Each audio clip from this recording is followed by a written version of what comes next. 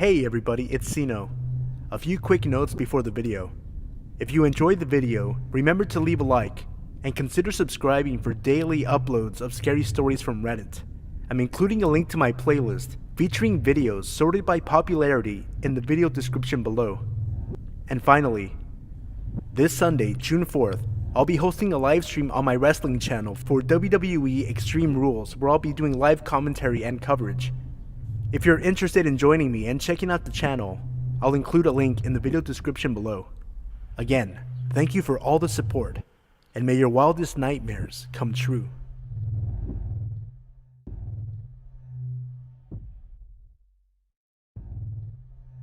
Today, I found out from my own mother that her ex-boyfriend, the man I lived with from ages 11 to 20, secretly videotaped my younger sister and myself in our own bedrooms, taking showers and baths, and even going so far as to sit on the roof and watch us through the skylight in our bathroom.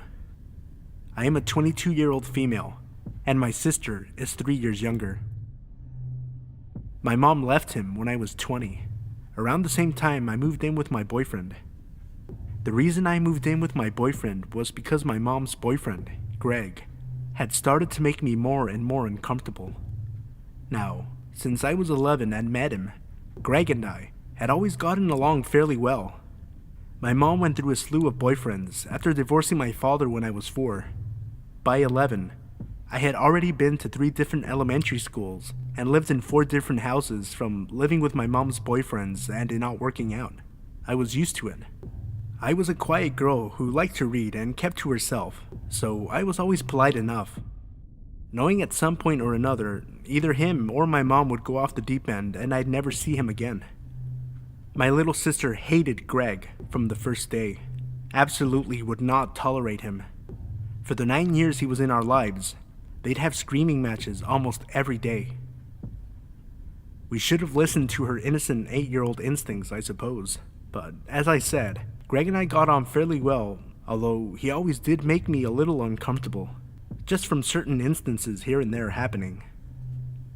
When we first moved in with him, within a week, he coincidentally lost his job.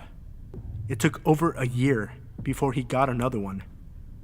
My mom supported him for a year, yet he was always giving her crap if her, my sister, or myself had a shopping day, or she gave me money when I went with friends. One time he, accidentally, walked in on me when I was about 13, changing out of my bikini after we all got home from the lake. Another time, I was 14, I awoke to him in me and my sister's bedroom on Christmas Eve in the middle of the night, just staring at us. I confronted him the next day, and he chalked it up to saying he wanted to make sure we were asleep before Santa came. When I was 16 and had my first real boyfriend, Greg would absolutely terrorize him to the point he refused to come over to my house. Now, my real father is a cool cat who, unfortunately, had to deal with my mother in order to see us. She's selfish and crazy, and played up the whole "I deserve my little girls over a man raising them" blah blah. But my father would shake hands with the boys I dated, if they had a chance to meet, and treat them with respect unless given a real reason to dislike them. Greg would belittle them, get in their face, treat them all like they were asshole punks. I ended up dating the same guy for the last 3 years of high school, and Greg never once had anything nice to say about him. My boyfriend at the time thought it was because he was taller than Greg. I think the most memorable and prominent memory that really made me so uncomfortable that I moved in with my boyfriend happened when I was 19. I had just moved back home from a college out of state after 1 semester. Greg opened up to me that my mom, quote, hadn't fucked him in a year. There are a few more instances that happened, but basically, I lived with this guy for 9 years of my life, through the hardest years yet of my life.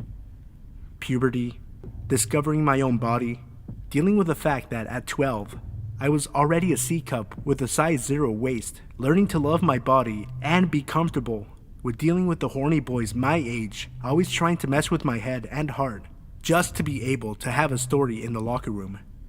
Never mind discovering a supposed father figure in my life was secretly watching me in intimate places where I thought I had 100% privacy from the entire world in. I haven't lived with him in 2 years, but I honestly feel so violated. And I'm still trying to cope with this bomb that has been dropped on the final years of my childhood. My little sister doesn't know, and I hope she never finds out. I'm furious my mom didn't do anything about it, other than leave him when she discovered the videos and files on his iPad.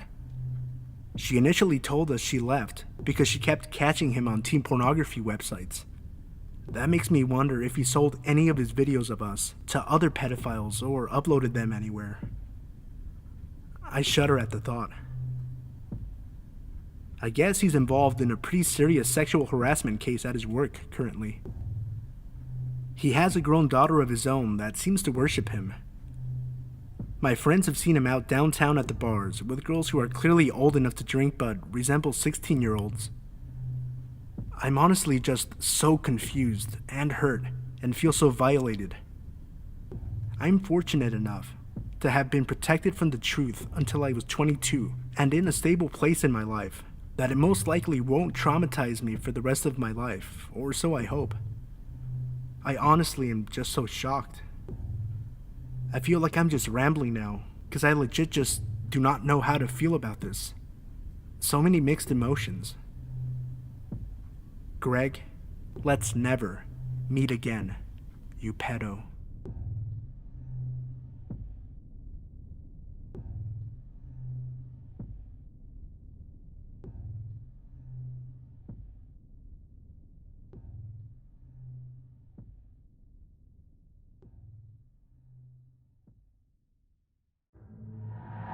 Number 1. I was about 7 years old in 2007. I remember this vividly and I'm still terrified of what happened. I live in a 2-story house in a safe neighborhood. My mother and I were the only ones home at the time. My mother was taking a bath upstairs while I watched Nickelodeon downstairs, alone, in the living room. The way my house is set up is that anyone can see the living room through the front door, even if the door is shut. I remember hearing a knock on the door, and I couldn't ignore it, since whoever it was at the door could see me and knew that someone was home. My mom usually would hide in the kitchen until the person knocking went away, and it was too late for me to run into the kitchen since he could see me. I remember feeling guilty since my mom has always warned me to never open the door to strangers. I got the key and unlocked the door.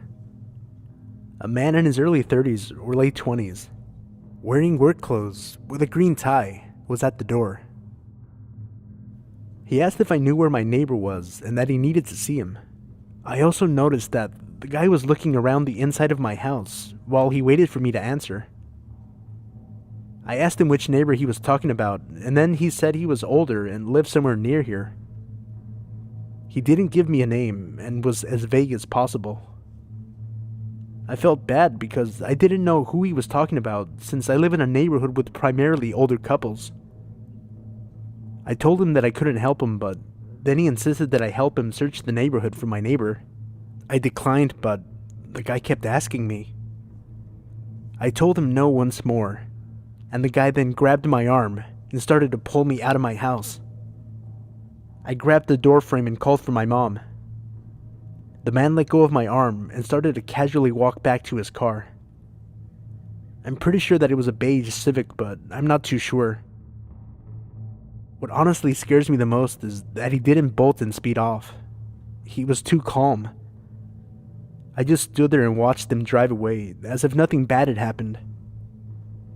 I didn't tell my mom about this incident until I was about 15, and she flipped her shit. I regret not telling her sooner, because there's no telling what this guy has done after trying to kidnap me. To this day, I still panic when I hear someone knock on the front door. Number 2. About a year ago, my family and I went on a vacation, and eventually came home afterwards to find a bunch of bird poop everywhere, and some objects moved ever so slightly. The couch was moved about an inch to the right. The fan was facing the wrong way, a shelf was moved about an inch or two, etc. Nothing was stolen, and the police didn't find any home intruders when they conducted a sweep of the home. A few months before that, I saw a strange man with a beard outside on my driveway, taking pictures of my house with a camera. Pissed off, I confronted him. When I asked him why he was taking pictures of my house, he claimed he was a previous tenant of the home and left soon after. I never saw him again. Jumping back to today, I went downstairs only to find that my back door lock had obviously been picked open. Lockpicking happens to be a hobby of mine, and I found that the cylinder to the lock was turned in the open position, a position that generally cannot happen without the lock being picked. I immediately checked the house for intruders and found nothing. So far, nothing has been stolen at all, and now there is evidence that there was someone inside. I'm quite confused by this and worried. And the strange thing is that the intruder could have easily simply turned the cylinder back into its original position, and I would have been completely oblivious to their threat. I'd hate to sound cliche or dramatic, but it's almost like whoever he is, he wants me to know he's been inside my house. I know my parents and landlord would likely never approve, but I just went and disassembled the lock and added a mushroom pin and security pin to the quickset. I've also noticed some hammer marks on the quickset. Maybe a failed attempt.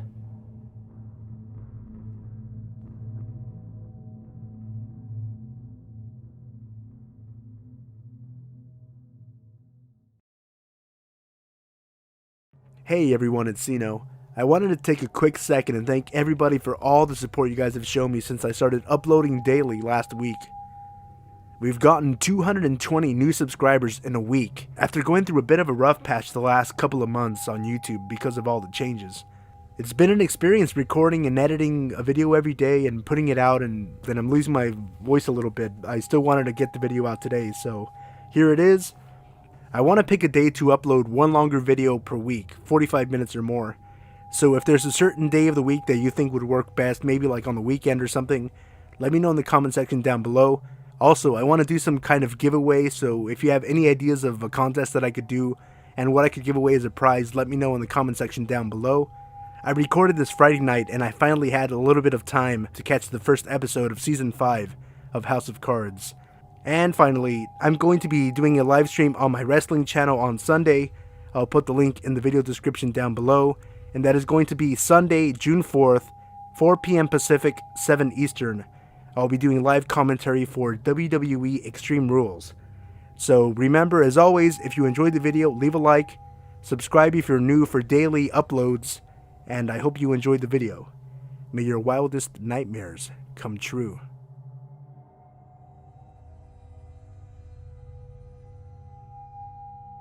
I visited my dad in Washington State when I was about 17 years old. He was doing some work out there, and I was fresh out of school, so I went to stay for a month or so. I thought we would be doing all kinds of touristy things like checking out the Space Needle or taking a hike up Mount Rainier. I never got to do any of those things though. Apparently, all my dad wanted was some company in the hotel room when he was home. He worked all day, and a few hours after he got home, he would go to sleep. Understandably, after a while, I got bored. He started leaving me money in the morning before work, encouraging me to get out and see the city. Now, I'm a pretty shy person, so I definitely wasn't keen on getting out in a new city on my own. I was too scared to take the bus or anything for fear of getting lost. There were no smartphones, so it's not like I could have just used GPS to figure it out myself. Eventually, I made my way out of the hotel. I walked down to the first store I could find. It was an A&W connected to a convenience store. I went inside and just got a drink. On the way out, I noticed how many unkempt folk were hanging around the store. Most of them had a pretty disheveled appearance, with torn clothes and a bunch of scabs on their face and arms. I just assumed they were homeless. While I was making my way towards the end of the lot, I thought it might be a good idea to ask one of these folks if they knew where I could score some bud.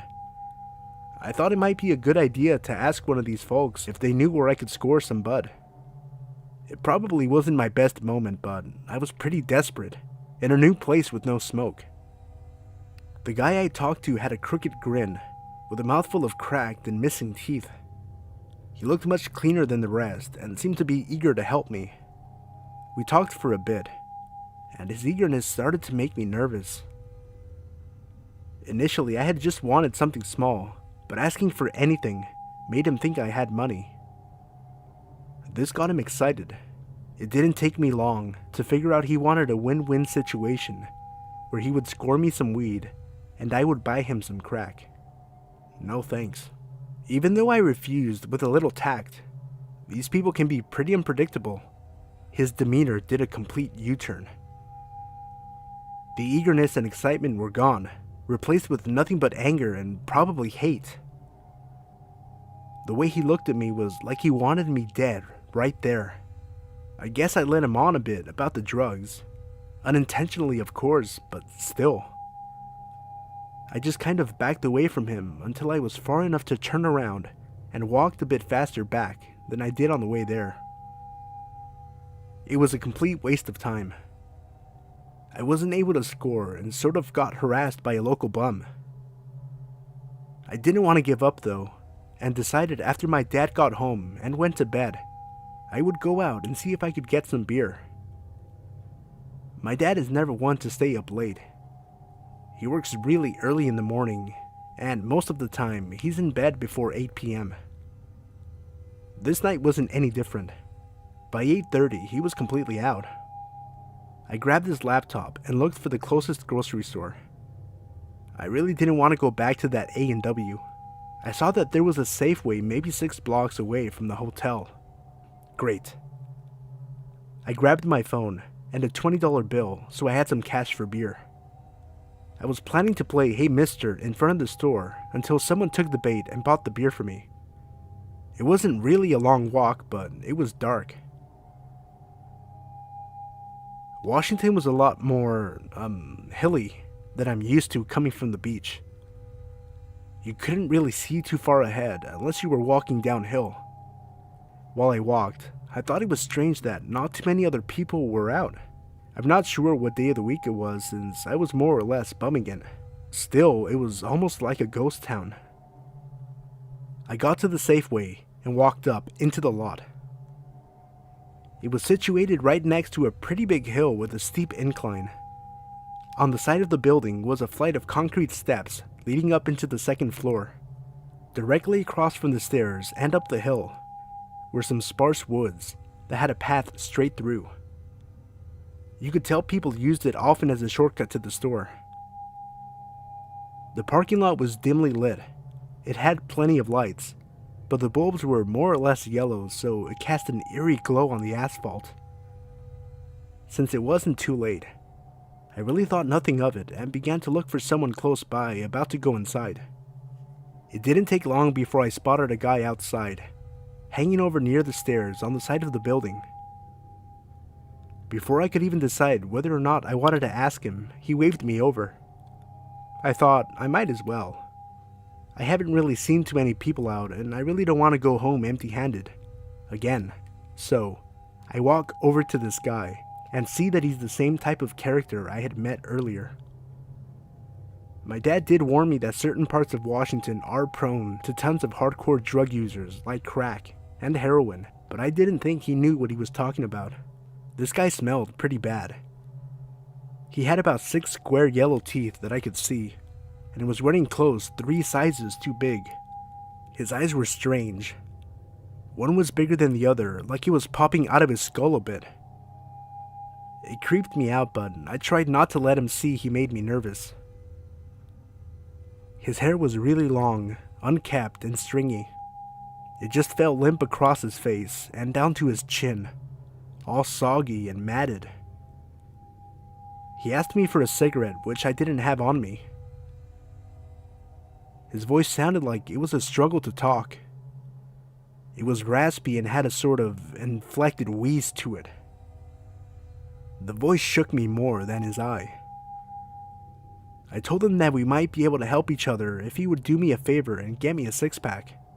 I offered to buy him some smokes if he got me the beer. He shrugged and held out his hand, so I assumed that meant yes. I gave him my 20 and watched him walk into the store. Since I was underage, I thought it was a good idea to hang out on the stairs around the side of the building. That way, no one saw him bring me the goods. I probably sat on those steps for a good 20 minutes or so before I saw him staggering back. He handed me the beer and $3. I was pissed. Not that I knew how much it costs, but I knew it wasn't $17 for a pack of smokes and a six-pack. I told him I didn't think it cost that much, and he just stared at me with that big eye and a nasty grimace on his face. I just sort of rolled my eyes and grabbed my beer, trying to walk away. I got maybe a few feet before I heard this really weird noise. It sounded like a grunt, but repetitive, like someone was coughing almost, but not trying to be heard. It had a bit of a short, raspy wheeze with really quick breaths. I would almost call it hyperventilating. At first, I thought maybe something was wrong with the guy, so I turned around and just saw him smiling. He wasn't hurt. He wasn't in trouble. He was laughing. It wasn't like any laugh I have ever heard in my life, and it just sent chills down my spine. He was cackling like a raspy, wheezing donkey, and it creeped me the fuck out. Now, I had this bright idea. My hotel was only a few blocks away, and those woods had a pretty quick shortcut. I really didn't want to walk back alone, on the street where this guy could see me or where I could get caught with the beer. I just wanted to get home and drink. I thought about that path through the woods and how I could easily reach it from the steps if I just walked past that nutcase around the side. He was still sitting a foot or two away from the stairs when I started to climb. He didn't turn the corner or even look at me, so I calmed down a bit. When I got to the top, I could see it was a good hop across the gap between the hills and the stairs. I just thought to myself, oh, this bum could never make this jump the way I saw him stumbling earlier. So I thought I was good to go. I jumped over to the path and started to make my way into the woods. Now, when I said the woods were sparse, it was from what I could see on the outside. Once I was about 5 minutes or so down the path, the brush became much thicker and a little harder to navigate.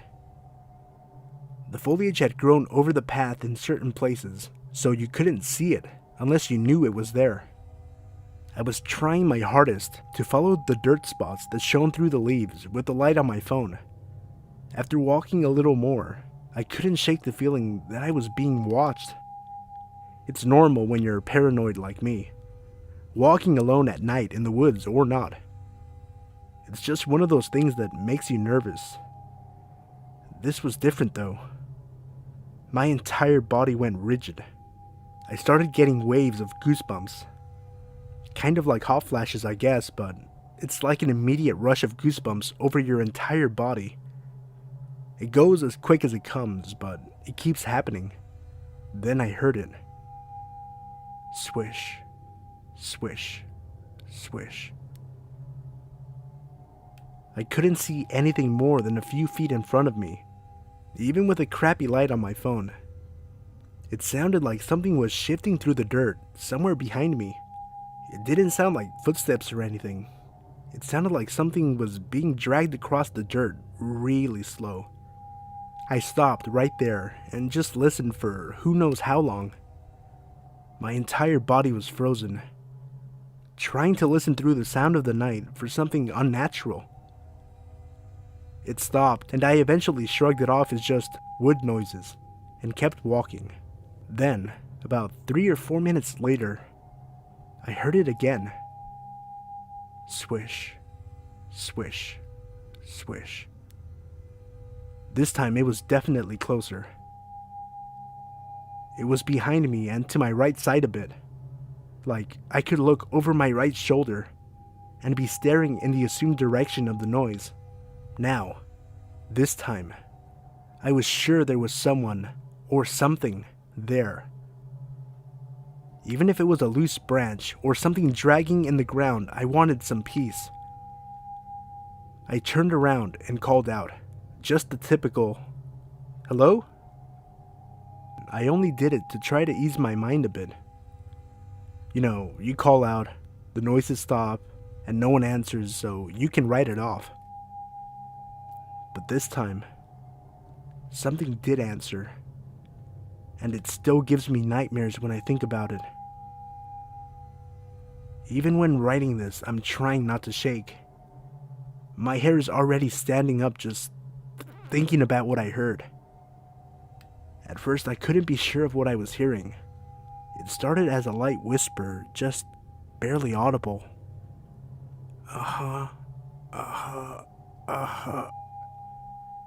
Then as it grew louder, I was certain about what it was.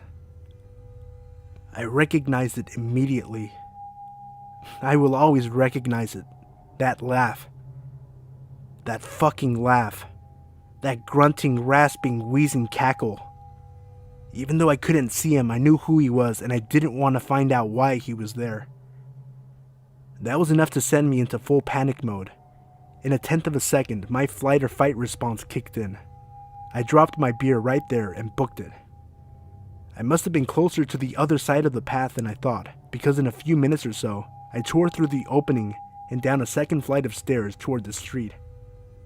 I didn't look up or behind me, and I didn't stop. I ran until I got back to my hotel and locked myself in the bathroom with the lights on. I didn't even want to be in a room with windows. I fell asleep in there, and when my dad woke up, I told him I just wanted to go home.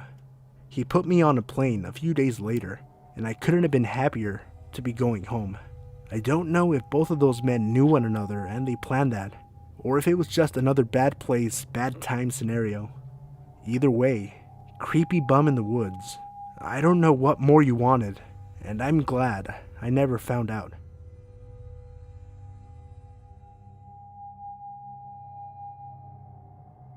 Two nights ago, while walking to my car, an older gentleman named Jeff asked me if I had a cigarette. I politely said no. He continued to talk out loud to himself whilst walking away, during which time he said, "I've gotten away with murder in Chicago." We get in the car, and 3 blocks later, we stop at a light, and he's there, leaning against the pole, smoking a cigarette. I'm fairly certain he's a time traveler. No way he could have gotten that far faster than us in the car.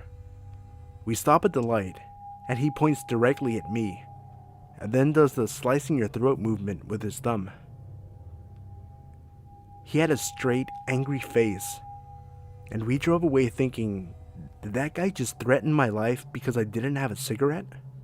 At that point, it was creepy but kind of funny. Fast forward to last night. 2 friends and I were downtown, sitting outside at a brewery talking about what had happened. All of a sudden, the same guy comes walking up to our table out of nowhere. He walks past us, we get up to go inside, and he makes a U-turn and walks directly by me.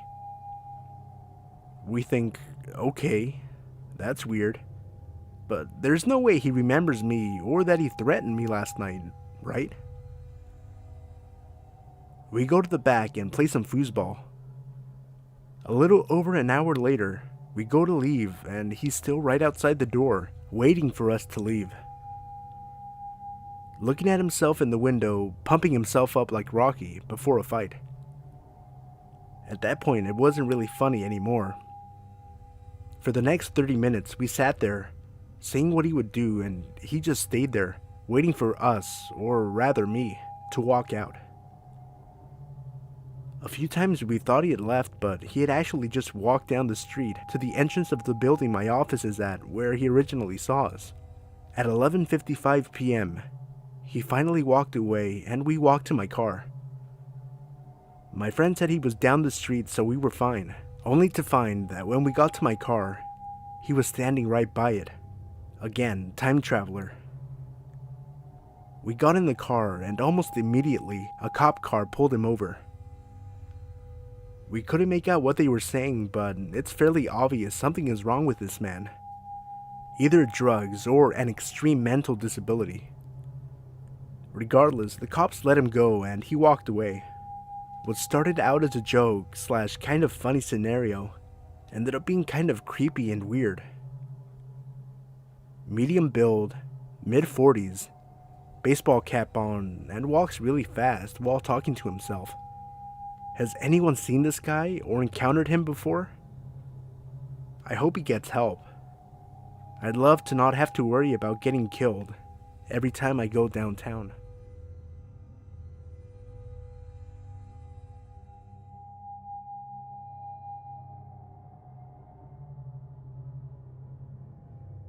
Hey everybody, it's Sino. A few quick notes before the video. If you enjoyed the video, remember to leave a like, and consider subscribing for daily uploads of scary stories from Reddit. I'm including a link to my playlist featuring videos sorted by popularity in the video description below. And finally, this Sunday, June 4th, I'll be hosting a live stream on my wrestling channel for WWE Extreme Rules, where I'll be doing live commentary and coverage. If you're interested in joining me and checking out the channel, I'll include a link in the video description below. Again, thank you for all the support, and may your wildest nightmares come true.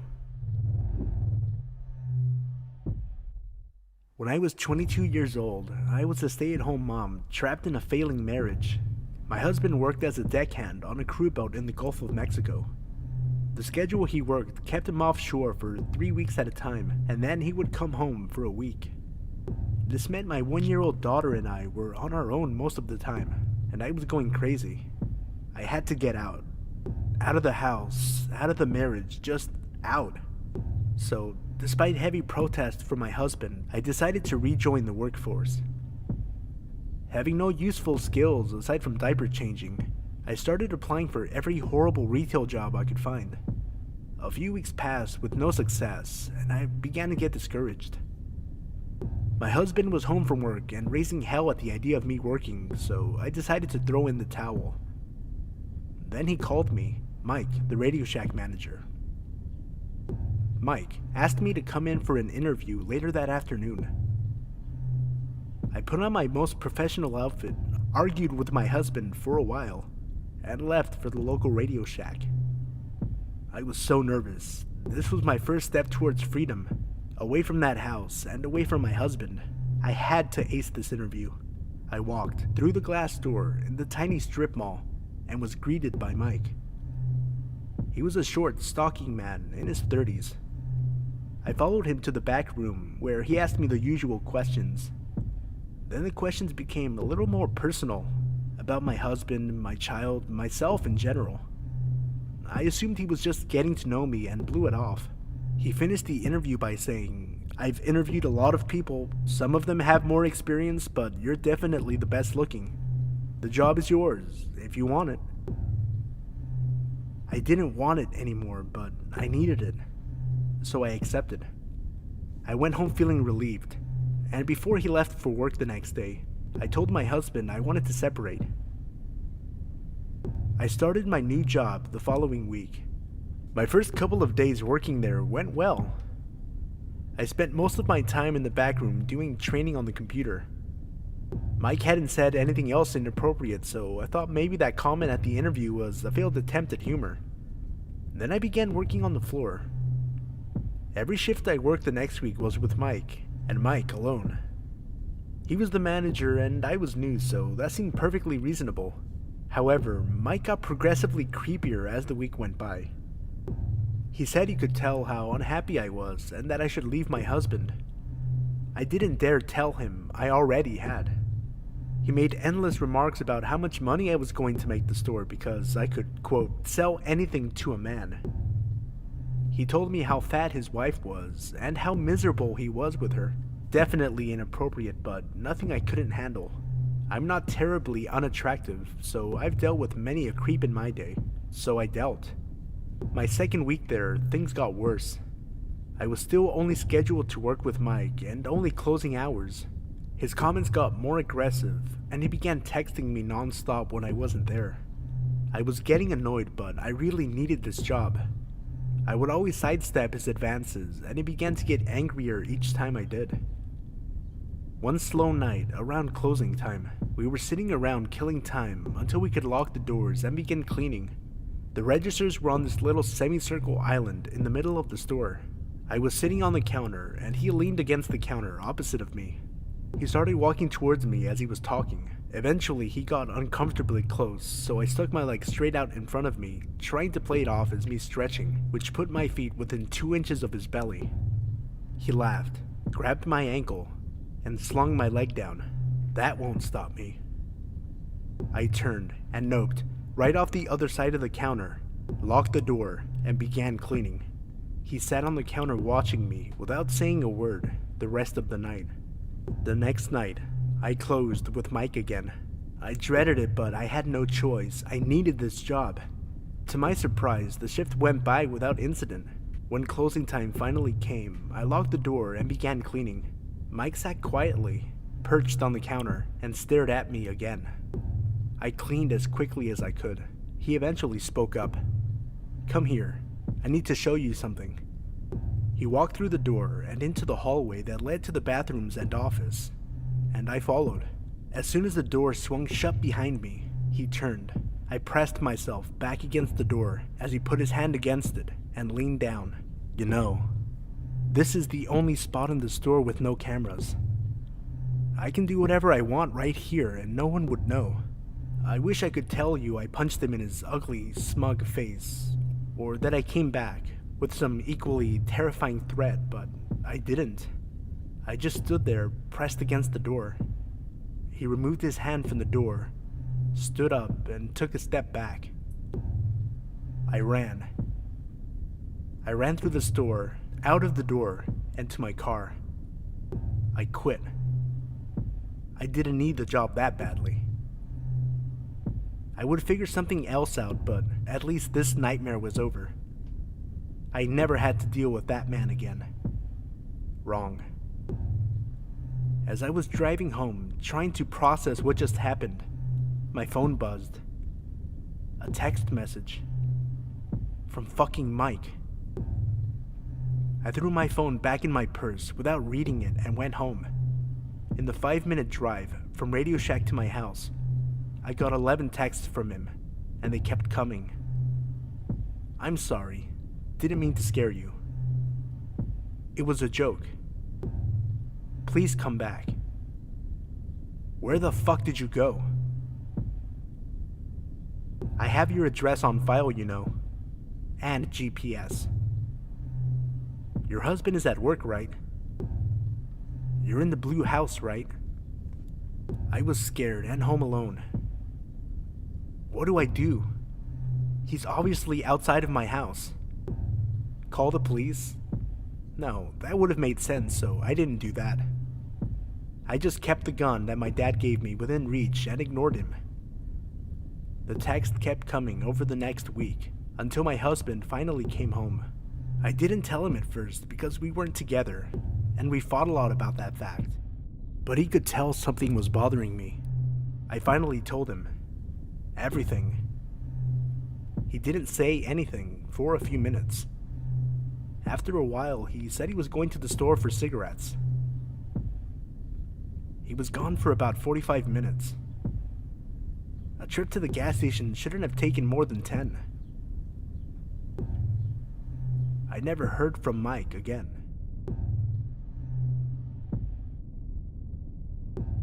This happened when I was doing nightclub security in the UK. It's actually the main reason I no longer work in the industry, though I tell people it was the hours that made me quit. I was chilling by the front door, and I see a fight happening, with a guy chasing another guy down across the street, and I'm like, oh well, it happens. 99% of the time, they just shout a little bit and try to intimidate one another, and go get a kebab, and puke. Mainly, they just look to make the other person think they are going to fight. Think peacocks shaking feathers at one another.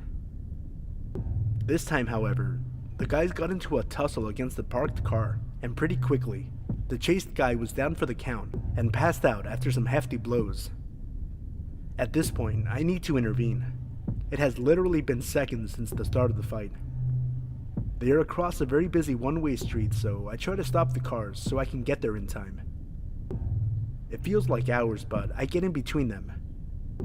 The aggressor is kicking the other guy's head over and over, full force as he lies on the ground. This is when I realized he might die. I think to myself, why am I getting in the middle of it? But I can't help it. I get between them and shout at the aggressor to stop. Luckily, guys don't often want to fight girls, but I am ready to defend myself in any case. He makes at me like he is going to start kicking me too, and I brace myself to block any strikes. He grins and books it up the road instead, and I can focus on the guy on the ground. I try to give him first aid. I stop the bleeding. His face is just a hole basically, so it's pretty hard, and the back of his head is gone too. I know of the old, if you need someone in a gathering to phone an ambulance, you need to choose a person and give them direct orders, not just ask in general. So I ask, or more like bark an order at, the only guy around I see with a phone out to call 999, or 911 in the US. His eyes are blank and he holds his phone still. It's like in a nightmare when you yell to draw attention to something but no one can hear you. I tell him again. Nothing. Again. Nothing. I start shouting, raising my voice. He needs to call an ambulance. The guy is dying. He needs help. I realize by the way the guy is moving around that he is filming us, probably trying to get a good shot of the guy's face as he lies dying by me. I feel like I am in Black Mirror. Eventually, someone else phoned. I haven't seen any YouTube clips from that area or from around that date, though I've looked.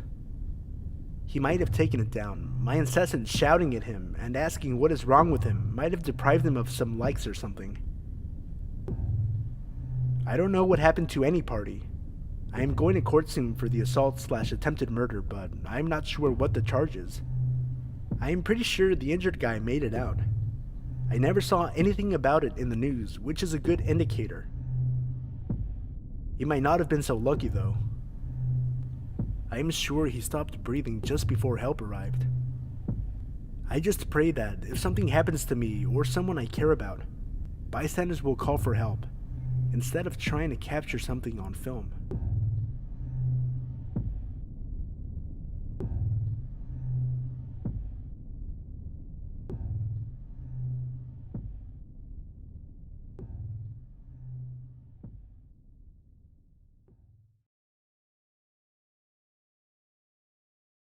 Hey everybody, it's Sino. A few quick notes before the video. If you enjoyed the video, remember to leave a like, and consider subscribing for daily uploads of scary stories from Reddit. I'm including a link to my playlist featuring videos sorted by popularity in the video description below. And finally, this Sunday, June 4th, I'll be hosting a live stream on my wrestling channel for WWE Extreme Rules, where I'll be doing live commentary and coverage. If you're interested in joining me and checking out the channel, I'll include a link in the video description below. Again, thank you for all the support, and may your wildest nightmares come true.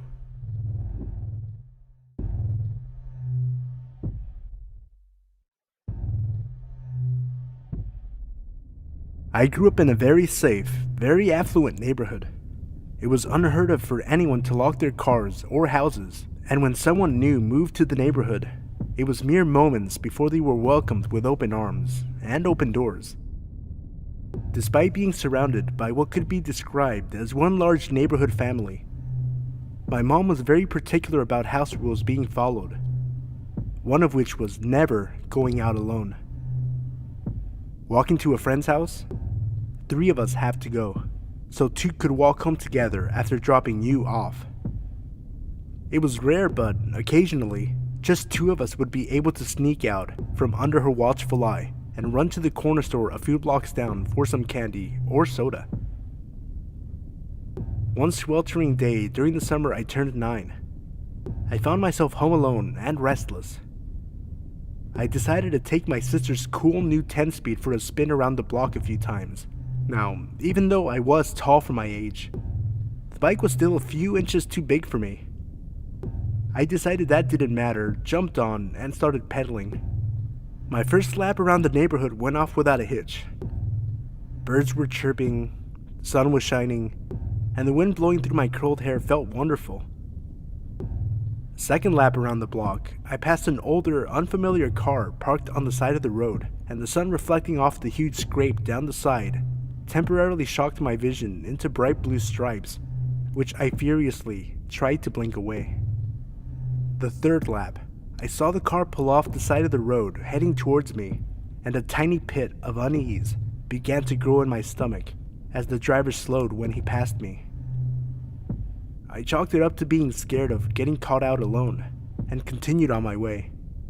I picked up speed as I rounded the corner towards my house and decided to go for one more time around the block, but to make it quick so I'd beat my mom home and avoid the trouble I knew I'd be in if she caught me out alone. I hit the bottom of the hill next to our house with some speed and started to climb to the top, slowing more and more the closer I got. By the time I reached the top of the hill, I had to stop and catch my breath, teetering the too tall bike at my hip. As I struggled to catch my breath, the hairs on the back of my neck stood up, my arms locked on the handle brakes, and every inch of my body froze. I had been caught. I just knew it. I heard a car creeping up behind me, and it just had to be my mom, but it wasn't. When relief should have washed over me, the unknown dread only deepened, further stiffening my frozen still limbs. I turned to see the same old car, with the same blinding scratch down the side, slowing down right next to me. The man stopped the car right next to my bike, on the wrong side of the street, and through his opening driver door, started to ask me if I had seen a stray dog running about, because his had come off the leash and run off. I froze. This cliché question is the one they warned us about in school. The one every kidnapper supposedly uses. I decided if I answered him firmly and rode my bike away, that he would know his plan wouldn't work on me. Plus, he might just really be looking for his dog. This was my plan. My terrified body betrayed that plan, and a trembling no is all I could manage. As I fumbled my feet to the pedals of this too big bike, his car door flew open, and out he lunged. "No!" I said again, as I wobbled my way past his open car door, his hand brushing the back of my shirt and knocking my back tire as I pedaled as fast as I could the 50 feet to the next driveway I saw. I pedaled, legs burning, up the drive, running my front tire so hard into my neighbor's front step that it bent the wheel. My body catapulted over the handlebars, and I burst through my neighbor's front door. "Edie! Edie! Help!" My neighbor was not home. I ran into the kitchen, still calling in hopes I was wrong. "What are you doing?" A man's voice behind me, and I froze. Hearing my heartbeat in my ears, feeling the blood pumping through my veins, knowing that this was it. I slowly turned around, not knowing what else to do, and there stood my neighbor's son, home from college. I dissolved into tears, gulping out what happened. He tossed the bent bike into the back of his truck and drove me around the corner to the safety of my home. My mom was home and had the look of death in her eyes until she saw my tear-streaked face. The police were called. The neighbors were called. The car had been spotted frantically circling the block the few minutes following our encounter, but he was gone by the time police arrived. To this day, 20 years later, I still have a hard time riding my bike alone. I still get chills when cars slow down next to me. I still wonder if the next girl was as lucky as I.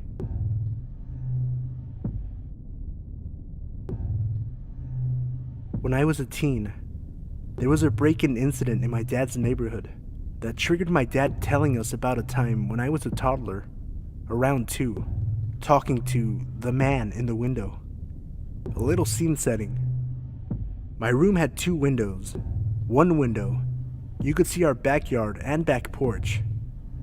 You could climb out that window onto the porch if you wanted. The other window was around 12 feet or so off the ground and faced our neighbor's house. Earlier on in the day, my dad had been changing out the screens in the windows. As luck would have it, something went awry with the screen in the window facing our neighbor's house. My dad left the screen off and just took the ladder and laid it next to the house, intending on taking care of it later. That night, my mom and dad put me in bed as usual, turned on the baby monitor, and went to their room.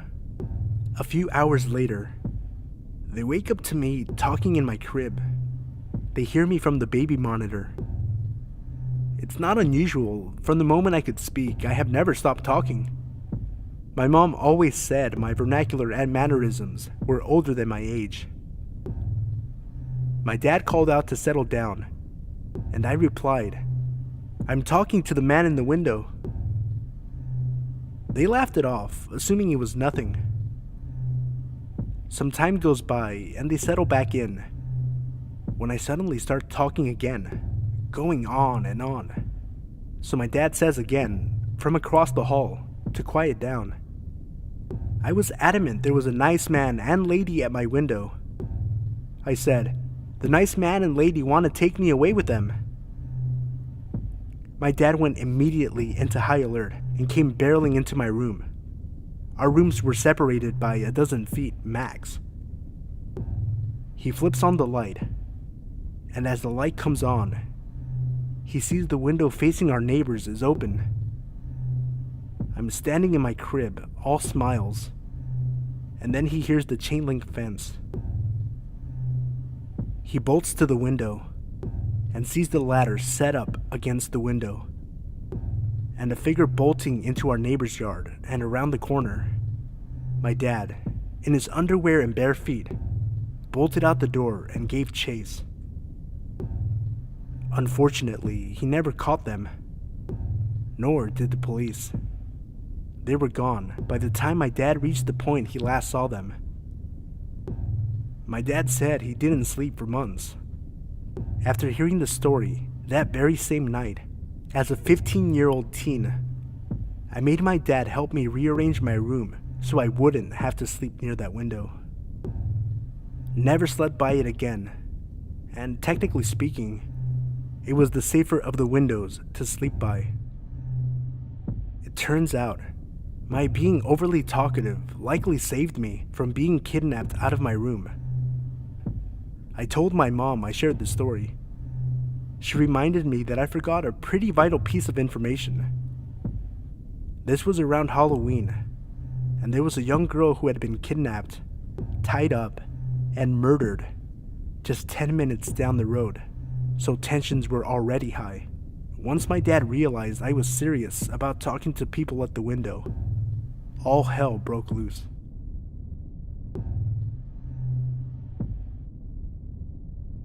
I had quite a bit of interest in my first story, titled, "I Was Almost Kidnapped When I Was 4. So I decided I'd share another fairly creepy story from my childhood. This story also took place at the store my mom worked at, the one I mentioned in my first story. This store is in a national forest and other national forest campgrounds, so it's not too unusual to have some pretty colorful characters come off of the trail or from the campgrounds travel to the store for necessities. Most of the people we would meet were totally harmless and really cool and interesting.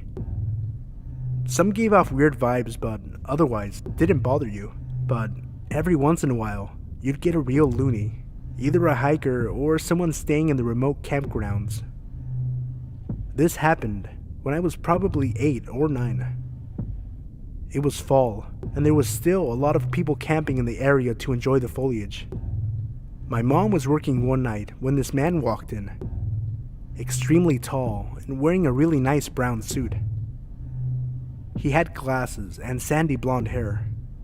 The second he walks in, he puts on the grandiose act, telling everyone in the store how he was from Pennsylvania and was staying at one of the campgrounds in the National Forest. He made a point of striking up a conversation with just about everyone in the store, but he especially took interest in women.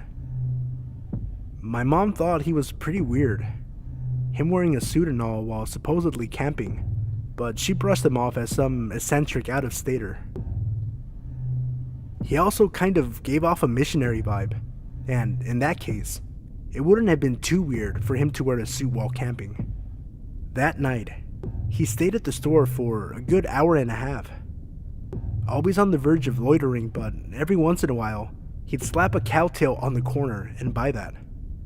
As it got closer to dark, he finally announced that he was going back to the campground. Mom closed up the store and didn't think much about it. For the next week, that guy was in the store every day, inserting himself into conversations where he wasn't welcome and staying for hours on end, solely buying cowtails every now and again so that he technically wouldn't be loitering.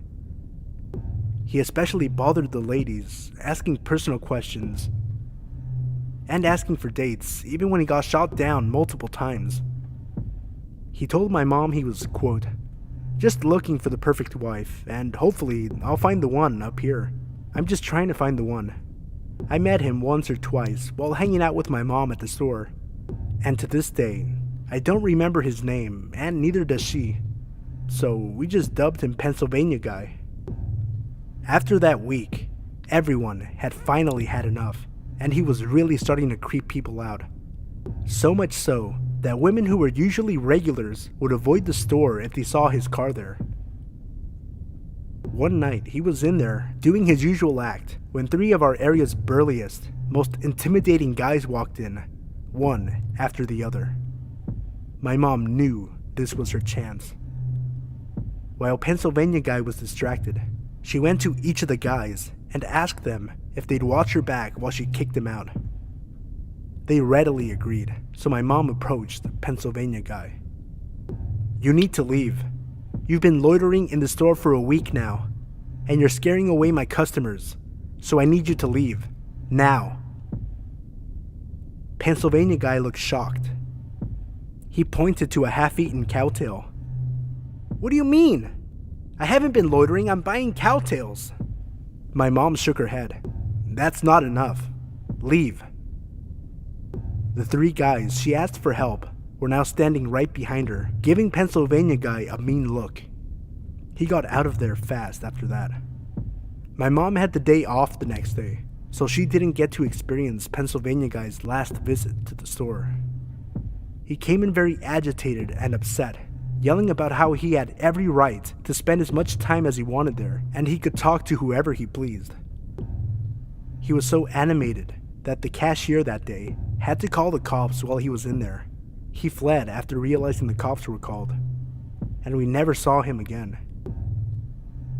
The cops even went up to the campground to see if he was there. He had vacated the area. Sometimes I wonder about what happened to him. I honestly assume he just went to a different area and tried the same thing there. I wonder if he ever found a wife or was just chased out of every place he attempted.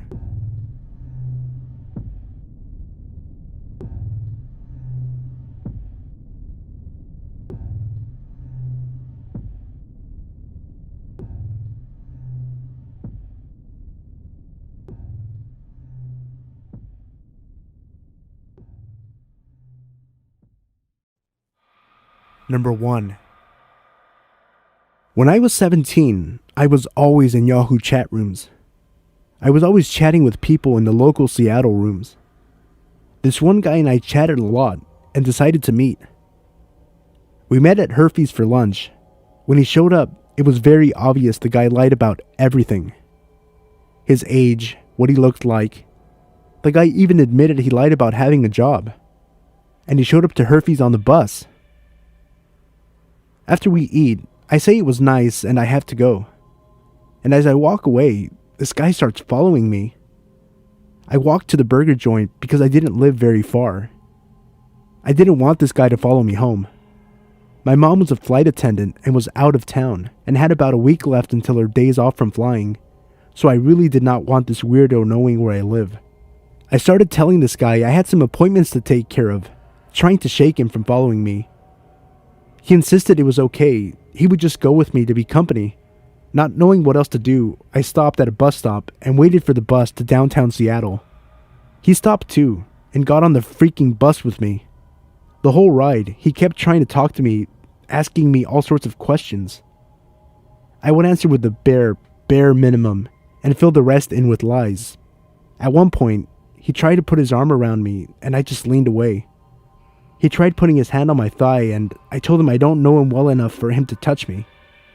I felt sick to my stomach the whole bus ride, trying to rack my brain with what the fuck to do once I got downtown. Once downtown, I walked over to the building where my best friend's mom worked. Since I knew the layout of the building, I could play it off. I asked the woman at the cafe there if I could use the restroom. She agreed. Let me explain this. There's a delivery service store outside. It leads to this hallway, and this hallway has doors that lead to all the different shops and to a service elevator to take things/merchandise to the other stores on the upper levels. I exited the cafe through the back door and into the hallway and left the building out the door next to the docking bay. I took this as my chance to make my way to a bus stop to go home. I was going to take the express bus and just get off at the airport instead of the other bus that takes forever. Well, as I make my way to the bus stop, I see the guy in the cafe still waiting for me. I managed to make it on the bus and I never saw the guy again. A few nights later, I was on Yahoo Chat again when someone messaged me.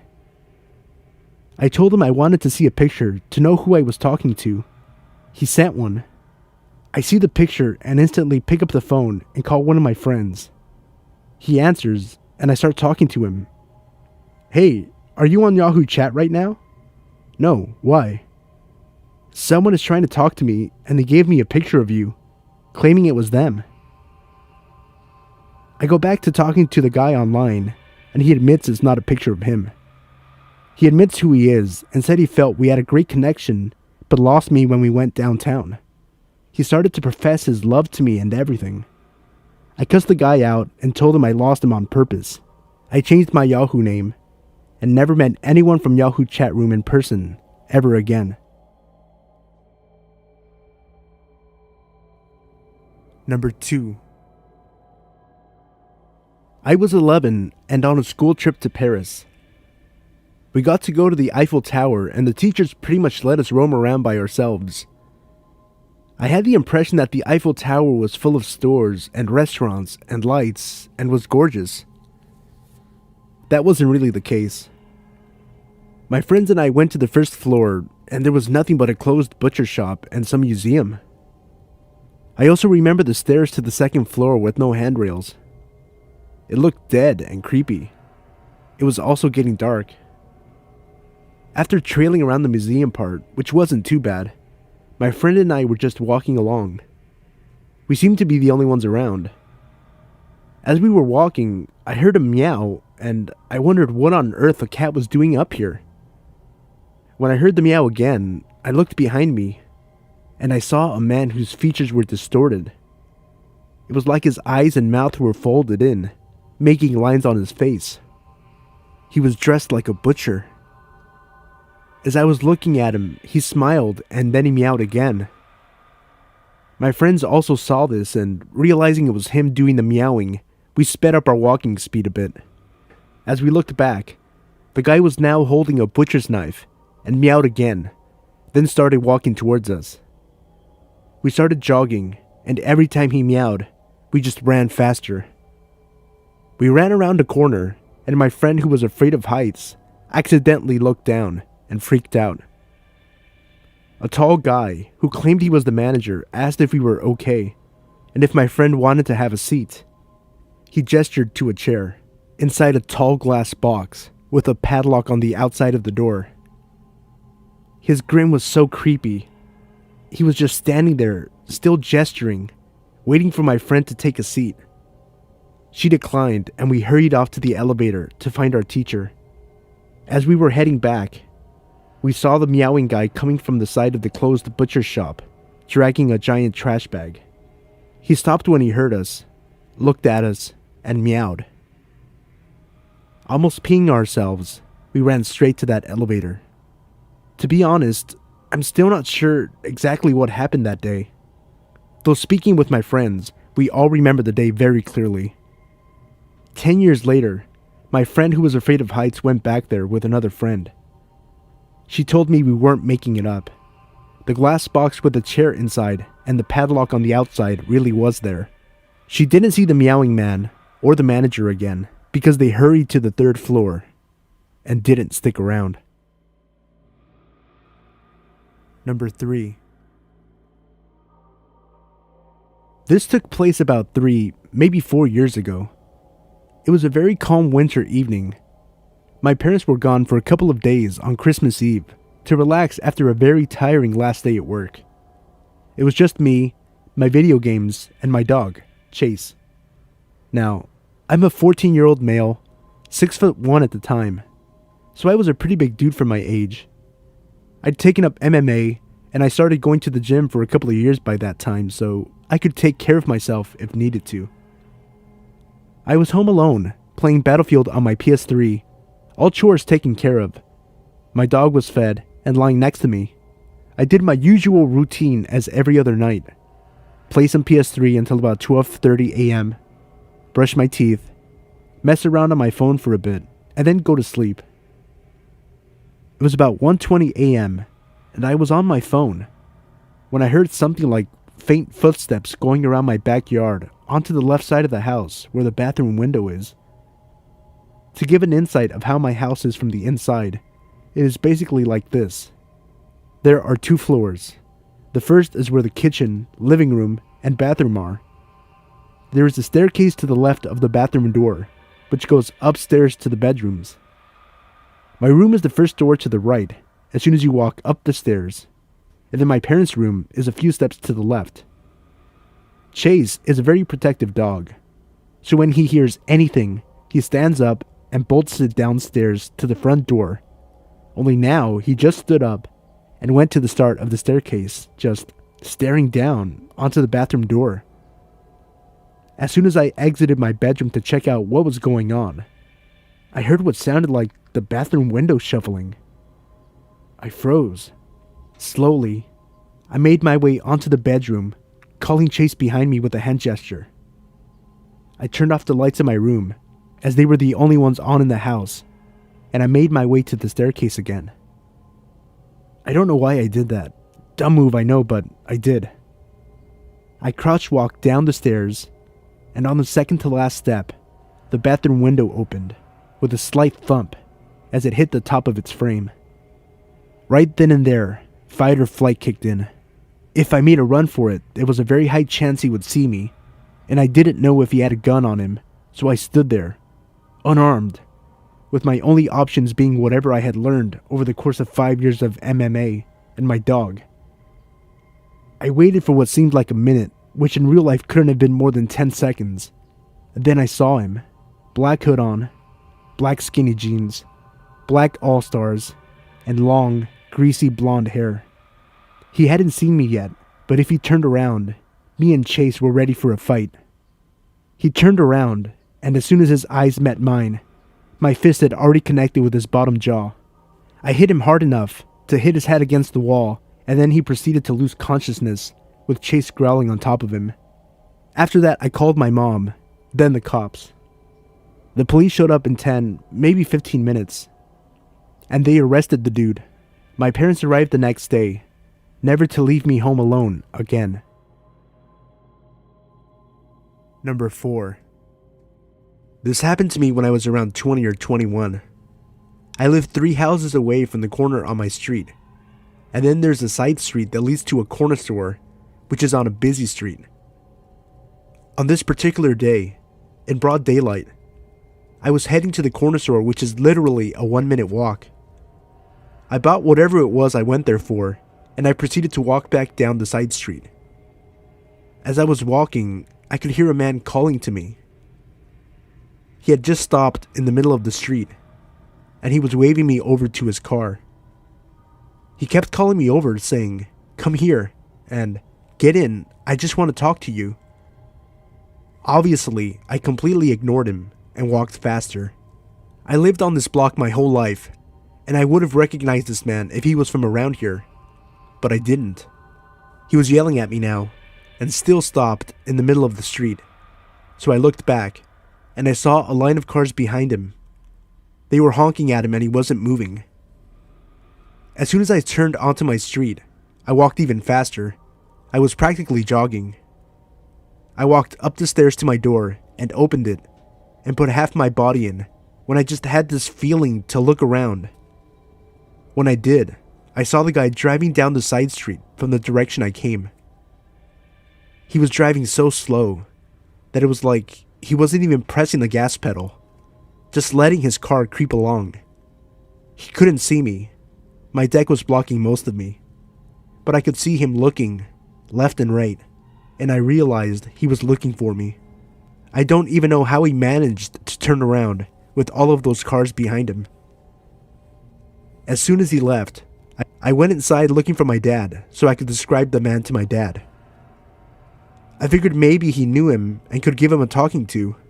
The man was driving an old red Toyota, and the driver's door was black, like he replaced it and just never got around to painting it.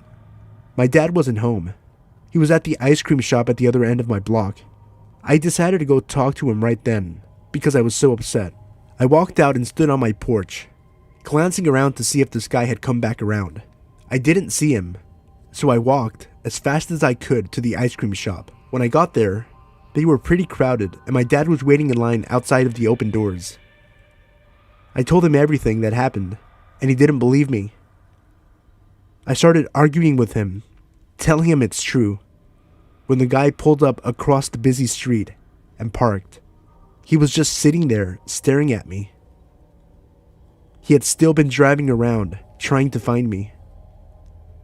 As soon as I saw him watching me, I raised my arm and pointed and said, "That's him." My dad had just enough time to turn around and see the car before the guy sped off. We didn't go to the cops or anything, and we don't really talk about it much, but it bothers me to this day thinking, what if he grabbed another girl off the streets?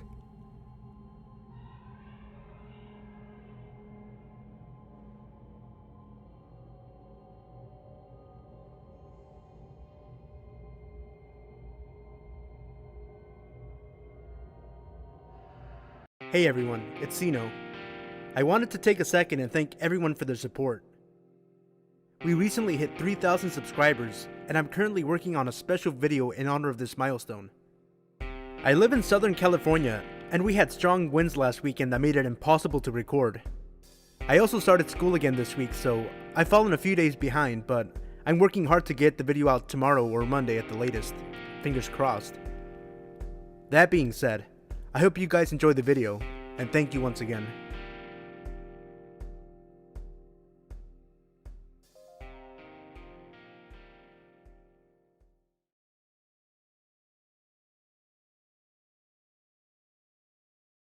When I was a sophomore in college, I lived in a small but beautiful historic studio apartment in a small East Coast city that had somewhat of a reputation for crime and danger. However, the neighborhood I lived in was usually considered one of the good neighborhoods. It was close to the city's university and was mostly students living there, especially on the street my building was on. My building was a huge 4-story townhouse, if you can really call it that. It was really a mansion as a whole, built in 1895. The architecture was really awesome, built-in bookshelves and huge mahogany pocket doors that slid into walls. Anyways, the building wasn't exactly in mint condition, and my landlord was pretty lazy.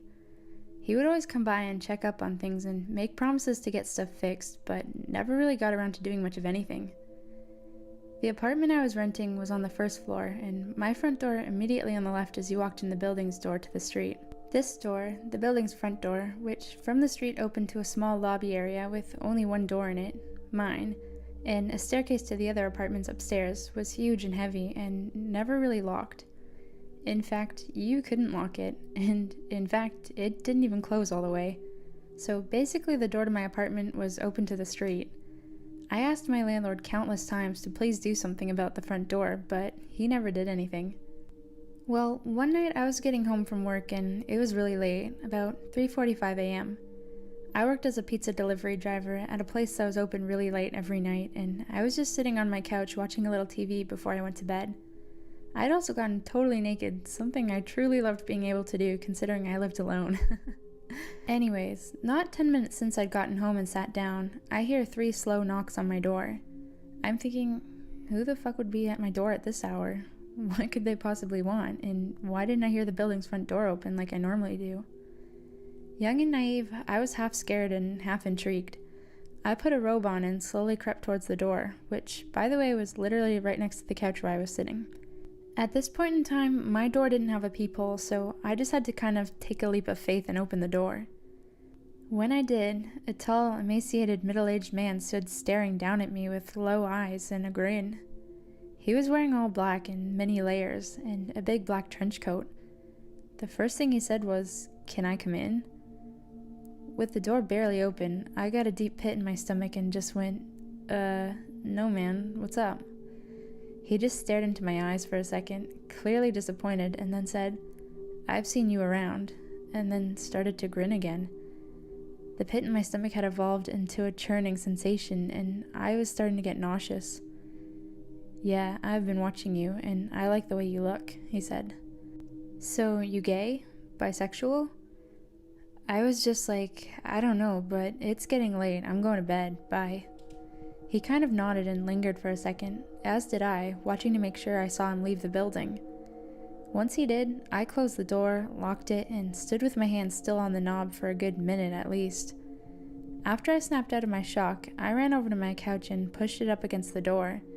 I ended up sleeping on the couch that night. Even though it was right there, it just made me feel safer, like I could hear if something happened. Well, nothing happened that night, and it wasn't until about a week later, on one of my nights off from work, that I was sitting around my apartment winding down by myself after I had some friends over drinking and smoking a little bit, as college kids do. All of a sudden, I heard a weird rattling noise coming from across the room, so I turned off the music I was playing to find out that it was coming from none other than my front doorknob. I looked at it for a second and saw that both the knob and the top lock were jiggling. Someone was trying to get in. Like a deer in the headlights, I was frozen, staring at things wiggle and shake until I started to see the top lock actually budge and start to turn. I leapt up from my chair and soared to the door, grabbing tightly on the lock and forcefully twisting it back to being locked. The jiggling of the lock and knob stopped for a second because whoever it was clearly knew that I knew. It was only a second though before they just started struggling again, and I had to use all my might to keep it still. Sweat was dripping down my forehead and ribcage after about 15 seconds of wrestling with this intruder. It suddenly stopped, and I heard the building door open and close, and footsteps run down the stairs of the stoop of the sidewalk. Just like I was before, I was paralyzed with my hands on the door for a good while before I realized I was crying and shaking and that I needed to call someone. My instinct was to call the police. In hindsight, I regret this for the following reasons. I was having basically a panic attack while I was on the phone with 911 and actually threw up during the call, and I think that's why they decided I was just fucked up or something. When the 2 police got to my apartment, they stood in my doorway as I struggled to recount to them what had happened as I was shaking and crying. I noticed at one point they're both smirking and laughing and say, "What's funny right now?" One of them goes, "It reeks of marijuana." I was just like, okay, and basically argued with them after that. Long story short, they ended up confiscating a bunch of shit from my apartment and basically turning the whole situation into a little mini drug bust. Although they said they weren't going to charge me with anything, just take my shit. Nothing about this attempted break-in besides keep your door locked. I was devastated and felt so helpless. I hate to make this story so long, so I'll try to keep the last part short. Basically the same scenario happened one more time about 2 weeks from the last time, only instead of calling the police, I called my dad, who raced down in an hour, 2-hour drive from his house to this place, with a crowbar up his sleeve. Unfortunately, by the time he got here, whoever it was had already left. They didn't struggle very hard this time. My dad ended up cussing out the landlord and demanding he get the door fixed and install a new lock and peephole on my door. He did make this happen within a reasonable amount of time, and I also got one of those bars you wedge between the doorknob and the floor, as well as an aluminum baseball bat to protect myself with. So I felt a lot better from then on. Needless to say though, I ended my lease for that apartment a month early and never moved back to that street. I never found out for sure who was trying to pick my locks and if it was the guy who had come to my door the first time, but whoever it was, let's not meet.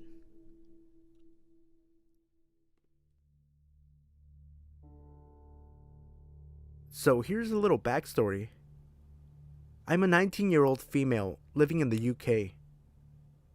I was on my day off from work, as I worked 6 days a week at a very unpopular delivery service called Yodel. My mom was out the night before, staying at my grandmother's house due to her being ill. I have 2 small dogs, both Chihuahua Cross Yorkshire Terriers who don't really need all that much walking, but this Sunday morning I was feeling it. It was around 7:30 in the morning, which means it was still pretty dark out when I put their coats on and left the house. The local park is a 2-minute walk away from my house, which I had no problem getting to. So, cut to about 10 minutes into my walk. I'm halfway around the park when I notice that it's brighter than usual. I turn around to see a parked car in the parking lot, with its lights on full beam, directed straight at me. Now, at this point, I'm starting to feel uneasy as I'm about to start making my way back there, as that is the way that I had entered the park.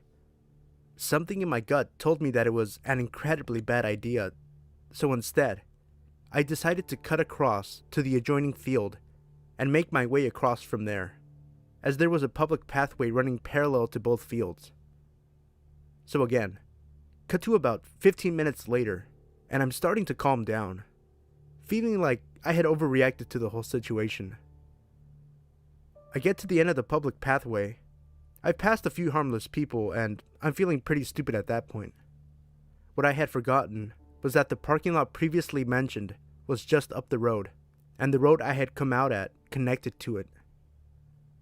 As I was just about to turn off the public pathway back onto the main road, a car drives past that, at first, didn't look particularly memorable, until the passenger seat in the car drove past with the biggest, cruelest, most evil grin on his face as they passed me. I stopped in my tracks, and they pulled up just down the road and waited. I started walking home double time, and the walk that would have taken me 20 minutes took me 10, and the entire walk home, this car followed me. Thankfully, I had to cut through little alleyways to get to the road leading to the park, and I managed to lose them by the time I got to my house. After I had caught my breath, I looked out my kitchen window carefully, without moving the blinds, to see 3 guys maybe in their mid-20s, stalking around the area, presumably looking for me and my dogs. So to you 3 creeps who have prompted me to change my dog walking routine like a freaking cop, let's not meet. Okay, bit of background. There was a time when I was 17 where I sort of lived in 2 houses. We were moving and my dad lived in the new house where he had a job, and my mom, my siblings, and I lived in the old house where our friends in school were. The new house wasn't anywhere near the old one. It was about 6 or 7 hours drive. So on a good long weekend, we could make the drive, and my dad would come up in our smart car whenever he could. One weekend, I was off on break and was going to spend a few days basically camping in the new house with my dad. I felt totally safe with him, and I was looking forward to the trip and even the time alone while he worked. The trip started out normally. We stopped at a rest stop about a quarter of the way there to pee, and we planned to stop at a halfway point for a gas station, tea, and another bathroom break. We were familiar with the gas station and had stopped there many times. It was a Royal Farms, if you have those near you. It's a chain place and relatively safe compared to some of the greasier places. We went in and I hit the bathroom while Dad made us both tea. I noticed a man looking awfully stoned standing near the men's room in the fire exit. He was wearing an entirely too tight leopard print shirt with a white jacket, and he had slimy white blonde hair. He looked maybe 45. I smiled politely and went to my dad where I felt safe. I'm socially anxious, but not cripplingly. My dad isn't huge, but he's kind of a prepper and knows self-defense better than I did at the time. I knew that if there was someone who wanted to hurt me, he'd be there. Checking out with our tea, the stone guy was right in front of us, and he turned around to talk with us. The first thing I noticed was that he seemed more aware now. Less stoned for sure, but still off somehow. But in a different way. He was laughing and talking with the cashier about the Cosmo magazine on the rack. He wasn't buying one, but he said, and I quote, "Nice, they sell these everywhere these days." He seemed to be trying to initiate us into conversation. The cashier was just trying to ignore how much he was looking at her boobs and cash him out. "So, how many months?" he asked us. At first, I was wondering if he thought I was pregnant. Now, I'm a big girl, but my weight's on my hips and thighs, and I'm not shaped like a pregnant woman at all. "Pardon?" my dad asked the man, putting an arm around me. "How long have you two, He grinned, raising his eyebrows. My dad immediately dropped his arm, which was unfortunate because I felt safer with it there. The man, seeing some kind of opportunity, put his hand gently on my right hip. "Oh, no, this is my daughter," he said, a bit baffled and too unprepared for the situation. The man's hand slid a bit lower. Is she single?" he said to my dad, as though I were property he was buying. "No," my dad snapped. "She's not. Goodbye." The man left, and thank goodness, and the cashier rolled her eyes and told us he was a regular, and to be careful going out because he smoked by the entrance. My dad and I waited until we saw him enter his car before we left. I never feel safe in the smart car. It's tiny, and it always attracts a lot of attention because it's a bit of a novelty. There was some traffic as we continued, and it was getting dark, but I swear that man's red truck was always somehow behind us. I pointed it out to my dad, who said that he probably wouldn't follow us all the way to the house, seeing as we split off the highway soon and the drive was still about 3.5 hours long. The truck followed us for 2 hours, but finally we stopped seeing him. We were on a more secluded road, a 2-lane one with hills and curves, but still well traveled. We stopped again at a rest point, and I was in the car watching the road when I saw the red truck drive past on the road. He had still been following us, only an hour from our house. Thank God he didn't notice we'd pulled off. He might have known where our new house was. "Too close for comfort," leopard shirt man. "Let's not meet."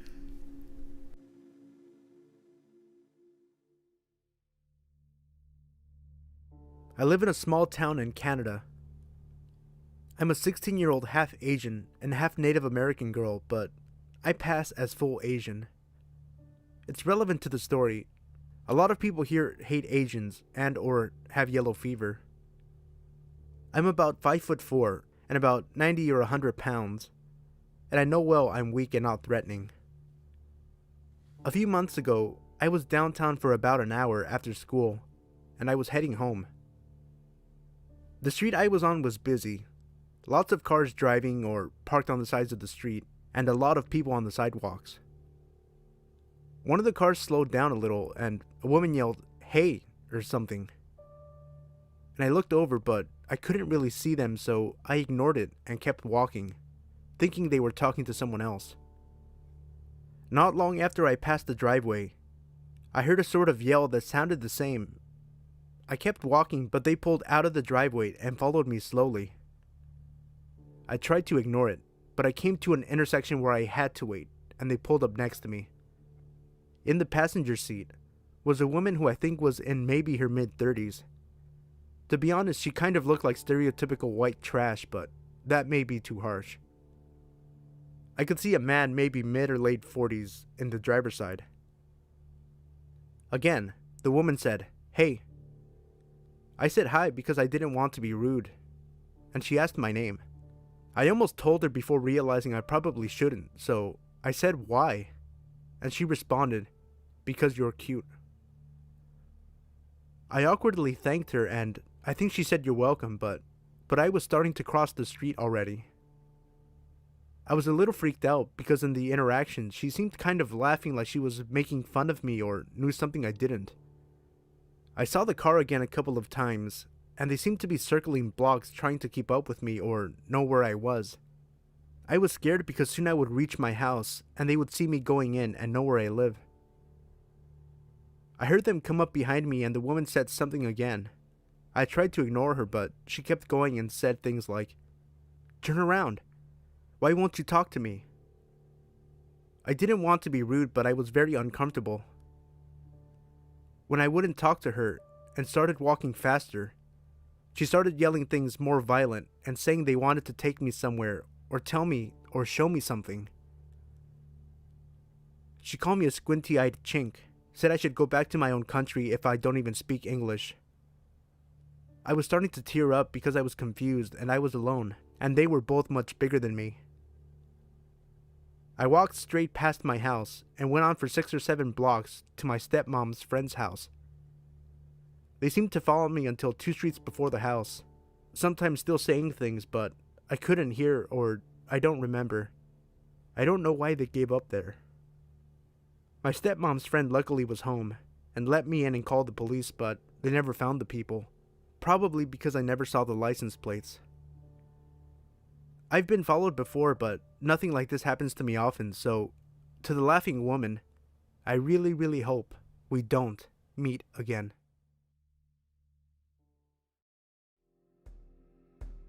Hey guys, thanks again for all the support. Thank you guys for watching, and special thanks to Lady Spook for contributing to this video. Check her channel out, the link is in the description below. If you enjoyed this video, please click the like button and subscribe if you're a new viewer. It really helps the channel out tremendously. If you'd like to submit your own story or artwork to be featured, email it to me at SINOSTUDIOSofficial@gmail.com. The link to my email is also in the description below. You can also email me there with questions or business inquiries or inquiries about collaborating. Follow me at SINOSTUDIOSBMF on Twitter and Instagram. Once again, thank you guys for all your continued support. Without you guys, my channel's nothing.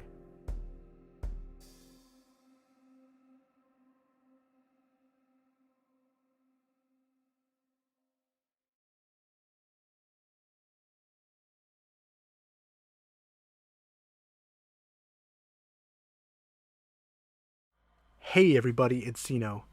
I wanted to take a quick second before the video got started to thank you all for all the support that you've been showing me on my past few videos this week. As most of you know, I finished up my spring semester, I'm done with finals, I'm done with school for the summer, so I'm going to be uploading daily videos every day. That includes daily uploads of scary stories from Reddit, as well as movie reviews, starting with Baywatch and Pirates of the Caribbean tomorrow on Sunday. In this video, you will hear 4 true scary stories from Reddit about creepy encounters with kidnappers and abductors. As always, if you enjoyed the video and you like the stories, remember to leave a like and subscribe if you're new. Movie reviews for Pirates of the Caribbean and Baywatch come tomorrow on Sunday. Also, by popular demand, I'll be including a link in the video description for those of you who care to support the channel. Any amount you choose to donate is fine. All donations are taken through PayPal, so you know that you and your money are safe. We all know that YouTubers have been in a bit of a crunch the past few months, so any amount helps, but of course don't feel pressured to donate to this channel or to anyone else. No need to worry, unlike other channels, I won't be holding my content hostage. That being said, I hope you guys enjoyed the video, I hope you guys like the stories, and have fun. Thank you again for all of your support.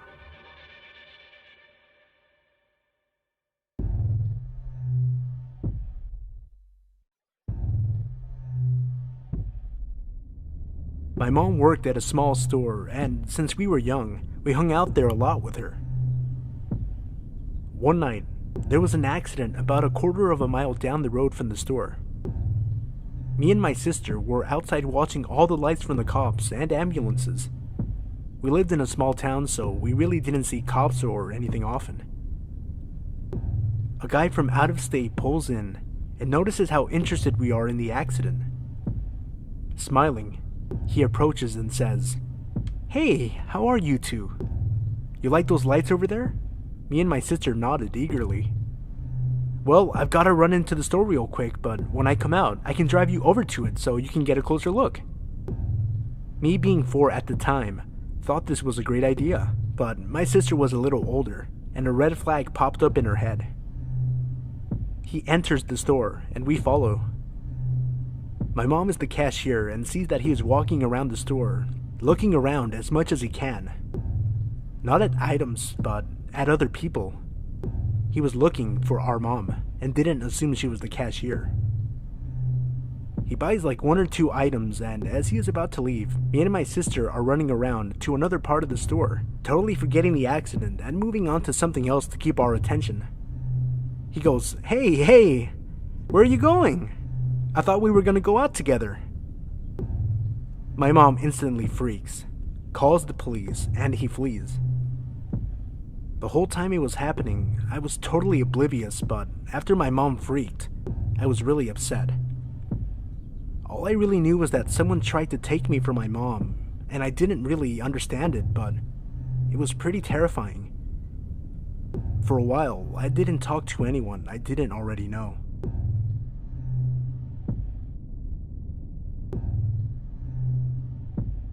This happened when I was about 18 years old. I was big into running back then, and lived in a town that was a suburb, but had big swaths of farmland, as in smallish tomato and strawberry fields, not huge, never-ending wheat fields. I preferred running on the dirt at the edges of these fields because it was a lot easier on my legs than running long distances on concrete or asphalt, and I was usually training for half marathons, 13.1 miles for those who aren't insane enough to think running is fun. This particular day, I was planning to run an easy 6 miles. I told my mom, and she suggested I do a loop and meet them at the dog park about 3 miles from our house as my halfway point. This is pre-cell phone era, when all the craziest shit went down, but being careful, I took a walkie-talkie that my dad always used, and my mom took the other one. Now the walkie-talkie had a range longer than the ones my brothers and I played around with when we were younger, but it definitely did not work 3 miles away, and I honestly had no idea what its exact range was. I take off on my run. I'm planning to go to the sidewalk for a little bit until I get to the fields. I'm running in the dirt with the road a few yards to my left. I have to run south and then turn right onto a slightly smaller, less traveled road to get to the dog park. As I'm running on the first dirt path, my parents drive by and, being dorks, they honk and wave and yell at me.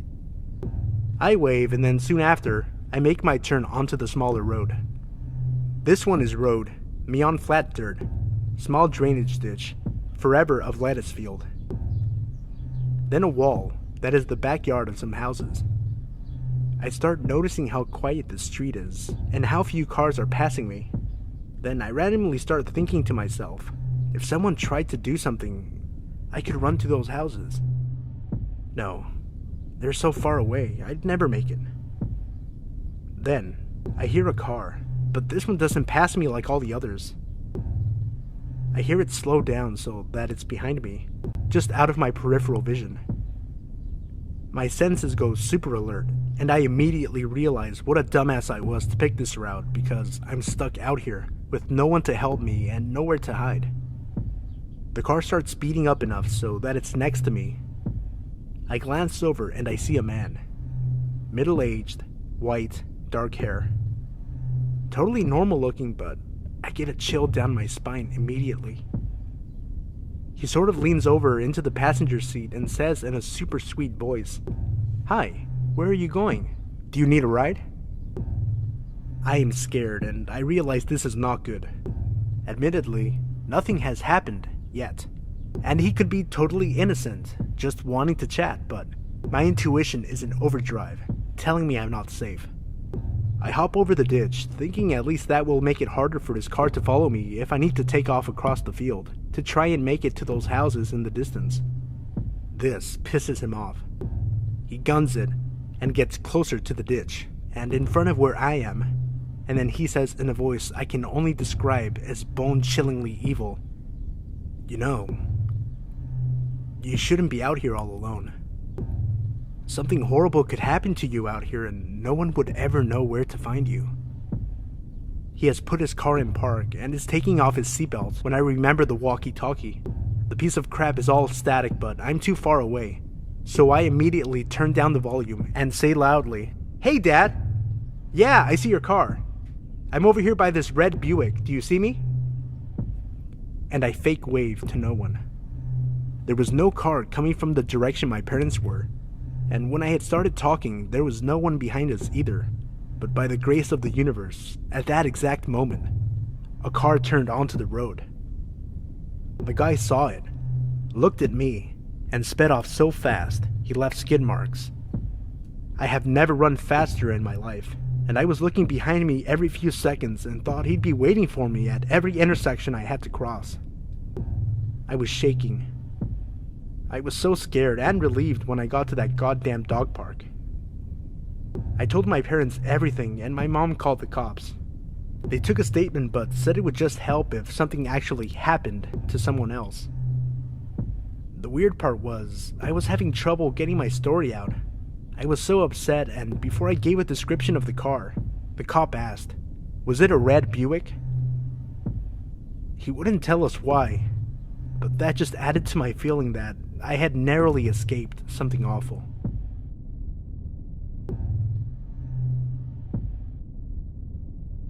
First of all, let me say that I'm a 24-year-old male, and I live in Brazil, and we are kind of in a really bad situation.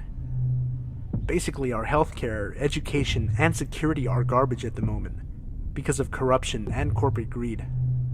Last month, after I left my workplace, I went to my bus stop.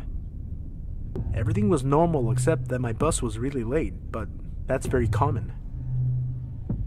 I got another bus that gets me a little further from my home, and I have to walk a little bit to get to it. The bus arrives at my stop, and I proceed to walk to my place when a car speeds over the sidewalk with a guy inside holding a gun to my face. "Get the fuck inside the car," he shouted angrily. I was so scared I just dropped my headphones, as I'm always listening to music. So I proceed to get near the door and pick up my headphones at the same time. "Hurry, motherfucker, get in the car." He was getting very impatient. Suddenly, while I'm holding the door and trying to open it, I see a blind spot. He cannot see me clearly, so I run like it's the fucking devil behind me to the opposite direction of the car. I hear screeches and a gunshot. I bolt into the first house yard that I see. Luckily, the gate was open, and when I have nowhere left to run, and I'm just surrounded by walls, I look behind, and I see a man running after me. I fall to the floor, covering my head and eyes with my arms, thinking, this is it. I'm gonna get shot in the head. Nothing happens. I open my eyes, and the guy was just the random dude that was near me in the street who, like me, ran, scared of the car and the gunshot. There were 3 ladies in that house. They helped me get my head back together before I left a couple of minutes later to my place, safe at last. So, whoever you are, and whatever you were going to do to me, please, let's not meet.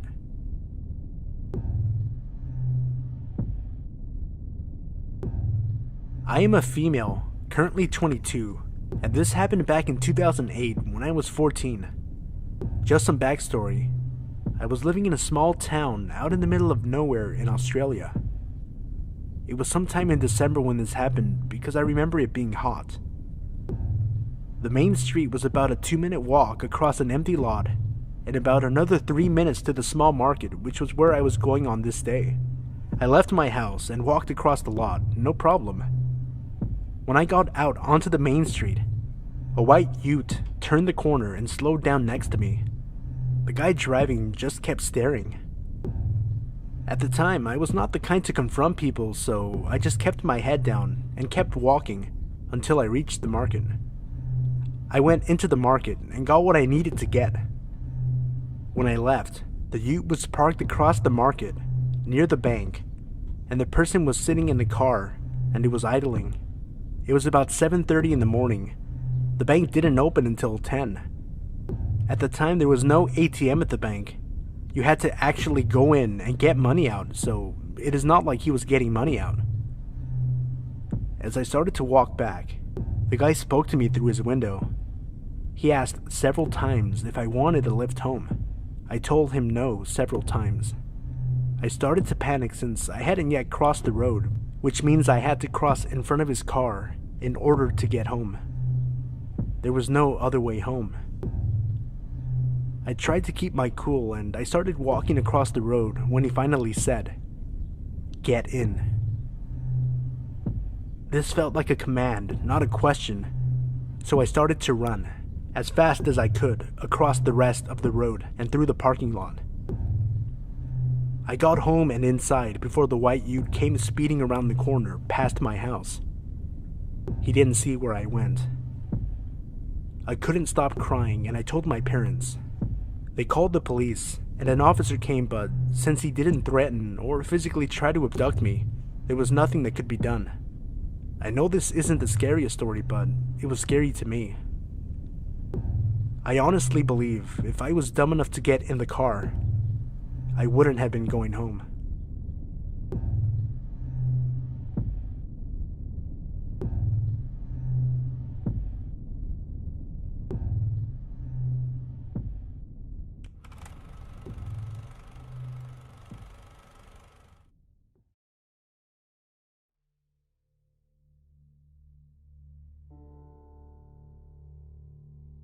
Number 1. Read by Worst Nightmare. This happened to a close friend of mine from work who told me this last night, and it sufficiently creeped me out. So her mother is in the hospital, and she was on her way home from visiting her one night last week. She stopped at the 24-hour Tesco on the way back to get some groceries and petrol, so it was around 10 p.m. when she finally set off for home, the journey to her house taking around 40 minutes. About 5 to 10 minutes into the usually routine trip home, she noticed a car coming up close behind her, flashing the lights as if trying to pull her over. It was just as she was approaching a few miles of road that were fairly deserted, save for a couple of houses, but mainly flanked by fields on either side. It was dark, so she couldn't make out the car or driver, but was fairly certain it wasn't a police car. Besides, she's a careful, teetotal driver with a fully functional vehicle. There should have been no reason for someone to pull her over. Also, she's not so naive that she would just stop on this lonely stretch of road for anyone without a good reason. The other driver was persistent, though, and alternately pulled really close, then backed off and flashed the lights. The car continued to follow closely and flash her. It was only as they entered a more populated area and more cars were driving around that the flashing lights and tailgating stopped. Still, right behind her, though. At this point, she was significantly freaked out, but in the panic of the moment, couldn't think what to do, and still wasn't positive she was being followed. But that was just wishful thinking, she said. The small town where she lives has a huge and very busy day and night as truckers use it to get onto the motorway roundabout with many lanes that must be navigated carefully as you approach. It's very easy to take the wrong exit, especially if you're unfamiliar with the area. She waited until the very last second before pulling out just before a truck, hoping that the car stalker would get stuck behind a stream of traffic. She could easily lose the car after that, she thought, as where she lives has so many roundabouts that if you don't know where you're going, you'd be lost without a GPS system. Her heart sank, though, when she heard the honk of a truck horn behind her, and looking in the rearview mirror, realized car stalker had took a chance, pulled out right after her, and was again now right behind her. With absolutely no doubt now that she was being targeted, her mind raced, and all she could think was that she couldn't drive home, or even to her daughter's or sister's house, as she didn't want to lead this person right to her or her family's door. She grew up in the town, though. She knows all the shortcuts, dead ends, roundabouts like the back of her hand. So she proceeded to lead a merry dance around the area, up a street, down a street, round a roundabout, double back, and so on. This went on for a while, maybe an hour or more, she estimated. Earlier, she had almost skipped getting petrol, as she knew she'd have just enough to get home. At this moment, she was thanking her lucky stars that she had got it, or she'd be breaking down right about now. The car was still following, but at a further distance this time. She pulled suddenly, without indicating, onto a long main road where there are about 10 or 12 identical side streets running parallel to each other all along the road. These lead up to cul-de-sacs that pretty much all look the same. Seeing no sign of a car behind, she swung into a random street, drove up a little behind another car, then killed the engine. Ducking down, after 5 to 10 minutes of what she described felt like holding her breath, she had another check of her surroundings, and it appeared she had lost the stalker. Full of relief, she turned around, pulled out of the side street, and there he was. She could make out the outline of a man in the driver's seat, so she knew for sure now he was male, which somehow made it so much worse. He had pulled up on the opposite side of the main road and was just waiting for her, like he knew where she'd gone and was just taunting her. Frozen for a second, she was unable to gather any more details before she got it together and sped off in the opposite direction. It took about another 30 minutes of cat and mouse, plus around 20 minutes waiting it out, before she finally lost him. She'd managed to quickly pull into an empty driveway after taking a few erratic turns. She was on the right side of a 4x4, which obscured her car, and she switched off all the lights before he'd had the chance to follow her. She waited even longer this time, though. She was sure he'd been waiting, but he must have either got bored or lost her. She was looking over her shoulder the whole way home, though, and she still does now. In hindsight, she realized the best thing to do would have been to go to the nearest police station, or at least call them. But hindsight is a wonderful thing. The next day, she was telling her daughter, who was furious with her for not calling the police or telling her sooner.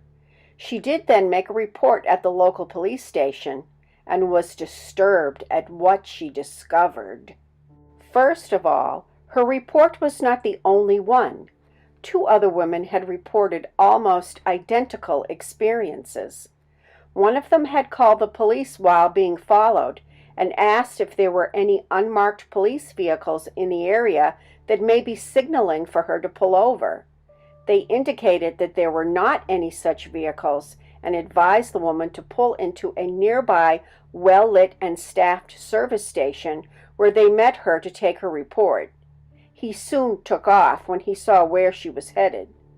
The other woman had managed to lose him also by driving towards the police station. This one was in broad daylight. There may have been more women who just haven't reported it. Even more worrisome, the police suspect the stalker is an already convicted rapist who has recently been released from prison. The M.O. in his previous crimes matches this. He would pose as a concerned fellow driver, pull a woman over with some BS about a light being out on her car or whatever, then pull her into the back of the car and rape her. They have been unable to charge him with anything so far, as, fortunately, he has not managed to succeed in his tactics this time. It is worrying to think, though, that this guy might have to actually rape someone before he can be arrested. And he's in my local area. Shivers. So, weird and creepy car stalker guy, let's not meet. Number 2. Read by Mr. Sinister. So last Saturday evening, myself and my girlfriend had gone out to a friend's to drink a bit and play games. Since I'm driving later on, I only have a couple of beers pretty early in. Anyways, we leave around 3 a.m. and on the way home, my girlfriend is craving some Jack in the Box, since it's about the only food place that's open around that time. To clarify for people on the eastern side of the US, it's a fast food chain. Well, there's a couple of cars ahead of us, and the one immediately ahead has a few people, so it's a pretty large order, and taking a while. Pretty usual on a Saturday night, even that late. I guess I sort of space out as I'm talking to my girlfriend while we wait, because I hadn't noticed that I never put my window back up after ordering for her. I don't know what it was that made me glance in my side rear view, maybe just habit, but I see a person slowly walking up the drive-thru in a red sweater with their hood pulled all the way tight over their face. Now, on a really cold January night, something like that wouldn't strike me as too weird. However, it was a surprisingly mild temperature evening that night, which may be why I didn't notice my window was down in the first place. But as soon as I see this person, my brain just fires off all kinds of red flags. My girlfriend notices me tensing up a lot as I roll my window, make sure all the doors are locked and my eyes are glued to the rear view, not saying a word. I let her know that there's a person right there who is really shady looking. I've been a victim of a couple of muggings in the past, so she understands why I'm so on edge.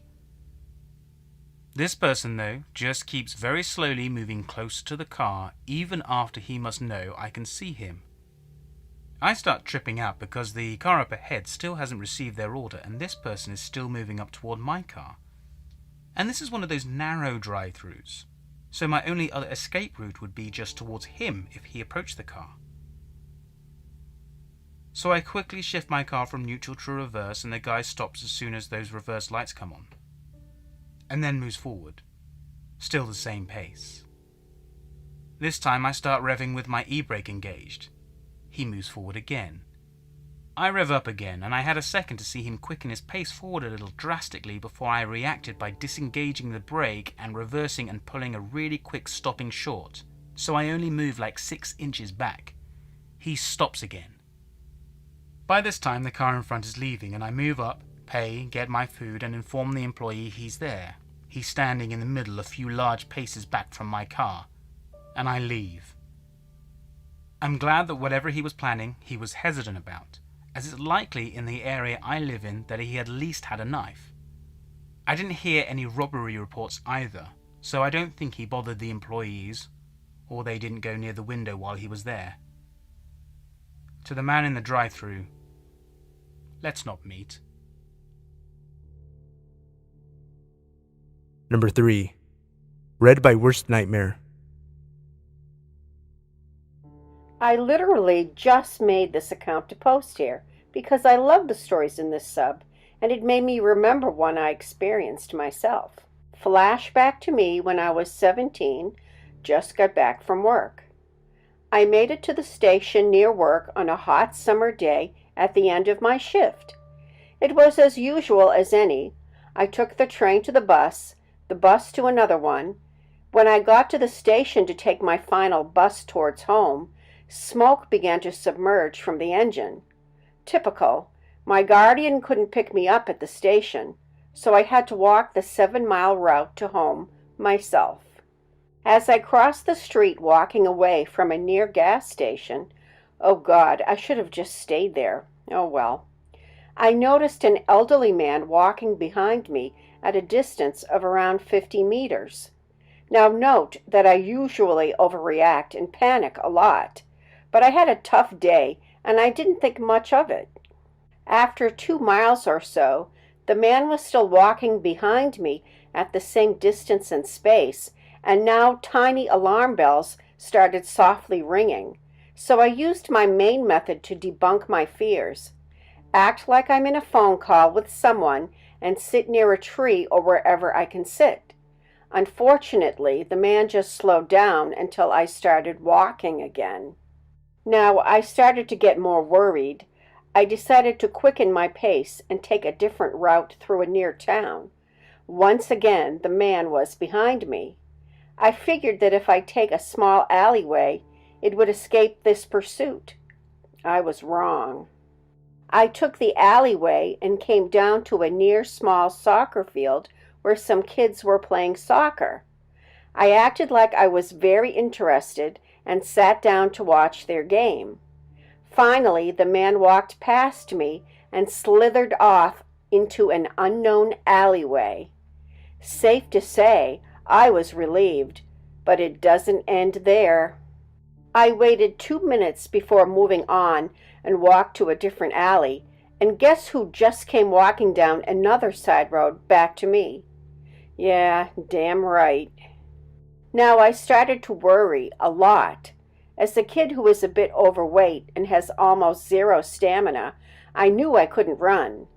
I walked normal towards another alley, and thank God I ran into a mother hanging up her laundry in her yard.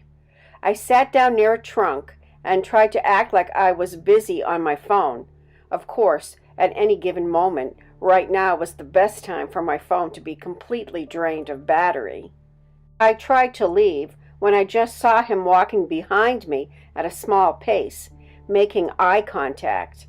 It was hard for me not to look him in the eyes, and I made sure I acted like I didn't notice him. Thank God, after about what seemed like an eternity, he left, but I knew it wouldn't be for long. He came back. I just knew it. I went to make my way out of the alley. When I was almost out the street, I felt it. I know in my gut. He was lurking at me with those eyes. I just knew it. So I listened to my instincts and began to run as hard as I could, ignoring oncoming traffic and whatsoever. I ran into a big building office thing, and I almost jumped inside, breathing heavily. I told them what had happened, and I asked if I could maybe phone my group, that they just had to pick me up. It was urgent. But of course, they came with the answer I was already afraid of. No, sorry, we're making dinner, so we're very busy and can't pick you up. Are you sure you didn't just imagine the whole thing? Well, they helped me out a lot. I guess I was on my own. The office was about to close, and I had to leave. There I was again, alone, out on the streets. Just when I lost all hope and knew I would become one of those kids on TV who were missing only to never be found again, I spotted my friend in a car. He waved, and when I came storming down to his car, he knew something was off. I stepped into his car, explained everything, and we went looking for the man. Knowing my friend is skillful kickboxer, I knew what went down if we found him. Lucky for the creep, we didn't find him, and my friend proceeded to safely drop me off at home. Thank God. So, creepy old dude who was following me around, eyeing me, creeping on me, and ruining my day. Let's not meet. Ever again. Number 4.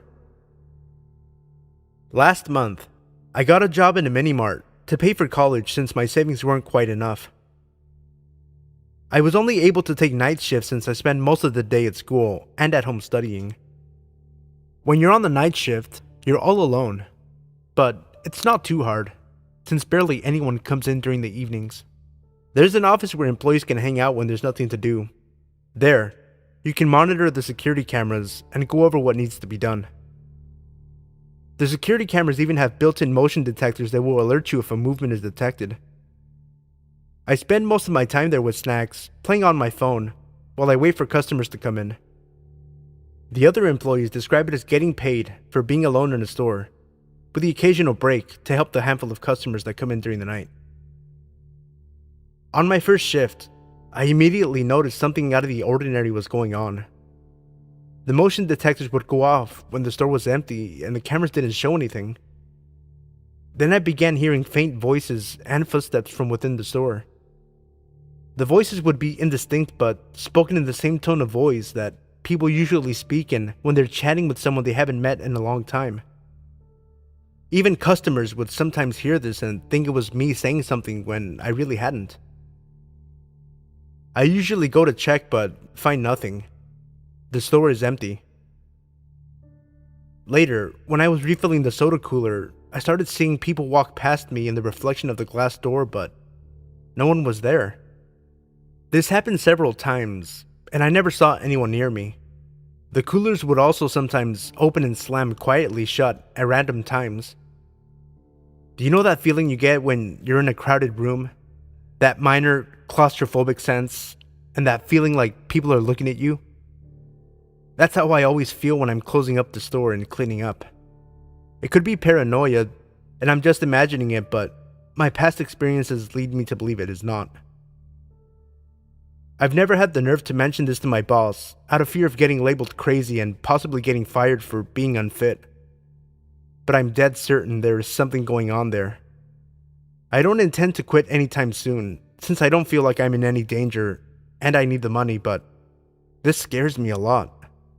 Every night seems to have more going on than the last, and I've began writing down in my phone what I witness. I'm not aware that anyone has ever died in the store, but the store has been open since the 1920s, and anything could have happened. I've wanted to research it, but it's changed names and owners several times, which makes it hard to do so. Number 5. Read by Mr. Creepy Master. Hey guys, this is my first time posting here, so here it goes. This event happened to me this spring 2015. So I'm a young adult, male, living in Toronto, Ontario, Canada. I joined a fairly popular BDSM website mid-January and was instantly drawn into the community. For those of you who don't know, BDSM is a variety of erotic practices involving bondage, dominance, submission, and masochism. Think 50 Shades of Grey if that helps.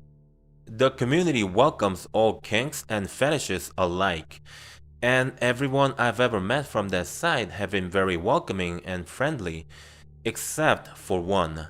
It all started with me coming across her profile. She was a gorgeous woman, very fit, with long legs and firm breasts. She was an older woman, but I was into that. I started browsing her collection of photos. Mostly fairly vanilla images of her sitting at a dining room table, drinking a glass of wine and smiling at the camera. Real classy, which just urged me forward. I went ahead and messaged her. I wrote the usual greetings and offered to chat and get to know each other. She replied almost instantly. She greeted me as Sir, given the role I take. We continued to message back and forth for a week or two. She explained to me that she wanted me to be her master since her last master died in a car accident. This was odd to me, but unfortunate accidents can happen to anyone, right? She continued giving me details of what she wanted me to do to her, and I very much obliged. The next couple of days, we kept trying to meet up for a coffee, but unfortunately she had to cancel last minute each time. Eventually, I began getting very eager as all the kinky discussions have gotten me worked up. So late one night, she messages me inviting me over to her place. She explained to me that she doesn't work in the morning, so we can be up all night having our fun. Well, being so worked up and lacking the necessary blood flowing to my brain to make an educated decision, I agreed and asked her for her address. She messaged me an address along with a phone number she said was her home line, and I got ready to head out. So I got into my car and plugged the address into my GPS. This is where I noticed she lived in Hamilton, which is about 45 minutes away from Toronto. It's currently 1 a.m., but this doesn't bother me as I drove to Hamilton quite often, and considering I'd be spending the night, I could just leave in the morning. 45 minutes later, I found myself passing Hamilton. Okay, so it's a little further than that. No big deal. But then I reached a stretch of highway void of streetlights. This is where I start to get concerned, as I only had my own headlights lighting my way. Suddenly, my GPS chimed in with the female voice indicating my exit. It was coming up on the right, and I feared driving into darkness of the mild comfort of the highway. The exit took me into a long dark stretch of country road. My red lights started going off as I passed silhouettes of farmhouses and forestry, a good distance between each of them. My GPS chimed again, indicating that my destination was coming up on my left, but as I approached the location, it was not even close to what I expected. It was a small church house with one yellow streetlight illuminating the dirt lot in front of it. I pulled into the lot and took a closer look with my vehicle's headlights pointing at the building. The windows and door were boarded up, and definitely not recently, as the wood seemed weathered and worn.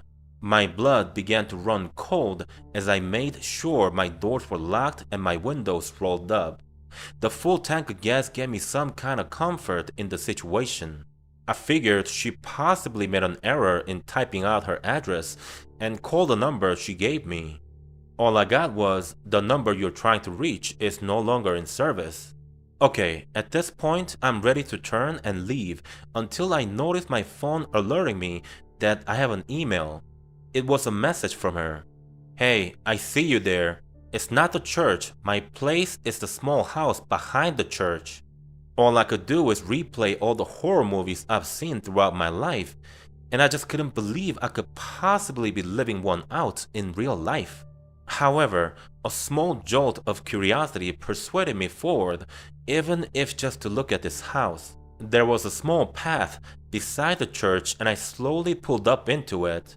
As I crept forward in my car, a small little farmhouse poked itself out of the trees at the top of the hill. At this point, I was certain I'm not going in there. I've made the decision in my head that my own survival took precedence over my need for sex. I was about to reverse out of there until I saw the upstairs balcony door open. A hooded figure stepped out. I couldn't see their face, but I could tell by the posture and shape that it was a man. Despite the darkness of his facial features, I could feel he was looking directly at me.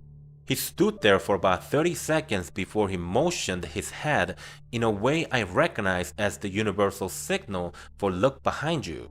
Just then, I felt the metal handle on the outside of my driver door being tugged at. I quickly turned my head in that direction to see the woman from the profile photos hunched over and pressing her face up against the window. My heart leapt out of my chest as I stared at her horrifying smile. The best way I can describe her expression would be any creepy cartoon image of the Joker you've ever seen. It was undoubtedly her behind that insane grin, only much older. She whispered through the glass, "Open the door, baby." I was frozen in my seat, unsure how to respond or what to do next, so I just sat there continuing to stare at her like an idiot. Her face then quickly fell into an angry, malicious expression as she continued to violently jiggle at the door handle. She then yelled at the top of her lungs, "Open the door now!" This knocked me into panic mode and I pressed my foot to the gas. My car, set to reverse, began to pull out of the pathway backwards. The woman tried holding onto the door handle, only to let go shortly after being dragged off her feet. I flew down the dark road back towards the highway, almost tripled the speed limit just in case they had a car themselves and decided to chase me. I called a friend of mine who I also met on the same website. She lived in Hamilton and insisted I come stay the night at her place. When I got there, she poured me a cold glass of Coke Zero as I explained to her what happened. She told me she read an article in the local paper over a week ago regarding an older couple luring a man into their farm. I stopped her right there as I didn't want to be freaked out even more than I currently was. So crazy, potential murderous woman, let's never meet.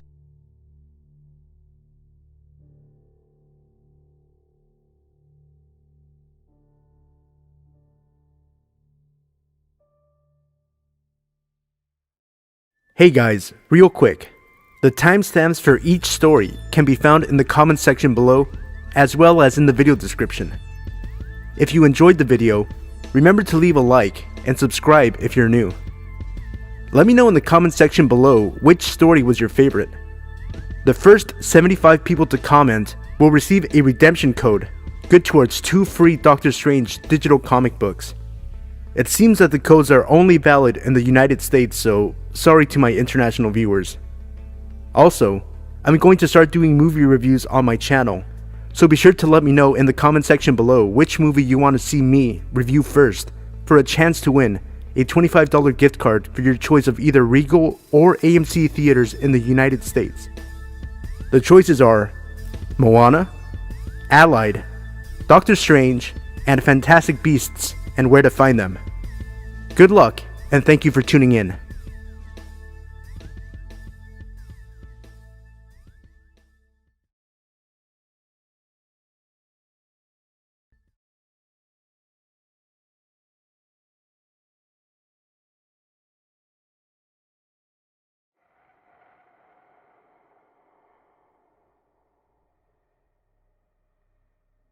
So, before I start, I want to thank the people who are reading/listening to this. It is important to understand that the word colorblind is actually very ignorant and insensitive, especially if no one is saying it to a person of color. It is okay to see color. If you walk in a field of beautiful roses, all ranging different colors, are you going to say, no flower is better than the other, therefore I don't see the colors of the petals? It is okay to see color. Acknowledging the cultures and backgrounds of where people came from is okay. That is what makes us special. No one needs to be subjected to intolerance and racism because of it. Good. Now that that's out of the way, I'll start. It was around 6 o'clock at night a few weeks ago, and I was walking with a group of friends, all of whom I have known since I could recall my first memory. Among them was my boyfriend, Alexander. Though many people call him Alex, I prefer Alexander because it sounds much more elegant that way. I was the only girl in the group of 5 guys who were like my brothers, walking to a diner from a meetup we had at a local school. Now, I have to stop you. The reason I spoke about race at the start of this story was because the neighborhood we were walking was a majority white. Hell, our university was majority white and known for its association with the Ku Klux Klan a while back. I know you guys are asking why I went down there, and in truth, because there was no reason not to. As I said, the Klan Association was a while back, and I had walked down this road before. Plus, I assume people were smart enough to know to be kind to people who don't look like them. As we walked down the street a little faster, as it was getting darker outside, we saw it, dare I say it, white people staring at us like we were from another planet. Granted, our voices were a little loud, and there was a group of boys following a girl down a sidewalk.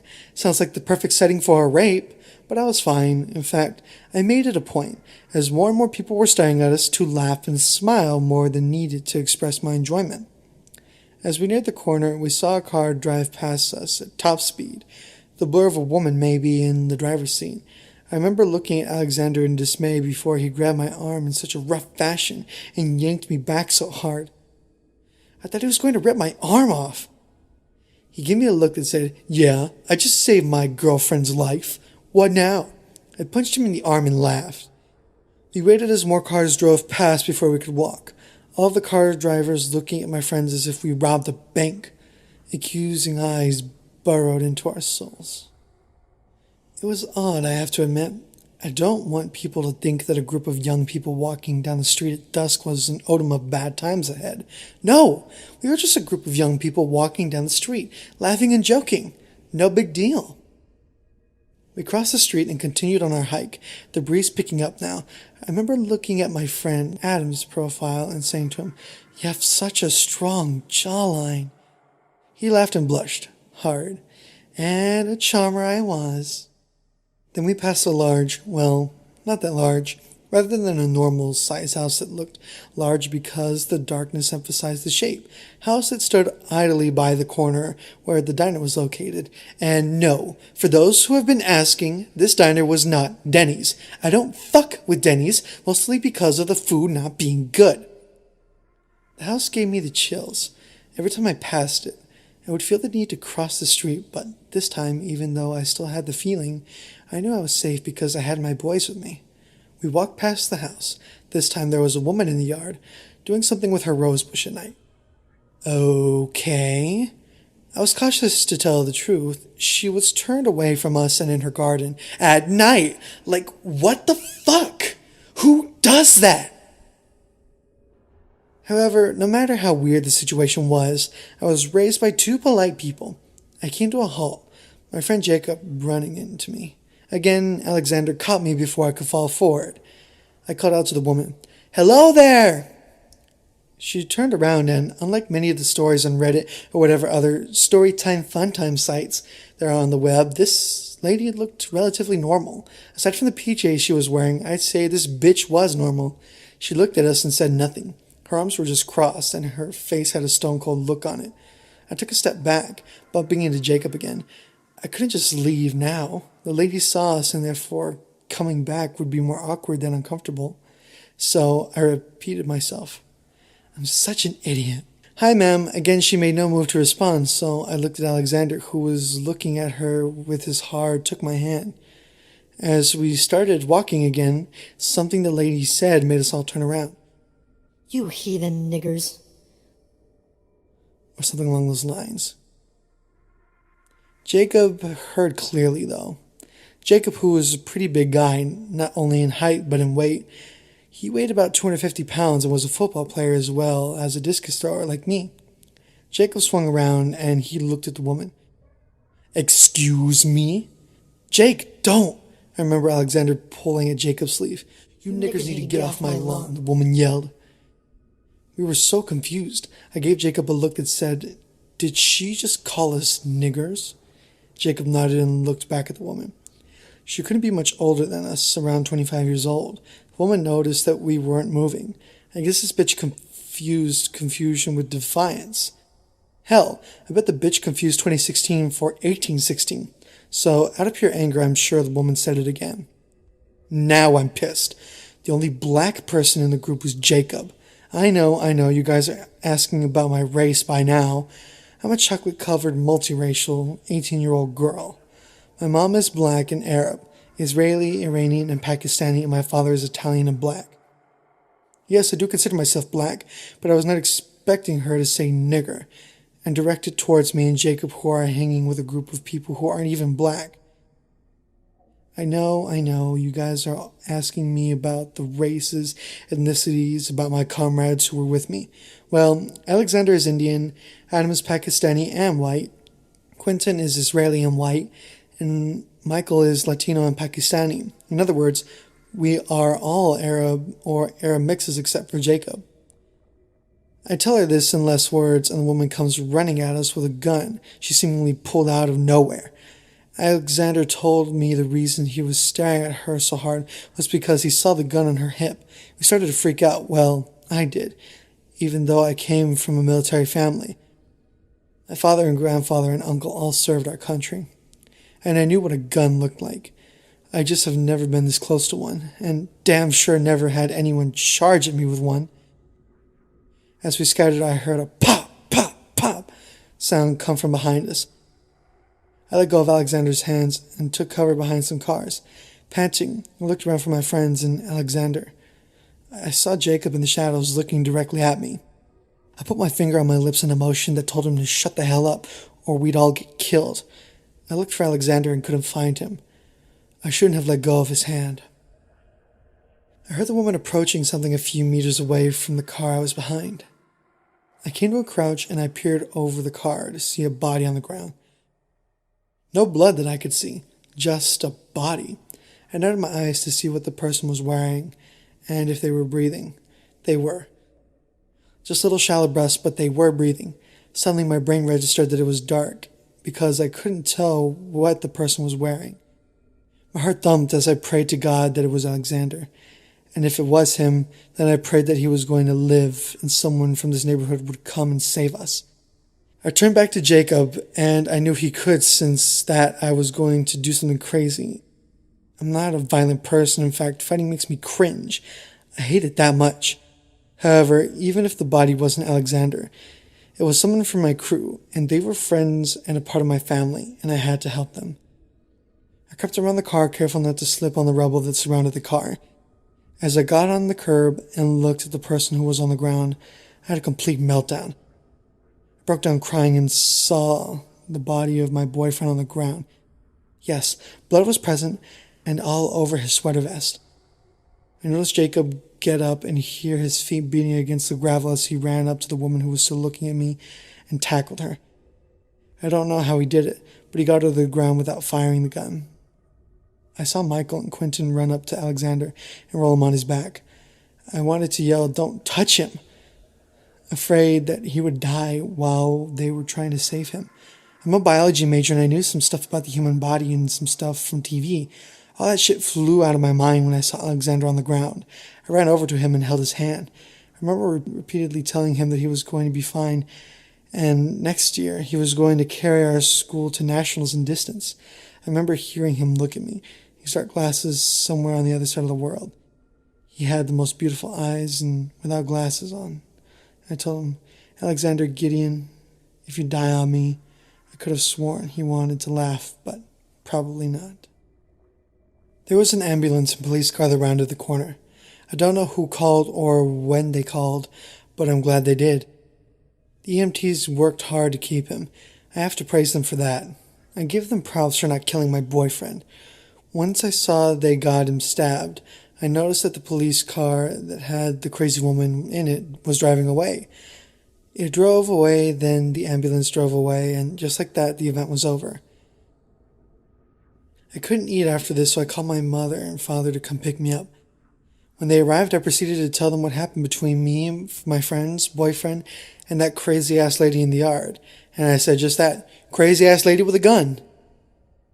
I'm not supposed to cuss, but I was scared and worried not only about my boyfriend, but my other friends who would have to return to the university, and for my life, because as I stated before, this area was associated with the Klan. I asked my parents to drive me to the nearest hospital as I called Alexander's parents. When I told them all I could do, as I could hear his mother sobbing in the background, was pray that he didn't lose too much blood. The EMTs told me he was shot in the shoulder, and I knew there was an artery over in that area. Now, a few weeks later, I don't care. No one but my friends, my parents, and Alexander's parents have dropped by to see him, and I don't expect racist people to do so. Alexander is doing fine and will be returning to university in a few weeks. Guys, don't fuck with racist people. Treat each other with respect and don't walk down a notorious Klan operational neighborhood at night. Not if you're black, not if you're Latino, not if you're Indian, not if you are anyone. Those guys live in their own world and will not hesitate to kill anyone, even a group of student athletes.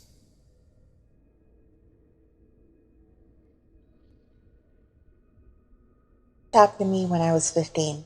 I've always been the type to hang out with people but not make them take care of me since I was younger than most of my friends. I had went to the fair the date we were supposed to, but I had a friend that wanted me to go on a separate day. He drove me with him there, and I obliged to take our DART train system that was part of our country. Most of the people had taken it when the fair was open, so they wouldn't have to pay for parking. The train ran about 45 minutes away from the station in my city, sometimes longer since there were multiple stops and people going in and out. I've taken the train many times before with friends and even on my own. I had left my friend to go home around the evening and started to get darker. I was wearing shorts and glitter clothes and had my purse on me. Just to mention the fact that I was young and very much alone on the train. There had been a bunch of people on the train, but as soon as 20 minutes passed, more and more people got off, but a few got on to go wherever the train directed. The DART train was very much sketch. I was afraid sometimes to be going to some stations because of the type of people that were on it. I am a very tough girl for my size, 5'2" and a wrestler. I had some skills. Another thing I just remembered was that I had got a can of pepper spray from my friend's house earlier. I don't remember why I had taken it, but it ironically was needed. I sat in front of the sliding doors to watch the people that came in and sat close to the window, and there were double seats that were left empty. My intentions were for no one to sit behind me. There was a station that a couple of people got on, and an old man with glasses sat behind me. He looked normal, although he was dressed pretty poorly. Baggy pants and a white t-shirt. He sat in the double seat exactly behind me. The train went on. I started to hear some movement and a tug on my hair, thinking that the man had tired moving a bag. So I took a quick turn and looked at the ground behind me. There was no bag. I started to get nervous, thinking the man might try touching me. I stood still. Then I felt, without a doubt, a tug on my hair again. This time when I turned around, I saw the nervousness in his face, just like he had gotten caught. so I knew he did. I got up and looked at him with anger and stormed off to sit in front of a line of women coupled together in seats ahead of where I was sitting. I hadn't looked back because I was worried I'd get the man's attention again. I had then remembered I had a pepper spray can in my purse, which I had then started to grip in my purse the entire time I sat there. After a couple stops, I looked back and he wasn't there. So I went back to where he sat because it was in a corner where I could be aware of surroundings. A man that sat across the aisle had seen the whole thing. He asked me what happened, and I told him the creep was touching my hair. He told me I should have protection on me in cases like this. He pulled out a switchblade and said he always carried it for events like that. The man kindly stayed and watched if any creep sat with me throughout the duration of the ride, till he had to get off at his stop, which was 2 stops away from mine. I had my friend picking me up at the stop. I got up at my stop, which was the very end of the train stop, and hoped there wasn't any weirdo waiting outside. I waited on my friend for a couple minutes, nervous and scared. She finally got there, and I told her everything. I haven't been on the train since.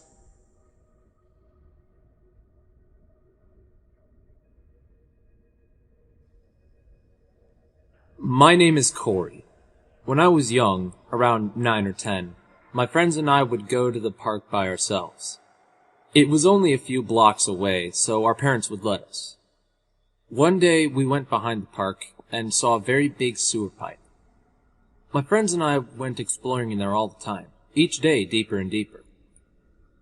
I remember one time I went to the other side of town, coming across the parking lot of a drugstore. Every pipe would get smaller and smaller. The smallest one I went into was around 2 feet in diameter. After I went into that pipe, I was well ahead of my friends. When they got into the space I was in, we all saw a massive pipe. I would say around 15 to 20 feet in diameter, which was big for a little kid. Every pipe was lit up with natural light, except for this one. It was pitch black. Dimly lit cell phone flash could not do anything. I was the brave one, to say the least, leading the lines.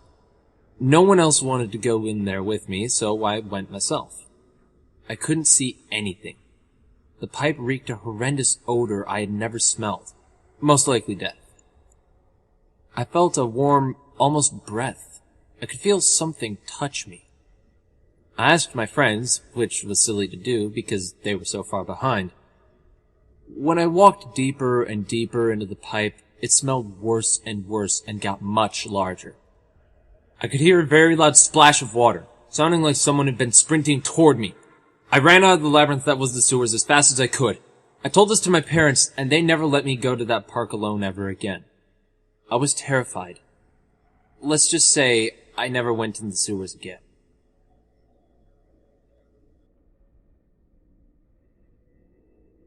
So I live in a small village in the southeast of UK.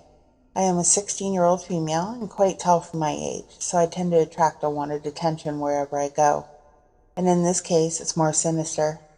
My house is relatively small, but large enough to accommodate for me and my family. It's not really the house that bothers me, it's the location. All of the surrounding area is neglected, and the neighboring houses almost corner us into the car park opposite. People living next door to me have always been loud, and that's alright, as noise helps me sleep, however. The new friend that comes to visit them makes their calming chatter much more tenser. He tends to bark back at their dog, create arguments out of the blue, and continuously beats the fence that separates our gardens. One night, he was being especially aggressive and loud.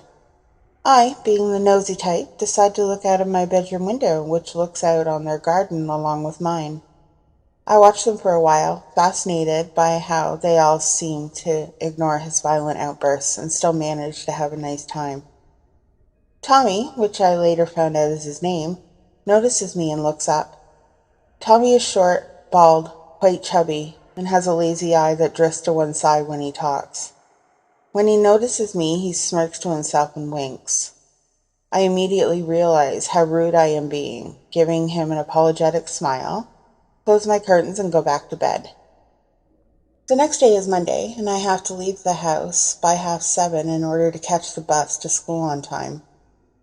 I usually leave with my younger sister, and we part halfway as she goes to a separate college, but for some reason this one time she sleeps through her alarm.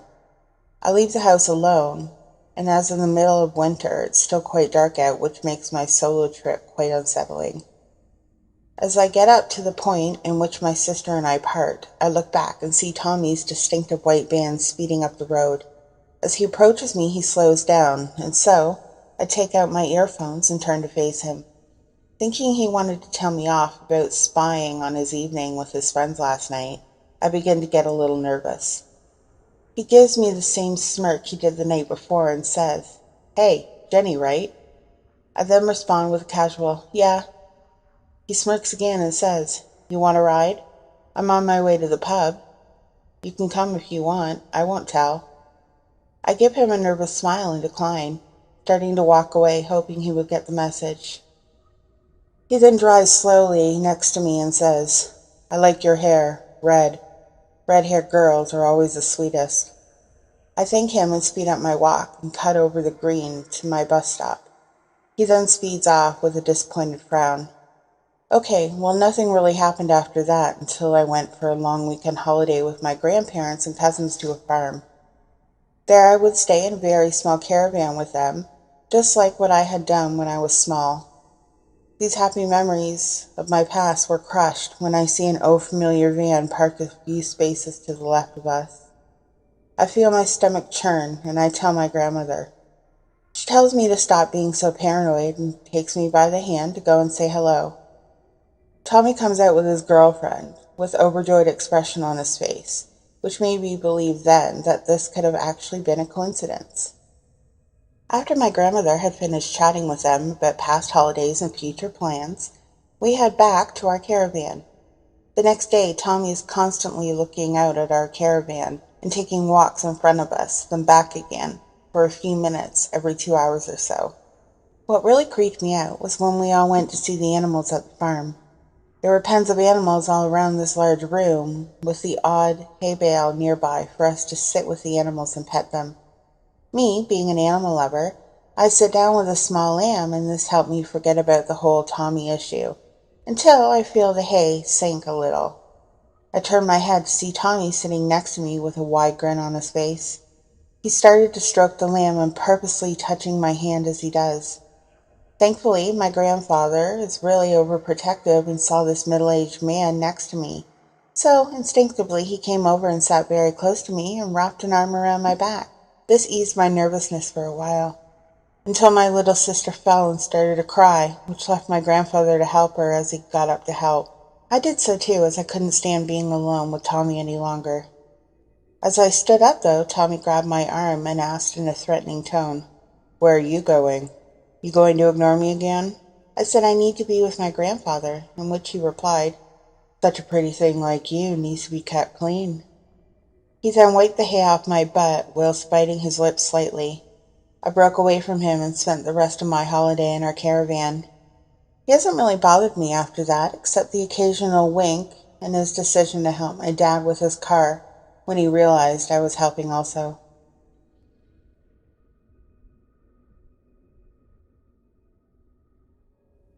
This happened to me on July 4th, 2016. I'm a 14-year-old girl who lives in the United States. I'm 5'5" and I weigh 110 pounds. If this ended any other way, I don't think I'd be writing this at the moment. I was out with my older brother. I'll call him Jason to conceal any private details. We walked out front of our house and down a block. About a 1-minute walk to the park across the lot from our house. We had brought our camera to record the fireworks for our dad, who was overseas. We couldn't make it to the actual fireworks show because our car, a 1998 Durango model, had broken down a couple of days prior. Jason and I wanted to snag some fireworks from people who were lighting them, and so we waited for about 30 minutes in the pitch black before the fireworks actually started. We hit record, and though we could see the fireworks above the tree line, the camera couldn't catch them, so we headed back to our house. My brother led the way, and I followed.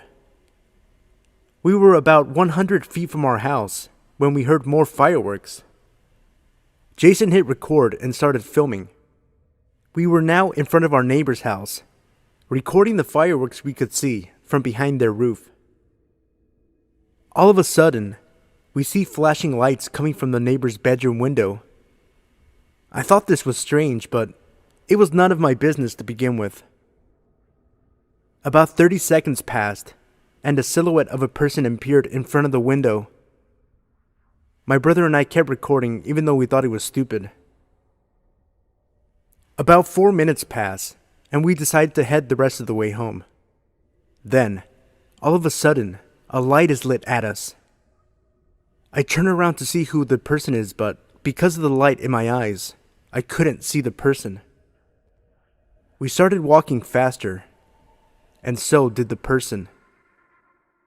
Jason walked ahead of me, and I tried to catch up. I turned around again, and the person was about 2 feet away from me, with the light still blinding my every glance. They could have easily grabbed me. I'd never been so afraid for my safety.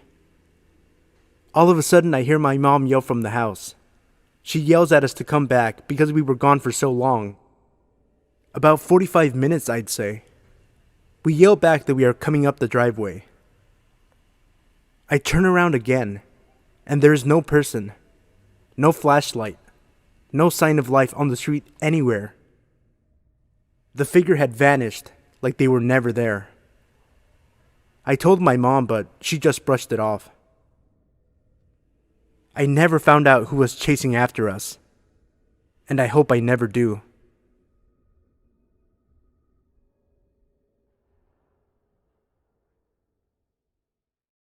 Hey guys, real quick. The timestamps for each story can be found in the comment section below, as well as in the video description. If you enjoyed the video, remember to leave a like and subscribe if you're new. Let me know in the comment section below which story was your favorite. The first 75 people to comment will receive a redemption code, good towards 2 free Doctor Strange digital comic books. It seems that the codes are only valid in the United States, so sorry to my international viewers. Also, I'm going to start doing movie reviews on my channel, so be sure to let me know in the comment section below which movie you want to see me review first for a chance to win a $25 gift card for your choice of either Regal or AMC theaters in the United States. The choices are Moana, Allied, Doctor Strange, and Fantastic Beasts and Where to Find Them. Good luck, and thank you for tuning in.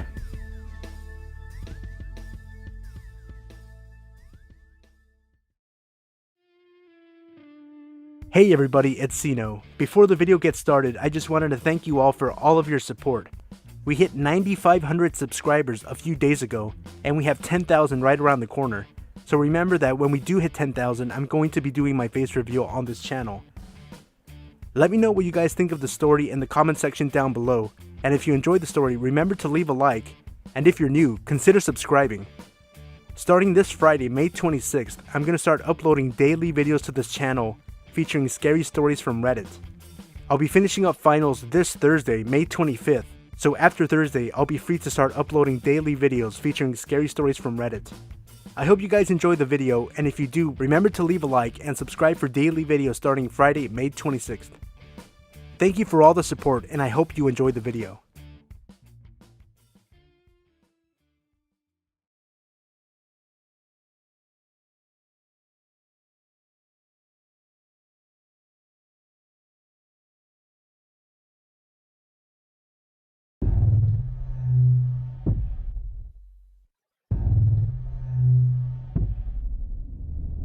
This is an experience that has bothered me for years, so I felt I should finally post something about it in case it's helpful in some way. I used to live in a subdivision in the middle of nowhere north of Divide, Colorado. Our gravel street ended in a cul-de-sac, and we were the middle house of the 3 at the end of the street, which was on the side of a hill. Because we were pretty far away from anything, I was a latchkey kid and usually was home alone for a few hours after school.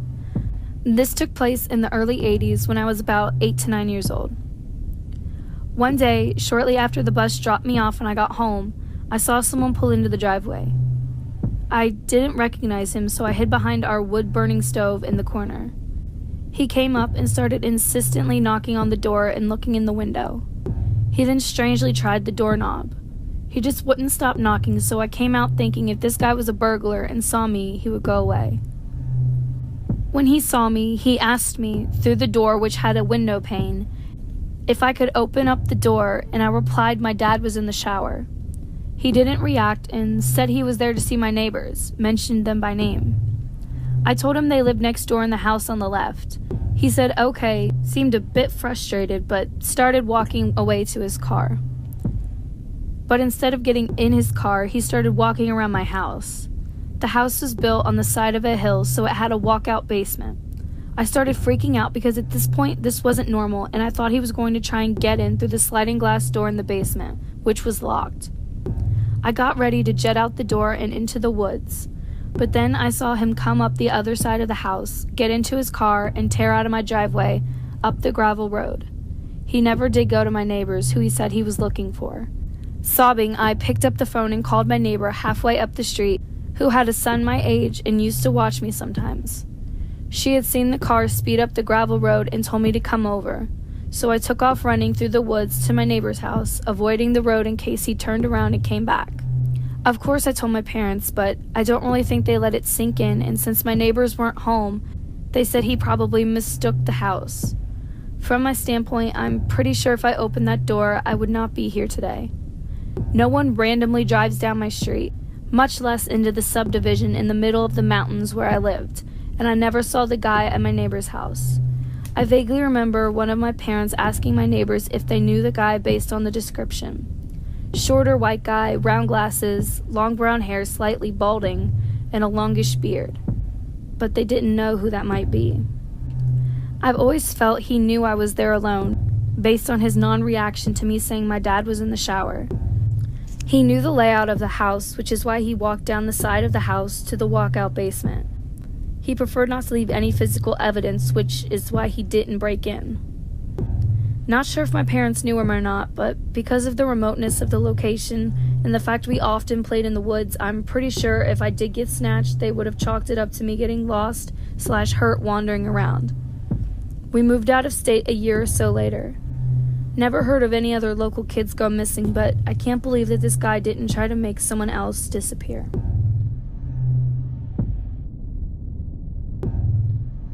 I'm a 19-year-old female living in the UK. I was on my day off from work, as I work 6 days a week at a very unpopular delivery service called Yodel. My mom was out the night before, staying at my grandmother's house due to her being ill. I have 2 small dogs, both Chihuahua cross Yorkshire Terriers, who don't really need all that much walking. But this Sunday morning, I was feeling it. It was around 7:30 in the morning, which means it was still pretty dark out when I put their coats on and left the house. The local park is a 2-minute walk away from my house, which I had no problem getting to. So cut to about 10 minutes into my walk. I'm halfway around the park when I notice that it's brighter than usual, so I turn around and see a car parked in the parking lot of this park, with its lights on full beam directed straight at me. Now at this point, I'm starting to feel uneasy, as I was about to start making my way back there, as that is the way that I had entered the park. But something in my gut told me that it was an incredibly bad idea, so instead, I decided to cut across to the adjoining field and made my way across from there, as there was a public pathway running parallel to both fields. So cut to about 15 minutes later, and I'm starting to calm down, feeling like I had just overreacted to the whole situation. I get to the end of the public pathway. I've passed a few harmless people, and I'm feeling pretty stupid at this point. What I'd forgotten was that the parking lot previously mentioned was just up the road, and the road I had come out at connected to it. As I was just about to turn off the public pathway back onto the main road, a car drives past me that, at first, didn't look particularly memorable until the passenger in the car drove past with the biggest, cruelest, most evil grin on his face as they passed me. I stopped in my tracks and they pulled up just down the road and waited. I started walking home double time, and the walk that would have taken me 20 minutes took me 10, and the entire walk home this car followed me. Thankfully, I had to cut through little alleyways to get to the road leading to the park, and I managed to lose them by the time I got to my house. After I'd caught my breath, I looked out my kitchen window carefully, without moving the blinds, to see 3 guys, in maybe their mid-20s, stalking around the area, presumably looking for me and my dogs. So, to you 3 creeps who have prompted me to change my dog walking routine, let's not meet.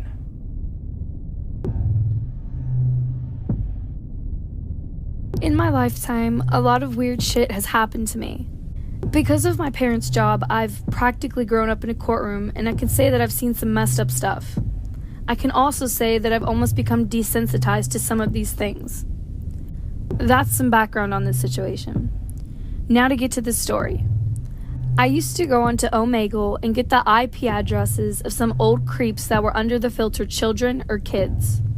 I would clearly say that I was a minor, and if they continued making lewd comments, trying to get me to do things or trying to expose themselves, I'd get their IP, send it to them, tell them where they lived, and say I was a simulated webcam used by the US government. Sometimes they'd laugh, sometimes they'd apologize, and sometimes they'd be scared shitless. I've encountered several of these guys before, but I can say that I'm very good at remembering faces. Fast forward to a few weeks later. I travel a lot, and I had just arrived in San Francisco, California. I went out to dinner with some family and friends at this popular restaurant. I sat down at the end of our table. It was one of those long tables that could seat plenty of people. There was another long table next to us. Now, I was sitting against the wall in the booth part. This gave me a great view of the whole restaurant. It didn't take long for me to realize that I was being watched. At the table next to us, there was a man, about 50 years old. He was sitting at the end of the table on the other side, so he was sitting diagonally from me. I thought he looked very familiar, and the guy was just grinning at me. I smiled politely, then looked down, hoping he'd stop. He didn't. I was starting to get uncomfortable. Why the heck was this guy staring at me, and why does he look so familiar? Then he spoke. "Hey there," he said softly. His voice was rough. I just looked back at him when it hit me. I had seen him on Omegle. But no, that's stupid. What are the odds of that? I just sat there, looking at him in total shock. He flashed me that creepy grin. At this point, my mother realized that something was wrong and asked what the problem was. I shook my head, and the guy smiled at her. For the rest of the night, he continued to stare at me. A little while later, I got up to go to the restroom. In this restaurant, you either had to take an elevator or go around to the hotel next door to get upstairs to the restrooms. When I got to the elevator, I realized this guy was walking after me. He started to rush as soon as I climbed into the elevator. I pressed the close button and held it, praying it would close in time. Luckily, it did. As soon as I got out of the elevator, I ran to the restroom. I heard someone coming up the stairs, so I stood leaning against the door of the bathroom trying to listen. They stopped for a few minutes, then they started again, this time going back downstairs. I took in a breath and waited a bit before booking it back down. When I sat down, he smirked at me. I shot him a glare. Finally, the guy and his group got up to leave. Of course, this guy had to drop his fork. He told his friends that he'd be right there and that he'd meet up outside.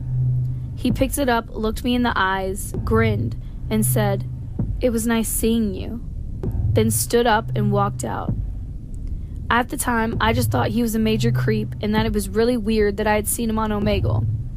Then I thought about it. This guy clearly remembered me. What if he had gotten on the elevator with me? It might have been nothing, and it might not even seem like a big deal, but just looking into his eyes and seeing that grin, that was enough to give me chills. Anyway, I haven't been on Omegle since. My message to you reading this is to stay cautious and be careful if you go on sites like Omegle. You never know who you'll meet and what their intentions are. So creepy, Omegle pedophile, let's not meet again.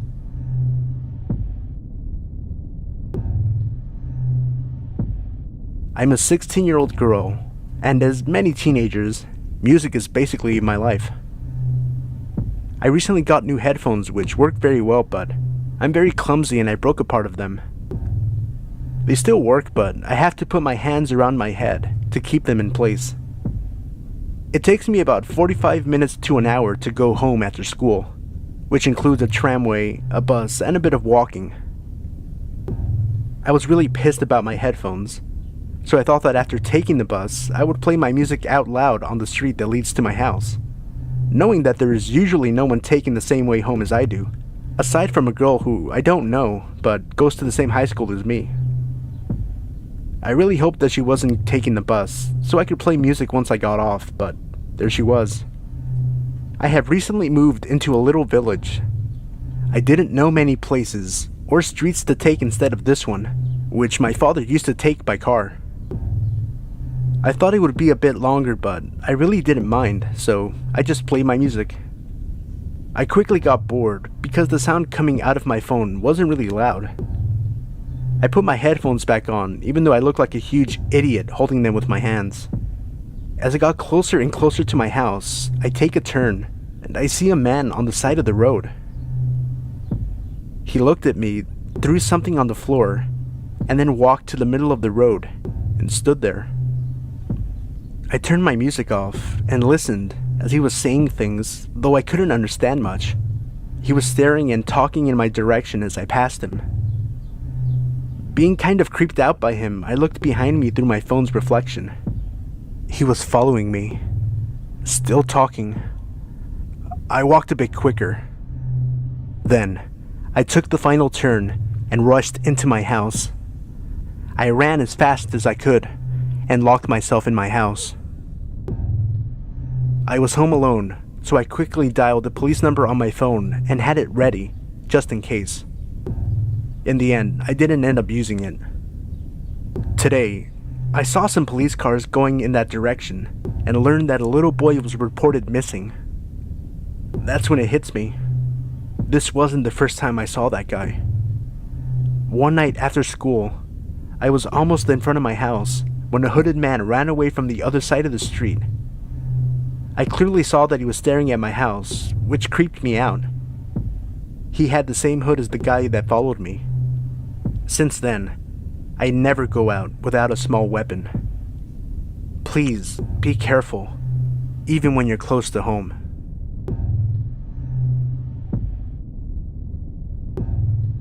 This story happened back in the late 90s when I was in 2nd grade.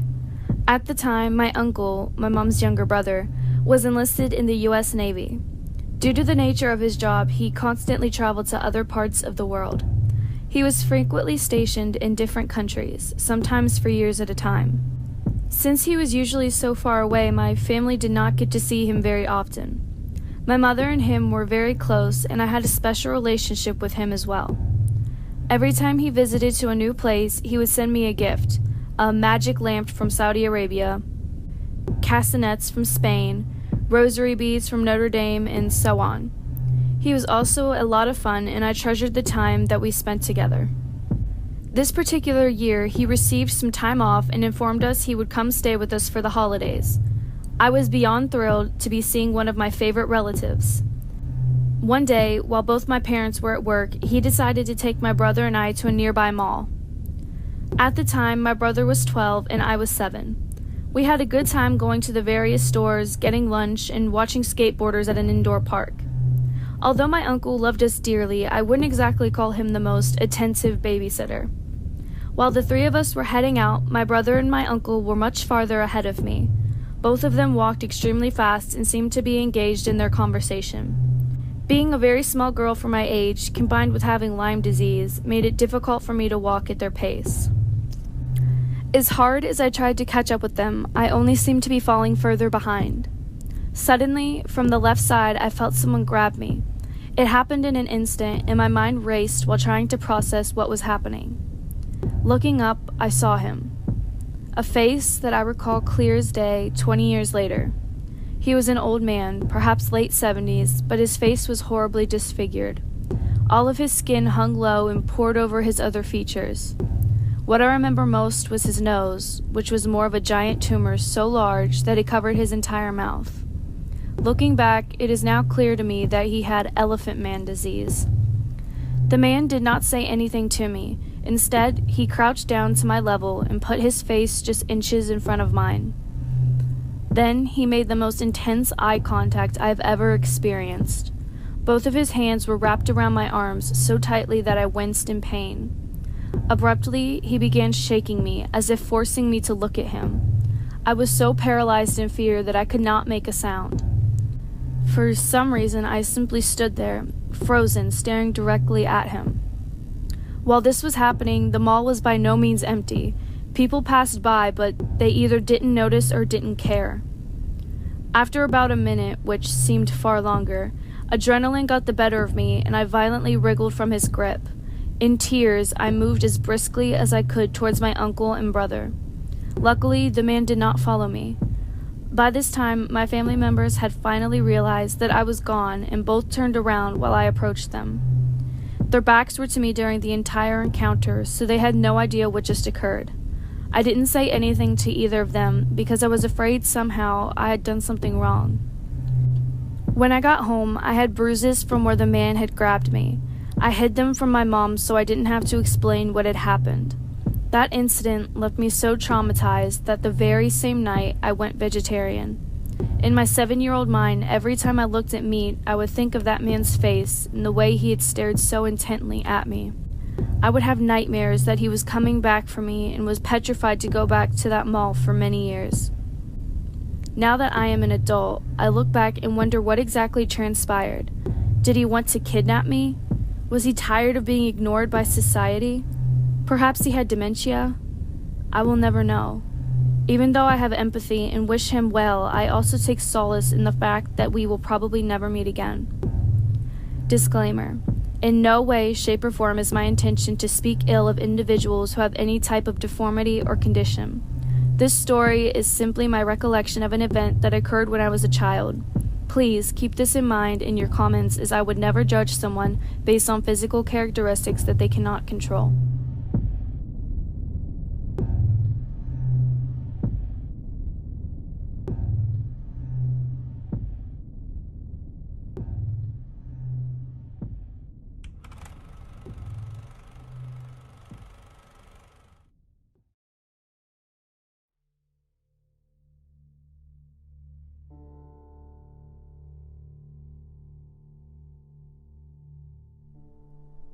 First of all, I just wanted you all to know that I've been reading Let's Not Meet for a while now.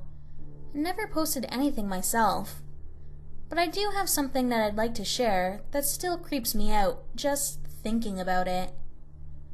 I'm from Sweden and English is not my native tongue, so please forgive me if my grammar isn't 100% correct.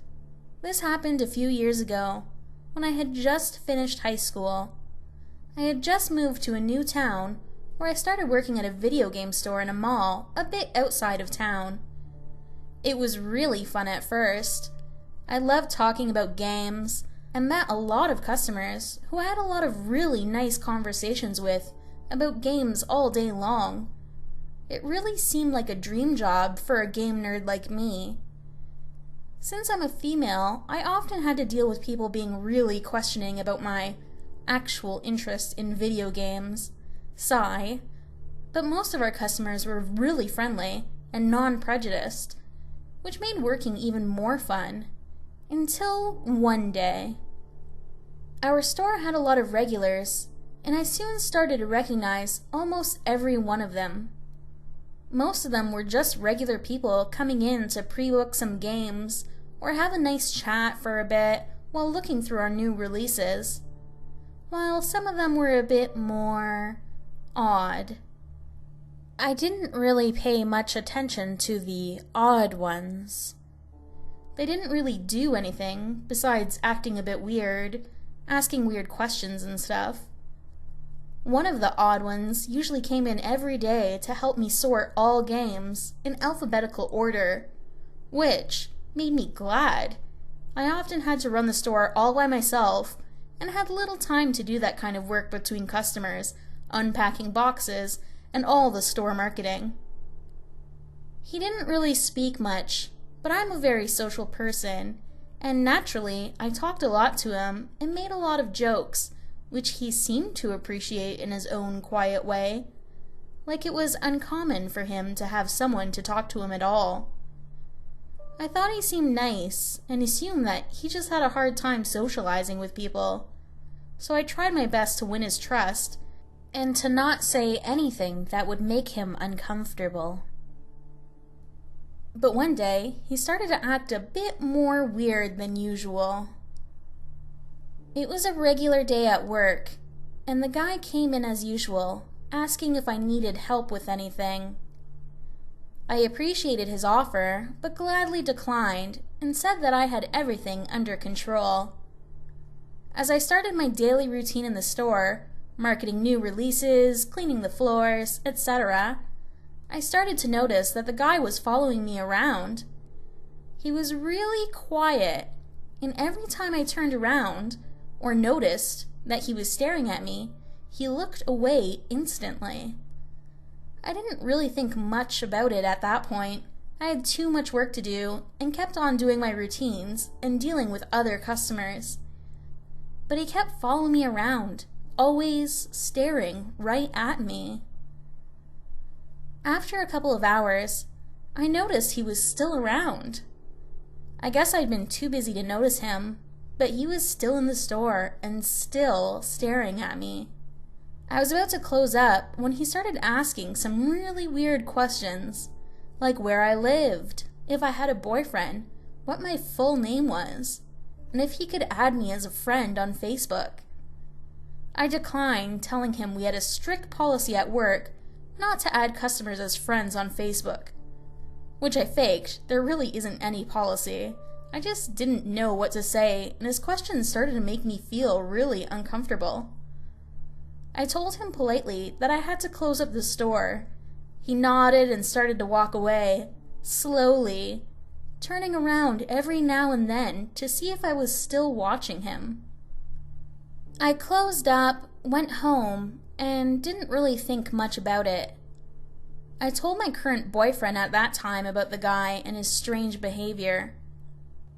He sat quiet for a bit, but after a while, we both agreed that it really wasn't anything weird going on, and we both went to sleep.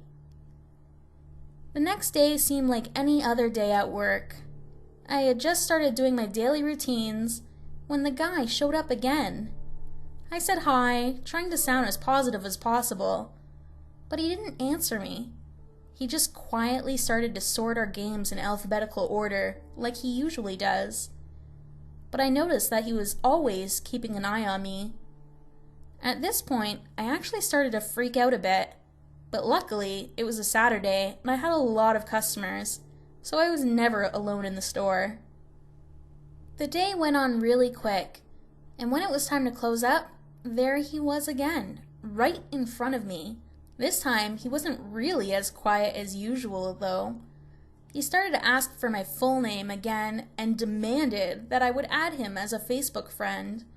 I once again declined, and that's when he started to become a bit more threatening. He told me that he needed my address and said that he needed to know exactly where I lived, which I refused to answer. He was getting really angry and told me that it didn't matter, that he would find me anyway, that he would follow me home and get into my apartment when I least expected it. I started shaking while he was screaming at me, when finally 2 guards doing their routine stroll around the mall came by and asked if everything was okay. The guy became nervous and ran away, and I said that everything was fine. He just seemed a bit odd, that's all. Even though I was still shaking, I didn't want to make a big scene about it. I just wanted to get home as soon as possible. I closed up again and headed outside when I saw him again. There he stood, right outside the mall, waiting for me. I felt every single hair on my body suddenly rising, but I kept my head high and walked right past him, like I haven't even noticed him. He started to call for me. "Hey you, stop right now, I just want to talk." And when I turned around, I noticed that he was following me. I started to walk even faster, even more scared, and went down to the subway. He was still following me. I waited for a couple of minutes and glanced at him every other second. As he stood about 10 to 13 feet away from me, always staring right at my face. He went on the same subway as me, and I could almost feel my heartbeat in my mouth. What was the matter with this guy? What did he want?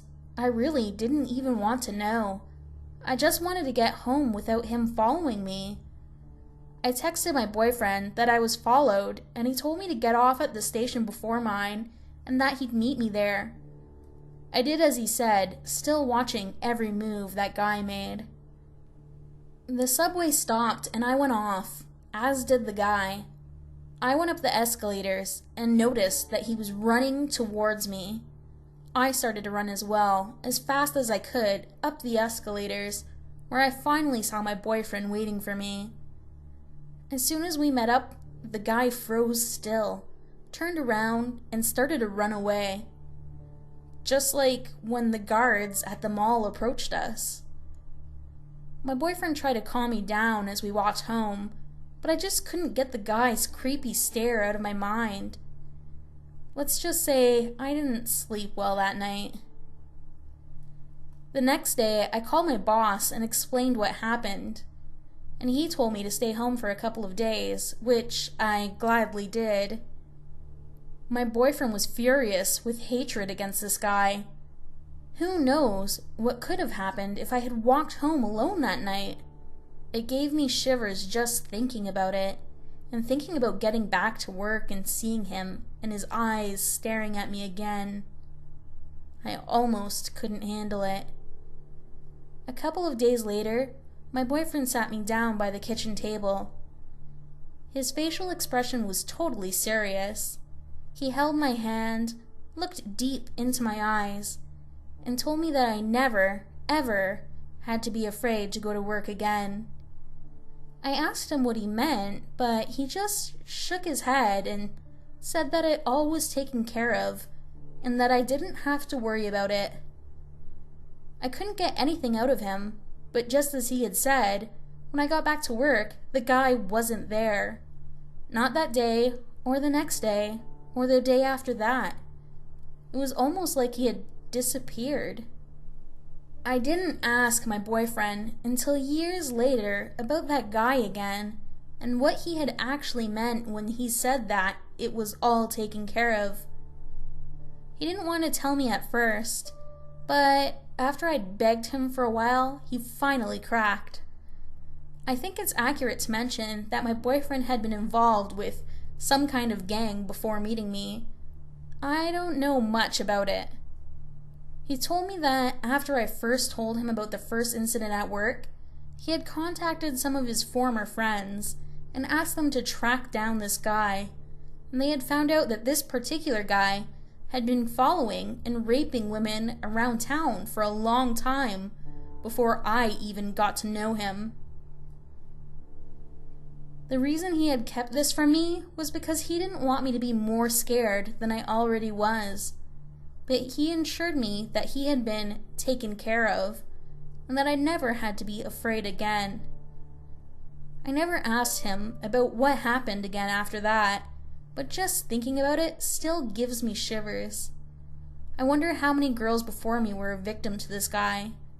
I wonder what he did to them, and I wonder what happened to him.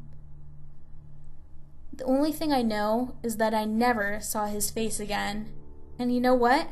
I'm really glad I didn't. Back in my early 20s, I worked at an adult novelty store. I was used to creepers and not much fazed me at this point in my brief employment.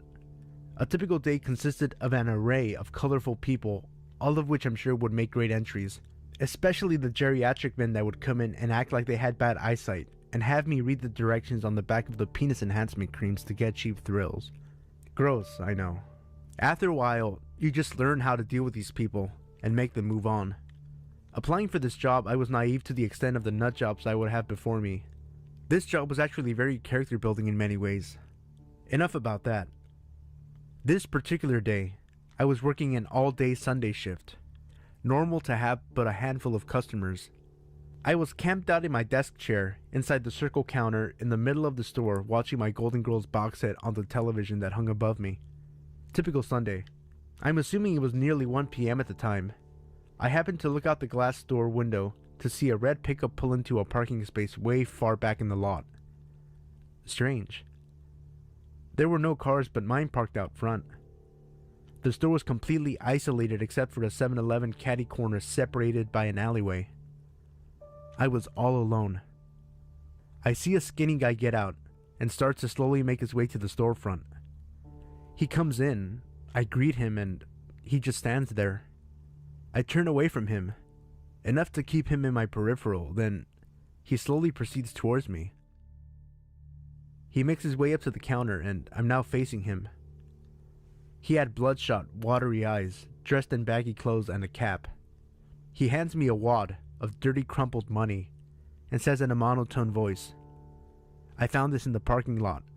I want to give it to you in case someone wants to reclaim it." I said for him to keep it. He did not bend over in the lot to pick anything up on his way to the store. I also found it strange that he parked so far away.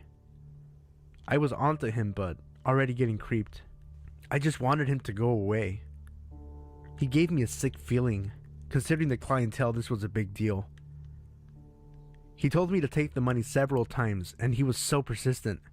Wanting him to just get the hell out, I took the money. He then said to me, "Whatever you do, don't give it back to me." I said, "Okay."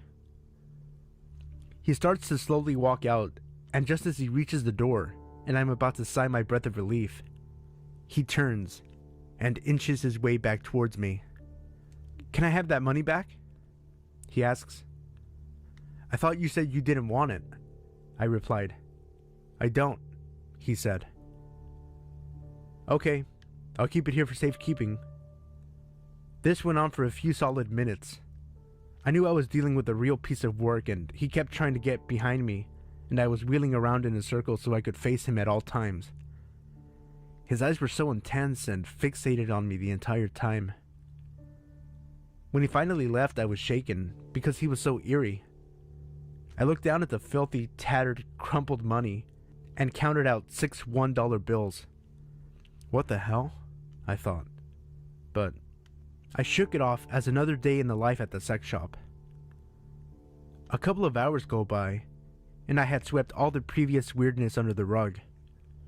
It was a slow day, and the store was dead.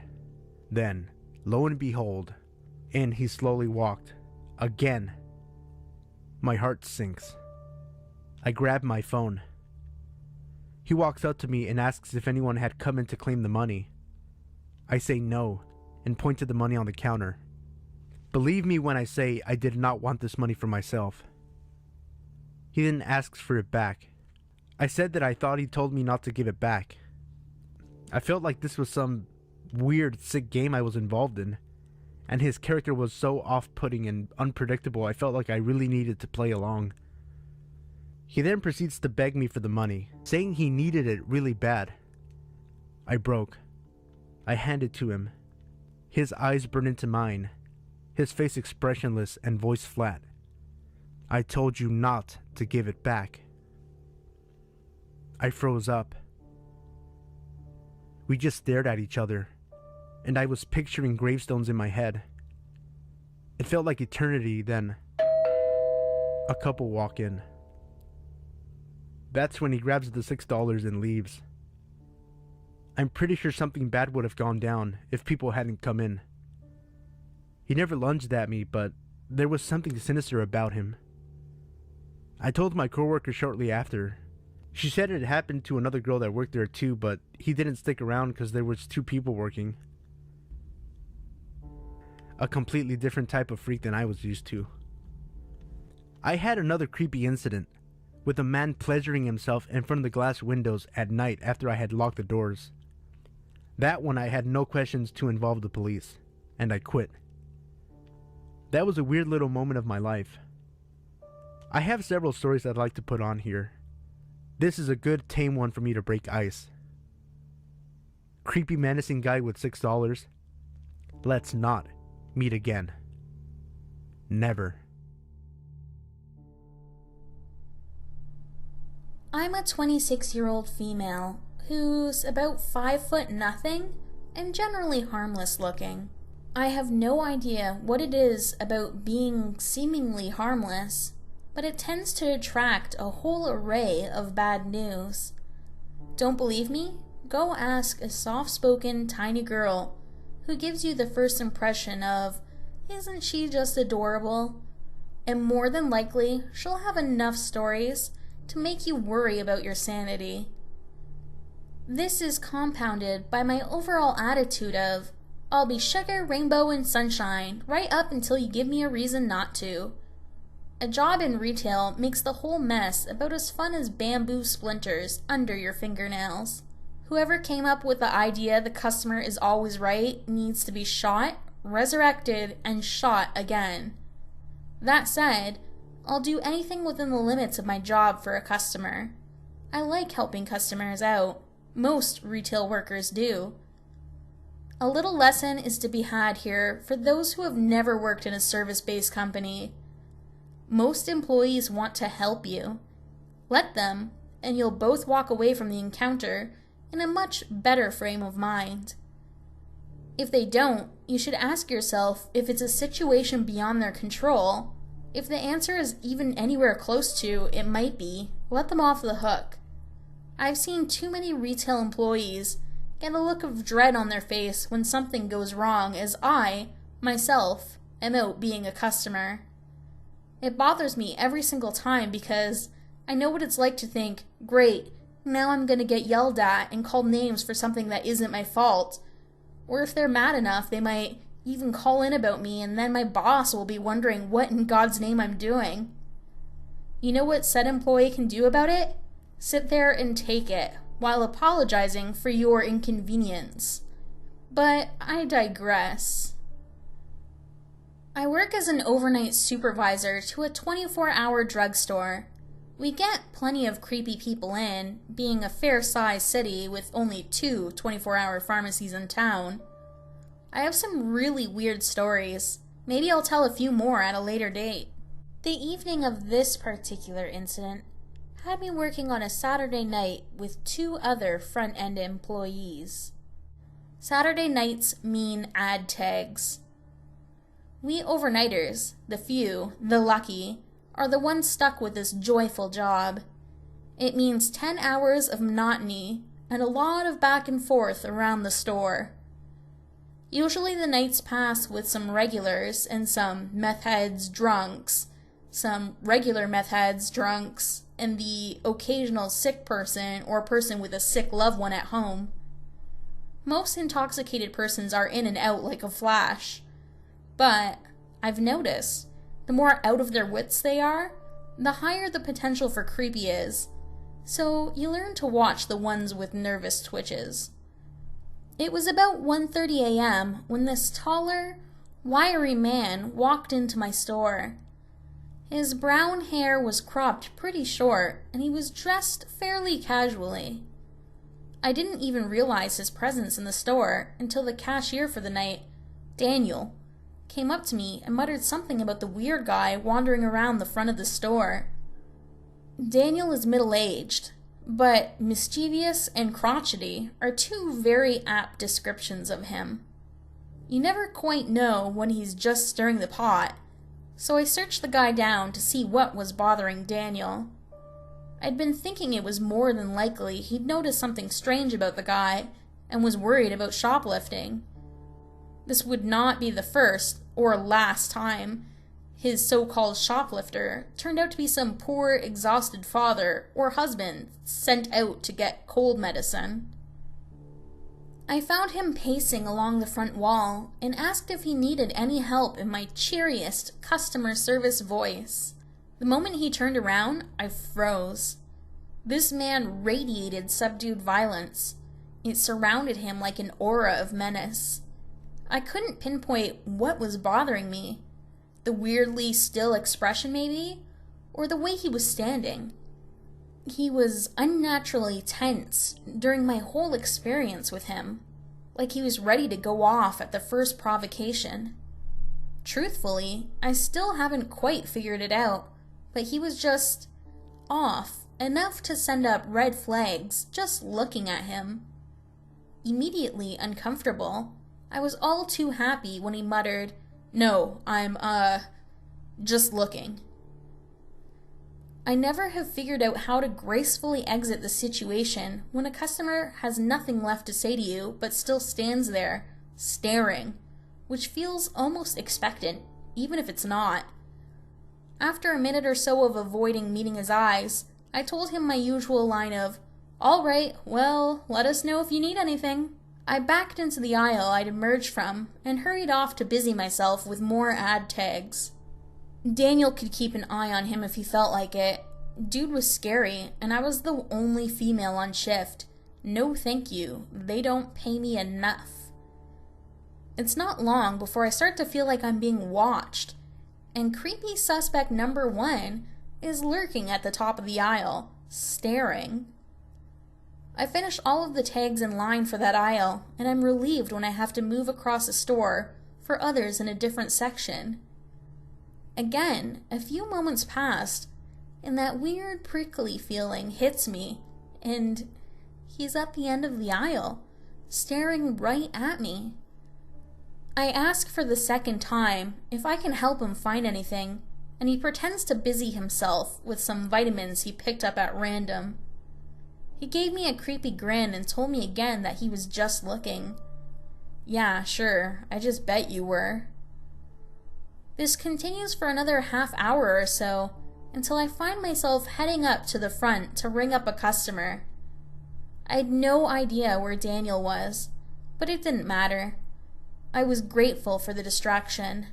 That was, until I noticed Creeper following me up to the register, still staring. I conducted the transaction as quickly as possible, and after a few too many nervous glances in my creepy's direction, the customer took off like someone had lit him on fire. I decided to go outside for my lunch break. It was cold, and I thought maybe, since Mr. Creeper didn't have a particularly warm-looking coat on, he'd leave me alone. I searched out one of my coworkers and let them know my intentions, clocked out, and stepped outside and into my car. Now, normally, I try to avoid smoking in my car. I've never liked the way it stinks up a car, but desperate times, desperate measures. I lock the car doors and roll down the window just far enough to fit my cigarette through to ash it. I picked up a book, turned to the page I'd left off on, and settled in. A few paragraphs later, I heard someone banging on my window. I jumped and looked up. Guess who? That's right, Mr. Creepy. He grinned at me in what I'm sure was supposed to be a sheepish fashion, but it came out more Norman Bates, if you know what I mean. I again asked him if I could help him, and he said he'd been looking for something in particular that he'd like my help with. I told him firmly that there were 2 other employees in the store that would have to help him. I was off the clock. He frowned, and after a moment of me pointedly ignoring him in favor of tensely not being able to concentrate on my book, he went back inside. My lunch break ended, and I still hadn't seen him come back out. I hurried inside, clocked in, and called the other shift supervisor, Mark, into the office. I explained the situation and asked him if he could go deal with the dude. Mark sighed, nodded, and went to talk to the guy. I busied myself in the office with some training sessions I'd been putting off for a while. Mark came back inside the office wearing a very bewildered look. I raised an eyebrow and he sat down. That guy was really weird. Weird is not quite the adjective I'd use. What did he say? He wanted to talk to you again. I told him you had other things you needed to be doing, but I'd be happy to help him. That agitated him. You thought he was freaky beforehand. He visibly shuddered, and I raised an eyebrow again. He asked if I knew what time you got off, or where you lived. What the fuck? Exactly. I told him we were legally obligated not to share such information, and that if he wasn't going to buy anything, he needed to leave. Then he left. I followed him out just in case. He was looking around your car until he noticed I had followed, and then he got in his car and left. I decided I wasn't going to stick around to see if he was going to come back, and noped out of the rest of my shift. Shortly after, my store set up a guard contract with the local police department, and I haven't seen him since.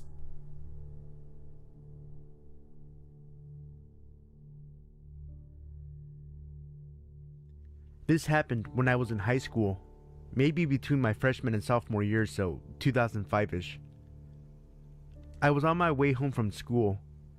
I had about a 1 to 2 hour more ride home on the bus, 2 to 3 buses depending on the day and traffic flow. Sometimes I'd fall asleep and just nearly managed to wake up before my stop. At the time, I lived in the suburbs, about 5 to 10 miles south of Chicago and from my high school. This day, it was 4 or 5 p.m., because that was usually about the time I'd be walking or getting home. I know that it was quite dark and kind of chilly outside, being that the clocks had been set an hour ahead for the fall/winter months. I was on my third and final bus, and I was approaching my stop. I got off, and I started walking home from the bus stop, which was about 2, almost 3 blocks from my building. In the suburbs, the streetlights are spread out a little more than the city, and it's much quieter. There's less traffic on the streets and the sidewalks. On this night, the streetlight closest to my stop was out, unfortunately, so I hated getting off during the fall and winter at this stop, virtually walking almost half of this residential block or more in darkness pretty much. So I'm about half down the first block when this unmarked white van pulled up beside me, still moving, and the passenger opens the side door. I can't remember what he said exactly. It was something along the lines of, "Hey sweetheart, do you need a ride?" I said, "No thank you," and I kept walking, but a little bit faster. I naturally walk fast, so I was damn near about to break into a small jog. I remember a sinking feeling in my stomach because they were not leaving me alone. I continued to walk in an effort to enforce that I wasn't interested in whatever they wanted. They continued to ride slowly beside me with the side door open, speeding up a little as I attempted to do the same thing.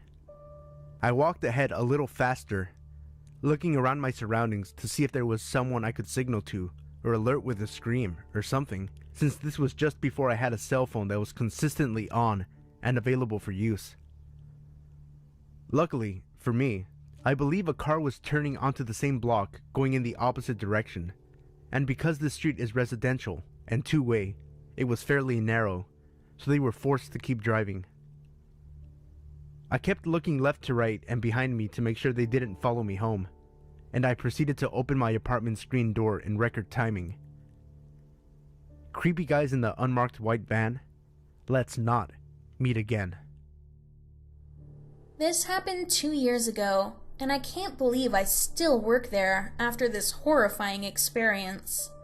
Maggie and I, and a few other employees, were folding panties and organizing bras when a couple women in their later 20s strolled in. They had a shady vibe about them that made me nervous. They both were wearing sunglasses, and it was 8 o'clock at night, which seemed off to me. Like they didn't want to be noticed or identified. We work at Victoria's Secret, so we always have to keep an eye out for thieves, since our items are so expensive and valuable. One of the women who walked in looked to be about 8 months pregnant and was browsing through one of our panty tables when it appeared to us that she was stuffing items in her bag.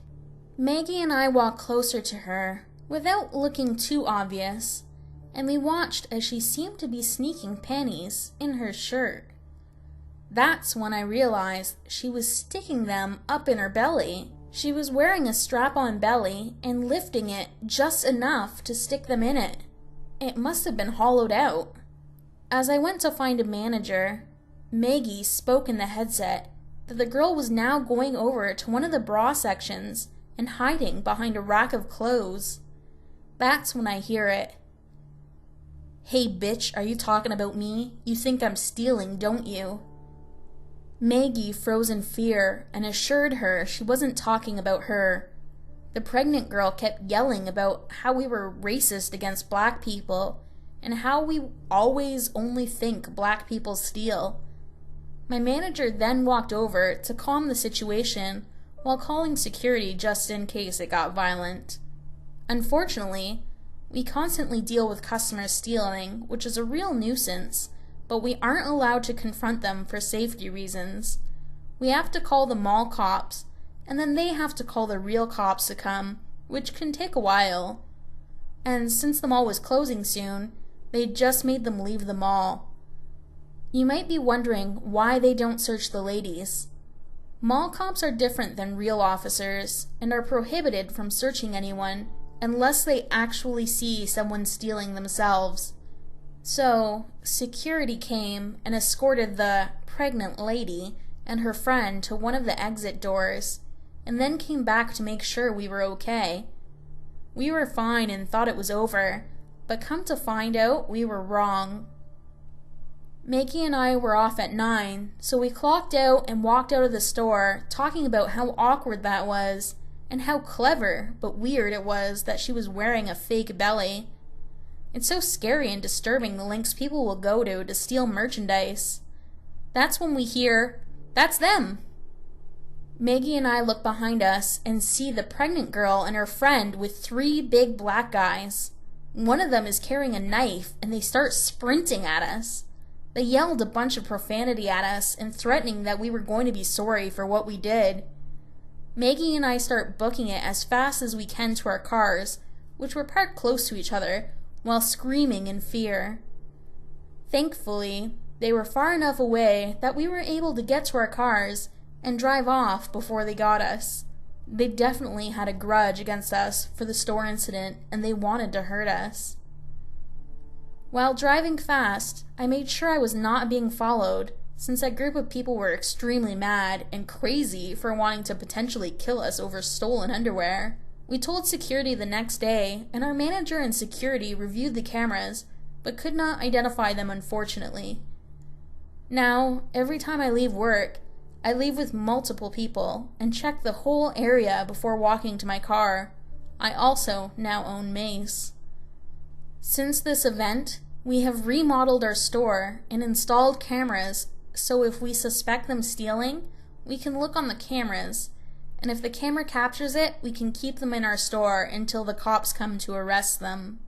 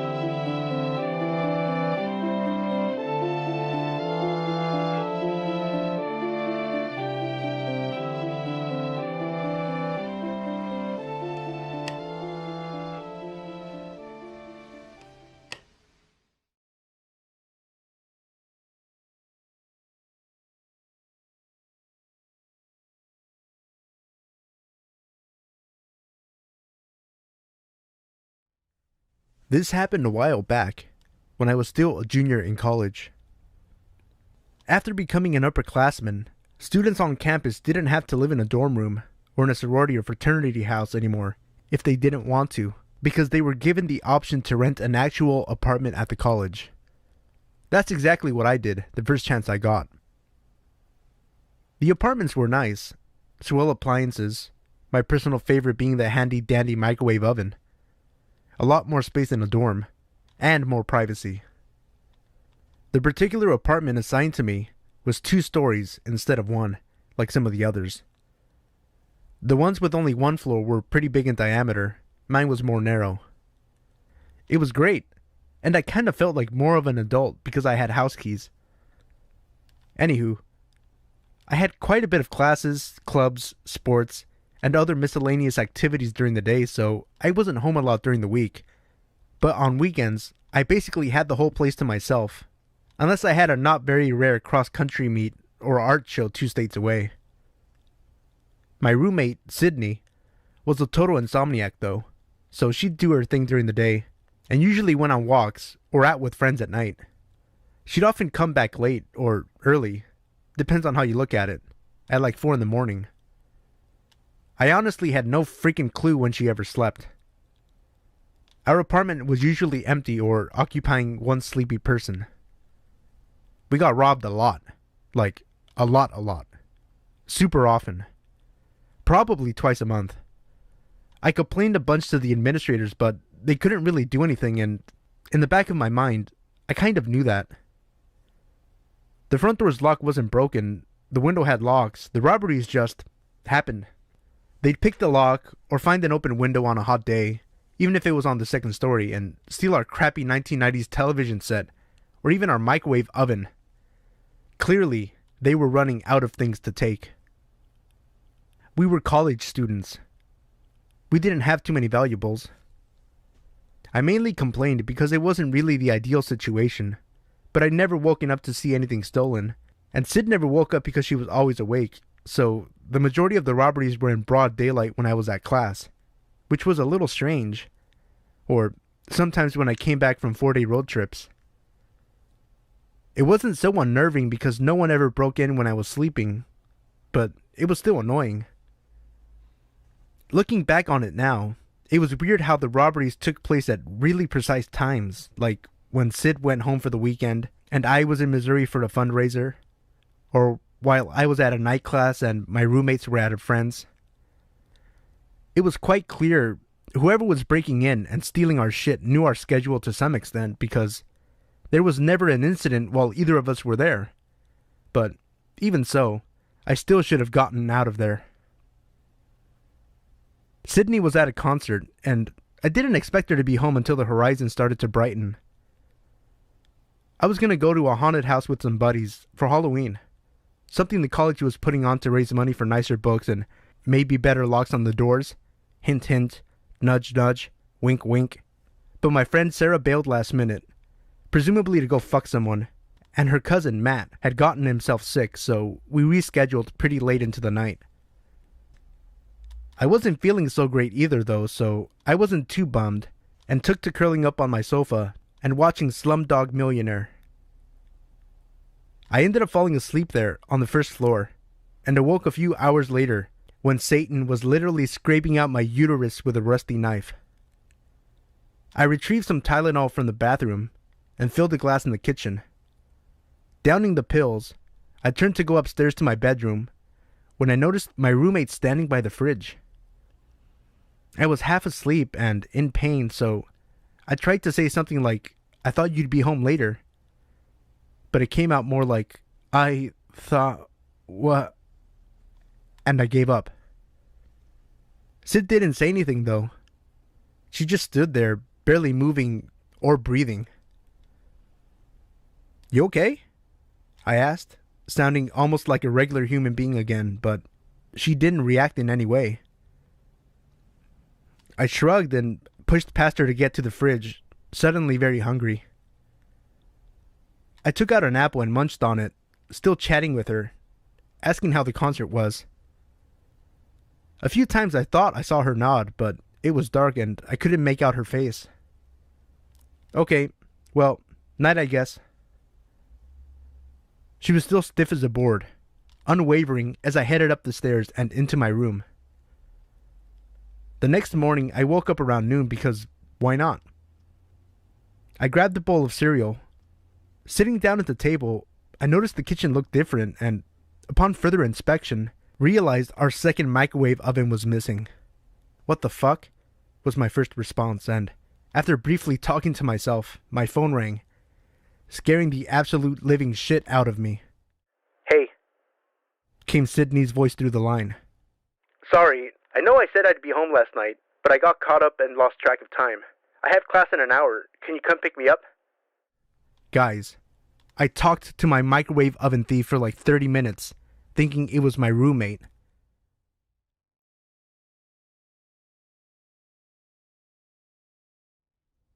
This happened to me when I was 14. On this day, I had just gotten home from school. My brother didn't ride the bus home that day, and both of my parents were still at work, so I was home alone. I think I had been home for about 45 minutes at the most. I remember that I was watching TV and I got up to get a snack. When I was walking back to my couch to sit down, I looked out my window only to see a man standing outside in front of the mailboxes that were at the bottom of my driveway, and he was looking into my house with binoculars. At the very least, you could say that I was scared shitless because why the fuck would someone be looking into my house with binoculars? Once I saw the guy, I ducked under the window, hoping to God that he hadn't noticed that I saw him. I crawled over to the phone and proceeded to call my brother. When he answered, I started crying into the phone, asking him where he was and how long it would be until he got home. My brother, of course, was really concerned and asked me what was wrong, and I told him what was happening. My brother was furious and told me he'd be home as fast as he can.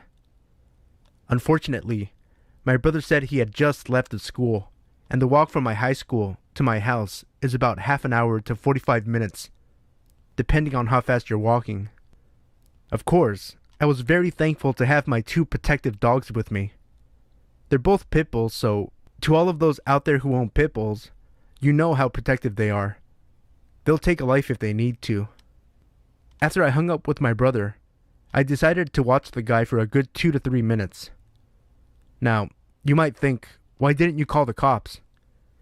Well, for the simple fact that this man isn't actually causing any harm to me, so I can't just call up the police station and say that a man is looking into my house with binoculars because they can't do anything. And also, I'm not the type to call the cops unless I feel that my life is actually in danger. Out of some sort of luck or something, the guy didn't actually try to do anything. He just walked off like nothing had happened. Now, some of you might think that this story wasn't actually that scary, but if you were a 14-year-old girl and you were home alone, and some guy was looking into your house with binoculars, you might be a little scared yourself. What made it so scary for me was that I really didn't know what this guy's intentions were. Was he seeing if someone was home? Was he going to try to break in and rob us? I really don't know, and honestly, I don't know why anybody would try to rob our house anyways, because if you knew what my house looked like, it wasn't the type of house that a person would want to rob. Nothing really made any sense. I'm just glad that nothing happened to me and that I haven't seen this man again since.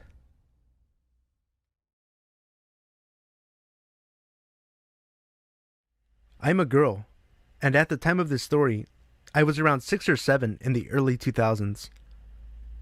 Growing up, my family all lived very close together, or actually together in one house. My aunt and 2 cousins lived with my grandparents about a mile away from me. Both my parents worked, so I spent most days there as my aunt also ran a daycare. One of my cousins, Emily, was with me in our game room playing Nintendo, Duck Hunter if I remember correctly. All the other kids had gone home, and my mom was expected to pick me up soon. Some other backstory, our family had a mechanic / handyman, Steve, since before I can remember, and they still use him today.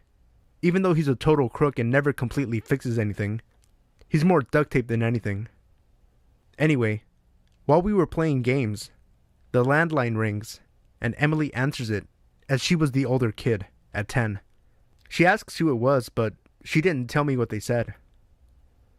Then, they must have asked who was with her because she said I was, and for some reason gave my age. The man on the line said hello, and I said hi back.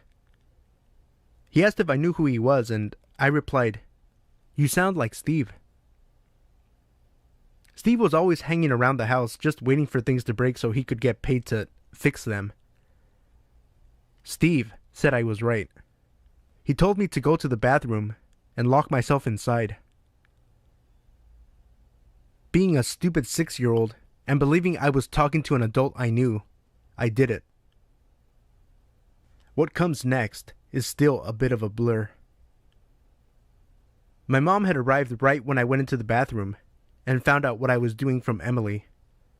Steve told me to unlock the window that was above the toilet. I saw a shadow through the distorted glass.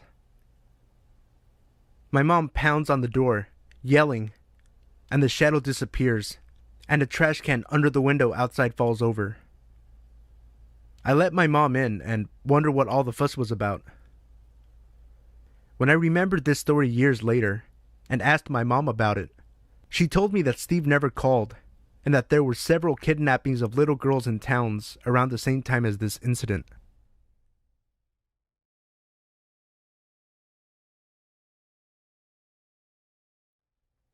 This happened a couple of hours ago, and since I'm too on edge to sleep, I thought I'd post this while it's fresh in my mind. I have a 16-week-old German Shepherd puppy, and I just collected her from my parents' house since I don't want to leave her home alone all day when I'm at work. I'd gotten into my pajamas, and I was playing some silly game on my phone when I heard a knocking sound on the garage door. My house is really small, and you can pretty much hear every noise in the house, so this didn't really bother me too much. We don't have a direct back entrance to the house. You have to go through the garage. My dog went to have a sniff around the back door and came back to the living room shortly after. I just thought, being how young she is, she's scared of missing something. A couple of minutes later, I heard a tapping noise from the window of my front door. This spooked me as my dog went crazy with her barking, but because I was home alone, I didn't answer it, as it's about 8 p.m. and pitch black outside. I'm concerned, but not overly afraid, as it could have been anyone or anything, innocently enough. Then, I heard the very distinct sound of someone turning a key in the door. I'm not sure if they were turning a key or another metal object, or trying to push my keys out. I've never felt this way before, but I suddenly felt ice cold and red hot at the same time. I froze on the sofa and, like an absolute idiot, texted my mom telling her someone was trying to get into the house. I know I should have called the police, but I didn't want to make a sound. If I had, then maybe I'd have scared them, but I don't know. They definitely would have heard my dog before, who was now listening intently. She must have thought it was my boyfriend, who is currently working in London, about 3 hours away. I gather after this that they gave up and left, as it's not that late and there are people in cars nearby, though it's still a quiet street. My dad came round and checked everything, but we didn't see anything. We think they may have been checking the place out and seeing if we lock up after ourselves, or looking in to see what valuables we have. I just think they may have seen a lone girl enter her home with just a puppy, or, what I think to be more likely, saw my puppy and may have been trying to take her. They may have been seeing if I lock the door right after I get in, which I always do, or if I only do it when I leave or go to bed. A couple of hours later, I decided I should call and report it to the police because I couldn't shake that they would pick on someone more vulnerable, being unsuccessful with me. I don't know if it was someone just messing around, but it left me shaking and standing there with a hammer in my hand, waiting for someone to come through my living room door. There have been a lot of reports of people marking properties to signal whether they are easy to burgle or have a dog. Nothing has been found, but I will check again in the morning when it's brighter. I'm shaking just thinking about it.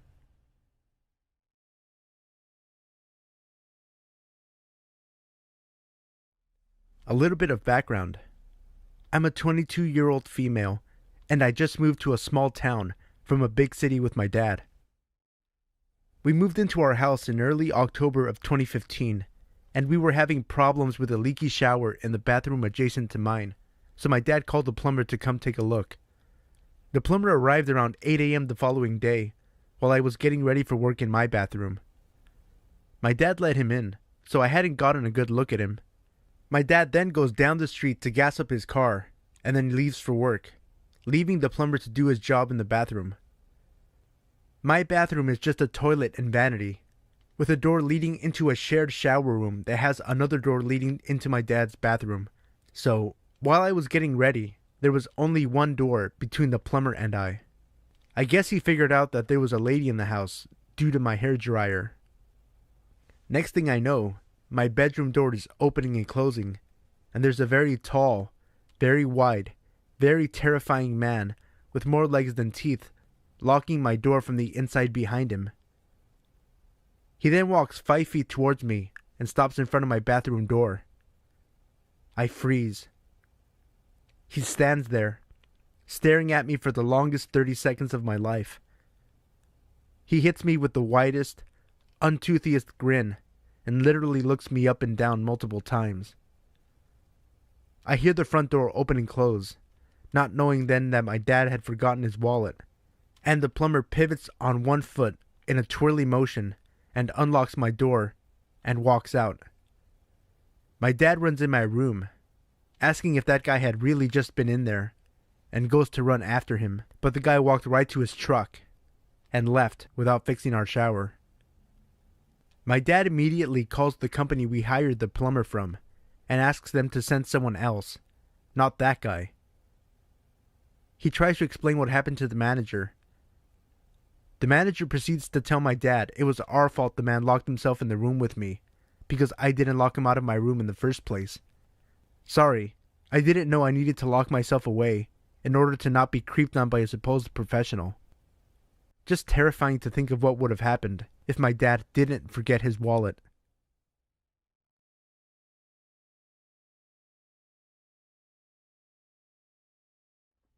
I'm sitting here shaking, on the verge of a panic attack, so I'll try and write this. I'm a country girl.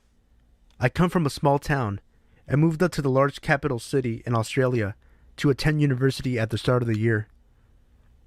Being a broke-ass student that isn't getting parental support, I'm renting through my university in what is known as subsidized accommodation. Long story short, it's old units from random housing trust blocks that the local housing trust has given the university. This means I'm living with some creepy people. The guy downstairs, I know for a fact is an ex-con because he told me. And the guy across the halls from me is dealing in some serious drug shit and has police and detectives knocking on his door at all hours. I've been at this unit for about 9 months and, other than being slightly scared of my neighbors, I've not had any problems. Until now. Another guy lived across the hall from me. It's a 2-story unit block with 3 units in the top. One for me, one for the druggie, and one for this other guy. This other guy, who I learned is called Josh, is a large ethnic man, who I'd say is in his mid to late 20s. English is not his first language. I've run into him a few times while leaving and entering my unit, and he introduced himself, so I, being the friendly and naive country kid I am, greeted him back. Other than a few short greetings I've had with this man, the only major time I've had contact with him was when we were both at a bus stop and he started chatting to me. He asked what I was doing and I said I was heading into the city to attend church. While not religious myself, I have a religious friend who had been begging me to attend church with her once. He said he wanted to come with me one day.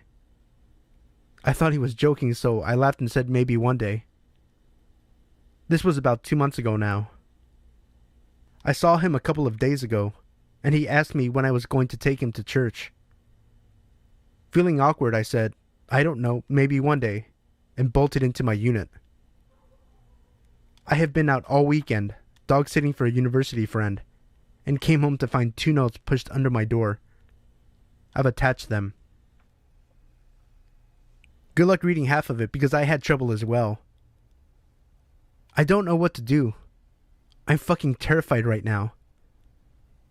I called my friend, half laughing hysterically and half freaked out, and made her stay on the phone while I bolted down to the car, took out my small knife that I use for animal rescues, and ran back inside.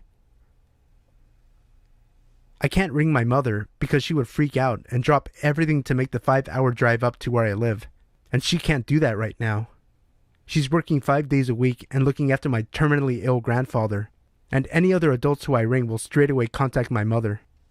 My friend urged me to go to the police, but while the letters are creepy as all hell, aren't actually threatening. Would the police do anything?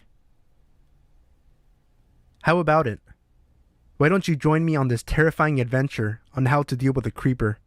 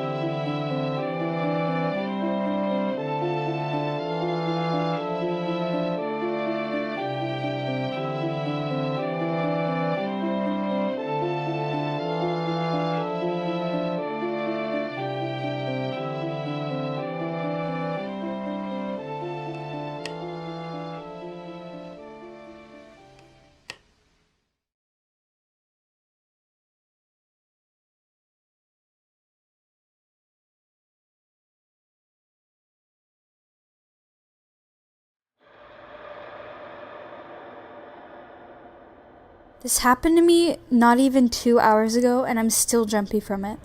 I apologize in advance for errors. This will be my first post on Reddit.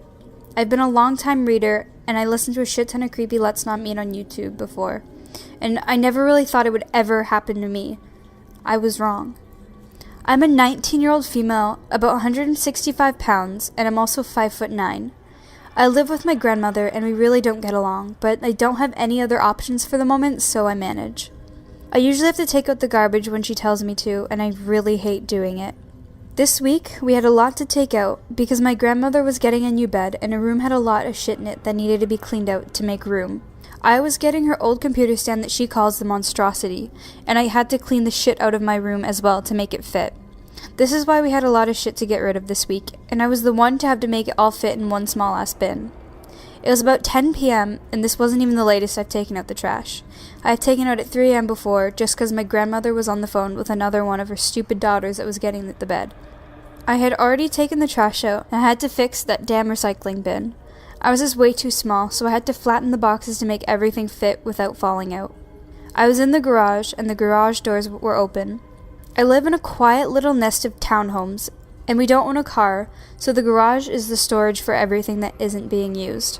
Now, I listen to creepy stories on YouTube, and I was listening to one before I started taking out the trash. This already made me a bit jumpy being outside in the cold and quiet dark in the month of October alone. I know people do crazy shit to scare people for kicks, but it never happened to me before, so me looking up every so often to the door wasn't really out of the question for me. Of course, I knew I was overreacting, but I still felt uneasy, like I knew something wasn't right. I was fiddling with the recycling for about 5 minutes at this point when I glanced up at the door. To my complete horror, I saw a clown standing in the middle of the sidewalk of my driveway, staring right at me.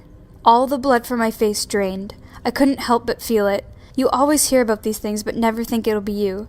Be thankful you don't know what it feels like. The clown was straight out of a horror movie. Smudgy makeup, red nose and hair, black and white striped clown outfit with rainbow spots. I was frozen in fear.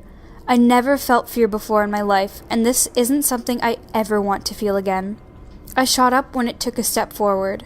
I was staring at them, scared shitless, and prayed my grandmother wouldn't come back to the door.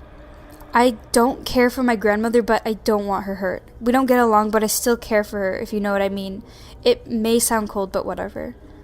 The damn clown took another step forward. It was at this point I noticed it.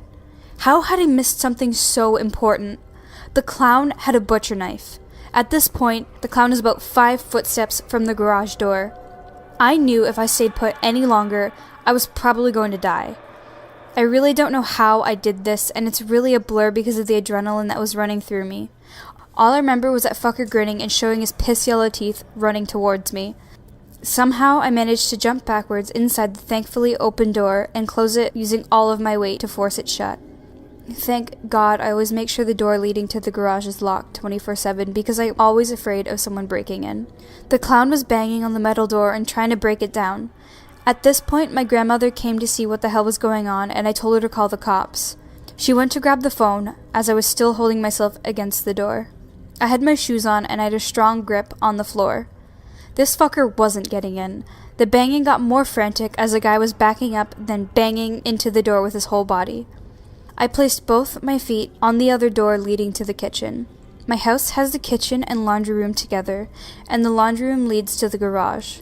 It's no more than 2 regular doors big, and I'm 5'9", so this was good in my case to hold my upper back against the door with my feet up like this.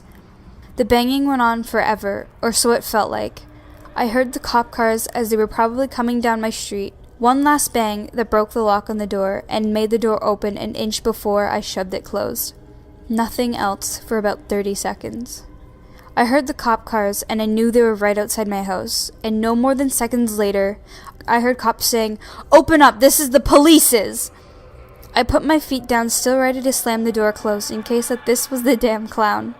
I know this was stupid because I heard cars and radio, but hell, I was scared shitless and on edge. Don't tell me you wouldn't be too. I cracked the door open and to see a cop with his gun drawn in his hand. I opened the door all the way and my knees gave out and I fell on my butt staring at the knife stabbed in the metal door. The cop could easily see the trash that was kicked around from the guy and my very pale look and the fact I was visibly shaking. About 5 or 6 cops showed up and took a look around the outside of my house and took statements and removed the knife from the door. They said we'd get a call back in a couple of days. 2 of the cop cars are still driving past my street about every half hour. I was never scared of clowns. I'm still not, but hell, I don't like them and I don't want to see any clowns for a good while. I messaged one of my friends and told her about it. I think she thought I was joking, so I didn't bother telling her about the knife and I just left it how it was. I never really thought this kind of shit would ever happen in real life, and I wouldn't have this kind of thing happen to me ever, but I was wrong. This can happen to anyone. Never think that it can't. This world is full of crazy fuckers that just want to scare the shit out of you or just plain want to kill you for kicks. Always pay attention to things around you. To the fucker dressed as a clown and trying to kill me and scared the living shit out of me tonight, let's never meet again.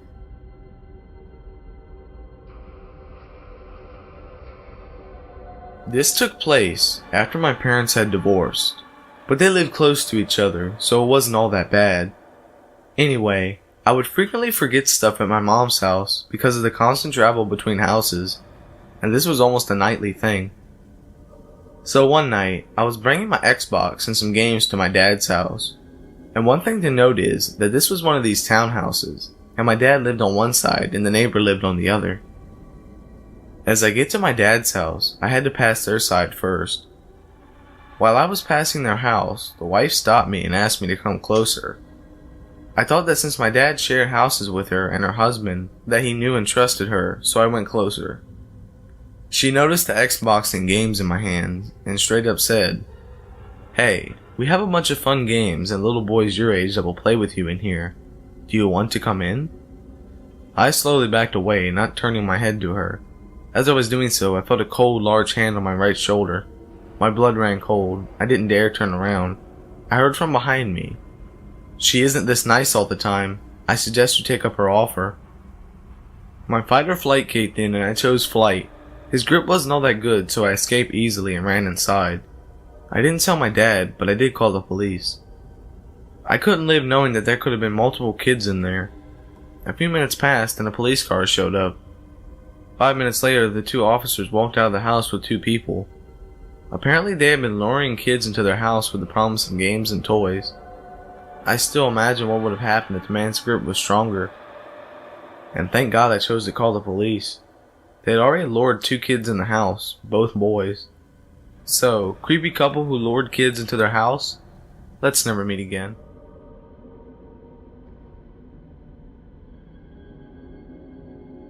Okay, so this happened this summer, and I still can't take my mind off the whole situation. It's by far the most scariest thing that's ever happened to me. First things first, I am a female and I am 20 years old. I live in a small village in England. It's beautiful and I've lived here all my life, so I have many good memories here. In June, I started walking to the neighboring village every day, which took maybe around 25 minutes to walk to. The village is a lot more old-fashioned and has a lot of history. The journey was fun for me because I love the countryside. It's a beautiful place and it interests me quite a lot too. As soon as you left my village, you would be walking on country lanes that followed you to the other village. Usually, I would leave my house at around 11 a.m. and start heading back to my own village roughly around 2 or 3 p.m. I went alone most of the time, apart from the weekends when I would go with close friends. Both my village and this village only consisted of houses, parks, churches, all that sort of stuff. When I went alone, I sat at a beautiful park and would sit on a picnic bench and read a book or sit on my phone for hours. I even bought a phone case that charges my phone just so my phone wouldn't run out of battery. I did this for a month, until mid-July when I went shopping and sat in a pub at the closest city with my friends on a Thursday. This meant that I didn't go to the village at the usual time. I got back quite late, maybe around 9 p.m. I don't know what the fuck was going through my mind, but I decided that I would go to the village tonight due to the fact that I wasn't tired and I was in a good mood. I left my house at 9:30 and started heading there. It was getting quite dark, so when I left my village and entered the country lanes, I got my flashlight on my phone up. I was walking for about 5 to 10 minutes before I realized that what I was doing was stupid. Walking the country lanes at this time of night was not a good idea. Stupidly, I continued. It was no longer than 2 minutes later that I noticed a silhouette in the distance. It was standing about 20 yards away next to the sign that told you which directions you can turn. I felt pretty awkward because I didn't want to pass this person at this time of night, especially on my own. I crossed the road to walk on the opposite side, and the person was just standing there, and they were staring at the ground. As I got closer, I could make out what they were wearing. It was a man wearing a black hoodie, tracksuit bottoms, and some muddy trainers. I got closer and closer, and when he finally knew I was there, he looked up and stared at me. For some reason, I stared back, but carried on walking. I shrugged him off and was walking straight for 10 seconds until I heard him walking behind me. I turned around and he had crossed the road to my side. Then I noticed his face. I was terrified and disgusted. He looked like he had been on drugs for most of his life and must have been in his mid-30s. I couldn't turn around now. I was halfway there and knew that for a fact he would follow me home if I did. I didn't know what to do. I still had at least 10 minutes of walking left and was in the middle of nowhere. No people were around, and the closest building was in the village. I had no friends in the area either, so I couldn't go to anybody's house. I started walking faster, but so did he. I was petrified at this point. Things like this don't happen to people like me, or that's what I thought. I started to cry a little, and then I heard him say in the most horrifying and evil tone I've ever heard, "You can't escape me, young lady." I started running and screaming. I don't know how to explain it, but I couldn't control my screaming. It was like I was automatically doing it, if that makes sense. He started running too, and he was much faster than me. Could this whole scenario get any worse? I slowed down, extremely out of breath. I cursed my asthma for this. Tears were streaming down my face, and I felt like I was going to collapse. Then this fucking creep grabs me, and I fall to the floor screaming louder than I've ever screamed before. I didn't know how I could possibly have screamed like this, considering I was out of breath and having a panic attack. He was lying on top of me. He was so fucking heavy and smelled so bad that I could have thrown up. I couldn't see his face as well anymore due to the tears in my eyes. I paused for a second, then he whispered into my ear, "I won't hurt you, but I will break your neck if you continue to scream like that." Regardless of what he had just said, I continued for what felt like an eternity. I heard a car heading towards us in the distance. I screamed, "Help me." I felt a lot of relief when I heard the car slowing down. "Help me, please," I continued. The guy got off me and sprinted into a cornfield. A man and a woman stepped out of the car. They must have not been that much older than me, and they asked me what happened. I told them the whole situation, stuttering and gasping for air. The woman sat with me and gave me some water, and luckily she had an inhaler. The man shouted for the creep, who we could all still see sprinting extremely fast down the field. They both took me home, and I thanked them both ever so much for helping me. God knows what could have happened to me if they didn't stop or even notice me. I told my friends about the whole event, and a lot of people met me during the weekend and comforted me. The police were notified, but unfortunately, the creep was never caught. I didn't have a good enough explanation of his face, and of course, there was no CCTV footage in that area. Of course, I never walk the streets, especially country lanes, after dark anymore. I only visit the village every week now since this event, and only ever go with my close friend Courtney. My lesson here is that no matter how safe your area may sound, there will always be bad people around, and you should never walk the streets at this time alone. Creepy, violent, drug-addicted freak, I hope you get caught and get what you deserve. And for the love of God, I hope we never meet again.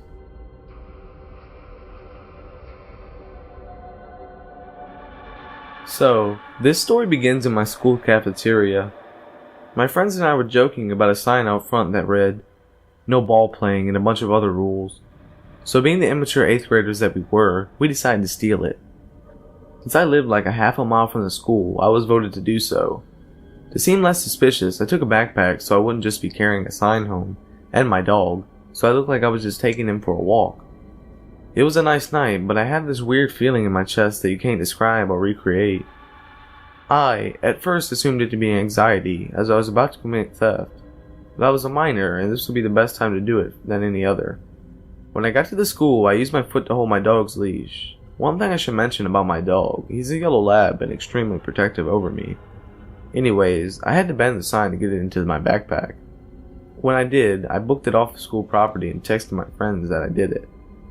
Now this is where it gets creepy. I passed a couple with a stroller and my dog went batshit crazy at them. I pulled him back and apologized. I noticed that they didn't have wedding rings. This wouldn't have bothered me, but I swear damn near everyone in this town is either Catholic, Methodist, Lutheran, or Jewish, so this struck me as odd.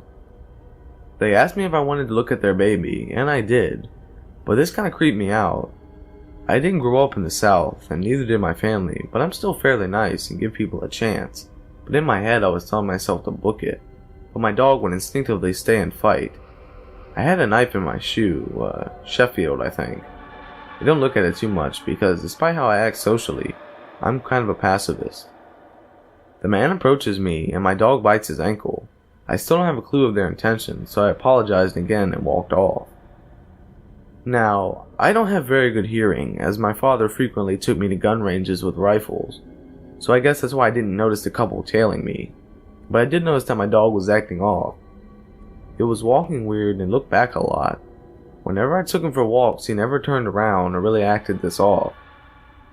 When I was a block away from my house, a police patrol car passed, and the officer looked at me weird. I shrugged it off. Finally, my paranoia took hold of me and I turned around. And what I saw horrified me. The baby was no longer in the stroller, but they were still pushing the stroller. In situations like this, you just think that everything is just a huge coincidence, even if it clearly isn't. So I kept trying to justify it. But when I got to my house, I heard from behind me, "Have a good night," in the most creepiest way you can imagine, as if they had just said, "Hey, we know where you live now." But no sound of them moving away from me. I froze in fear when I noticed the footsteps weren't getting further away, but closer. I booked it inside and locked the door, then I called the police. They came up with nothing, but the baby is what scared me. So, weird couple who possibly abandoned a real baby? Let's never meet again.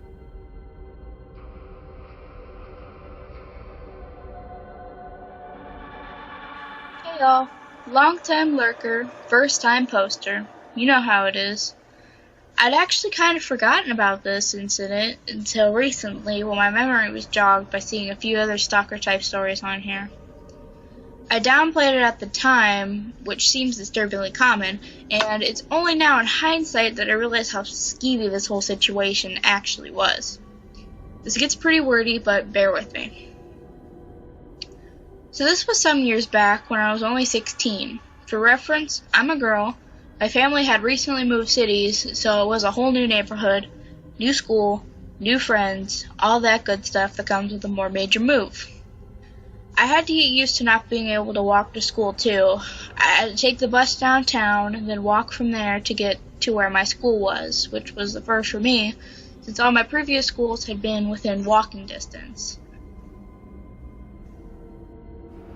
Now, the bus system itself wasn't a problem at all.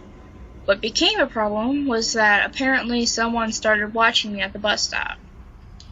About 3 months or something after the move, I created a Facebook profile for the sake of some competition or other. You know, like this Facebook page for a chance of winning this and that. I had nothing else on this profile at all beyond my name. This was before I was borderline mandatory to be active on Facebook. No picture, no information, hadn't even added any friends. It was a blank save for 1 or 2 like pages. I halfway forgot I even made the profile. But then after a few days, I got an email alert for a message on Facebook. So I went to see what was up. It was from an account that was just as empty as mine, and it simply said, "You're cute." What?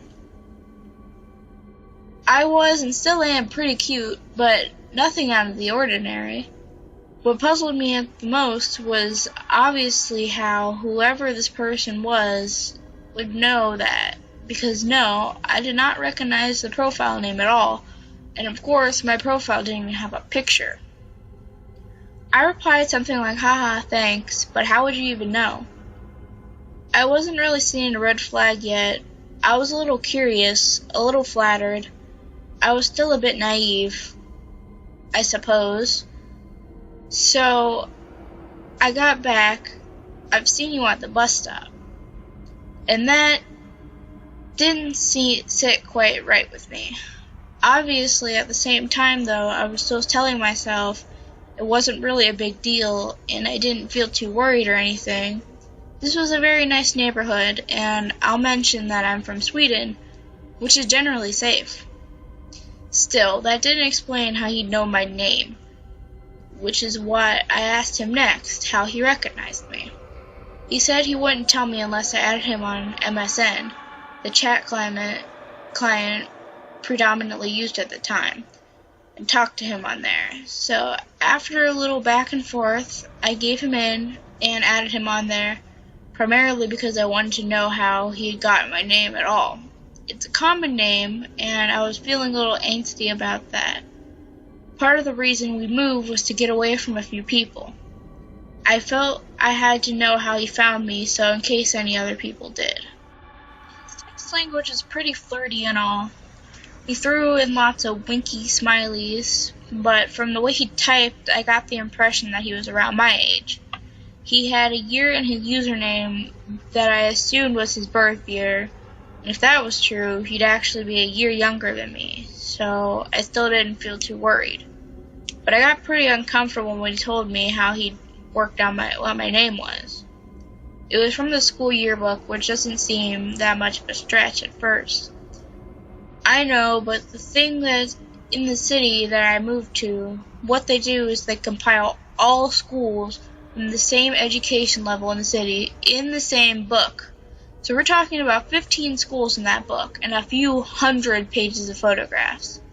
And he'd gone through all of them just to find my face and name. I had actually checked when he told me this. I wasn't in any obvious places in this book at all. I had no particular spot dedicated to me or any activity I was in. It was just in this group photo of my class, about 25 students I think, around 2/3 through the book. Plus, if he was really a year younger than me, he himself wouldn't be in that book, or have ready access to it, because he'd be in a different level of education. To any fellow Swedes, I was in my first year of gymnast. At the time, he would have been in high school. This didn't cross my mind at the time, but again, if he was a year younger than me, he'd either have to look through his yearbook first and then move on to a yearbook that wasn't for him, or he's seen me at school too and known to look at the right one for that reason. I didn't really tell him it creeped me out, but he started chatting to me on occasion from then on. Mostly normal stuff, so that was fine, I guess. Always with this flirty tone, though. I replied neutrally, or sometimes played along, trying to get an idea of who he was. He said he was a neighbor, and that's why he'd seen me at the bus stop, but he never told me what he looked like. When I was at the bus stop, no one ever came forward to ask him or signal in any way that they might be. Like I said, I didn't recognize his name, if it was even real. He definitely wasn't from our apartment building, though, and for some reason I didn't quite believe him when he said he was from the neighborhood. So I started to feel pretty uneasy at the bus stop when there were other people there with me, wondering if one of them was him, if he was watching me. But waiting alone at the bus stop didn't really help either, because I started wondering if he was watching me from somewhere else. The stop was situated near a grocery store with a parking lot, so he could have been there. I'm pretty sure he did tell me, "You looked cute today," or something similar at least, once or twice, but I honestly don't remember much of what we talked about anymore when we did chat. I did remember they were never long sessions, though, only 10 minutes to half an hour or so, and I started not really liking seeing him sign on, but for some reason didn't block him. Probably because I still felt I had to work out who he was, and because, well, I didn't feel threatened by him. Just uncomfortable, you know?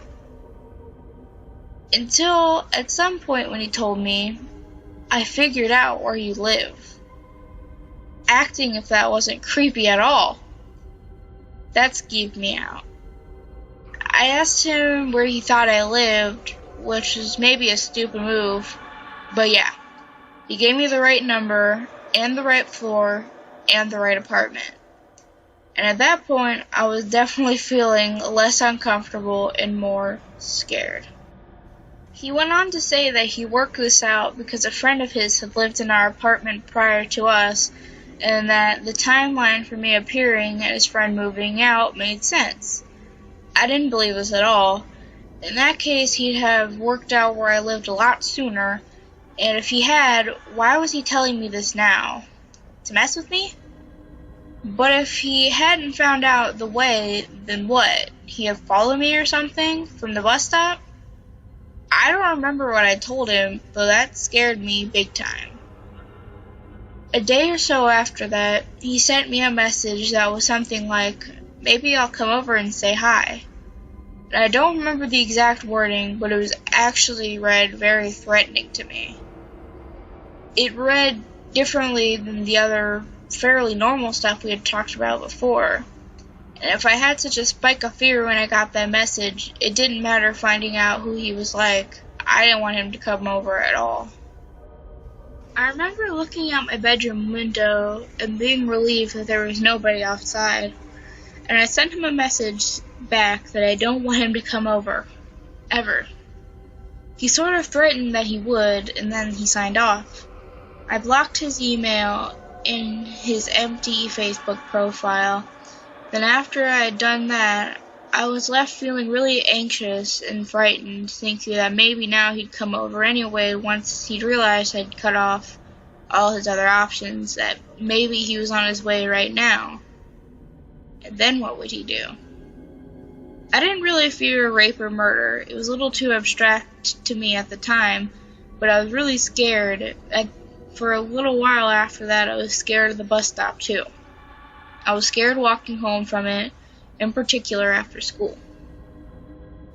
But nothing happened after I blocked him. It all just kind of ended there, which in hindsight, I consider myself extremely lucky. I was definitely dumb and naive at the time because I didn't mention any of this to my mom or stepdad. And whoever this guy was hadn't been willing to give up on me or lost interest. Or whatever happened with him, things could have gotten really, really ugly. I was always waiting at the bus stop myself, and I was often home alone if I had a shorter school day. And he did know my name and where I lived, and I'll say it again, I was only 16. It's possible that it was just some socially stupid kid with a distant crush, not knowing how to handle it, but thinking back on it, it seems like it had to be more than that. Either way, I'm glad I never met him.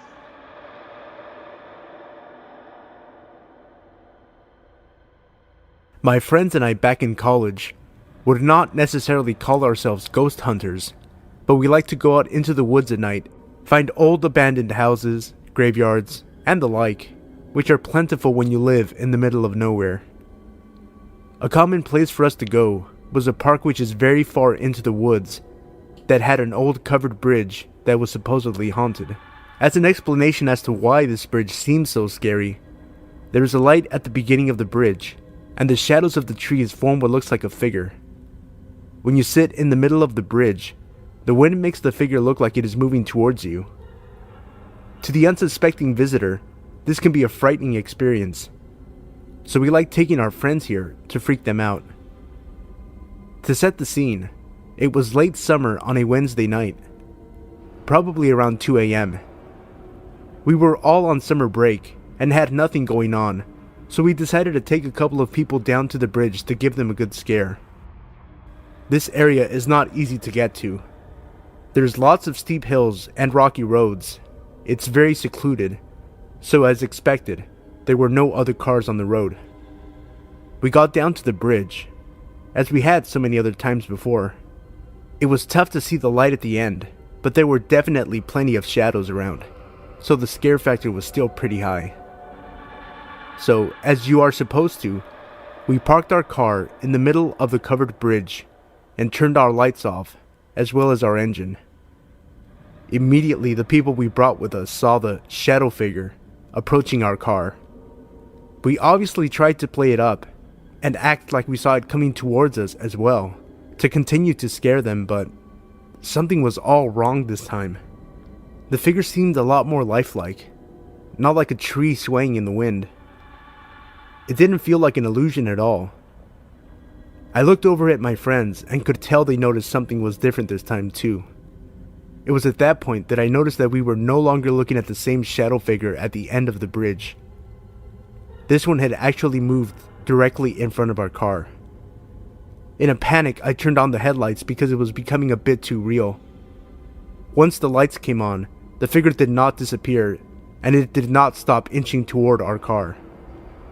There, in front of our car, was a person in an all-black hoodie and all-black pants.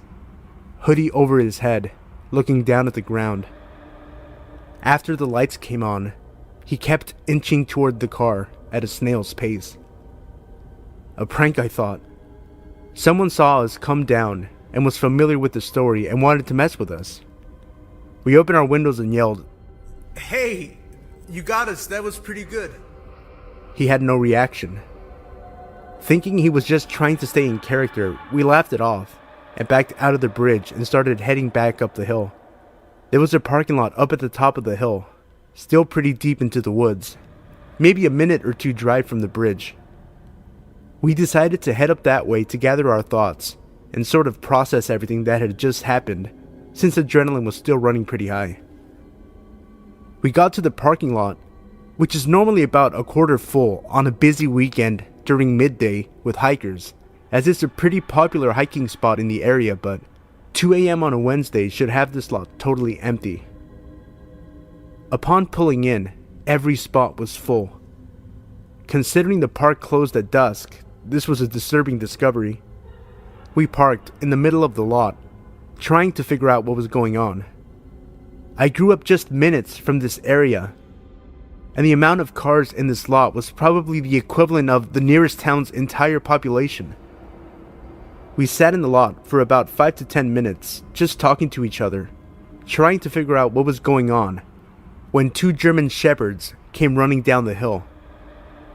They stopped at our car briefly, and then continued running off into the woods. The girl that we had brought with us had a look of horror on her face, and told us that we needed to leave. Confused and still a bit concerned, I agreed and left the area quickly. She put everything together. She said that cult activity in the area around us was very high. German shepherds are commonly an animal they use for sacrifices. I don't know where she got this information, but all I know is that it has been about 5 years. I never saw her again, and I never went back to that bridge at night again.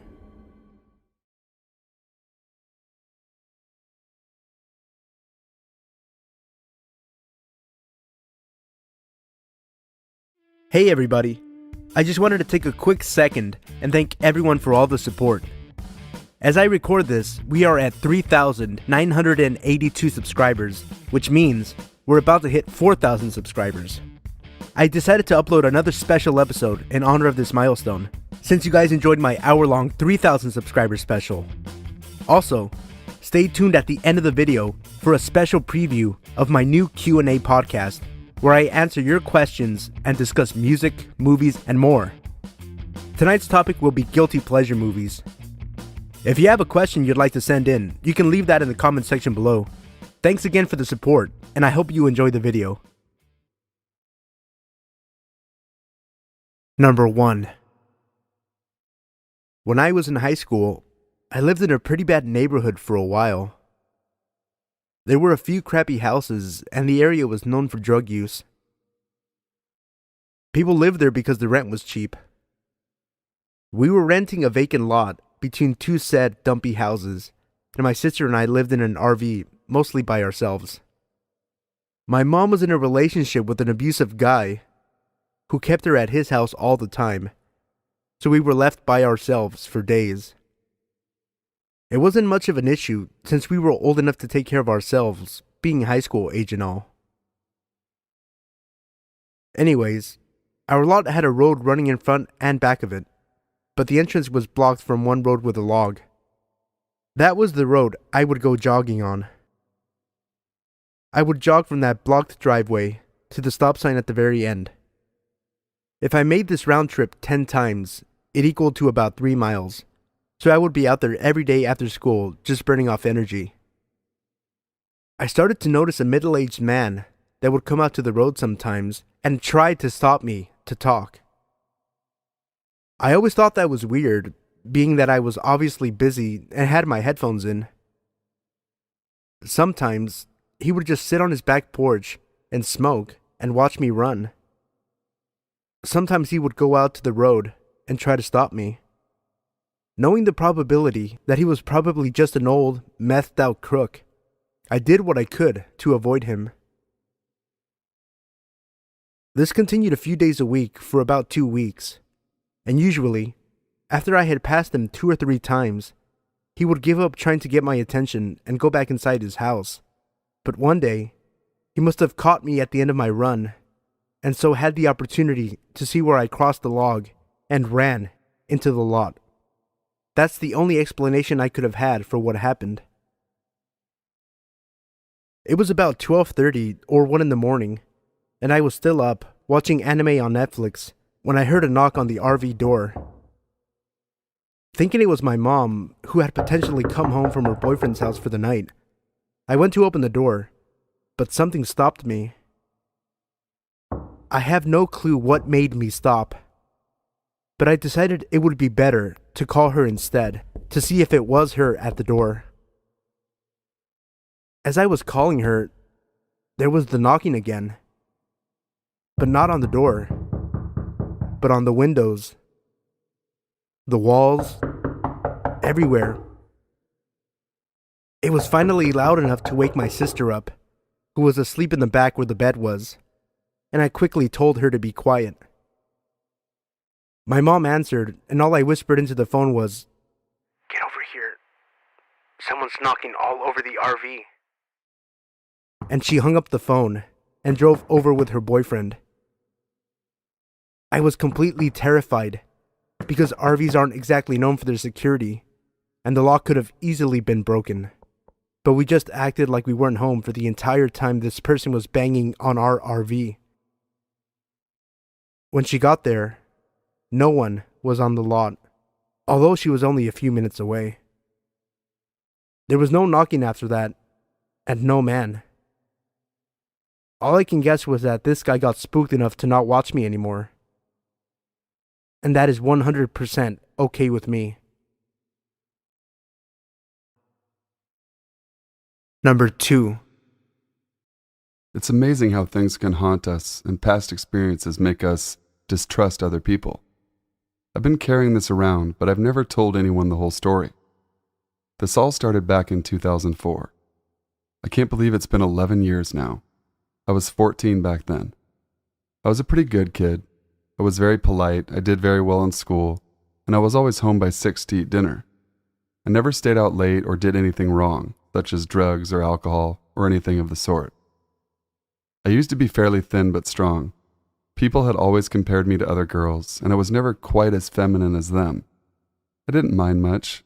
In my opinion, climbing trees was far superior to wearing pretty dresses and makeup. I was proud to be masculine and strong, but it didn't exactly make me popular as a result. Finding new friends was always hard. So I started taking up some hobbies, and among those was martial arts.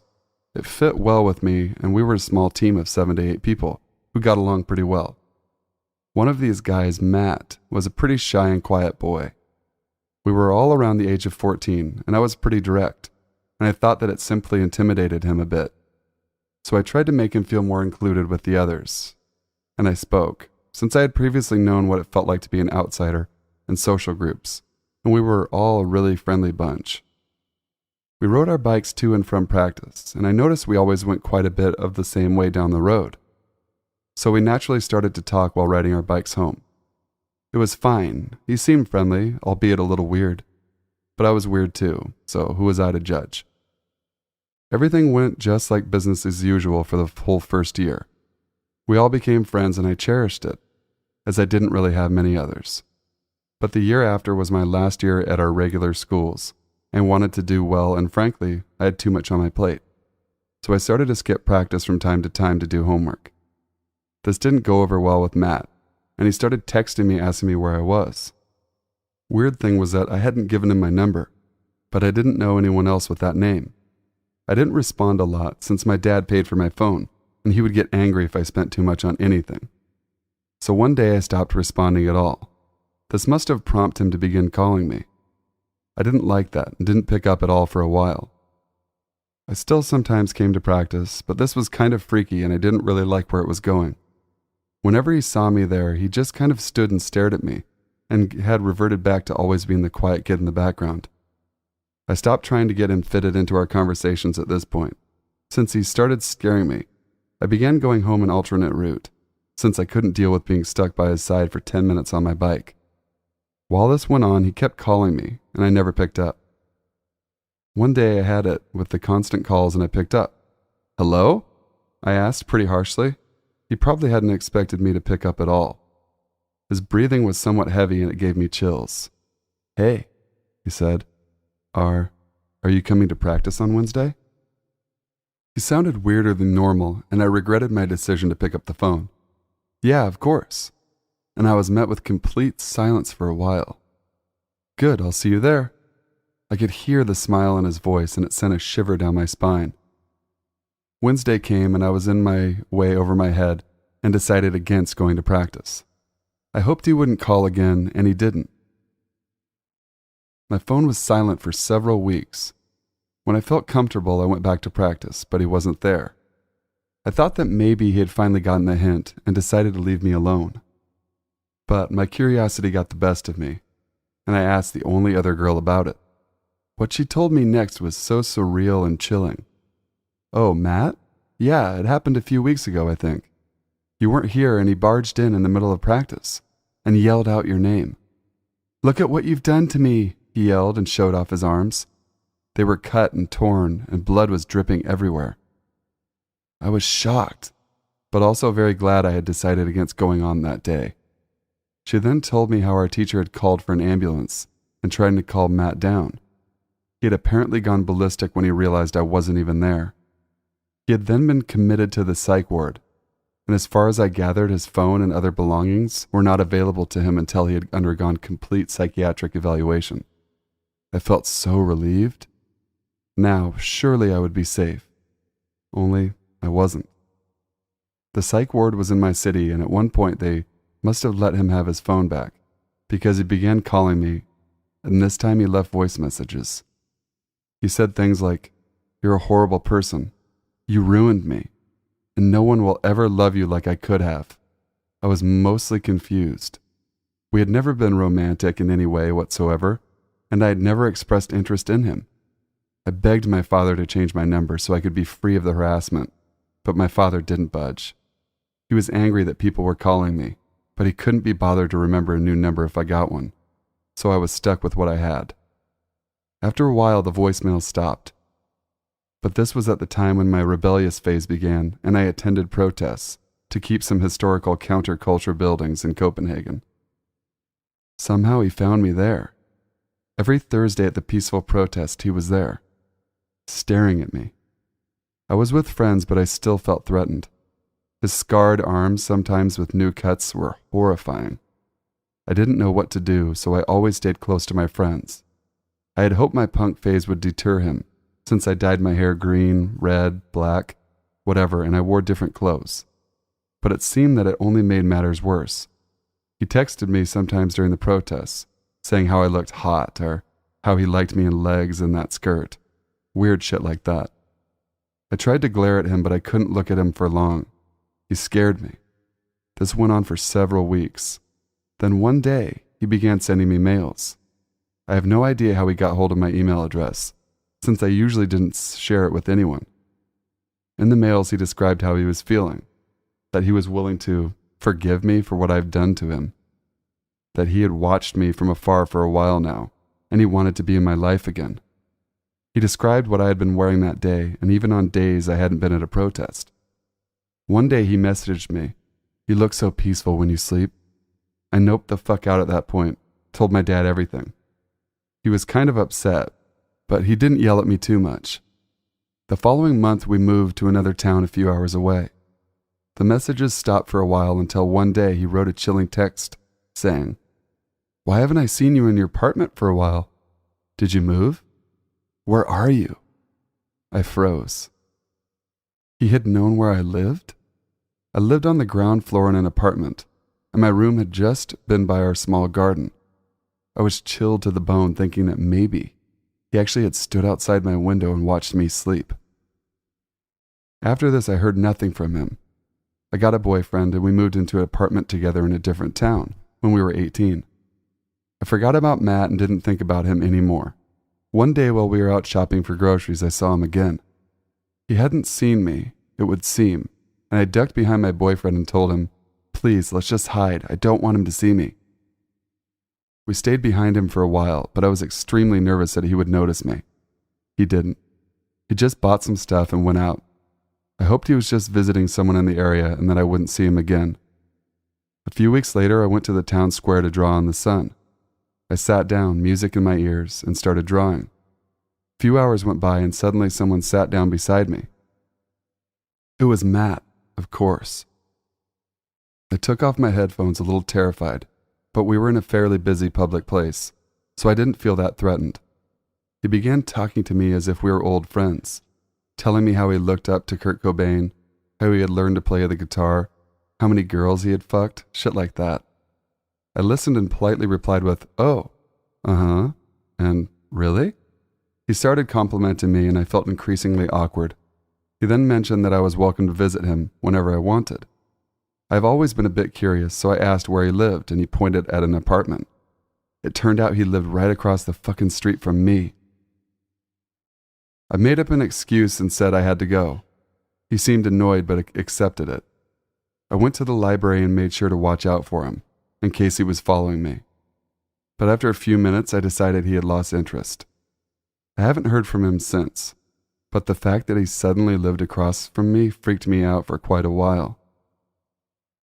So Matt, I hope we never meet again. Number 3.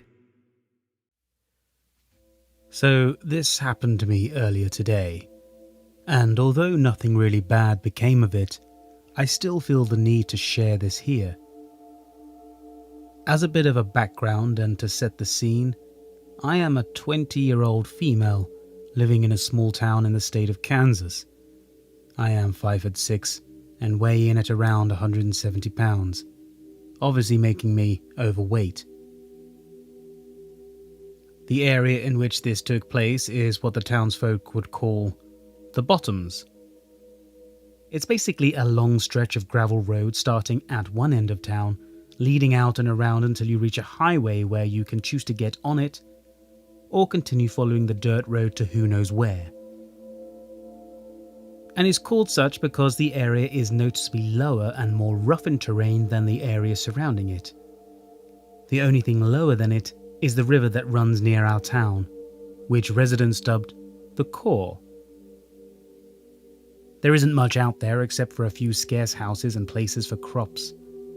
Even domesticated animals such as horses and dogs are a rare sight. Most of the area is covered in farmland. However, there is one portion of it near where you head out of town that was turned into somewhat of a park area. Although the 3 acres of land is somewhat barren, aside from a set of swings and a jungle gym with a slide in one corner, a long sidewalk that circles back around on itself meant for vendors, a stone slab used for concerts, and a house city workers use as a sort of station, as well as a grassy area surrounded by a gravel road right alongside the road running through the Bottoms where people can park. There are several picnic tables here and there as well, and it should be noted that you can see the river from this area, as well as the fact that the play area is blocked from the road by a large grove of trees. Aside from the events such as the 4th of July or concerts, this area is generally empty, aside from a few people here and there looking to have a good time outside. On this day, around 11 in the morning, I decided that I would take my black German Shepherd Odin there to throw a ball around after a walk. We had got there to find only one other person, an older man walking the gravel road surrounding the parking area. He was wearing headsets and didn't seem to notice us, and being the respectful dog owner I am, I kept Odin close as we headed to the play area where I could let him run and chase the ball. Mind you, Odin is generally a sweet dog who wouldn't hurt a fly, but considering that even at 15 months of age he weighs in at roughly 125 and reaches roughly 28 inches at the shoulder, he is overall built like a brick house and can appear menacing at times. As such, I didn't want to startle the man or make him uncomfortable if he didn't like dogs. But I digress. When we made it to the play area, I let him off his leash and began throwing the ball around. As fetching is the greatest thing in the world to him, he chased the ball around enthusiastically and brought it back continuously without hesitation. This went on for about 10 minutes, I myself sitting on one of the swings as I threw the ball around. It was around this time that the encounter occurred. I had thrown the ball once more, my arm starting to tire, though I didn't complain as Odin again went after the ball. It was just as he reached the ball and was about to pick it up when he suddenly stopped, and instead of picking the ball up, he looked to the trees near where we were. Just as I said before, fetch is the greatest thing in the world to Odin, and rarely does he ever get distracted when playing. He barely gave the man walking, who was still doing so now, a second glance when he passed us when we first started playing. I figured he just saw a wild critter or something, so I shrugged it off and called to him, "Odin, ball!" Instead of picking up the ball and bringing it to me as he normally did at the command, he continued to stare in the direction of the trees, a low growl emitting from him. While he was normally a well-behaved dog even off the leash, I started to worry that he'd bolt off after whatever had caught his interest. And, being the out-of-shape person I am, I knew I would be unable to actually give chase and catch him unless he decided to come back. So I stood and turned my gaze in the direction he was looking at, and froze. About 5 or so feet into the little wooded area, roughly 10 to 12 feet or so away from me, a hooded figure stood among the trees, head down and hands in their pockets. As I could not see a face or go by their body type as the hoodie seemed baggy, I could not tell whether they were male or female, though they appeared a bit taller than me. I stood there for a long moment, confused, before turning to face the person and calling out, "Hey, is everything alright? If you're scared of my dog, I can put him on his leash." As I was a little uneasy, I didn't want to give away the fact that Odin was in fact quite friendly. By the looks of it though, Odin didn't disagree. His normal reaction to new people whenever he was off the lead was to approach them and attempt to at least give them a once-over via smell before asking for attention from them, no matter who they are or where we were. Now, however, Odin stood stock still, watching the figure intently. I could also make out that the hairs on his neck were ever so slowly standing on end. The figure hadn't budged when I returned my gaze, and after repeating myself and waiting for a few moments for a response, I decided it was time for us to leave.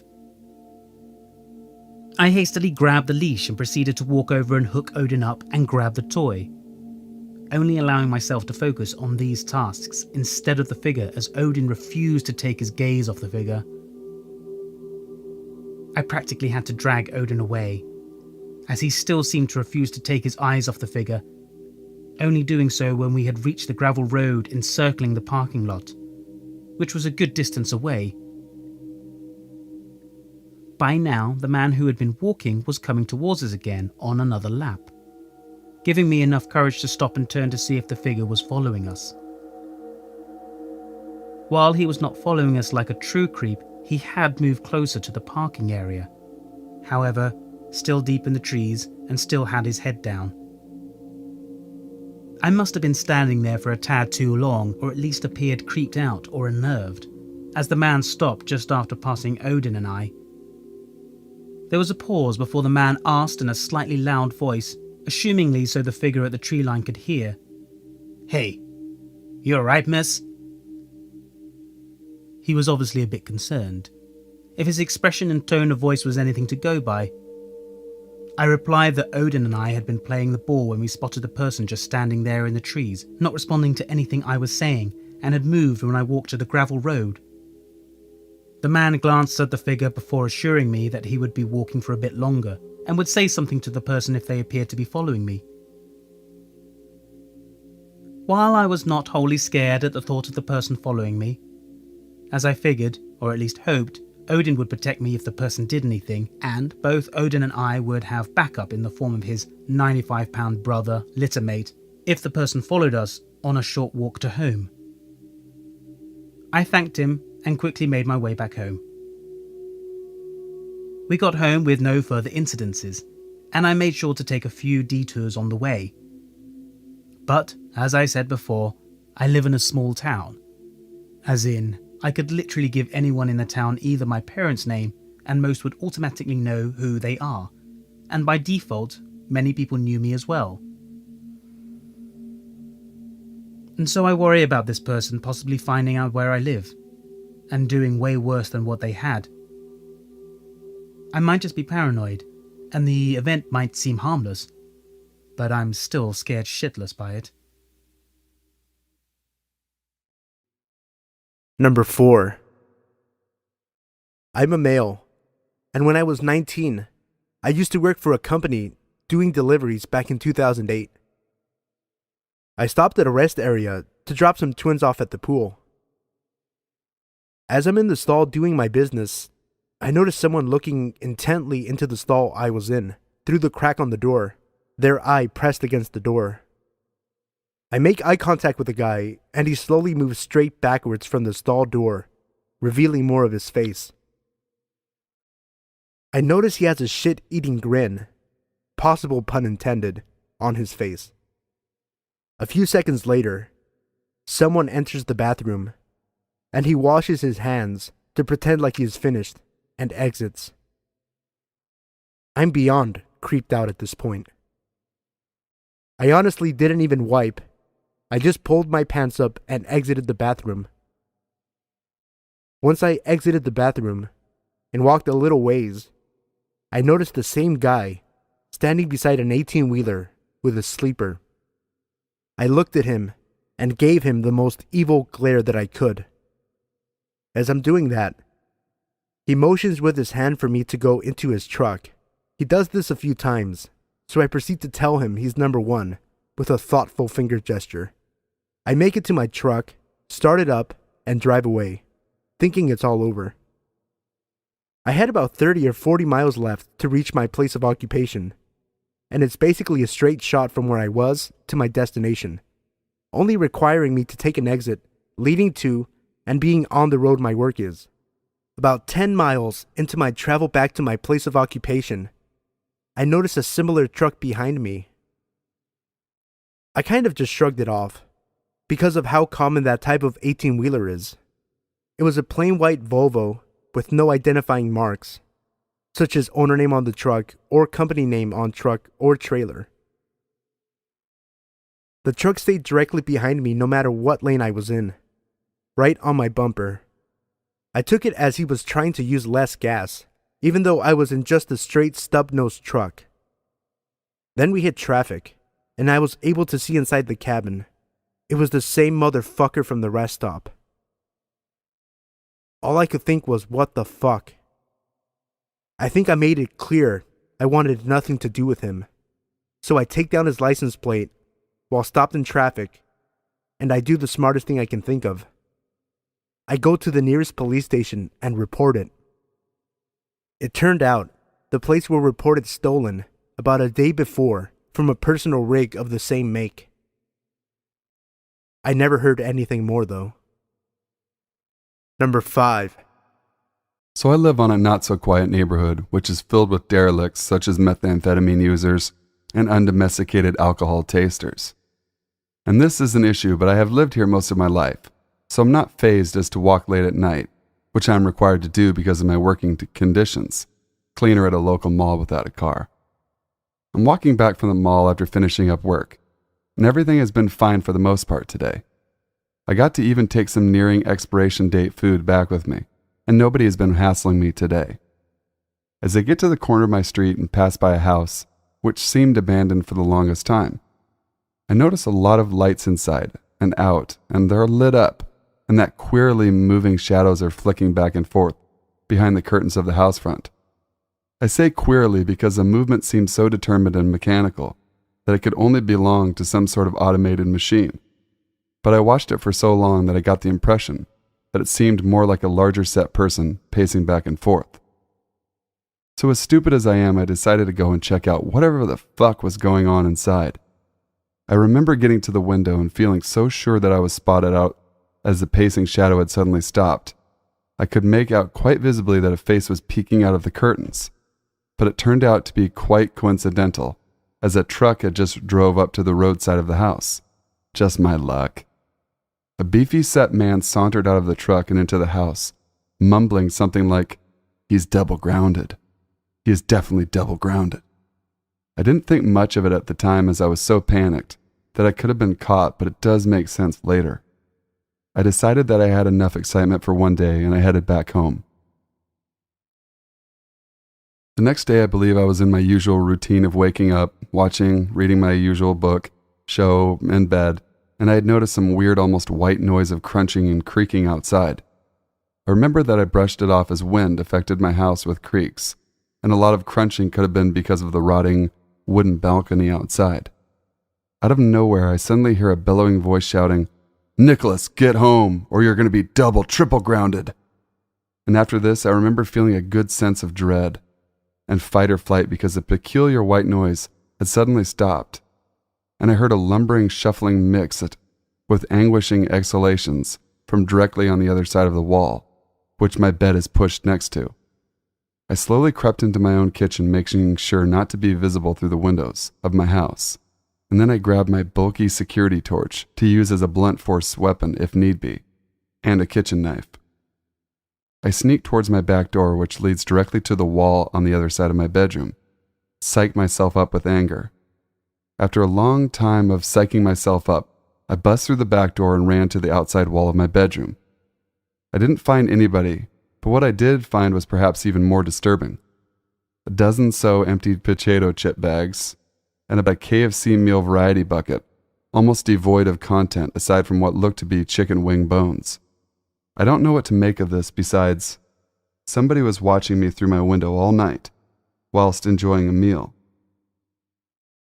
Now this would lead me to ask, how has this happened before? Is this frequent?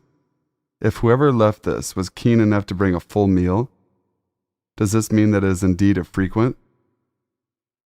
I am not sure as to what to do, and I'm a little distraught to be honest. Number 6. Where I live, winter is a living hell.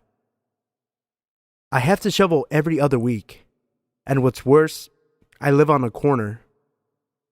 Anyway, I pop in my earbuds and get to work.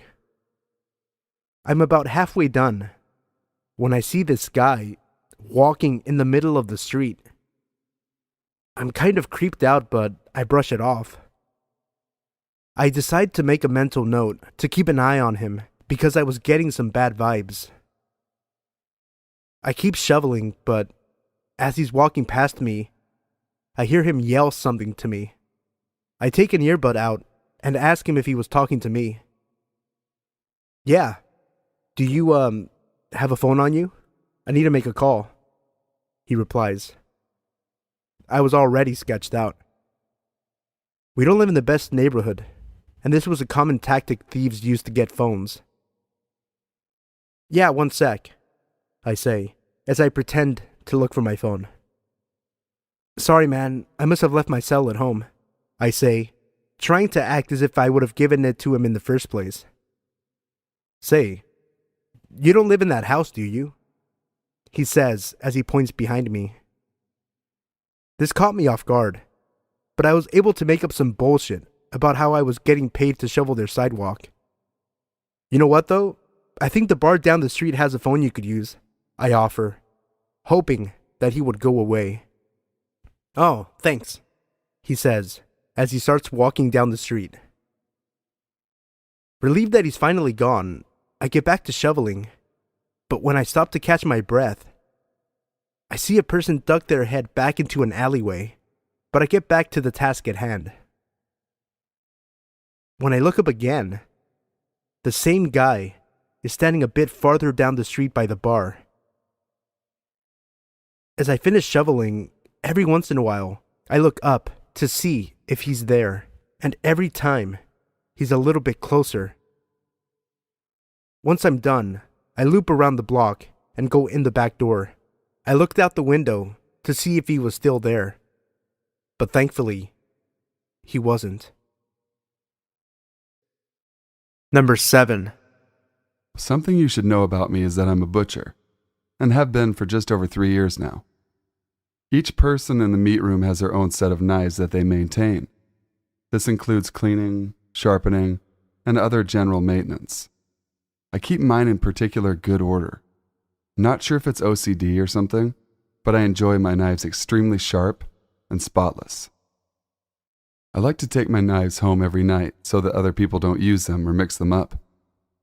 I live very close to work and usually take a walking trail by the forest to work in the day, and then bus back home at night once I'm off. Anyways, about a week ago, I had agreed to stay in a little late to do some extra cleaning. This caused me to miss my bus home. I stood outside my store weighing my options. I could either wait another 25 plus minutes for a bus, or I could take the path home. I decided the walk home would be quicker and set off. As I began my walk, a large man with a beard turned the corner from behind the store and began walking behind me. I live in Halifax, Nova Scotia, Canada, and although the store is close to a sketchy neighborhood, you never hear about much crime in my area. So as he followed me up the sidewalk and eventually onto the path, I stupidly didn't pay much attention. I walked about half the path's length when I heard his brisk walk break into a jog. He came up beside me and shouted, "Hey, buddy." I turned to greet the man. He was even worse looking up close. He had a comb-over and a long, unkempt beard. He stopped in front of me and asked where I was going. I told him I was on my way home and asked if there was something I could help him with. "You got any money?" he asked. I could smell alcohol on his breath as he spoke. Not wanting to cause any trouble, I simply replied with, "No, sorry, man. I don't have anything on me." And then I began to walk off. He placed his hand on my shoulder as I tried to walk past him, pushing me back in place. Clumsily pulled out a pocket knife.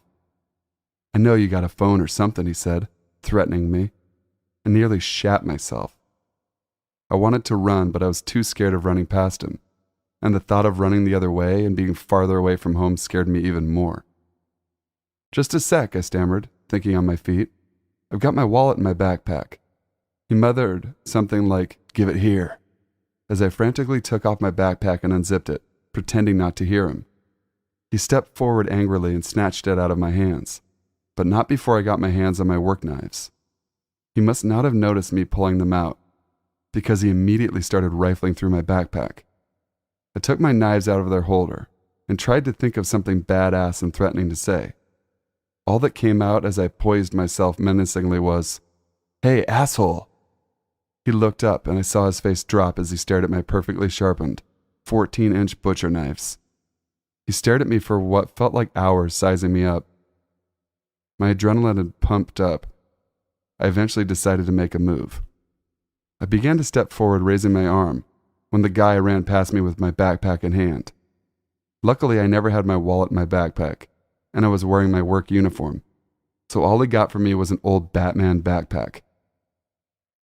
I told the police when I got home, and even asked around work about him. No one had really seen him before, nor did he come wandering around my store again. In retrospect, I probably should have went with something like, "You should never try to rob a butcher," or something, but either way, I'm very fortunate the man was likely drunk instead of homicidal. Number 8. I was born and raised in Honolulu, Hawaii, so I know the surrounding areas of Waikiki and Kapahulu like the back of my hand. This happened a year or two ago. I'm a female, and I was 18, having just finished a nice dinner date, followed by a walk on the beach at night. By the time my boyfriend and I decided to part, it was about 2 a.m. It is a straight shot to my house. I walk past the Shell Center and the Honolulu Zoo, and just keep going up to Diamond Head. This is about a 10-minute walk, as I walk rather briskly when alone, so I decide to pass on taking a taxi. I'm wearing a strapless dress with flats, one earphone in my ear, and I make my way home. It is not unusual for cars to slow down, catcall, or even offer a ride home. However, this night was different. A car slowed down as I was walking past the last ABC store across the street from the zoo, and I crossed the street, making note of the car.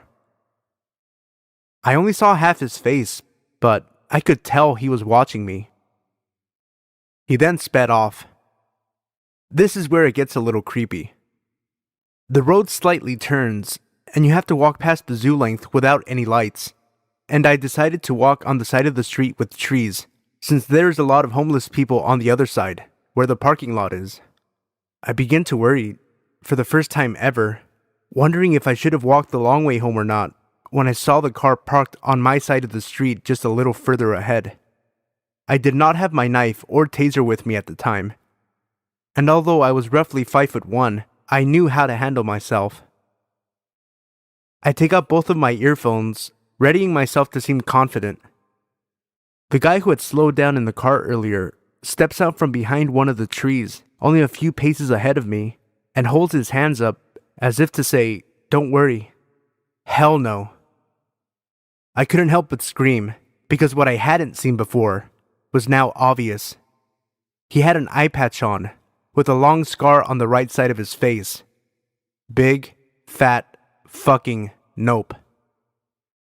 "You remind me of my little sister," he says, trying to calm me down. "And I'd just like to give you a ride home." He takes a step towards me. 2 seconds later, I find myself screaming and sprinting across the street, back towards Waikiki, where I could find a cab. Every time I looked back until I couldn't see him, he was just standing there, staring with a grin on his face.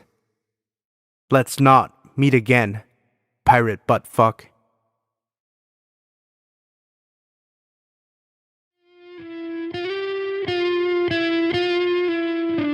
This is the SINOSTUDIOS After Hours podcast. I am Sino, obviously, the man you love to love, and I'm joined by Enrique, aka Robin, the boy wonder, and we're here to talk about, we had a question sent in by Ed.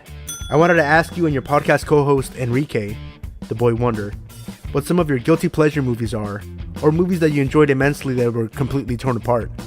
Alright. And I don't know about you, I had a pretty hard time coming up with movies for this, because there's no movies that I will admit to liking that I'm embarrassed about. Yeah, I don't really have any shame. I don't have for anything. I mean, good or bad. Good or bad, whether it's good or bad, I have no shame about what I live like. with an absence of and shame. see, as Vince Russo says, you'll appreciate this, bro. I've been made fun of my whole life for the things I like. Yeah. Same. Can you believe in elementary school, this is 1997, I was in the first grade, and since 1997 until about a couple years ago in high school, I used to be made fun of because my favorite band was the Beatles. There you go, yeah.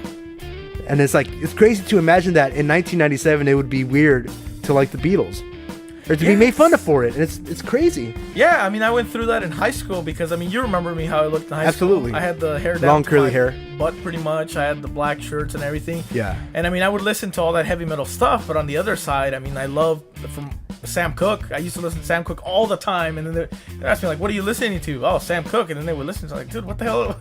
All this to say that I don't have any qualms about telling people what I like, and it's crazy because almost every girl I've ever been in a relationship with would give me shit because of my love for Taxi Driver.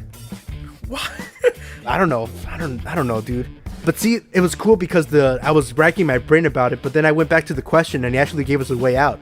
So it's like, if we didn't have a guilty pleasure, he also said, what were movies that we enjoyed immensely that were completely torn apart? Yeah. And my God, there's a whole list of movies that we could go down. What did you have down for movies that were torn apart? I know we both have is Cruising, Al Pacino. Oh, yeah. It was really essentially brave of Al to be able to want to do a film like that, especially coming off of where he had been and everything. I mean, but he really believed in the story and he felt that there was something there. And I mean, I think it's a great film. It is a really great film. It's one of those that William Friedkin, the same guy that did The Exorcist. Yeah, I thought it was a really good movie. I mean, it was controversial. I mean, for the subject matter. Even today, I think it would be controversial. Yeah, it's a heavy film. It is a very dense film, but I mean, I thought it was great. I thought Al was great. I remember a couple of years ago, I started watching a lot of movies on Netflix. I was never really big on horror. I never really grew up with that genre around me. So I started watching some of the horror movies like Invasion of the Body Snatchers and stuff like that, which is just incredible. So some horror movies that I loved because they're so bad that were rightfully critically panned were movies like Elevator, ATM, Absentia, 13, The Final, Greystone Park, and Paranormal Entity, which are two of the worst movies I think I've ever seen in my life. Well, I mean, I was a student of horror. I mean, I grew up on horror movies and slasher films and action films. So I mean, a lot of those movies that I've always enjoyed were the slasher films of the 80s, like The Burning, The Prowler, which all had the effects of Tom Savini. He's the guy who's essentially did all the best effects for a lot of the slasher films in the 80s for those famous scenes, those head blown off and all that stuff. But I mean, I used to love those movies. I mean, I grew up on them. They scared the crap out of me when I was a kid, so they really stuck with me. So I mean, I have The Burning, The Prowler, Sleepaway Camp, and a lot of action movies too. Like one of them that I love is Con Air. It's one of those that wasn't really well reviewed, and I mean, it's a bit cheesy, but I think that there's some good stuff in there. Like John Malkovich is awesome in it. A big proponent nowadays in horror movies is special effects. Yeah. So it's like you either want to have a movie that has a good story or good special effects, because it seems that there is no middle ground. There is no movie that I've seen really that has good special effects and has a good story. That's, because when people use special effects, it's easy to go overboard, and they often do. Yeah. So it's like you either want to have a good movie that has a good story, that like The Babadook, where people are going to be a little apprehensive about it or kind of standoffish and be like, it'll take a couple of watches to get acclimated to it and understand what it's really about and see the details in it.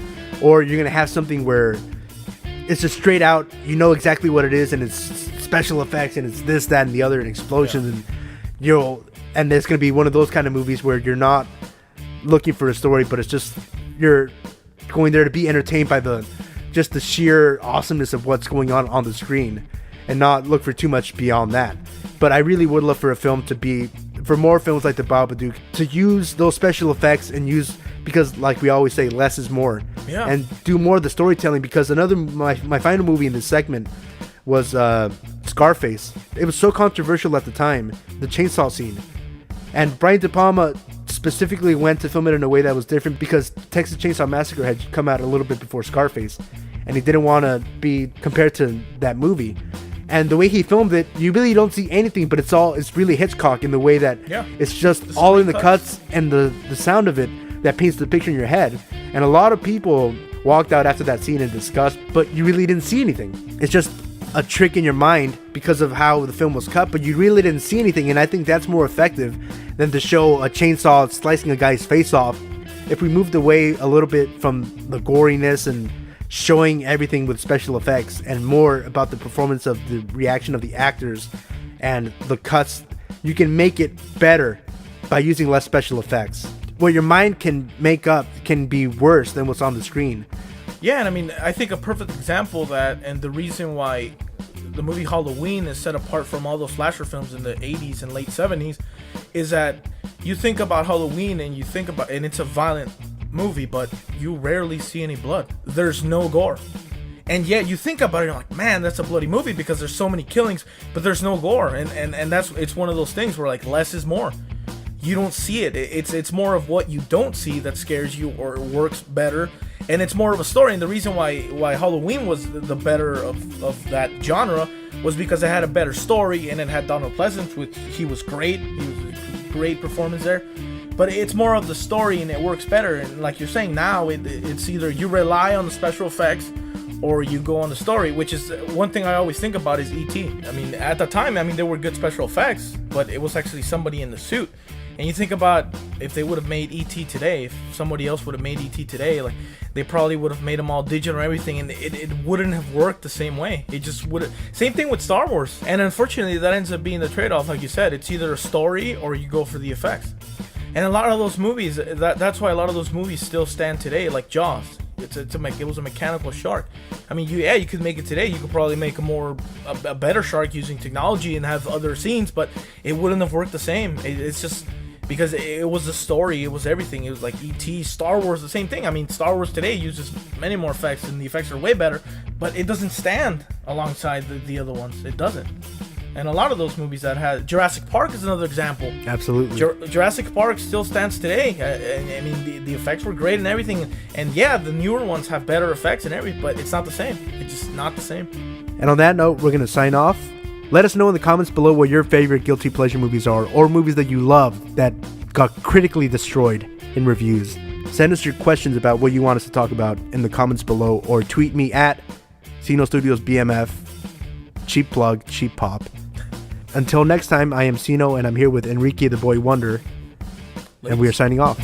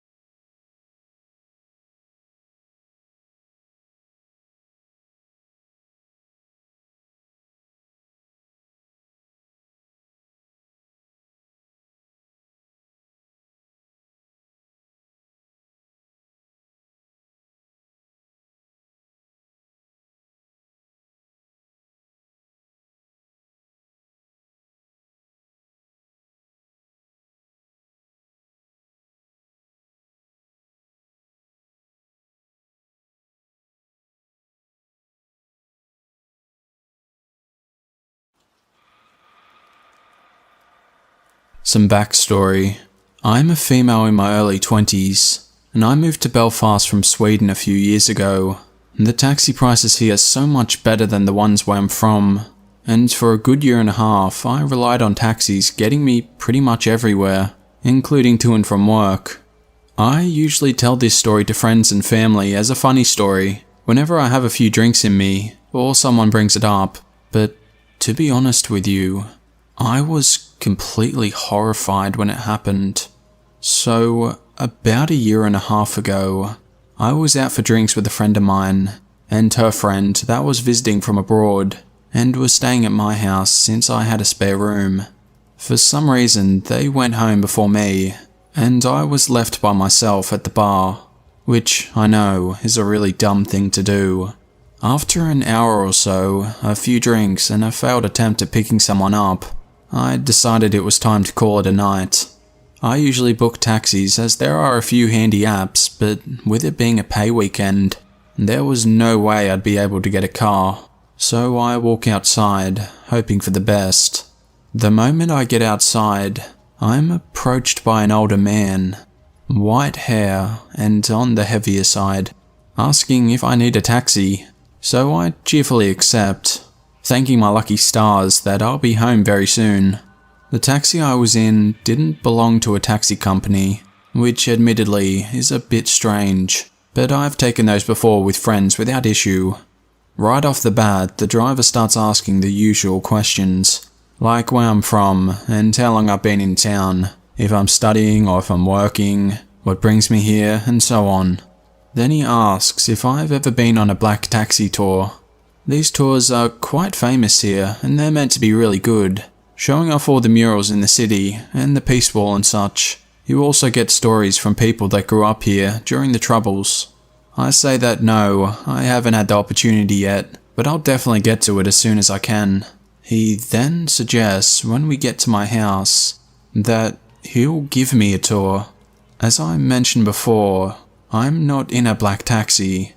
He then tells me he'll do it for free. Right now, in the middle of the night. Being the way too nice idiot I am, I hear myself saying, "Yeah, sure, that would be nice," when what I really meant was, "Hell nah, dude." So he starts driving out of town, down countryside roads and not at all in the direction of any murals, and on the other side of town from the Peace Wall.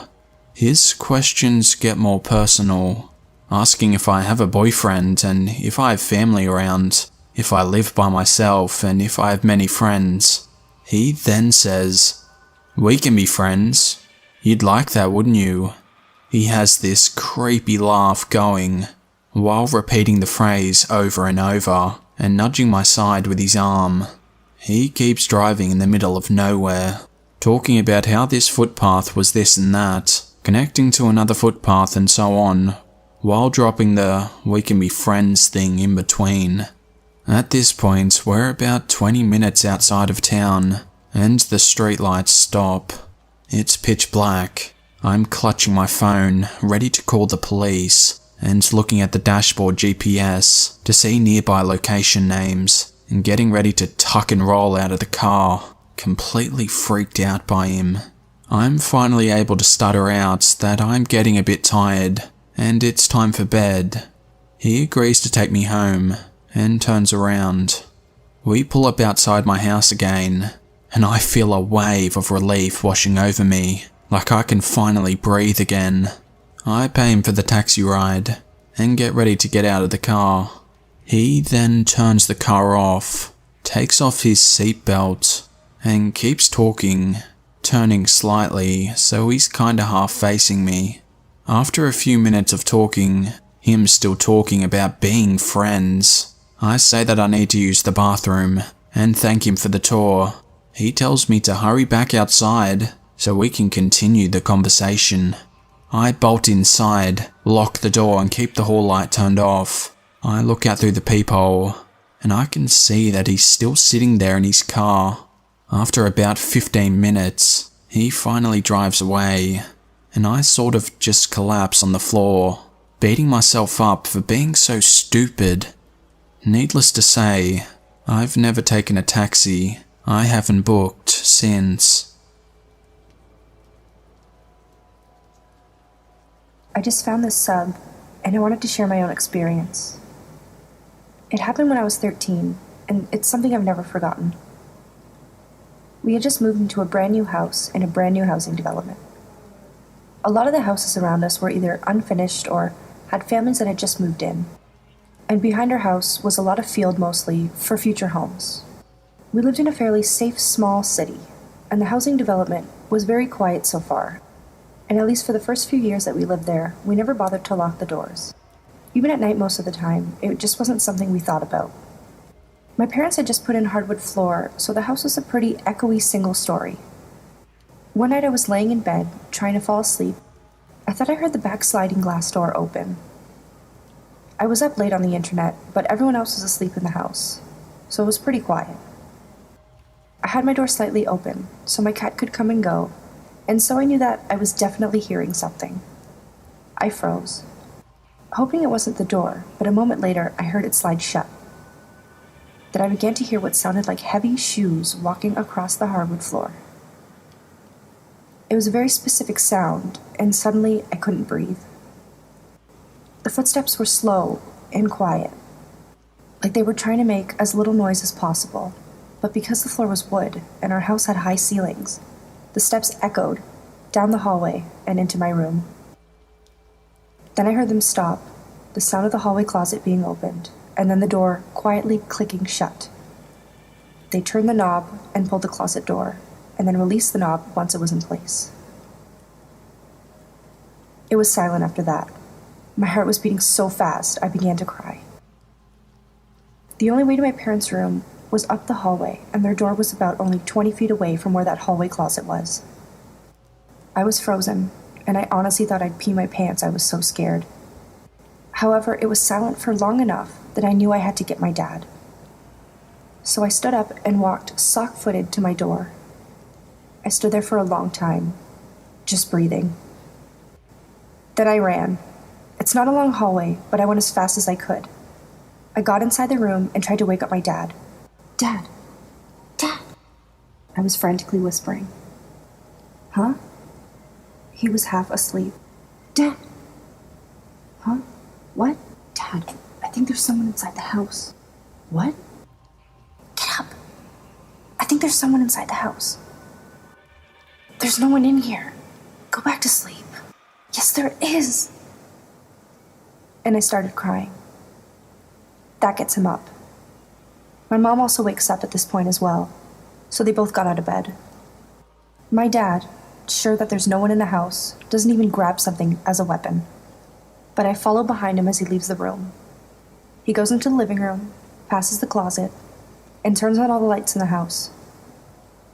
I remember standing in the living room, knowing exactly where the person was and not being able to say anything. He tells me, "Look, there's no one here."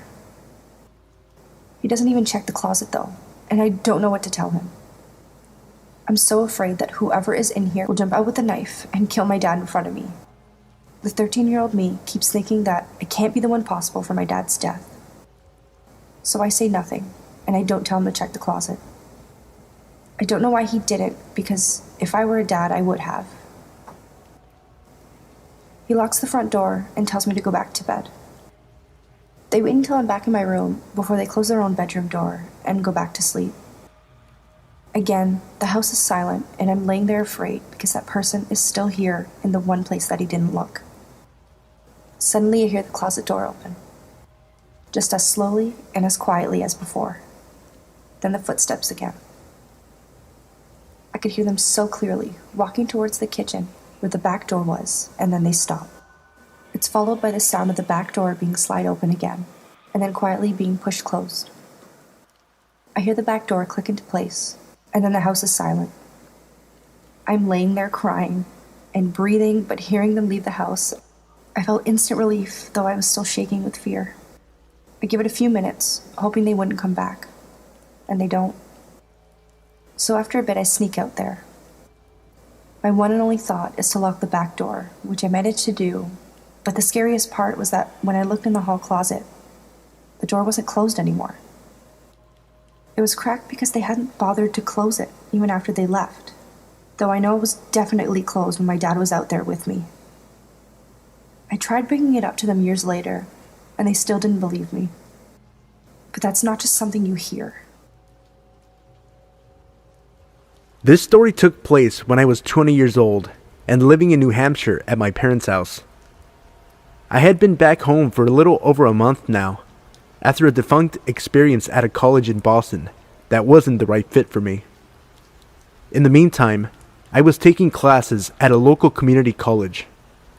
Anyway, going from living in Boston for a semester and having total independence, as well as almost endless opportunities for fun with other cute gay guys like myself, to back with my parents in rural New Hampshire was a huge knockback, and I was seeking thrills in the meantime to numb the pain. Sometimes, I have an almost ravenous sexual appetite, which was hard to satisfy in New Hampshire. I used gay hookup websites such as Manhunt and the app Grindr to meet other like-minded guys in my area. Not surprisingly, these sites and services come with their fair share of creepers, but I honestly never found myself threatened when they reached out, just sort of flattered and then would take comfort in the fact that I could easily block them. The problem occurred when some guys couldn't take a hint though, and there was one in particular that kept attempting to contact me, under different usernames after I would block him. His original username was something along the lines of SoccerBoy123. His profile picture on Manhunt was of a fit-looking guy from the neck down. He reached out to me and we began chatting. He said he lived in Concord, which is roughly an hour south of where I lived, and also where my community college was located at the time. We were chatting about explicit stuff, use your imagination, and possibly meeting up, when I asked to see some pictures of him, including one of his face. He sent the pictures over. I could notice that they didn't really seem to match up with each other, not to mention his profile picture. The face picture I requested was also missing. I replied with something like, hot, and I asked him again for a picture of his face. He gave me the old, this computer is new and I don't have one on here yet line. And I said I wasn't going to continue chatting unless I saw one. He eventually caved, and he sent me a few photos of his face. I'm not shallow, but he was ugly. I wondered why he didn't continue his trend of sending fake hot pictures. The thing about him I found most unattractive was a huge mouth full of really crooked, very messed up teeth that kind of protruded out in a freakish sort of way, even with his mouth closed. I think I blocked him right away, being kind of weirded out by the whole thing, and I went along with my business. However, in the months that followed, I began receiving hostile sounding messages from phony looking profiles on both Manhunt and Grindr. Most of them were blank and contained little to no information about the user.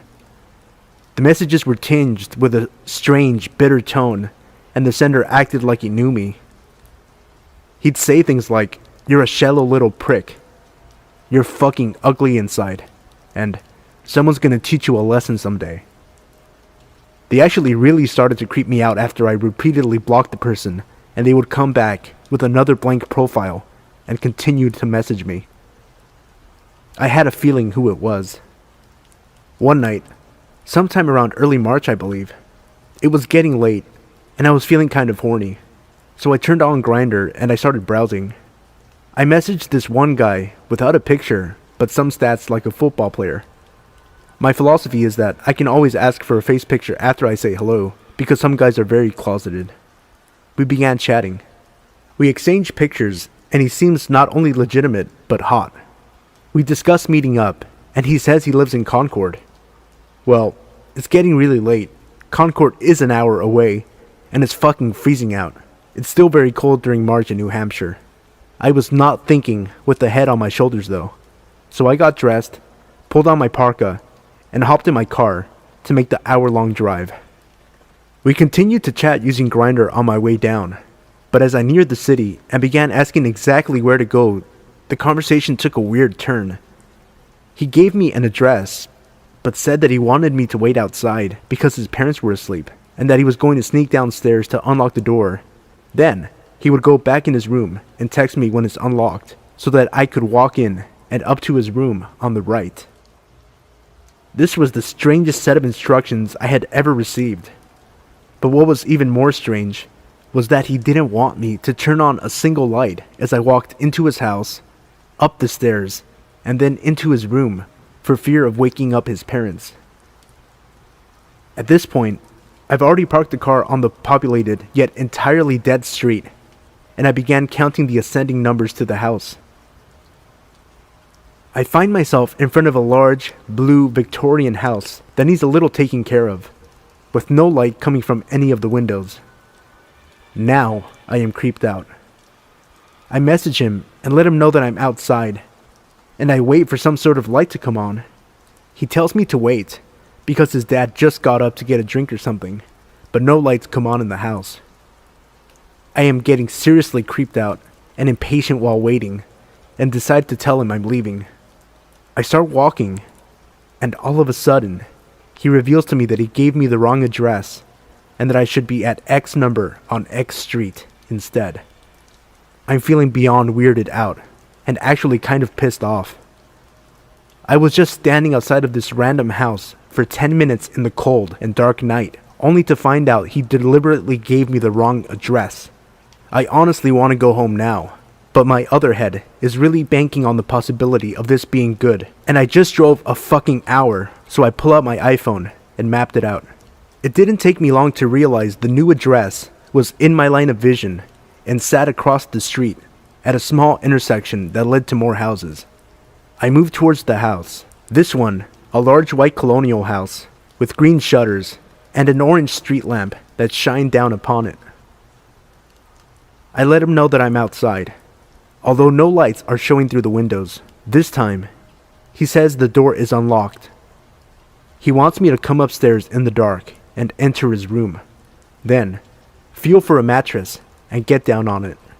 He says he wants me to just feel what's happening instead of seeing it, and assures me it will be so hot. Fuck no, I think, beginning to give in to the impending fear taking hold of me. But in a last-ditch effort from my other head, I give him an ultimatum. Either come down here, open the door, and let me in with the lights on, or I'm leaving.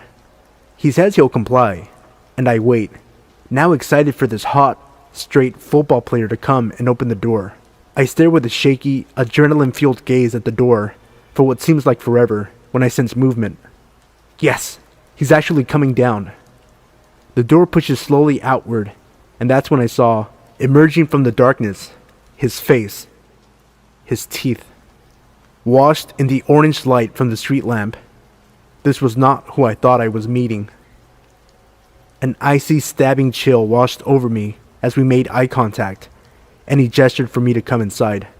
I knew who this was. This was the man who has been contacting me. I looked at him and yelled, "No!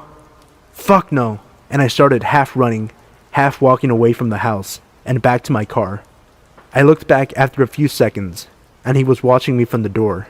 I got to my car, and quickly got in, locked the doors, and sped home.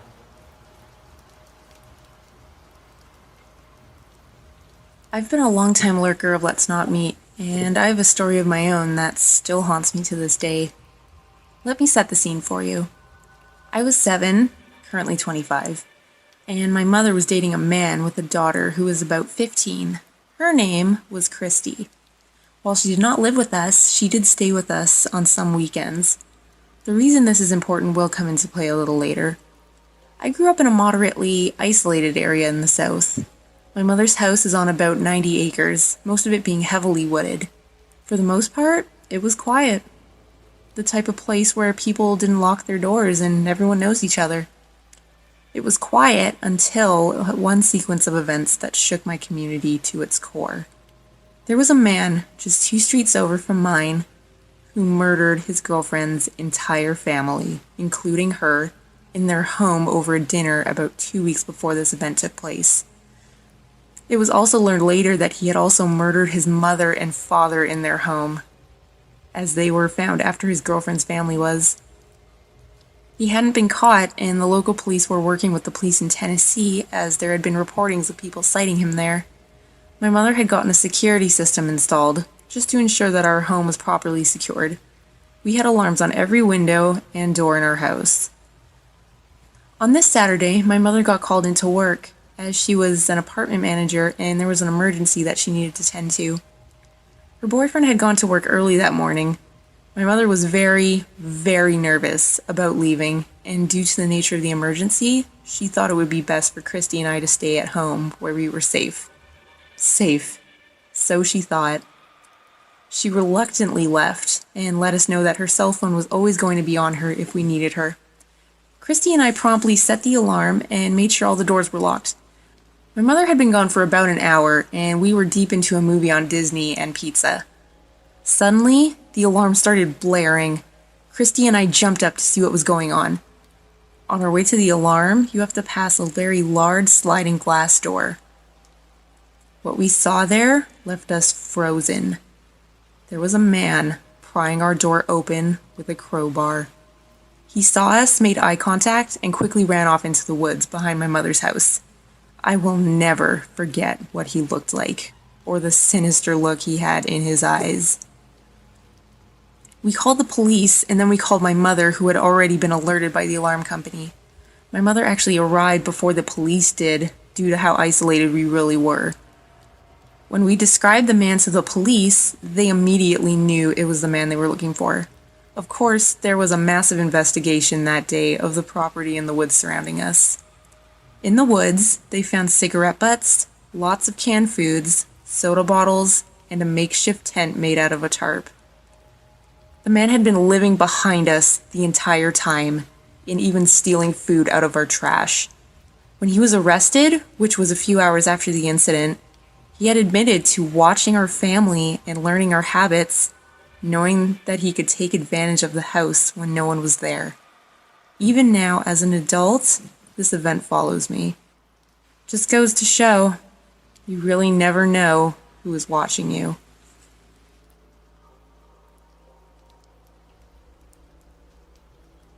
It all started on St. Patrick's Day, in a small town when I met a lanky guy that seemed like fun company. The sun was setting and he said he had some fireworks he could show off. And, having never seen fireworks up close, I agreed. Me, him, and a mutual friend walked to his house. And the fireworks were disappointing, but at least not dangerous. On the way back to town, he started flirting. Now, he was tall.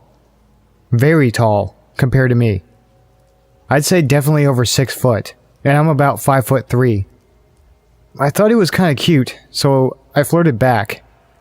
He decided to say, "I almost want to make a move, but I don't want to scare you." I said go ahead, and he grabbed me. He licked my neck and grabbed my crotch through my jeans. I was shocked.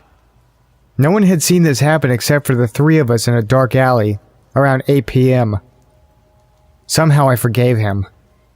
I thought he was just, I don't know, bad at these things. That maybe he was drunk or tired or something. I remained friends with him. He was one of the only friends I had. It was now summer. I was bored, and I went to his house alone, without telling my parents. They would just be worried for no reason.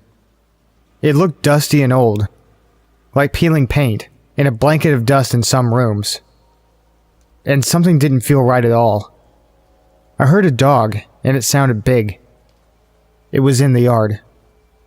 I went into his bedroom, and he closed the door, and there were holes in it. All over it. Holes and slices. When he's mad, he stabs the door, he told me. I was between him and the door. I remember looking past him, and seeing a fish tank before hearing something and flinching. He had thrown a knife into the door. It was impaled into the wood next to me, and now he was laughing because I flinched. "I knew that would scare you," was what he said. I looked back at the fish tank. It was loud. He opened the door. He told me something that still haunts me. He looked me right in the eyes. So close, and at least a foot taller. Oddly, I remember his nose more than his eyes, with how close it was. In a tone somewhere between small talk and the kind of sound like you were complimenting someone's looks. "I could kill you so easily right now." Struggling to keep the fear out of my voice after I forced a laugh, I said I'd rather sit outside together, rather than inside with all the dust. I told him I was going to go get some ice cream because he was not allowed to leave his house after his last suicide threat. I tried to keep steady as I walked in the general direction of the Carvel. I made sure I was out of his sight. I called my mom and asked to be picked up. Told her I wanted to be picked up because I was bored. She said she could get me within an hour. I decided to spend that hour on the other side of town, in the library. She said something like I look sick. I told her it was just the heat, and she believed me.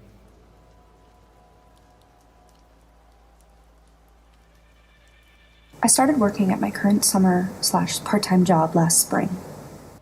I'm situated in a large old building that used to be a country club, but it fell into disrepair about 10 years ago. Although there's nothing paranormal about my story, it's just maybe worth mentioning that the former manager committed suicide in the main office upstairs when they went out of business. It adds to the unsettling quality of this place. Along with that, so do the seemingly never-ending hallways and passages, innumerable hidey holes and half-empty pools, and other strange, unused parts of the building, like a secret shower room, sauna, and a tunnel of storage areas that connect the men's and women's bathrooms. There are also a lot of doors to the outside of this place.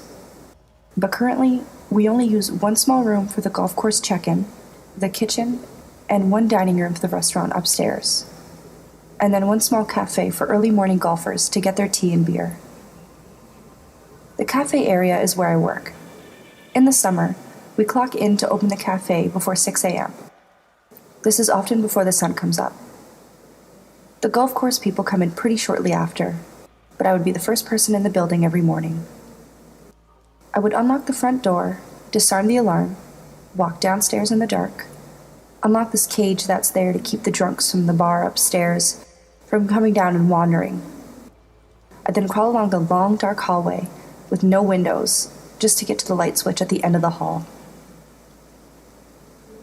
This always creeps me out, and I end up holding my keys between my fingers like brass knuckles. Mind you, I'm a woman in my mid-20s, and I lived in plenty of bad neighborhoods. I'd ninja slide down the walls on the opposite side of whatever doorway is coming, just because it's pitch black, and I'm a scaredy bear. By the time I get to the end of the hall and flip on the light, my heart is always pounding out of my chest as I struggle to find the right key to let me into the cafe.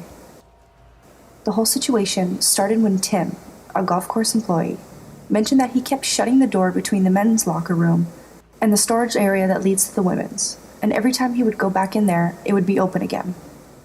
This, along with some strange noises, was fodder for the bar regulars upstairs to claim this place was haunted by the old manager and whomever else they say died within these halls.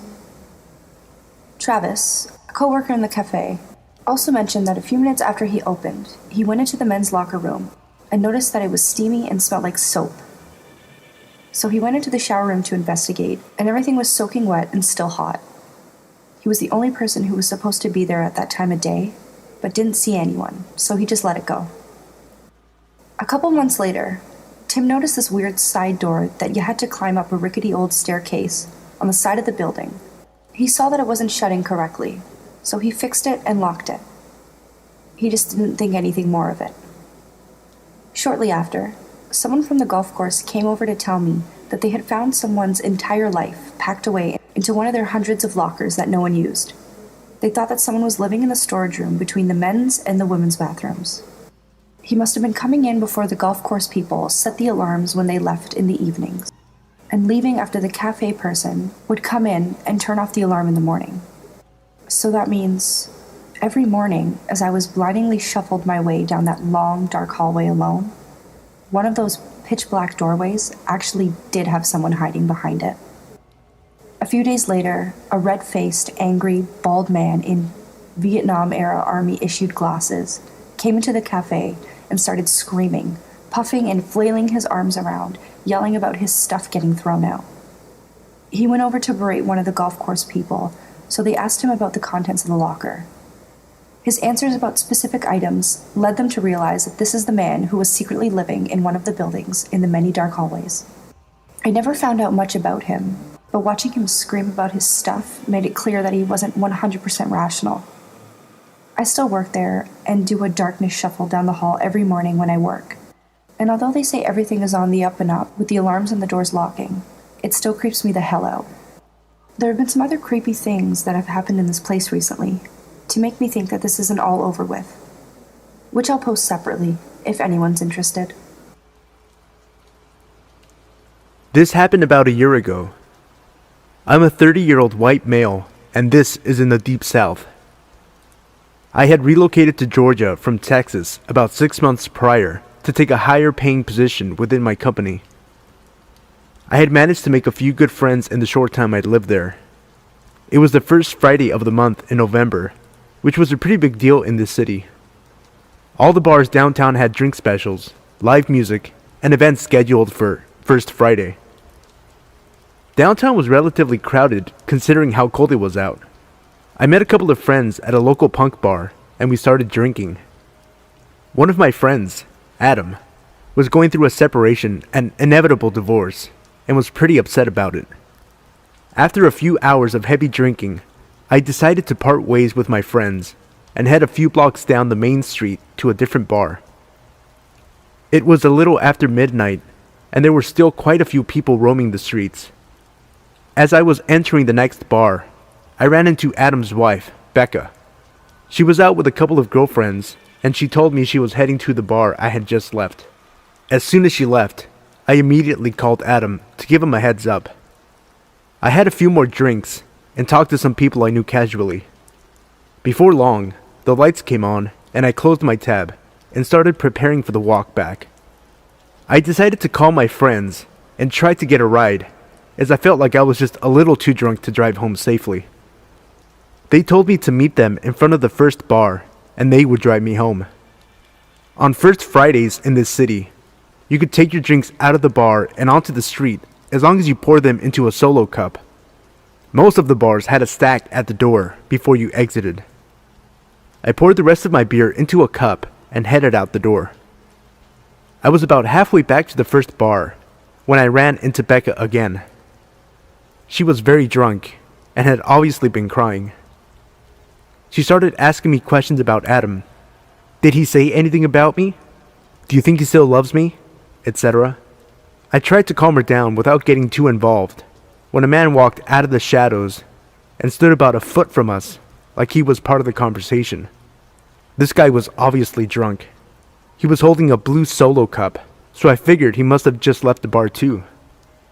He was tall, about 6'2", and relatively clean cut.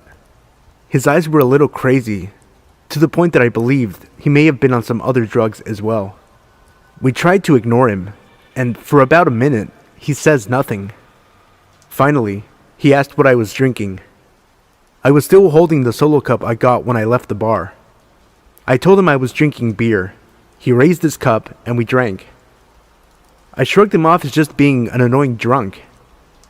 But then he started getting into our conversation. "Is this your boyfriend?" he asked Becca. "Yes," I said, sensing that she was feeling uneasy. He had been inching closer to her. Adam's wife was very attractive and dressed for a night out. Although annoying, I didn't think it was particularly odd that some drunk asshole was trying to talk to her. We again tried to carry on our conversation, hoping this guy would get the hint and leave when out of the blue, he said, "You can do better." That was about all I could take. I said, "Fuck you," and started taking my jacket off. I was pissed. This guy takes off running down the street and I follow. Becca is trailing behind me, telling me to stop, and it's not worth it. She was right. All of a sudden, out of nowhere, a taxi cab pulled up to the curb, right in front of this guy, and he hops in with me still running after him. I grabbed the open door and told him to get out. He started yelling at the confused taxi driver, "Go!" Becca catches up and grabs my arm and tells me again to stop. I turn around, and for the split second it takes to look at her, this guy leans out of the car and throws his drink in Becca's face.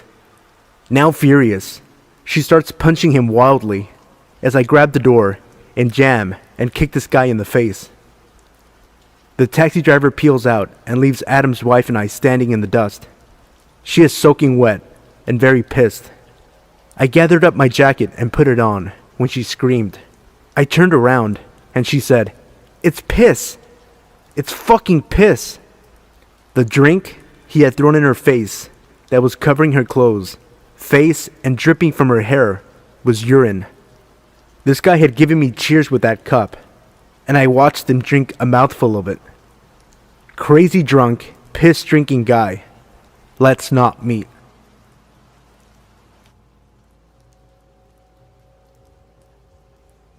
Long-time lurker, first-time poster. This happened back when I was 21 and living downtown with my boyfriend. Had just found out that my boyfriend, who I'd been with for almost 4 years, had been cheating on me. We were invited to a Halloween party that night and had initially declined the invite.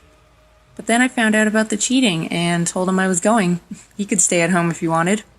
We were in the process of breaking up and dividing our assets. Anyway, the breakup is relevant to my frame of mind. We lived in a rather sketchy area downtown, one of those brand new apartments built in a slummy area sort of things.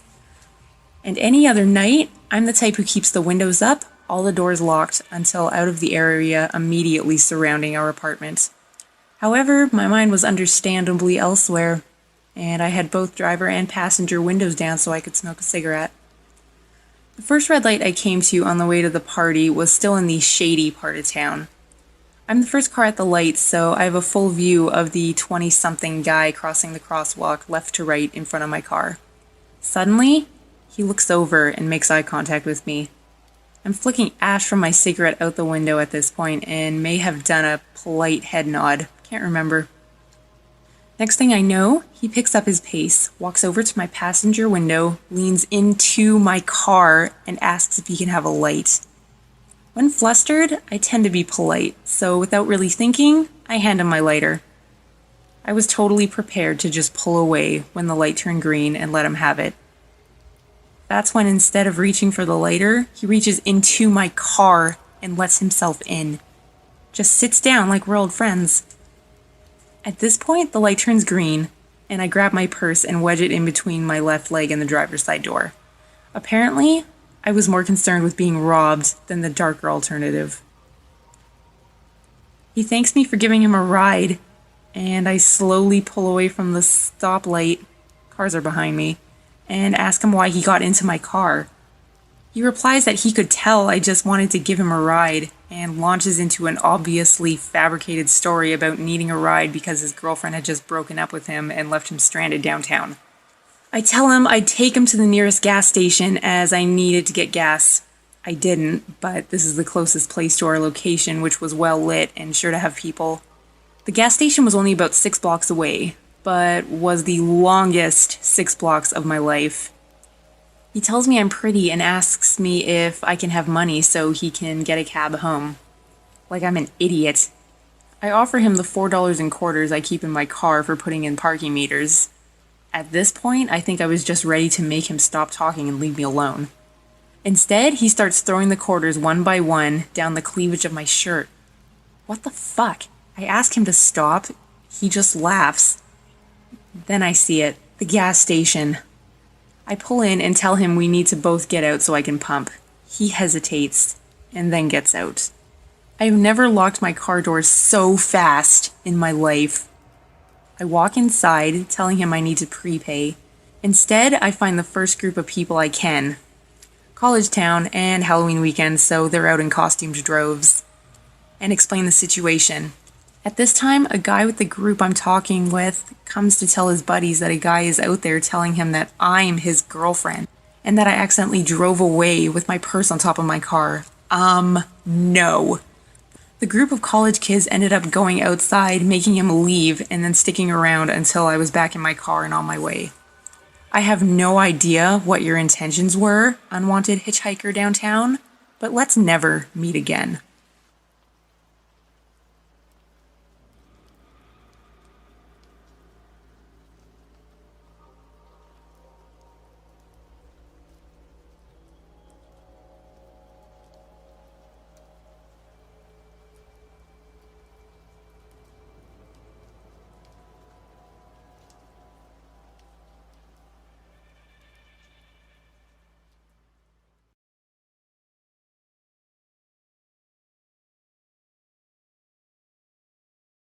Number 1. This must have happened about a year ago now, around Halloween. And to this day, it still creeps me the fuck out. Me and my twin sister, Lauren, both 20 now, had moved into our first flat 3 months before this happened. Our parents helped us move into the flat. My dad hiring a van to get all of our stuff, and the whole family, including my older brother Sam, who was visiting from England, helped us move furniture and numerous boxes into the flat. Our family helped us settle in, and luckily enough, our flat was actually next door to one of our dad's old friends, Danny, which was great as we hadn't seen him or his wife in about 10 years. The neighborhood we live in, which is a smallish village, about an hour or so from Glasgow in Scotland, is 99% of the time really quiet and everybody around the area is really nice, but this one night, something wasn't quite right. Like I've said already, we had only really got used to the area we were living in, but after what happened this one night, I always have my wits about me now. It was a dark winter's night in late October/early November, a Thursday I think. My sister and I decided to stay up until about 1:30 in the morning, as we sometimes did after a long week at college.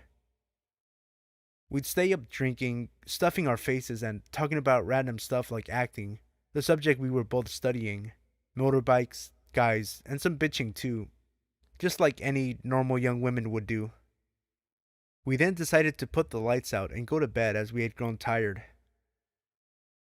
I'd do the normal nightly routine like check everything was turned off and the door was locked, which it was thankfully, as a few nights previously I had forgotten to lock it, so we both went to bed and fell asleep as usual. Just to set the layout of the flat, me and my sister were on the first floor, above an old woman, Betty, who is rather lovely, but we don't see her very often. Our bedroom is right next to the porch and the front door, and our bedroom window looks out onto the street. It was about 4 a.m. when we awoke to a loud knocking at our door. I was expecting a parcel the next day, so initially thought it would be the postman. But that's when I checked the time on my phone, which I usually leave on in case of emergencies, and it was 4:30 in the morning. Still being tired and disoriented, I realized that it was far too dark to be about 10 a.m. when the postman usually came, even though the mornings were much darker now during the winter months. The banging on the door lasted about what felt like 20 minutes, but was probably less. Me and my sister were too scared to move from our beds, only whispering quietly to each other to just ignore the banging on the door. Neither of us were very comfortable about answering the door to a stranger knocking at an ungodly hour. I don't usually answer the door to strangers, or even answer mobile numbers I don't recognize. The banging stopped suddenly, and I heard heavy footsteps descend down the stairs next to the wall near my head. Everything fell silent for a few minutes. I tried to settle back down, but my adrenaline was going crazy. I could feel my legs shaking. I was so nervy about whoever it was outside. There was no way I was getting back to sleep. Then I saw the flashing of a torch through our bedroom window. It flashed at least 3 times, but maybe more. Then it stopped. I then heard what sounded like the man talking on the phone to someone, or having a conversation with someone outside, sounding a bit agitated and angry. I didn't look outside of our bedroom window in case the man saw me, but a few minutes later, I heard the rumbling of a car engine below me. I then assumed that he came in his car. His voice became increasingly explosive as I became more and more scared. It got to the point where I was about to phone the police, but then I heard the man opening his car door and leaving swiftly along the street. I don't know who the man was or what he wanted, but I didn't sleep at all that night. And for the next few days after that, every single noise would give me a fright. I was scared that whoever it was going to come back. In the end, I thought that it was someone with the wrong address or maybe just a drunk guy, but about a week later, we got a knock at about 6:30 in the evening, which was unusual for such a quiet area, and neither me or my sister were expecting any mail packages or shopping to be delivered, so I decided to open the door to whoever had knocked. Initially, I thought it was our neighbor, as he had been round once before to see how we were settling in, but not this time. It was a woman who was dressed in a suit and looked very professional, her hair up in a tight bun and holding a clipboard. I was a bit anxious and wondered who the hell she was. I looked down at her name badge, but I can't remember her name now. Let's call her Molly. Molly said she worked for the criminal courts and was looking for a guy, let's call him Thomas, who had previously been a tenant at this flat before we moved in a few months before. Molly mentioned something to do with money, but the visit was so vague, I don't really remember what she said. She asked if the man lived here. I said no, just me and my sister. She asked when we moved in and what letting agency we were with, but I think it was just to confirm that we did live there. She seemed nice enough, got what she wanted, and left, so I'm guessing money is the reason why the creepy guy turned up a few nights previously, banging loudly on our door. I'm so glad I didn't answer the door that night, and that I made sure it was locked. Fuck knows what would have happened if he thought that we were the man he and the courts were looking for. I am happy to say, since then, we have had no further disturbances at our flat, but it still gives me the chills just thinking about it. I just hope this creep never comes back. Number 2. So this just happened to me today, and I'm still traumatized over it. I'm a female in my early 20s and was on my way to a job interview. I live in the capital of my country and the interview was in the city center. I don't drive, so I have to use public transport. To get to my interview, I had to walk through some shady parts of the inner city center, which is unpleasant on any given day, but as it gets dark by 5 p.m., it's even worse. Anyway, I got to the street my interview was at, but I couldn't find the building it was in. I tried ringing the company to ask for directions, but their phones kept ringing out. After about 15 minutes of walking up and down the same street to no avail, I noticed I was nearing the time for my interview. I decided to enter this old man's pub, as I like to call them. Basically the local pub where all the old farts and unemployed people usually spend their evenings getting pissed. I forgot to mention I was wearing a black dress, black blazer, tights, and small office-type heels, so I must have stuck out like a sore thumb. I walked up to the barman and I asked him if he knew where the building I was looking for was. But before he even got a chance to answer, this fella in his mid-20s asked me, "Is it for an interview?" My attire obviously gave me away. I said yes, and he said with a half-lipped smile, "I know where that is. It's at my house." I kind of half laughed and tried to turn my back to him. The barman had gone to the other side of the bar, so I was waiting for him to come back to continue asking for directions to the building. Then, out of nowhere, it seems another fella in his mid-20s pops up on a bar stool beside me, so now I'm sandwiched between these two dudes. Thinking that the other dude who just came over might not be as creepy, I asked him if he knew where I was looking for. "Are you doing a presentation?" he asked. No, it's for a job interview." "I was hoping it was for a presentation so you could show me your slides," he said while breaking into a creepy laugh and high-fiving the other guy over my head. Screw this, I thought, and pushed my way through them leaving the pub. By the time I got outside, it was pitch black, and I was late for my interview. I just wanted to go home. As I was walking down the street, I noticed that the two creepers had followed me out of the pub and were about 20 feet behind me. One shouted, "Come back, love, we just want to see your slit." And the other one threw something at me that felt like a small stone. I was absolutely terrified. Even though there were people around, I felt so scared and alone. As I was crossing by a set of traffic lights, they caught up to me and both stood on either side of me. One of them said, "Let's go for a walk, then go back to my place." So nonchalantly, he then linked his arm into mine and was pulling me across the road, while the other one kept laughing and rubbing my back. I was thinking, what the fuck? How is this happening on a populated street in front of tons of people? I screamed and pulled my arm away from him, telling him I will kick him in the balls if he didn't get his fucking hands off me. An older man about 10 feet in front of us heard the commotion and asked if everything was okay. That's when one of the dudes says, "This is my girlfriend. She's only joking. Don't worry, we are on our way back to my place. Thanks, though, bud." I was stuck for words. I couldn't believe this fuck had the balls to try and abduct me in a populated area in the middle of the evening. The old man must have seen the fear in my eyes because he didn't buy it. "I don't think so, pal. Leave her alone, or I'll break your neck." The dude closest to me pushed me, and the two of them took off running. I thanked the man profusely for what he did. He wanted me to call the police, but I just wanted to go home, so he walked me to a nearby taxi rank and offered to pay my fare home. Of course I refused. I was already so grateful to him I couldn't take his money as well. The whole ride home I could not stop shaking, and I'm still very upset and shaken up as I write this. Creepy would-be rapists / abductors, let's not meet again. Number 3.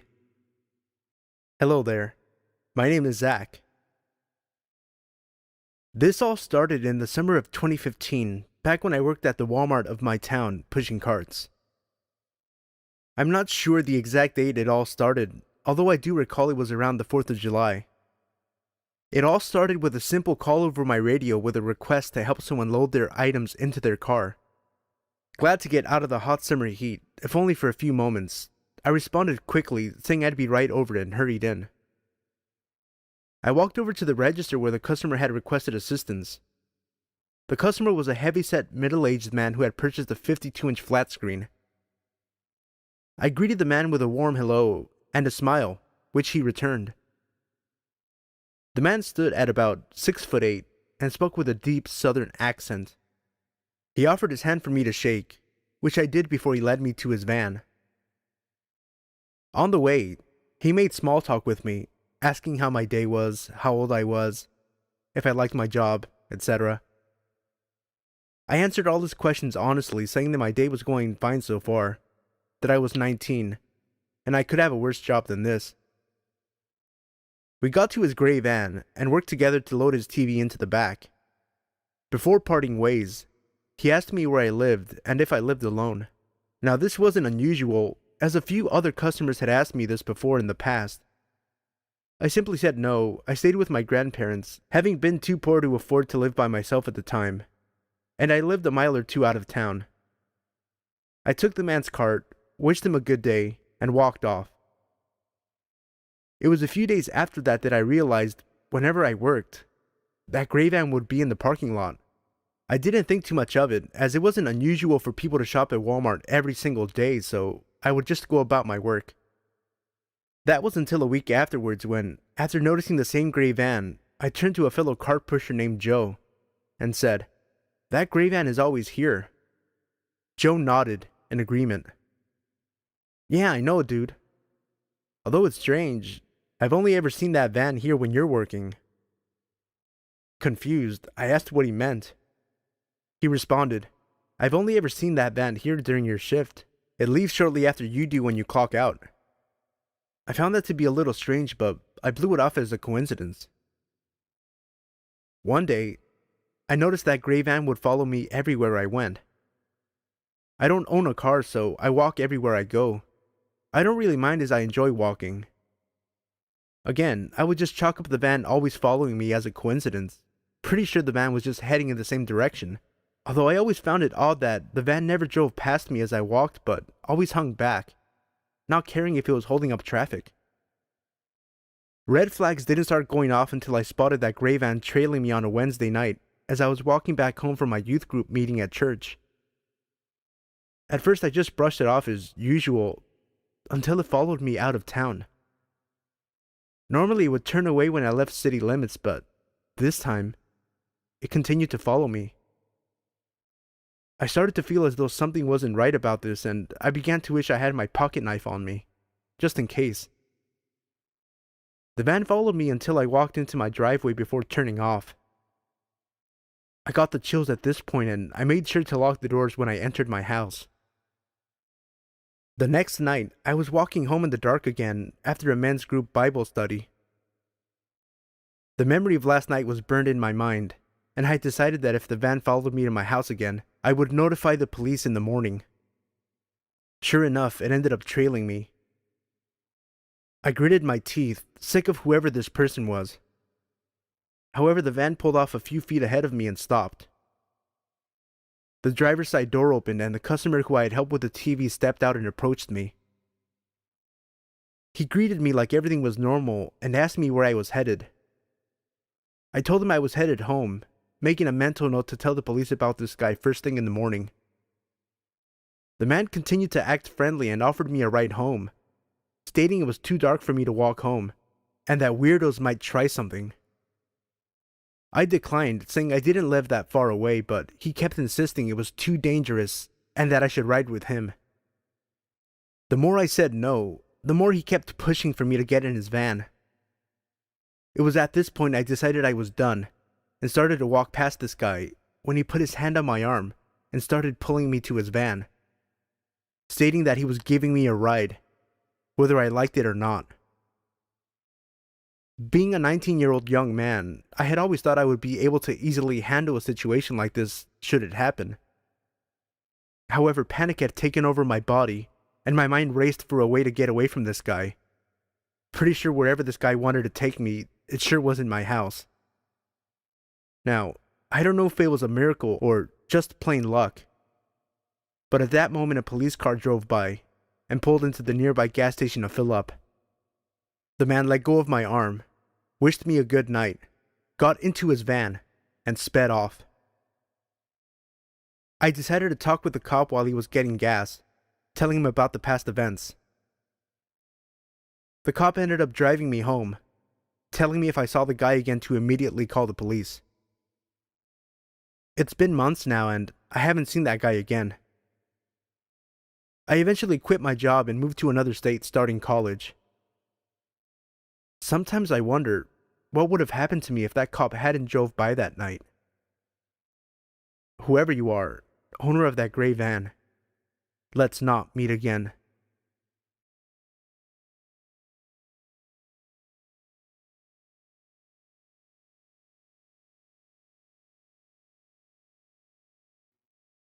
Number 4.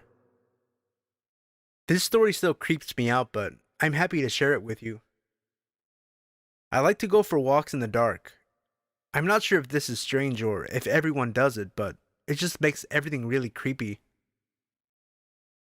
I live in a well-civilized area with a lot of friends who live extremely close to me.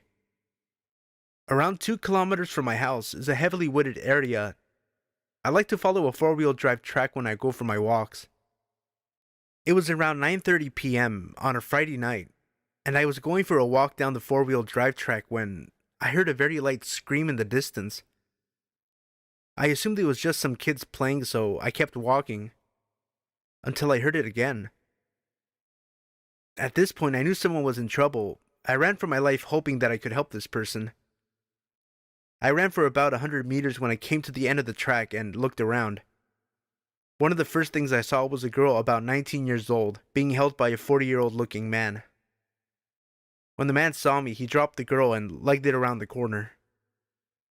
I sprinted over to the woman who was busy crying, obviously shaken up. We ended up calling the police, and they came and took my statement and took the girl home. I am glad that I still go for my walks. If I didn't, a girl probably would not be here today. Number 5. So this happened about 6 years ago now. I was 14 at the time, and I just moved to Australia. One of the girls in my grade was having a picnic in the park, about 30 minutes away from my house, but I was keen to make friends and so was up for a trip. Anyway, I arrive at this park at about 1 p.m. on a Saturday, and it's great. We eat potato salad, there are other families around. It's chill. But I know I have homework, so I say goodbye a little earlier to make my own way home. I was at an age that meant I was exercising my independence, so I enjoyed public transport and such. As I'm walking through a suburban area, 2 things occur to me. The first is that it's really quiet for a midday on a weekend. The second, I've been followed since I left the park. I turn around, feeling a little startled, but it's just some guy on his bike. This isn't really unusual, but there's something about the way this 40-something man's leisurely pace that makes my skin crawl. The guy is clearly into cycling. He's geared up with sunglasses and all the lycra, but he maintained a pace just so that he was several seconds behind me. I move a little faster, speeding up to see his reaction, but sure enough, he speeds up. And as I slow down again, he ends up cycling next to me. I ignore this and just make it seem as though I'm totally unfazed. He then smiles to me and asks for the time. I inform him of the time, but he just stays there. He just keeps cycling next to me. Suddenly he cycles very close to me and leaning towards me mutters, "I'm the type of guy who likes to have sex with young girls. Interested?" I was terrified. At 14, I didn't even look 14. I had a boyish build and terrible acne. This guy was at least 40, and he was blocking my route to the nearest houses with his bike. "No, I wouldn't," I managed to say, in an attempt at confidence. This clearly undermined whatever this guy was thinking, because he pedals off like a speeding bullet. I ran home and called the police, and they swept the area. But they never found him again.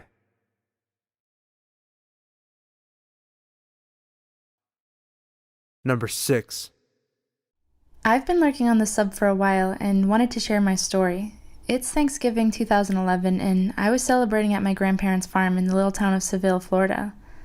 I had had way too much to eat that holiday and was about to leave for the drive back to school in Tallahassee. I stopped at one little gas station in town to fill up before getting on the highway. I had just finished filling up when a lady walked up to me. She was really ratty looking with crazy blonde dyed hair, but this was the backwoods of Florida, so no judgment. They were really kind people who looked like that in those parts. She started talking to me about how her car had run out of gas. She pointed over to an old junker parked over in the convenience store and asked if I could possibly give her some cash to get home. I usually don't say yes to things like that, but it was Thanksgiving weekend, so I was feeling extra generous.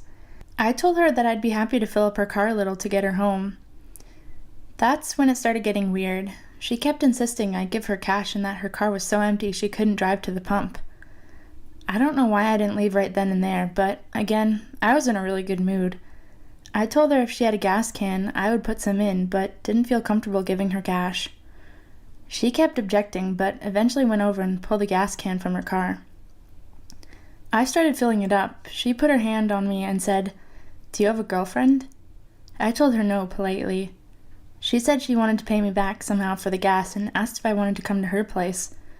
I told her no, less politely. She kept touching my shoulder, thanking me, and then offered me a blowjob behind the station, so I stopped the gas pump, got in my car, and left her there with the gas can. I called my mom a little later and told her about the creepy, sleazy encounter. She paused and asked me if this lady had ratty blonde hair and looked like she was on drugs. I confirmed that, yes, that was what she looked like, and how could she know that? This lady was apparently all over the news. She was a prostitute in town and had been at a party earlier. An exchange had gone south and her baby had been kidnapped by a client of hers and left under a bush in town. She hadn't even bothered to call the police about the missing child until later. They were both arrested and charged.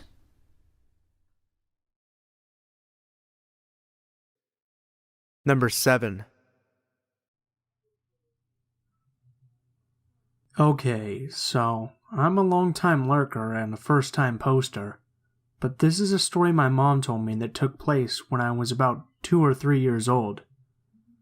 It takes place in Glasgow, a city in Scotland. I've lived there since I was born, and it's generally not too bad a place for creepiness. However, this was scary. So my mom was taking my dog for a walk and carrying me. We were walking in the park, which was very big and had a big statue in the middle of it. Since we didn't have a car then, it was the closest place to walk the dog.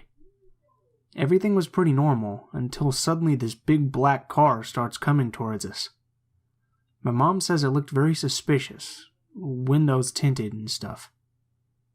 There was a tall blonde woman apparently in the front, with no one else supposedly with her. The fact that a car was coming up out of the park was very strange, because it was quite late, so no one would frequent the park then. My mom was getting warning signals, because the car itself and the person driving it, but she slowed down. The woman drew up beside us and gave my mom a huge, very strange smile, as if they had been best friends. Now, this is Scotland, so a lot of people know each other.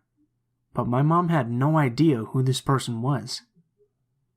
Then, the woman gave her a big wave and rolled down the window, saying, "Hello, you look like you need a lift. Would you like a lift with us?" This was creepy because there was no one else in the car that we could see. My mom also said that the woman was staring at me in particular. My mom smiled back, trying to be friendly, and politely declined. However, the woman seemed put out by this and said, "I think your dog is getting hungry. How about we give him a few treats?" My mom was definitely creeped out now, and my dog was definitely not hungry. He had eaten before we left. So she just said, "Oh, no thanks, he'll be fine." Suddenly the woman went from smiley to angry. My mom said she looked almost furious. Then she revved up the engine and took off out of the park. To this day, me and my mom still think there was someone in the back of the car, because the windows were tinted heavily. Whether or not the woman meant harm, though, is undecided. But we never went to that park again. Number 8. I'm a 17-year-old girl and I live in a rural area. My house is almost entirely visible from the road. I'm typing this almost exactly 30 minutes after it happened and I'm still shaking. 30 minutes ago at 5 a.m., I was sleeping deeply and someone slowly opened my bedroom window. My bed is literally right next to the window so I can open and close it. I was sleeping and I could hear my window slowly opening upwards since it's old and heavy. I thought I was dreaming or it was a possum because they live on the tree outside it. It's 5 a.m. and it's getting light at about this time. My bedroom is isolated and at the back of the house, but there is a complete driveway and full access to it there. And holy shit, I realize it's a person opening the window. I look through my makeshift curtain and I say, "What the fuck?" There's a figure outside my window.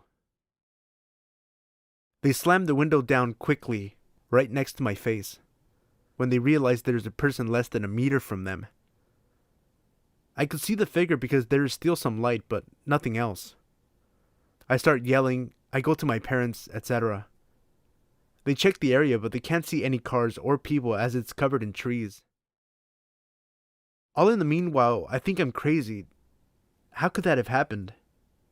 Was I dreaming? But my curtain is tucked under the window, and my cat is going crazy, and I know what happened. It was terrifying. I'm sure that they were a thief.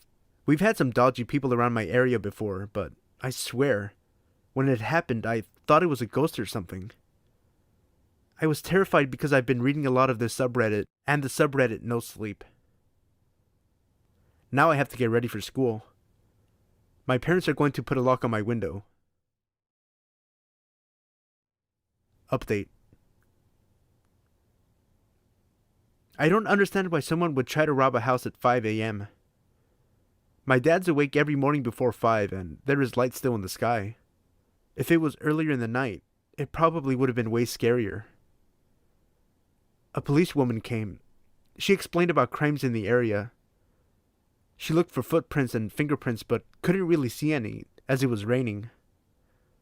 She was really kind, but I'm still spooked. I don't know if anyone will read this, but a few hours later, my parents discovered the window adjacent to mine had chisel marks on it, and it was fairly damaged. Obviously, this means they tried to break in through there but couldn't, and then tried my window. Number 9. I have provided links for news coverage of the following story in the video description below. This is the story that my dad shared with me. He grew up in a small suburb community of Stowe, Ohio, with his parents and older sister. Across the street lived a boy named Richard Wade Cooey. He was the same age as my dad, who described him as a scrawny, red-headed troublemaker. He would spit on people as they walked by, and even set a house on fire in the neighborhood and blamed it on a kid who had special needs. Nothing he did as a child, however, could compare to the crime he committed when he was only 19 years old. My dad had just started his sophomore year of college when he heard the news. Richard and his friends Clinton and Kenneth were throwing pieces of concrete off a local bridge onto the interstate when one of them struck the vehicle of 21-year-old Wendy Ofrendo. Her friend, 20-year-old Dawn McCreary, was also in the car. They were sorority sisters who had just gotten off of work at a local restaurant. At this point, Kenneth decided he'd had enough and went home. This is when Richard and Clinton came up with their evil scheme. Both of the young men approached the girls, offering them help, offering to give them a ride. They drove the girls to a shopping center where they told them to call their parents and let them know they were alright. The two then forced the girls back into the car, tied their hands together, and drove them to a field behind the local mall where they raped, stabbed, and tortured them for 3 grueling hours. They abandoned their bodies in the field, but only after they carved large X's on their stomachs. Richard and Clinton then decided they wanted to sell the girls' clothing and jewelry to make some extra cash. When Richard couldn't find a buyer for the items, he burned them in his backyard, which woke my grandparents. My grandfather called the police to report what he thought was yet another neighborhood disturbance from Richard. The police gathered the items for evidence, and after finding Wendy's abandoned car, they arrested Richard and began the investigation. Clinton and Richard were both arrested and charged with the murders. They had found a bloody pocket knife used to stab Wendy in the neck in Clinton's pocket when he was arrested. And some of the burned items still had traces of the girl's blood. Since Clinton was only 17, he was spared the death sentence and currently is serving life in prison. Richard, however, was given the death penalty. On October 14th, 2003, at 10 a.m., Richard was executed by lethal injection. Wendy's family was present at the execution. Every time I visit my grandparents and look across the street at that house, I can't help but to get the chills. Richard, I'm glad we never met, and I'm certainly glad my dad was smart enough to not become your friend growing up. Number 10. It was March during spring break. I was 16 at the time, and me and about 20 people went out into the woods in Surrey County and got a cabin on this nice little retreat center. We planned on staying there for 4 days. For a bit more detail, the cabin was surrounded on all sides by woods. To the west of the cabin are some hunting trails, and a creepy abandoned trailer next to a small clearing with a single pine tree in the center. To the east, there was a large field. At the far end of the field, there is a slope leading down to a beach. When going to the slope to the right, there is an area of higher elevation, and to the left was a valley that could be accessed from the beach. On the last night, a group of about 8 of us decided we'd go down to the beach and sit around and sing songs while playing guitars. It was about 11 p.m. Everything was going fine, and then 3 of the guys decided to head back to the cabin and get some food. They were only gone for 10 minutes before one of the guys got a call from his brother. His reaction to the call made it seem like something happened or someone was hurt. When he got off the phone, he said, "We have to leave right fucking now," in a very hushed and panicky voice. We all asked why, and he told us that while the others were walking back, they had found a rabbit at the top of the trail with his head cut clean off. Not ripped off like an animal doing it, but cut like someone took a knife to the rabbit.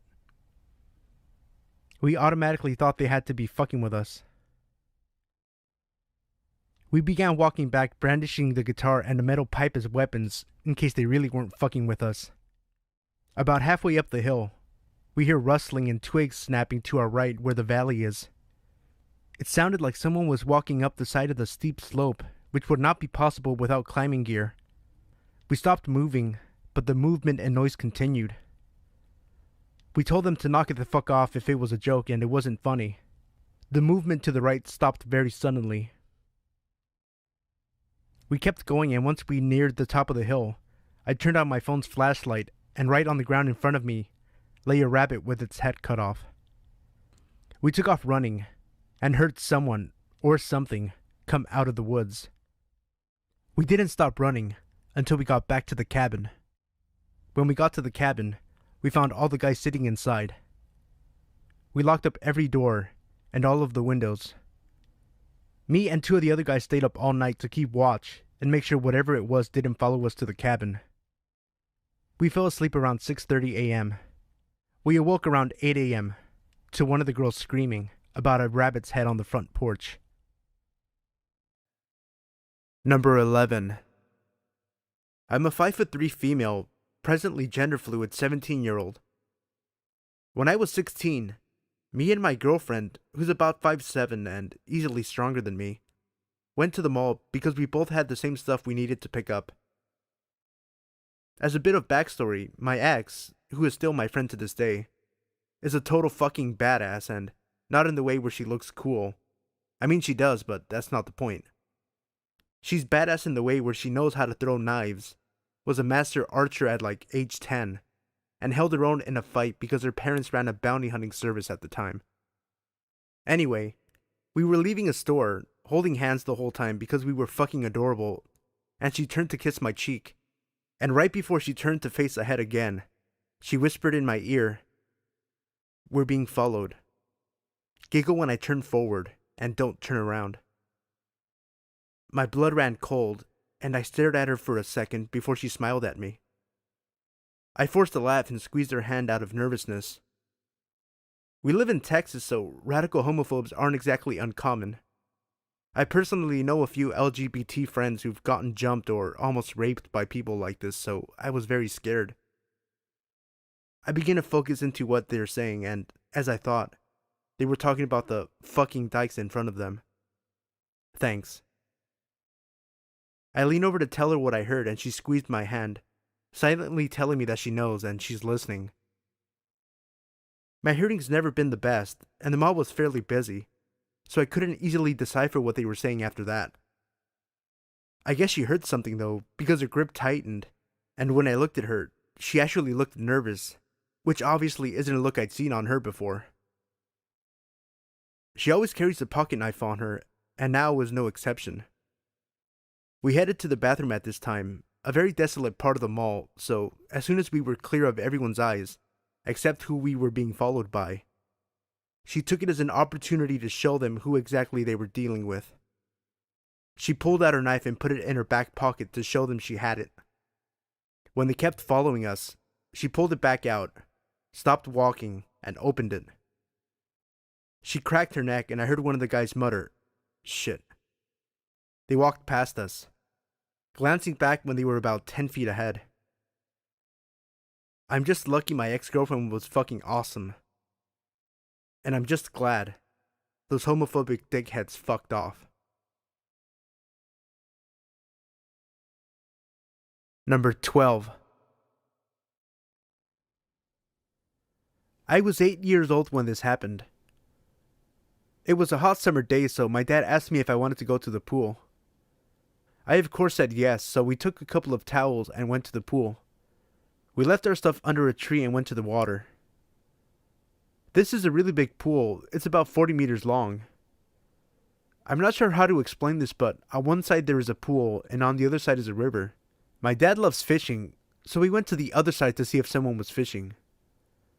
He ran into his old buddy and they started talking. I was really bored, so I asked my dad if I can walk for a little bit. He said yes. This is a pretty safe little town where nothing ever happened, so kids were free to do anything they wanted. I went to the other side of the pool, and my dad was still talking to his friend, and after a while, I couldn't see them anymore. I was in the water when I noticed this old creep staring at me. I just looked at him and started swimming. He asked me if I wanted him to help me swim. I said no. Then he asked me how old I was. I was pretty confused, so I told him my real age. Then he started hugging me. I told him to leave me alone, but then he started kissing me and touching my lady parts. Nobody seemed to notice. I was trying to scream, but his hand was on my mouth. When he took me out of the water, I bit his finger and kicked him in the balls. I started running as fast as I could, and he started chasing me. Luckily, I was faster than him. He stopped at the middle of the pool and went back. I ran to my dad and I asked him if we could go home. He asked me why, but I just started to scream that I wanted to go home, so we took our stuff and went home. I never told him. I never told anybody. Creep from the pool? I hope I never see you again. Number 13. This happened when I was around 12 or 13. My parents and I were going on a trip for a couple days, and while they were getting our stuff inside the house, they told me to stay outside and watch the car. It was daylight, and this is a safe neighborhood. I'm outside for a couple minutes sitting down on the lawn, and I see a pickup truck pull across the street, and this old-looking man gets out of the truck and comes towards me. I get up, and he starts telling me he sells homemade chairs and that he has one in the back of his truck that he can show me. He seemed off to me, so I told him I was going to ask my parents. So I'm rushing to the door and start knocking. Our outside door locks automatically. My mom comes out and I tell her what the man told me, but he interrupts me and tells her I called him over or that I needed help or something like that, which my mom knew was a lie. My mom told him she was going to call the cops and then he left. My dad had to calm her down since she was freaking out and thinking that the guy was going to take me, and after she was calm, we continued putting things in the car. So, the weird part of this was when the man's car was following us a while later. My dad was so pissed off that he braked the car and pulled over to the side and actually tried to follow the man's car and get his license plate. The man sped away, so we lost him by then, and it left us pretty scared for a few months since he knew where we lived. Even though it's been a few years, I still don't like being outside alone anymore. Number 14. Hi there. This is my first post, so I apologize if I make any mistakes. But after looking for a while, I just had to share this story told to me by one of my coworkers. So one summer, a few years ago, she and her then boyfriend and now husband decided to go to Ontario to visit friends and family. While there, they made the decision to camp out over the weekend by one of the many lakes scattered throughout the province. One campground they had been directed to by friends was beautiful but absolutely packed with holiday goers, and if you're anything like them or myself, you find the more solitude provided by a campground, the better. So they chose instead to head down the road a little further, where they had seen signs for another campground. The new site was breathtaking, she said. Absolutely stunning, with huge maple trees and a sandy beach, with the waves gently lapping against the shore. However, it was dead empty. Not a single camper or tent in the entire place. But they just couldn't understand why people were choosing to shove themselves into a packed campground while another perfectly acceptable location was just a few kilometers down the road. They didn't think much more of it after that and simply paid for the night and set up a tent while going about their evening business, hanging out around the fire and taking in the lovely surroundings. She told me they went to bed roughly around 11:30 p.m., just after it got dark. My coworker woke in the middle of the night to a strange feeling. She knew something was wrong, but couldn't put her finger on it immediately in her sleepy haze.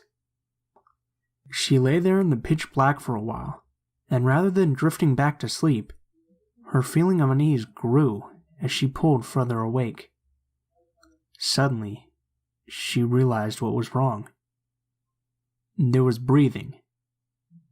Extra breathing. Not that of herself or her boyfriend, but the sound of someone else just beyond the walls of their tent.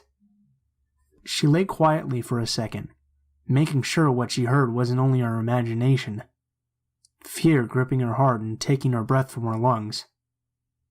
Slowly and quietly, she shook her boyfriend awake, urging him to be silent.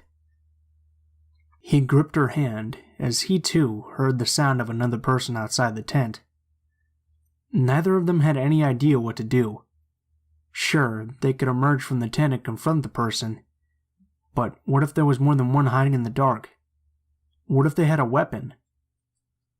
My coworker and her boyfriend didn't have anything to defend themselves with other than basic camping necessities, so they spent the night wide awake, listening, while whoever was standing just beyond the protection of the tent breathed easy, occasionally moving from one side of the shelter to the other, but never doing anything more than lurking. The next morning, as the sun came up, they heard footsteps of someone slowly walking away from the tent. They immediately packed all of their belongings and left the site, now having a very good idea of why such a lovely campsite had been so incredibly empty.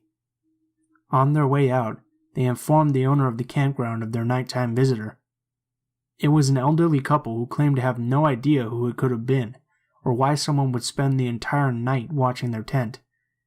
Regardless, they left quickly and never went back.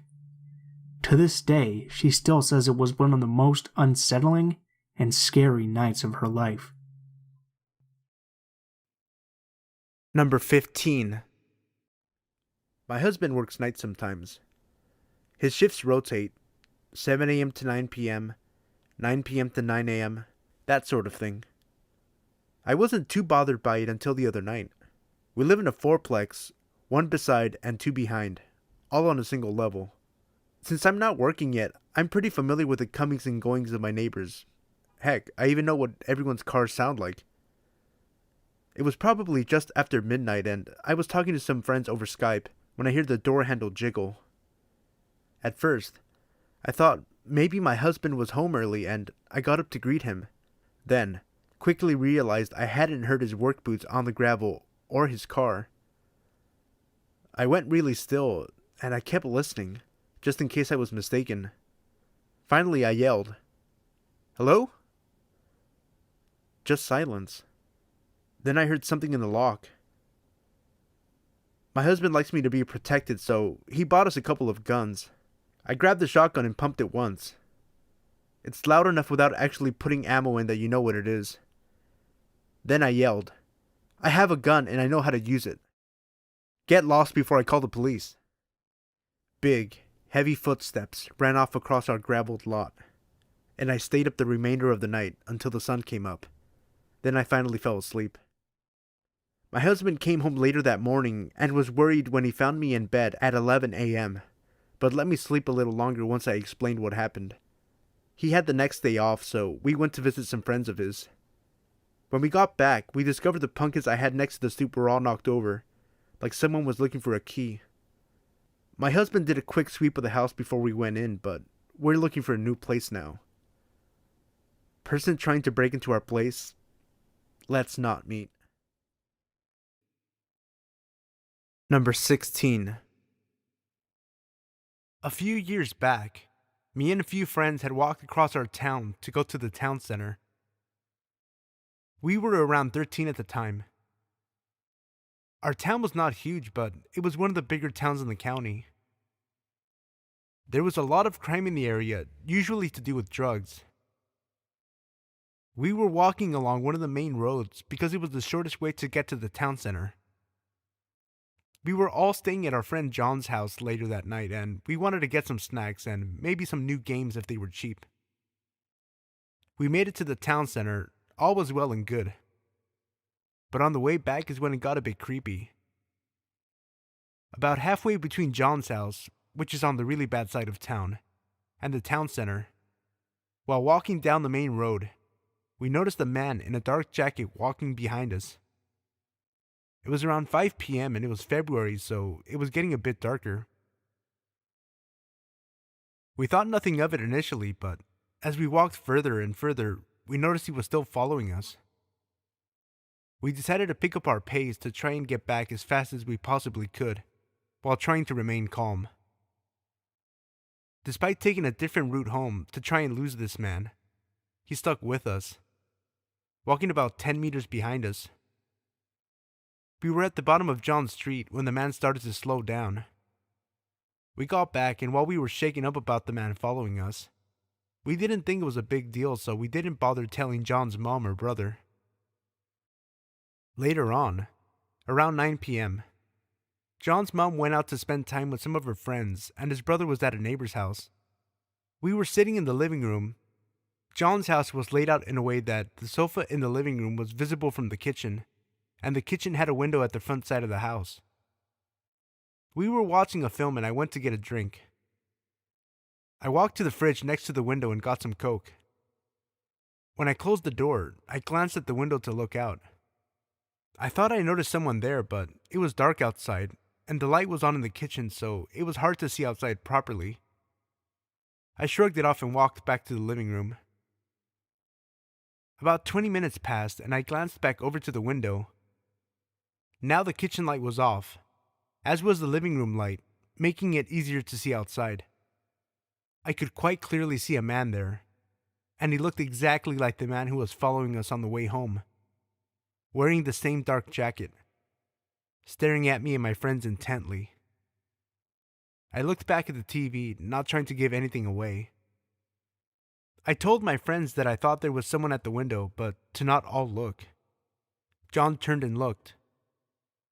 He was as shocked as I was. We were all 13 years old and home alone. Needless to say, we pretty much shat ourselves. John got up and went over to the home phone, which was just next to the front door, and called his brother. He said he would come over straight away. We made sure that the front door and the back door was locked, and sat in the living room until his brother came back. Thankfully, the man was gone by the time John's brother got back. We checked the house and the garden just in case he was hiding somewhere, but he was gone. We all thought this would be the end, and that we wouldn't see the man again, but a few weeks later, me and my friends were walking to a sports event, taking the same route we had taken previously, and we saw the man again. This time he didn't follow us, but as we walked past, he stared at us intently. None of us knew who this man was, or why he followed us. None of us have seen the man since, and hopefully we never will.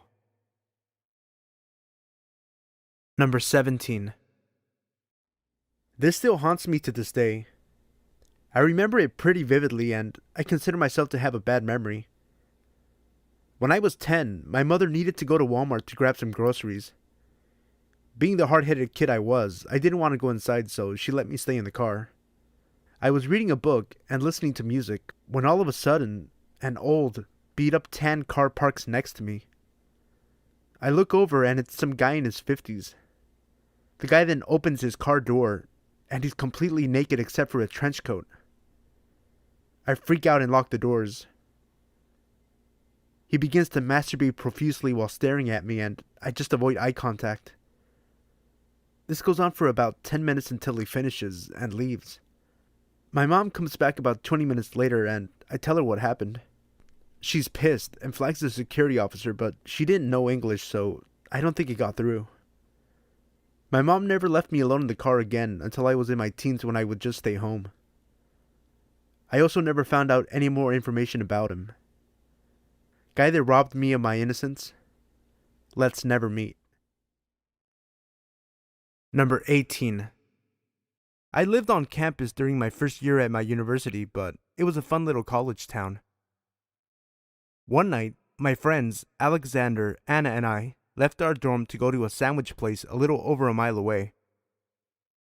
I'm paranoid as hell and always think I'm being followed when I'm out at night, but on our way back, Alexander started to make me feel really uneasy.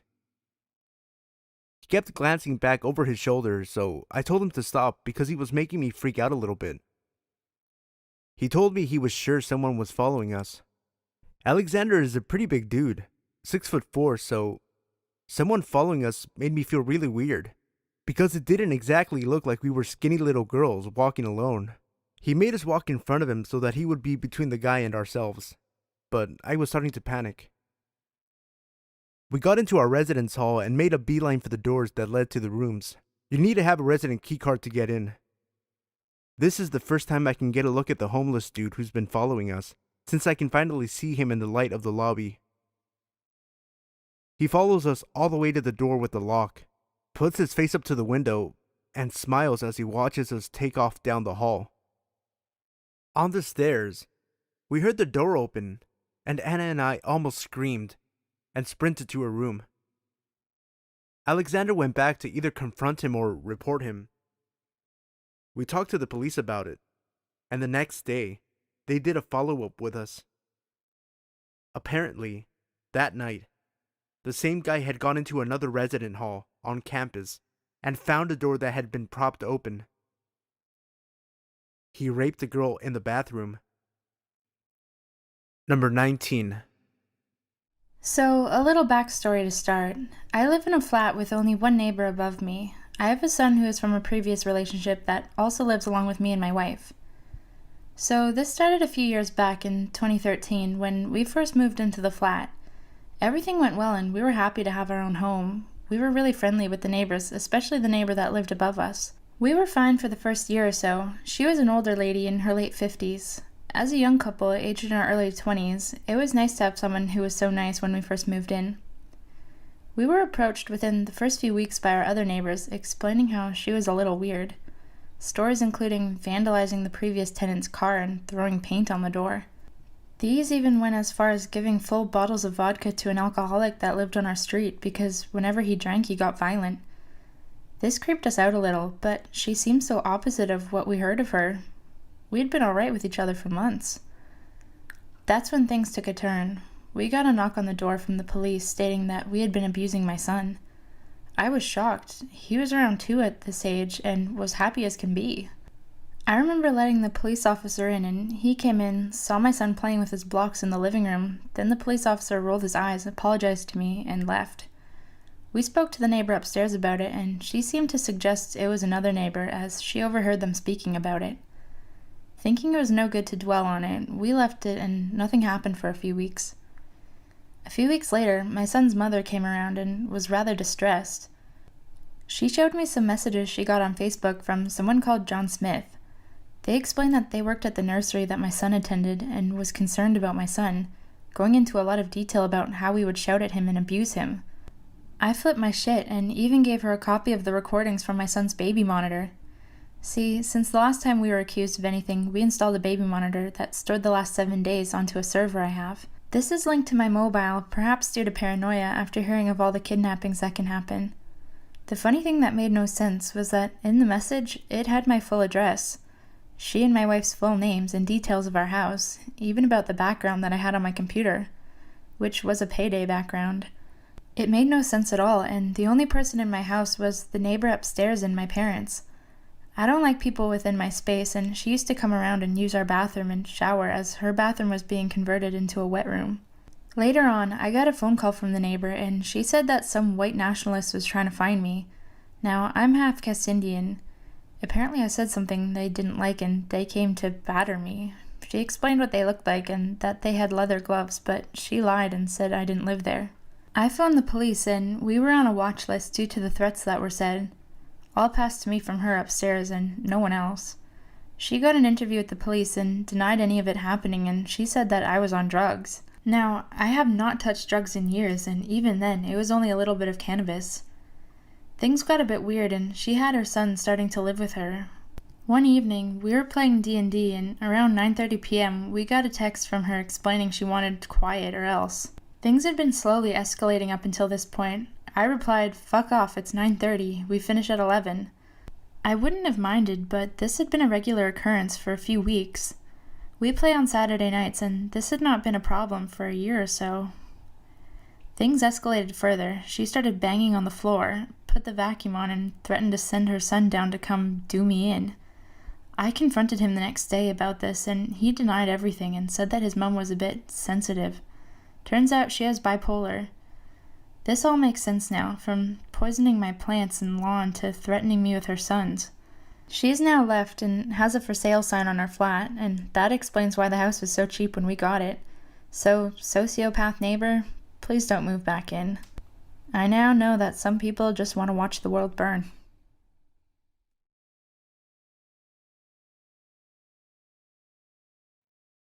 Number 20. This happened last year on Halloween. A lot of creepy stuff happens on Halloween, and this is no exception. I'm 5 feet tall and 105 pounds. Not a very intimidating figure. I'm transgender, and I look a little more on the feminine side of things. I was out on Halloween with my girlfriend at the time. We'd gone into the city. We're from a college out in a small town, to go to a haunted house. And we were walking back to the train station from the haunted house at about 12:30 a.m. to go home. We were both dressed up like witches, both wearing high heels, and I had my purse with me.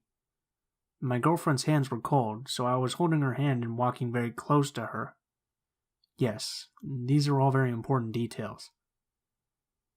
The city was almost like a ghost town as we were walking back. We saw almost nobody else. We were walking along a main road, just going under an overpass. when a car full of 20-somethings drove by us, going the opposite way, and a guy hung out the window and shouted, "Ugliest lesbian couple ever!" Of course, both of us were offended, but we just kept walking, and the car drove up off the street. We were about 2, maybe 3 blocks from the train station, and this train station is in the heart of the city, with a lot of elevated highways and railways and overpasses surrounding it, so it tends to be very shadowed, especially at night.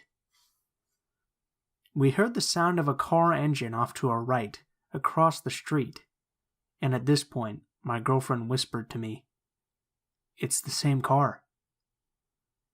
I glanced over, and it was the same car from earlier. The people had gotten out of the car and were kind of milling about it, but I could tell they were looking at us. I was very nervous at this point because being both queer and transgender, you face a lot of potential violence and hate crimes. All of the stories about trans people and lesbians and gays getting beaten to death were flashing through my head. I was terrified. About a year ago, my dad had told me I had to carry something for self-defense, but instead of mace or something, he gave me a flashlight. It's about 8 inches and very sturdy, made of steel and incredibly bright. This thing will temporarily blind you for a good minute, and it has a raised, beveled edge that would likely hurt like a bitch if you were hit with it. I reached into my purse and pulled out the flashlight, gripping it tight in my free hand. There was the sound of breaking glass behind us, and both of us looked over our shoulders to see the group of people crossing the street towards us. There was broken glass in the street, and from what I could make out in the streetlights, one of the people was holding a broken beer bottle. I said to my girlfriend, "We need to get out of here now."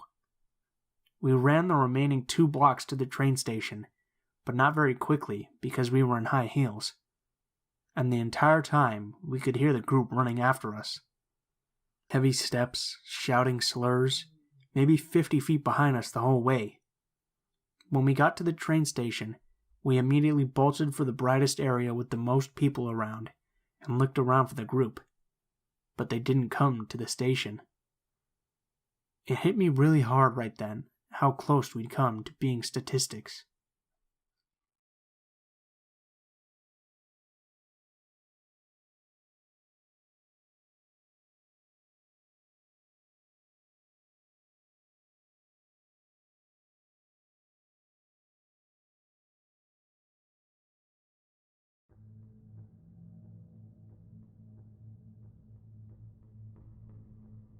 Number 1.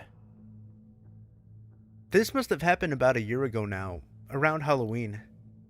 And to this day, it still creeps me the fuck out.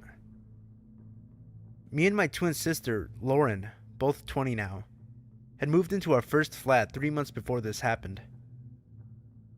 Our parents helped us move into the flat. My dad hiring a van to get all of our stuff, and the whole family, including my older brother Sam, who was visiting from England, helped us move furniture and numerous boxes into the flat. Our family helped us settle in, and luckily enough, our flat was actually next door to one of our dad's old friends, Danny, which was great as we hadn't seen him or his wife in about 10 years. The neighborhood we live in, which is a smallish village, about an hour or so from Glasgow in Scotland, is 99% of the time really quiet, and everybody around the area is really nice, but this one night, something wasn't quite right. Like I've said already, we had only really got used to the area we were living in, but after what happened this one night, I always have my wits about me now. It was a dark winter's night in late October/early November, a Thursday I think. My sister and I decided to stay up until about 1:30 in the morning, as we sometimes did after a long week at college. We'd stay up drinking, stuffing our faces, and talking about random stuff like acting, the subject we were both studying, motorbikes, guys, and some bitching too, just like any normal young women would do. We then decided to put the lights out and go to bed as we had grown tired. I'd do the normal nightly routine like check everything was turned off and the door was locked, which it was thankfully, as a few nights previously I had forgotten to lock it, so we both went to bed and fell asleep as usual. Just to set the layout of the flat, Me and my sister were on the first floor, above an old woman, Betty, who is rather lovely, but we don't see her very often. Our bedroom is right next to the porch and the front door, and our bedroom window looks out onto the street. It was about 4 a.m. when we awoke to a loud knocking at our door. I was expecting a parcel the next day, so initially thought it would be the postman. But that's when I checked the time on my phone, which I usually leave on in case of emergencies, and it was 4:30 in the morning. Still being tired and disoriented, I realized that it was far too dark to be about 10 a.m. when the postman usually came, even though the mornings were much darker now during the winter months. The banging on the door lasted about what felt like 20 minutes, but was probably less. Me and my sister were too scared to move from our beds, only whispering quietly to each other to just ignore the banging on the door. Neither of us were very comfortable about answering the door to a stranger knocking at an ungodly hour.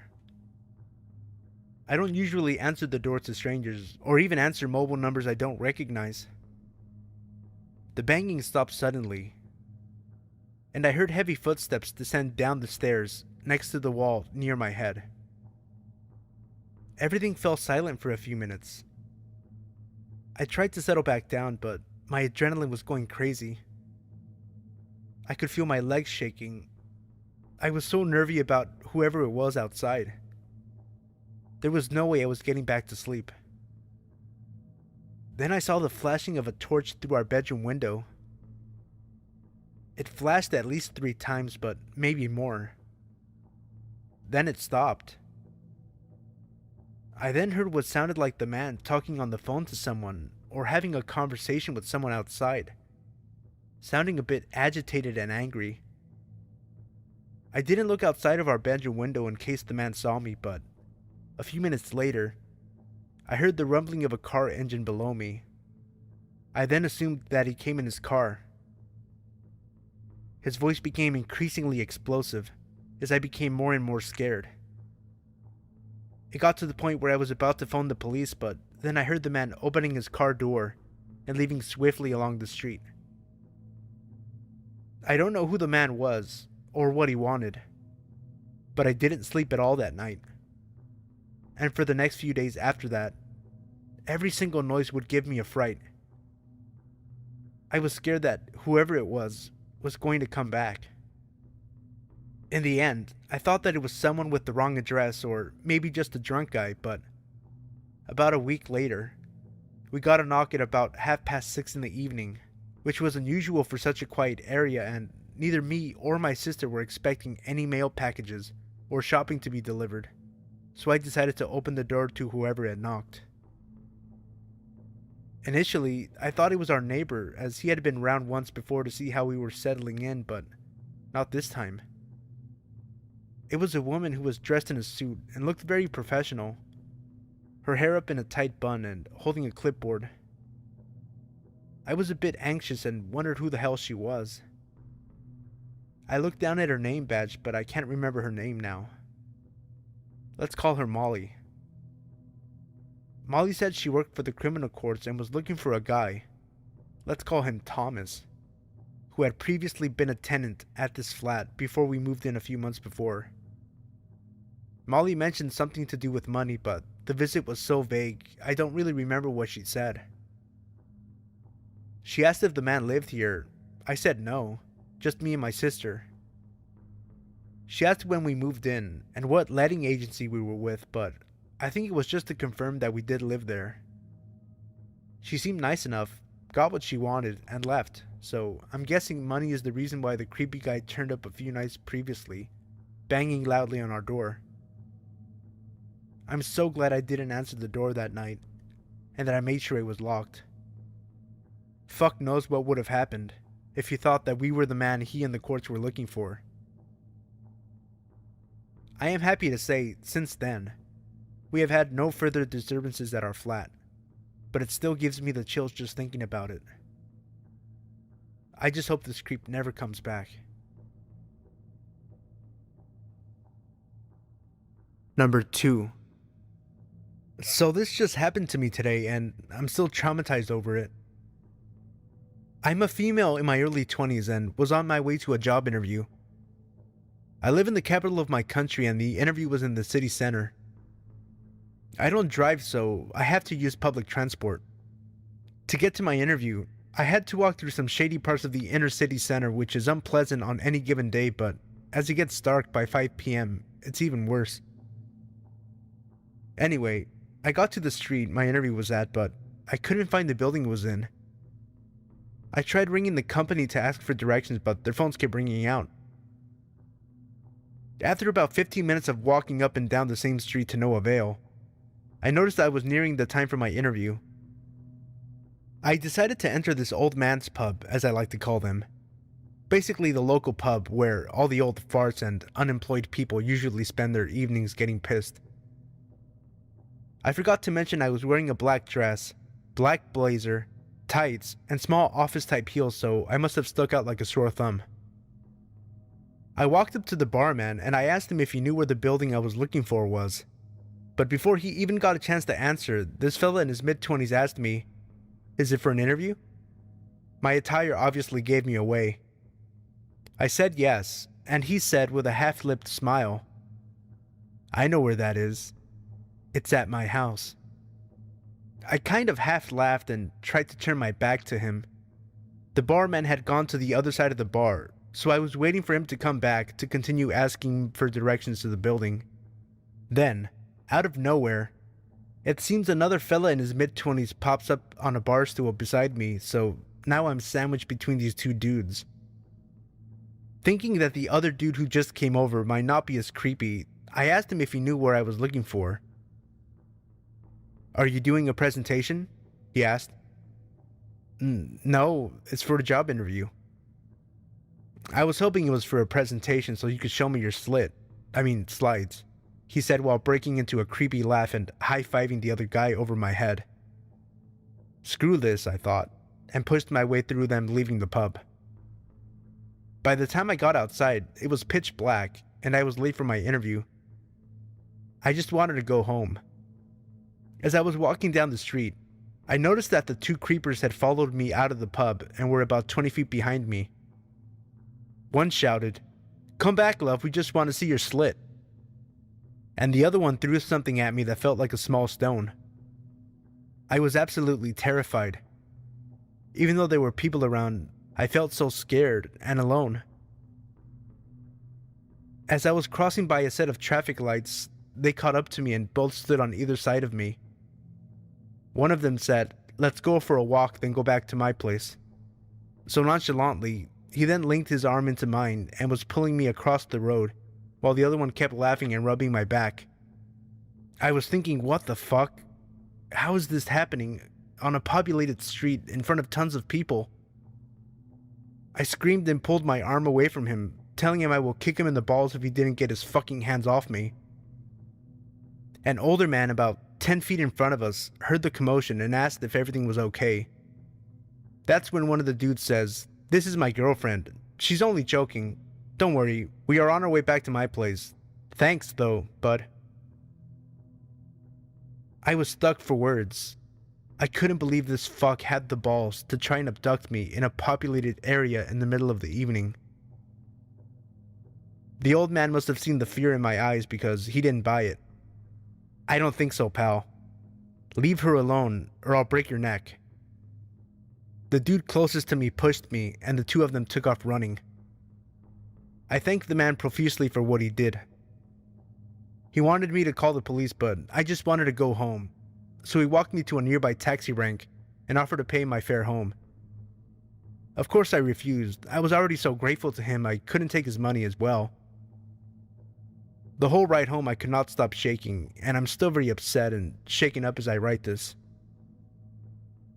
Creepy would-be rapists / abductors, let's not meet again. Number 3. Hello there. My name is Zach. This all started in the summer of 2015, back when I worked at the Walmart of my town pushing carts. I'm not sure the exact date it all started, although I do recall it was around the 4th of July. It all started with a simple call over my radio with a request to help someone load their items into their car. Glad to get out of the hot summer heat, if only for a few moments, I responded quickly, saying I'd be right over it and hurried in. I walked over to the register where the customer had requested assistance. The customer was a heavy-set, middle-aged man who had purchased a 52-inch flat screen. I greeted the man with a warm hello and a smile, which he returned. The man stood at about 6'8" and spoke with a deep southern accent. He offered his hand for me to shake, which I did before he led me to his van. On the way, he made small talk with me, asking how my day was, how old I was, if I liked my job, etc. I answered all his questions honestly, saying that my day was going fine so far, that I was 19, and I could have a worse job than this. We got to his gray van and worked together to load his TV into the back. Before parting ways, he asked me where I lived and if I lived alone. Now this wasn't unusual, as a few other customers had asked me this before in the past. I simply said no. I stayed with my grandparents, having been too poor to afford to live by myself at the time, and I lived a mile or two out of town. I took the man's cart, wished him a good day, and walked off. It was a few days after that I realized, whenever I worked, that gray van would be in the parking lot. I didn't think too much of it, as it wasn't unusual for people to shop at Walmart every single day, so I would just go about my work. That was until a week afterwards when, after noticing the same gray van, I turned to a fellow cart pusher named Joe and said, "That gray van is always here." Joe nodded in agreement. "Yeah, I know, dude. Although it's strange, I've only ever seen that van here when you're working." Confused, I asked what he meant. He responded, "I've only ever seen that van here during your shift. It leaves shortly after you do when you clock out." I found that to be a little strange, but I blew it off as a coincidence. One day, I noticed that gray van would follow me everywhere I went. I don't own a car, so I walk everywhere I go. I don't really mind as I enjoy walking. Again, I would just chalk up the van always following me as a coincidence. Pretty sure the van was just heading in the same direction. Although I always found it odd that the van never drove past me as I walked, but always hung back, not caring if it was holding up traffic. Red flags didn't start going off until I spotted that gray van trailing me on a Wednesday night as I was walking back home from my youth group meeting at church. At first I just brushed it off as usual, until it followed me out of town.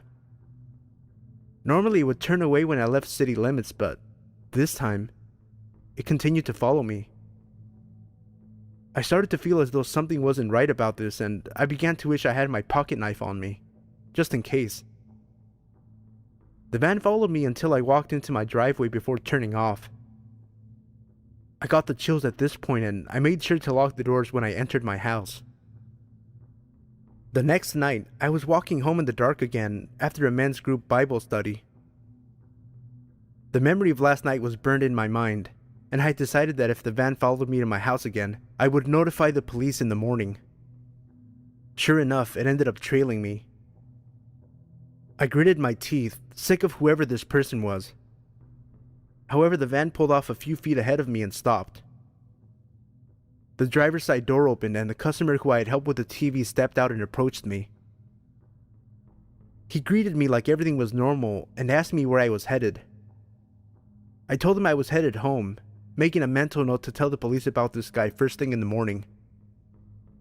The man continued to act friendly and offered me a ride home, stating it was too dark for me to walk home, and that weirdos might try something. I declined, saying I didn't live that far away, but he kept insisting it was too dangerous and that I should ride with him. The more I said no, the more he kept pushing for me to get in his van. It was at this point I decided I was done and started to walk past this guy when he put his hand on my arm and started pulling me to his van, stating that he was giving me a ride, whether I liked it or not. Being a 19-year-old young man, I had always thought I would be able to easily handle a situation like this should it happen. However, panic had taken over my body, and my mind raced for a way to get away from this guy. Pretty sure wherever this guy wanted to take me, it sure wasn't my house. Now, I don't know if it was a miracle or just plain luck, But at that moment a police car drove by and pulled into the nearby gas station to fill up. The man let go of my arm, wished me a good night, got into his van, and sped off. I decided to talk with the cop while he was getting gas, telling him about the past events. The cop ended up driving me home, telling me if I saw the guy again to immediately call the police. It's been months now and I haven't seen that guy again. I eventually quit my job and moved to another state starting college. Sometimes I wonder what would have happened to me if that cop hadn't drove by that night. Whoever you are, owner of that gray van, let's not meet again.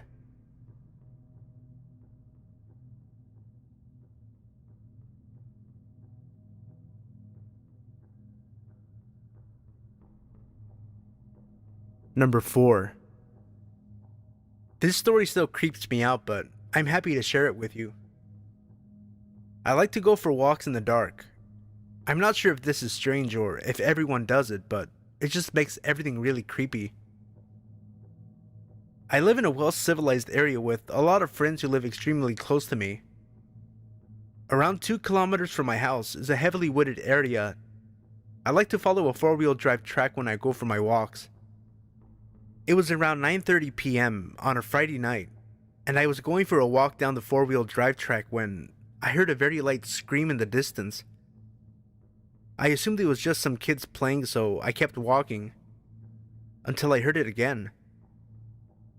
At this point, I knew someone was in trouble. I ran for my life hoping that I could help this person. I ran for about 100 meters when I came to the end of the track and looked around. One of the first things I saw was a girl about 19 years old being held by a 40-year-old looking man. When the man saw me, he dropped the girl and legged it around the corner. I sprinted over to the woman who was busy crying, obviously shaken up. We ended up calling the police and they came and took my statement and took the girl home. I am glad that I still go for my walks. If I didn't, a girl probably would not be here today. Number 5. So this happened about 6 years ago now. I was 14 at the time, and I just moved to Australia. One of the girls in my grade was having a picnic in the park, about 30 minutes away from my house, but I was keen to make friends and so was up for a trip. Anyway, I arrive at this park at about 1 p.m. on a Saturday, and it's great. We eat potato salad, there are other families around. It's chill. But I know I have homework, so I say goodbye a little earlier to make my own way home. I was at an age that meant I was exercising my independence, so I enjoyed public transport and such. As I'm walking through a suburban area, 2 things occurred to me.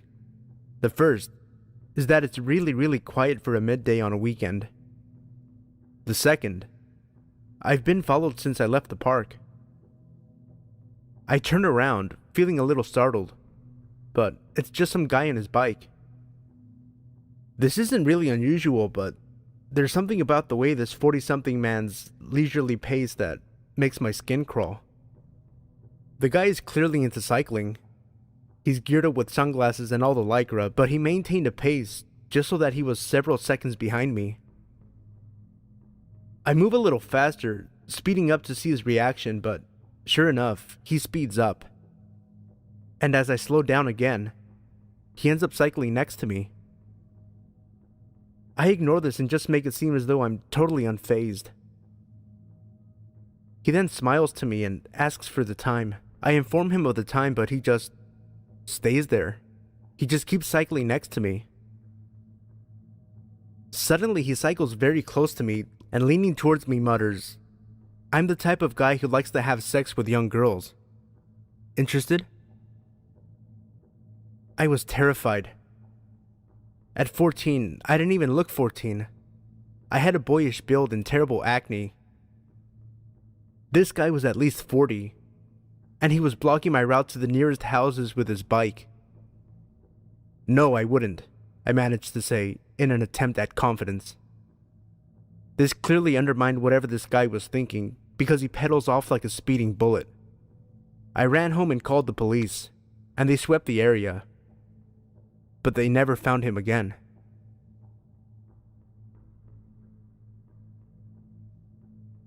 Number 6. I've been lurking on the sub for a while and wanted to share my story. It's Thanksgiving 2011 and I was celebrating at my grandparents' farm in the little town of Seville, Florida. I had had way too much to eat that holiday and was about to leave for the drive back to school in Tallahassee. I stopped at one little gas station in town to fill up before getting on the highway. I had just finished filling up when a lady walked up to me. She was really ratty looking with crazy blonde dyed hair, but this was the backwoods of Florida, so no judgment. They were really kind people who looked like that in those parts. She started talking to me about how her car had run out of gas. She pointed over to an old junker parked over in the convenience store and asked if I could possibly give her some cash to get home. I usually don't say yes to things like that, but it was Thanksgiving weekend, so I was feeling extra generous. I told her that I'd be happy to fill up her car a little to get her home. That's when it started getting weird. She kept insisting I give her cash and that her car was so empty she couldn't drive to the pump. I don't know why I didn't leave right then and there, but again, I was in a really good mood. I told her if she had a gas can, I would put some in, but didn't feel comfortable giving her cash. She kept objecting, but eventually went over and pulled a gas can from her car. I started filling it up. She put her hand on me and said, "Do you have a girlfriend?" I told her no politely. She said she wanted to pay me back somehow for the gas and asked if I wanted to come to her place. I told her no, less politely. She kept touching my shoulder, thanking me, and then offered me a blowjob behind the station, so I stopped the gas pump, got in my car, and left her there with the gas can.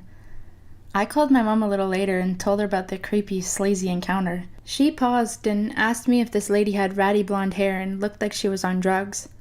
I confirmed that, yes, that was what she looked like, and how could she know that? This lady was apparently all over the news. She was a prostitute in town and had been at a party earlier. An exchange had gone south and her baby had been kidnapped by a client of hers and left under a bush in town. She hadn't even bothered to call the police about the missing child until later. They were both arrested and charged.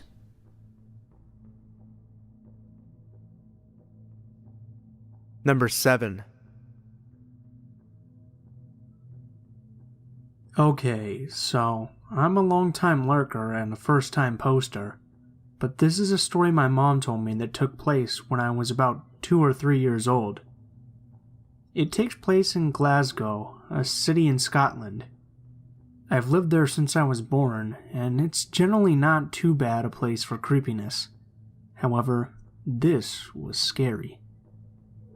So my mom was taking my dog for a walk and carrying me.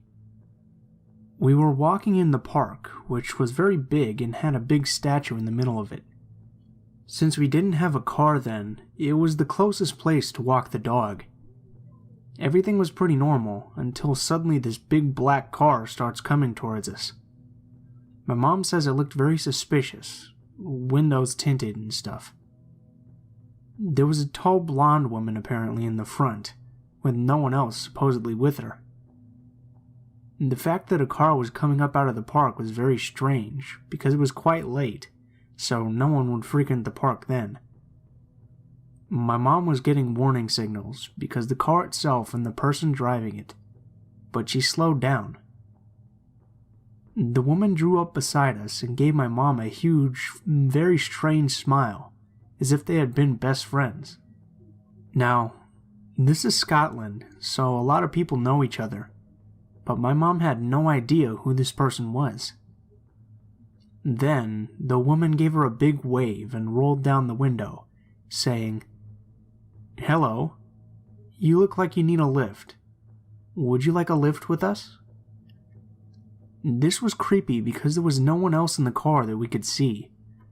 My mom also said that the woman was staring at me in particular. My mom smiled back, trying to be friendly, and politely declined. However, the woman seemed put out by this and said, "I think your dog is getting hungry.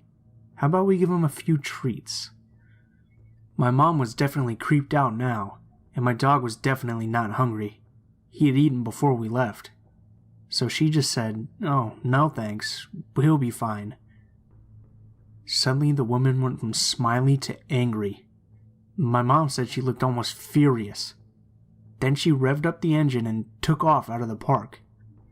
To this day, me and my mom still think there was someone in the back of the car, because the windows were tinted heavily. Whether or not the woman meant harm, though, is undecided. But we never went to that park again. Number 8. I'm a 17-year-old girl and I live in a rural area. My house is almost entirely visible from the road. I'm typing this almost exactly 30 minutes after it happened and I'm still shaking. 30 minutes ago at 5 a.m., I was sleeping deeply and someone slowly opened my bedroom window. My bed is literally right next to the window so I can open and close it. I was sleeping and I could hear my window slowly opening upwards since it's old and heavy. I thought I was dreaming or it was a possum because they live on the tree outside it. It's 5 a.m. and it's getting light at about this time. My bedroom is isolated and at the back of the house, but there is a complete driveway and full access to it there. And holy shit, I realize it's a person opening the window. I look through my makeshift curtain and I say, what the fuck? There's a figure outside my window. They slam the window down quickly, right next to my face, when they realize there's a person less than a meter from them. I could see the figure because there is still some light, but nothing else. I start yelling, I go to my parents, etc. They check the area, but they can't see any cars or people as it's covered in trees. All in the meanwhile, I think I'm crazy. How could that have happened? Was I dreaming? But my curtain is tucked under the window, and my cat is going crazy, and I know what happened. It was terrifying. I'm sure that they were a thief. We've had some dodgy people around my area before, but I swear, when it happened, I thought it was a ghost or something. I was terrified because I've been reading a lot of this subreddit, and the subreddit No Sleep. Now I have to get ready for school. My parents are going to put a lock on my window. Update. I don't understand why someone would try to rob a house at 5 a.m. My dad's awake every morning before 5 and there is light still in the sky. If it was earlier in the night, it probably would have been way scarier. A policewoman came. She explained about crimes in the area. She looked for footprints and fingerprints but couldn't really see any, as it was raining. She was really kind, but I'm still spooked. I don't know if anyone will read this, but a few hours later, my parents discovered the window adjacent to mine had chisel marks on it, and it was fairly damaged. Obviously, this means they tried to break in through there but couldn't, and then tried my window. Number 9. I have provided links for news coverage of the following story in the video description below. This is the story that my dad shared with me. He grew up in a small suburb community of Stowe, Ohio, with his parents and older sister. Across the street lived a boy named Richard Wade Cooley. He was the same age as my dad, who described him as a scrawny, red-headed troublemaker. He would spit on people as they walked by, and even set a house on fire in the neighborhood and blamed it on a kid who had special needs. Nothing he did as a child, however, could compare to the crime he committed when he was only 19 years old. My dad had just started his sophomore year of college when he heard the news. Richard and his friends Clinton and Kenneth were throwing pieces of concrete off a local bridge onto the interstate when one of them struck the vehicle of 21-year-old Wendy Offrendo. Her friend, 20-year-old Dawn McCreary, was also in the car. They were sorority sisters who had just gotten off of work at a local restaurant. At this point, Kenneth decided he'd had enough and went home. This is when Richard and Clinton came up with their evil scheme. Both of the young men approached the girls, offering them help, offering to give them a ride. They drove the girls to a shopping center where they told them to call their parents and let them know they were alright.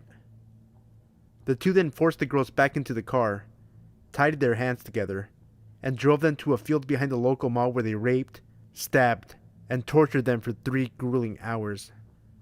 They abandoned their bodies in the field, but only after they carved large X's on their stomachs. Richard and Clinton then decided they wanted to sell the girls' clothing and jewelry to make some extra cash. When Richard couldn't find a buyer for the items, he burned them in his backyard, which woke my grandparents. My grandfather called the police to report what he thought was yet another neighborhood disturbance from Richard. The police gathered the items for evidence, and after finding Wendy's abandoned car, they arrested Richard and began the investigation. Clinton and Richard were both arrested and charged with the murders. They had found a bloody pocket knife used to stab Wendy in the neck in Clinton's pocket when he was arrested. And some of the burned items still had traces of the girl's blood. Since Clinton was only 17, he was spared the death sentence and currently is serving life in prison. Richard, however, was given the death penalty. On October 14th, 2003, at 10 a.m., Richard was executed by lethal injection. Wendy's family was present at the execution. Every time I visit my grandparents and look across the street at that house, I can't help but to get the chills. Richard, I'm glad we never met, and I'm certainly glad my dad was smart enough to not become your friend growing up. Number 10. It was March during spring break. I was 16 at the time, and me and about 20 people went out into the woods in Surrey County and got a cabin on this nice little retreat center. We planned on staying there for 4 days. For a bit more detail, the cabin was surrounded on all sides by woods. To the west of the cabin are some hunting trails, and a creepy abandoned trailer next to a small clearing with a single pine tree in the center. To the east, there was a large field. At the far end of the field, there is a slope leading down to a beach. When going to the slope to the right, there is an area of higher elevation, and to the left was a valley that could be accessed from the beach. On the last night, a group of about 8 of us decided we'd go down to the beach and sit around and sing songs while playing guitars. It was about 11 p.m. Everything was going fine, and then 3 of the guys decided to head back to the cabin and get some food. They were only gone for 10 minutes before one of the guys got a call from his brother. His reaction to the call made it seem like something happened or someone was hurt. When he got off the phone, he said, "We have to leave right fucking now," in a very hushed and panicky voice. We all asked why, and he told us that while the others were walking back, they had found a rabbit at the top of the trail with his head cut clean off. Not ripped off like an animal doing it, but cut like someone took a knife to the rabbit. We automatically thought they had to be fucking with us. We began walking back, brandishing the guitar and a metal pipe as weapons in case they really weren't fucking with us. About halfway up the hill, we hear rustling and twigs snapping to our right where the valley is. It sounded like someone was walking up the side of the steep slope, which would not be possible without climbing gear. We stopped moving, but the movement and noise continued. We told them to knock it the fuck off if it was a joke and it wasn't funny. The movement to the right stopped very suddenly. We kept going, and once we neared the top of the hill, I turned on my phone's flashlight, and right on the ground in front of me lay a rabbit with its head cut off. We took off running, and heard someone, or something, come out of the woods. We didn't stop running until we got back to the cabin. When we got to the cabin, we found all the guys sitting inside. We locked up every door and all of the windows. Me and 2 of the other guys stayed up all night to keep watch and make sure whatever it was didn't follow us to the cabin. We fell asleep around 6:30 a.m. We awoke around 8 a.m. to one of the girls screaming about a rabbit's head on the front porch. Number 11. I'm a 5'3" female, presently gender fluid 17-year-old. When I was 16, me and my girlfriend, who's about 5'7" and easily stronger than me, went to the mall because we both had the same stuff we needed to pick up. As a bit of backstory, my ex, who is still my friend to this day, is a total fucking badass, and not in the way where she looks cool. I mean, she does, but that's not the point.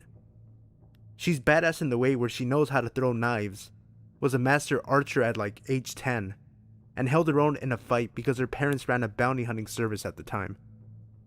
Anyway, we were leaving a store, holding hands the whole time because we were fucking adorable, and she turned to kiss my cheek. And right before she turned to face ahead again, she whispered in my ear, "We're being followed.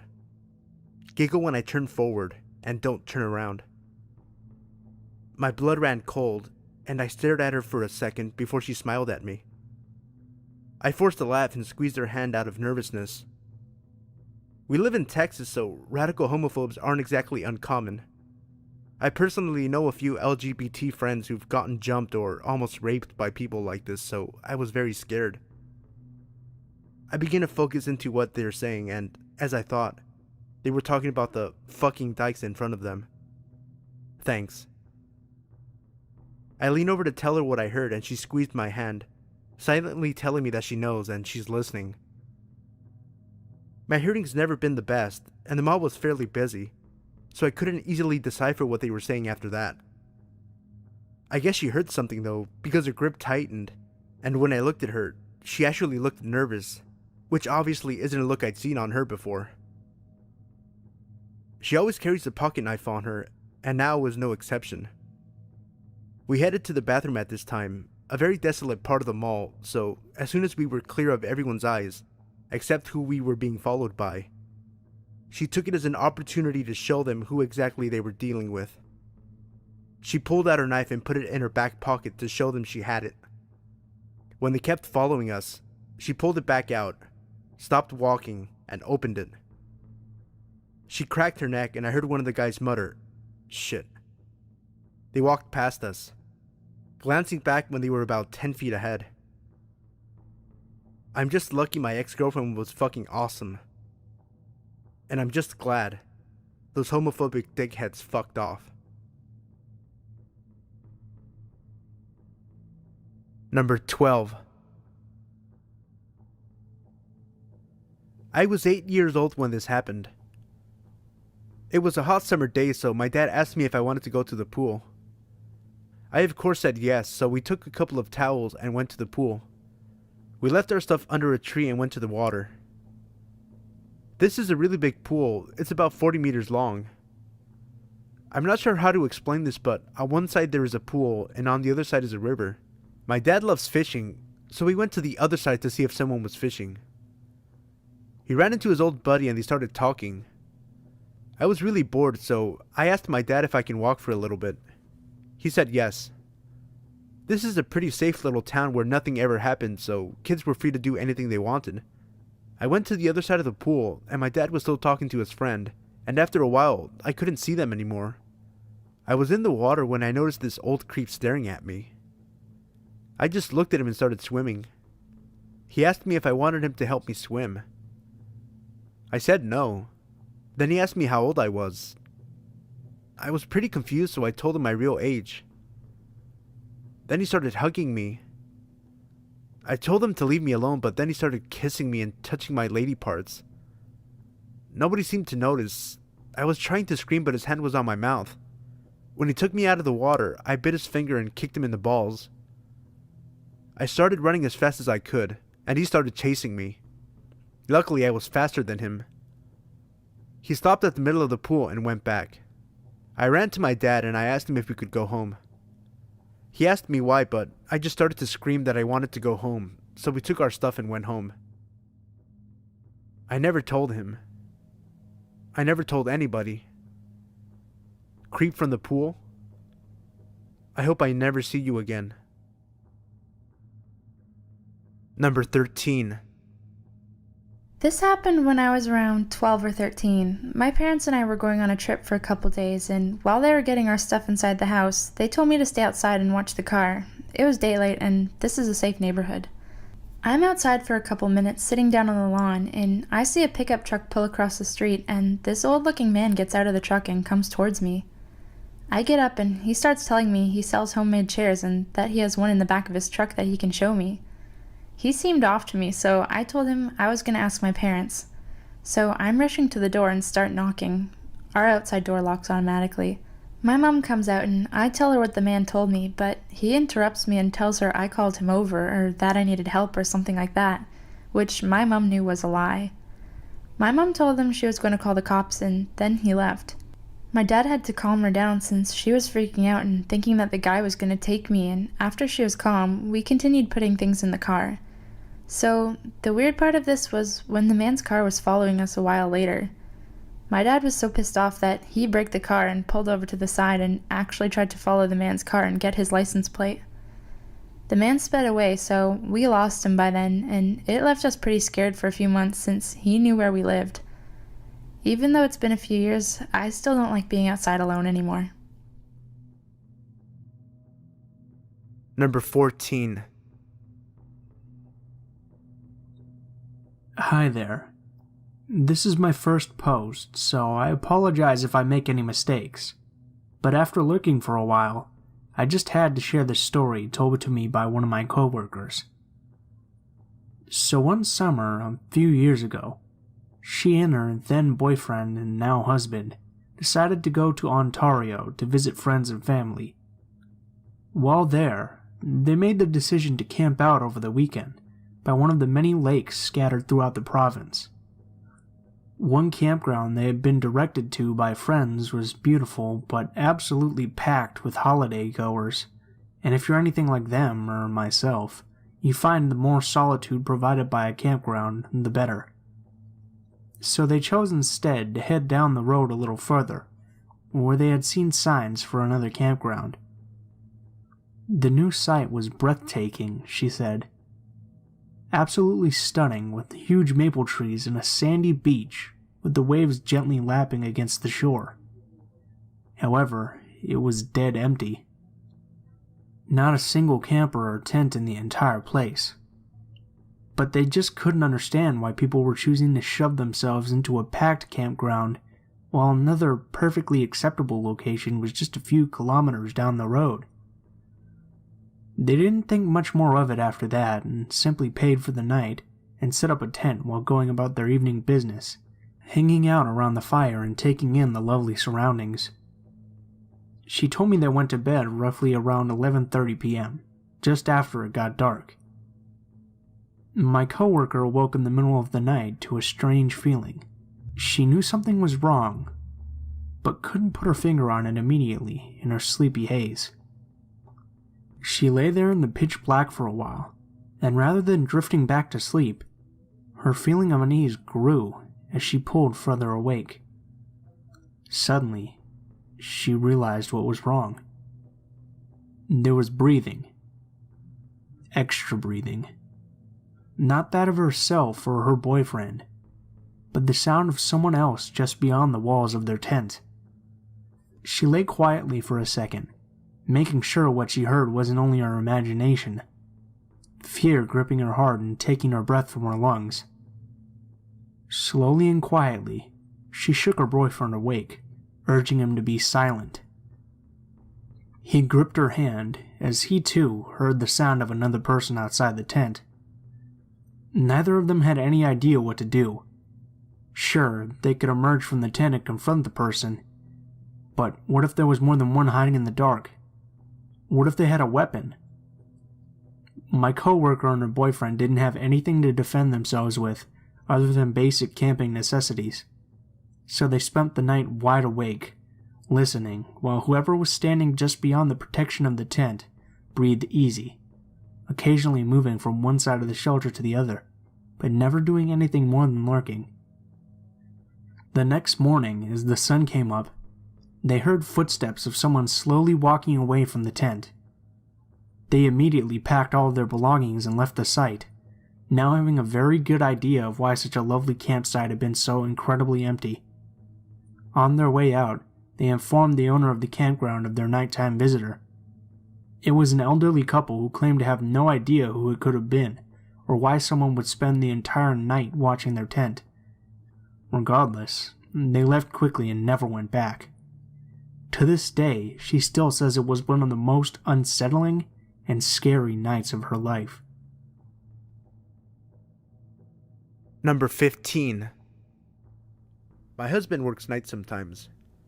His shifts rotate, 7 a.m. to 9 p.m., 9 p.m. to 9 a.m., that sort of thing. I wasn't too bothered by it until the other night.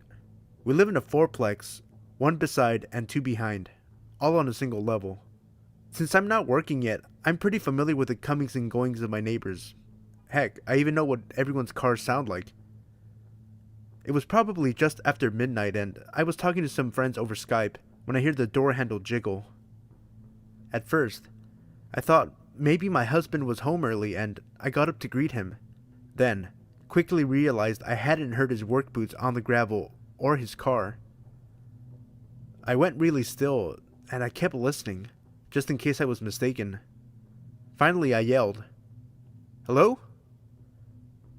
Just silence. Then I heard something in the lock. My husband likes me to be protected, so he bought us a couple of guns. I grabbed the shotgun and pumped it once. It's loud enough without actually putting ammo in that you know what it is. Then I yelled, "I have a gun and I know how to use it. Get lost before I call the police." Big, heavy footsteps ran off across our graveled lot, and I stayed up the remainder of the night until the sun came up. Then I finally fell asleep. My husband came home later that morning and was worried when he found me in bed at 11 a.m., but let me sleep a little longer once I explained what happened. He had the next day off, so we went to visit some friends of his. When we got back, we discovered the pumpkins I had next to the stoop were all knocked over, like someone was looking for a key. My husband did a quick sweep of the house before we went in, but we're looking for a new place now. Person trying to break into our place? Let's not meet. Number 16. A few years back, me and a few friends had walked across our town to go to the town center. We were around 13 at the time. Our town was not huge, but it was one of the bigger towns in the county. There was a lot of crime in the area, usually to do with drugs. We were walking along one of the main roads because it was the shortest way to get to the town center. We were all staying at our friend John's house later that night, and we wanted to get some snacks and maybe some new games if they were cheap. We made it to the town center, all was well and good. But on the way back is when it got a bit creepy.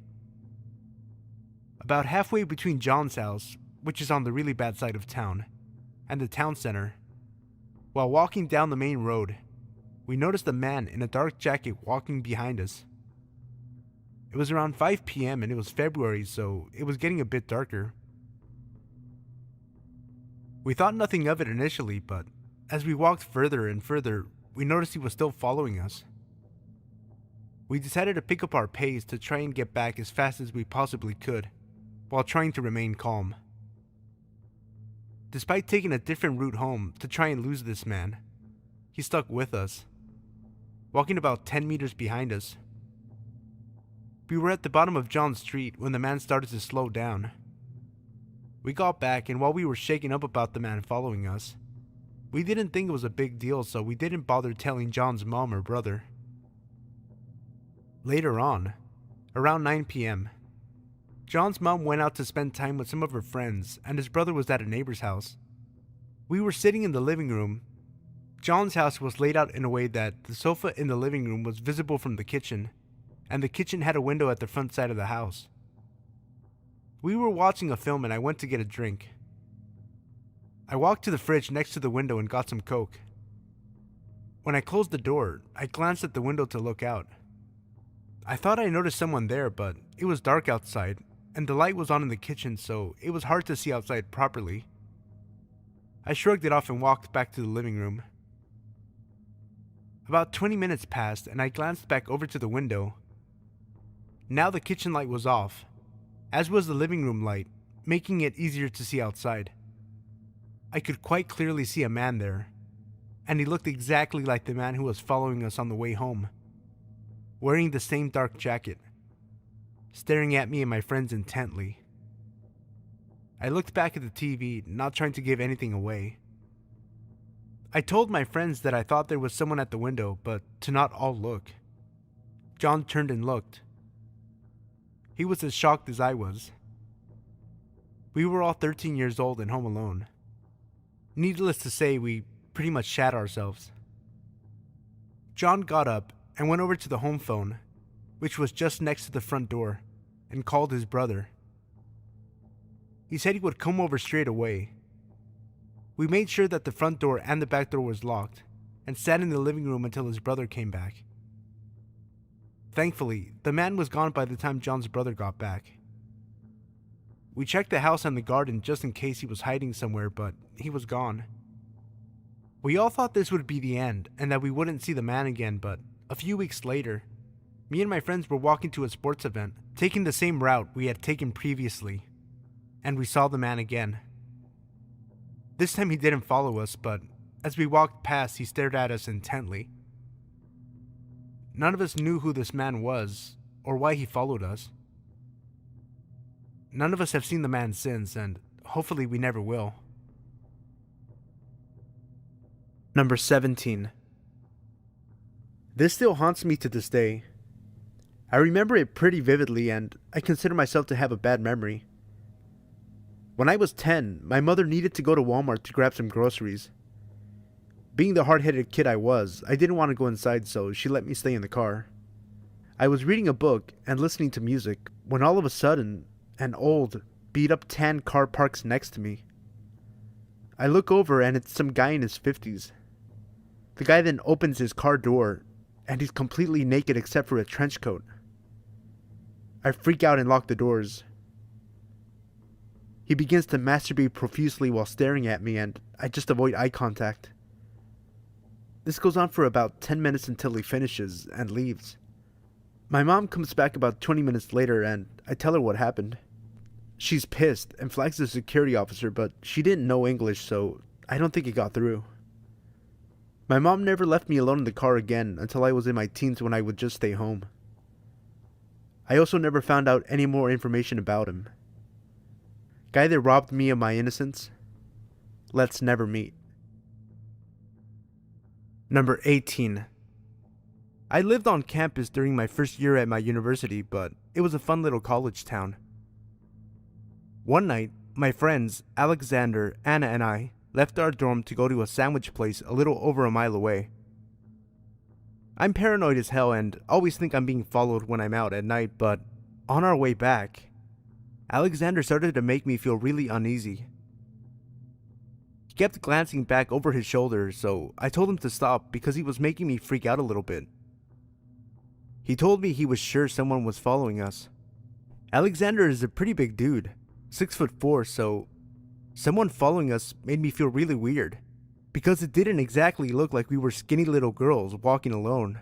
He made us walk in front of him so that he would be between the guy and ourselves, but I was starting to panic. We got into our residence hall and made a beeline for the doors that led to the rooms. You need to have a resident keycard to get in. This is the first time I can get a look at the homeless dude who's been following us, since I can finally see him in the light of the lobby. He follows us all the way to the door with the lock, puts his face up to the window, and smiles as he watches us take off down the hall.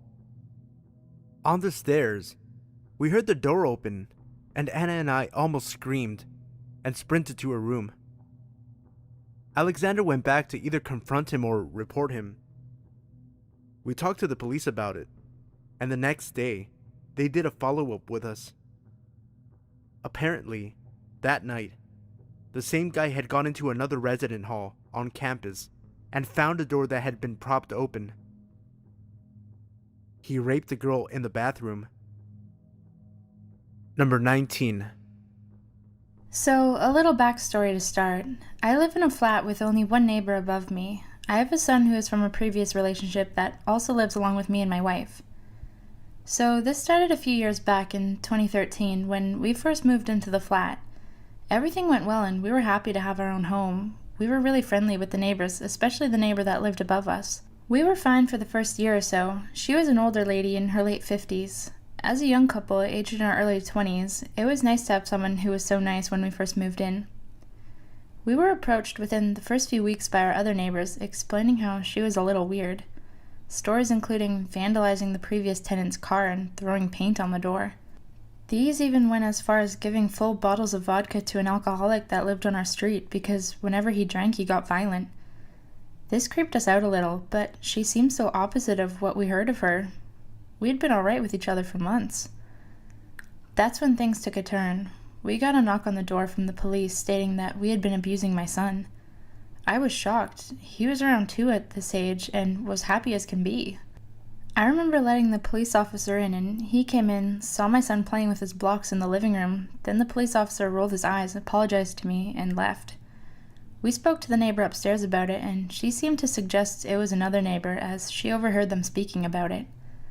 Thinking it was no good to dwell on it, we left it and nothing happened for a few weeks. A few weeks later, my son's mother came around and was rather distressed. She showed me some messages she got on Facebook from someone called John Smith. They explained that they worked at the nursery that my son attended and was concerned about my son, going into a lot of detail about how we would shout at him and abuse him. I flipped my shit and even gave her a copy of the recordings from my son's baby monitor.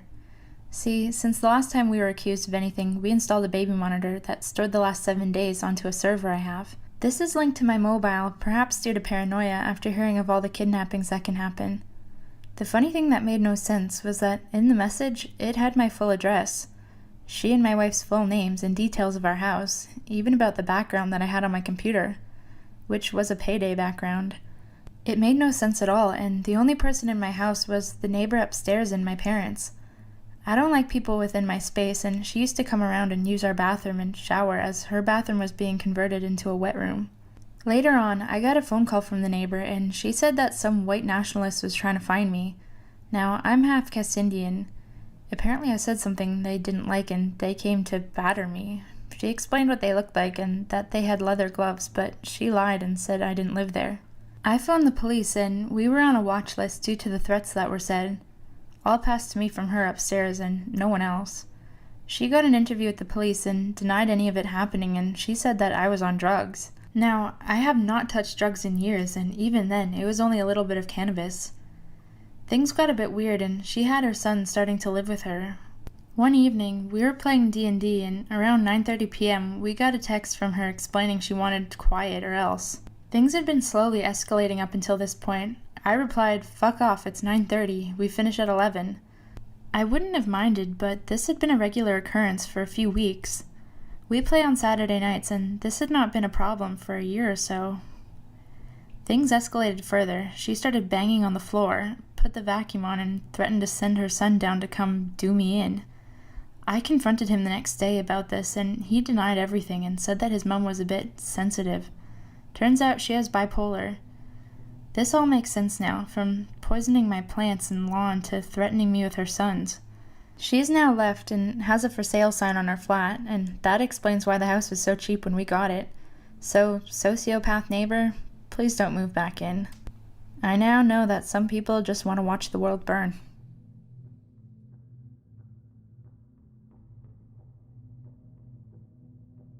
Number 20.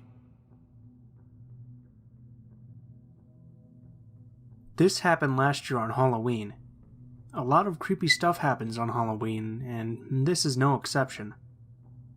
I'm 5 feet tall and 105 pounds. Not a very intimidating figure. I'm transgender, and I look a little more on the feminine side of things. I was out on Halloween with my girlfriend at the time. We'd gone into the city.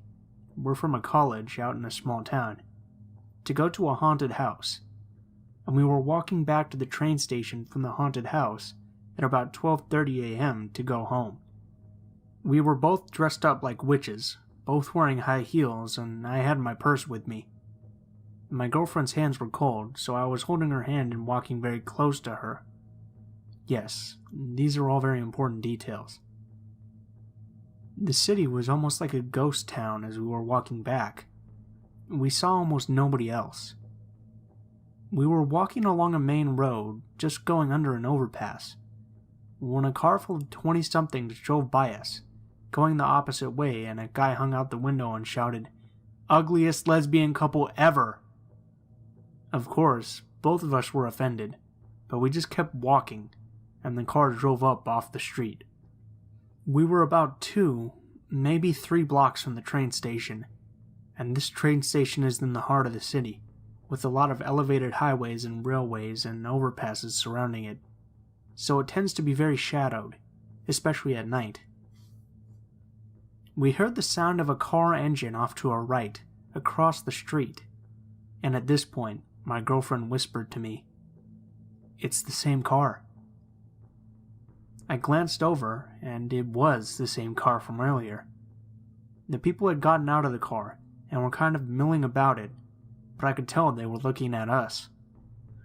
I was very nervous at this point because being both queer and transgender, you face a lot of potential violence and hate crimes. All of the stories about trans people and lesbians and gays getting beaten to death were flashing through my head. I was terrified. About a year ago, my dad had told me I had to carry something for self-defense, but instead of mace or something, he gave me a flashlight. It's about 8 inches and very sturdy, made of steel and incredibly bright. This thing will temporarily blind you for a good minute, and it has a raised, beveled edge that would likely hurt like a bitch if you were hit with it. I reached into my purse and pulled out the flashlight, gripping it tight in my free hand. There was the sound of breaking glass behind us, and both of us looked over our shoulders to see the group of people crossing the street towards us. There was broken glass in the street, and from what I could make out in the streetlights, one of the people was holding a broken beer bottle. I said to my girlfriend, "We need to get out of here now." We ran the remaining 2 blocks to the train station, but not very quickly because we were in high heels. And the entire time, we could hear the group running after us. Heavy steps, shouting slurs, maybe 50 feet behind us the whole way. When we got to the train station, we immediately bolted for the brightest area with the most people around, and looked around for the group. But they didn't come to the station. It hit me really hard right then, how close we'd come to being statistics.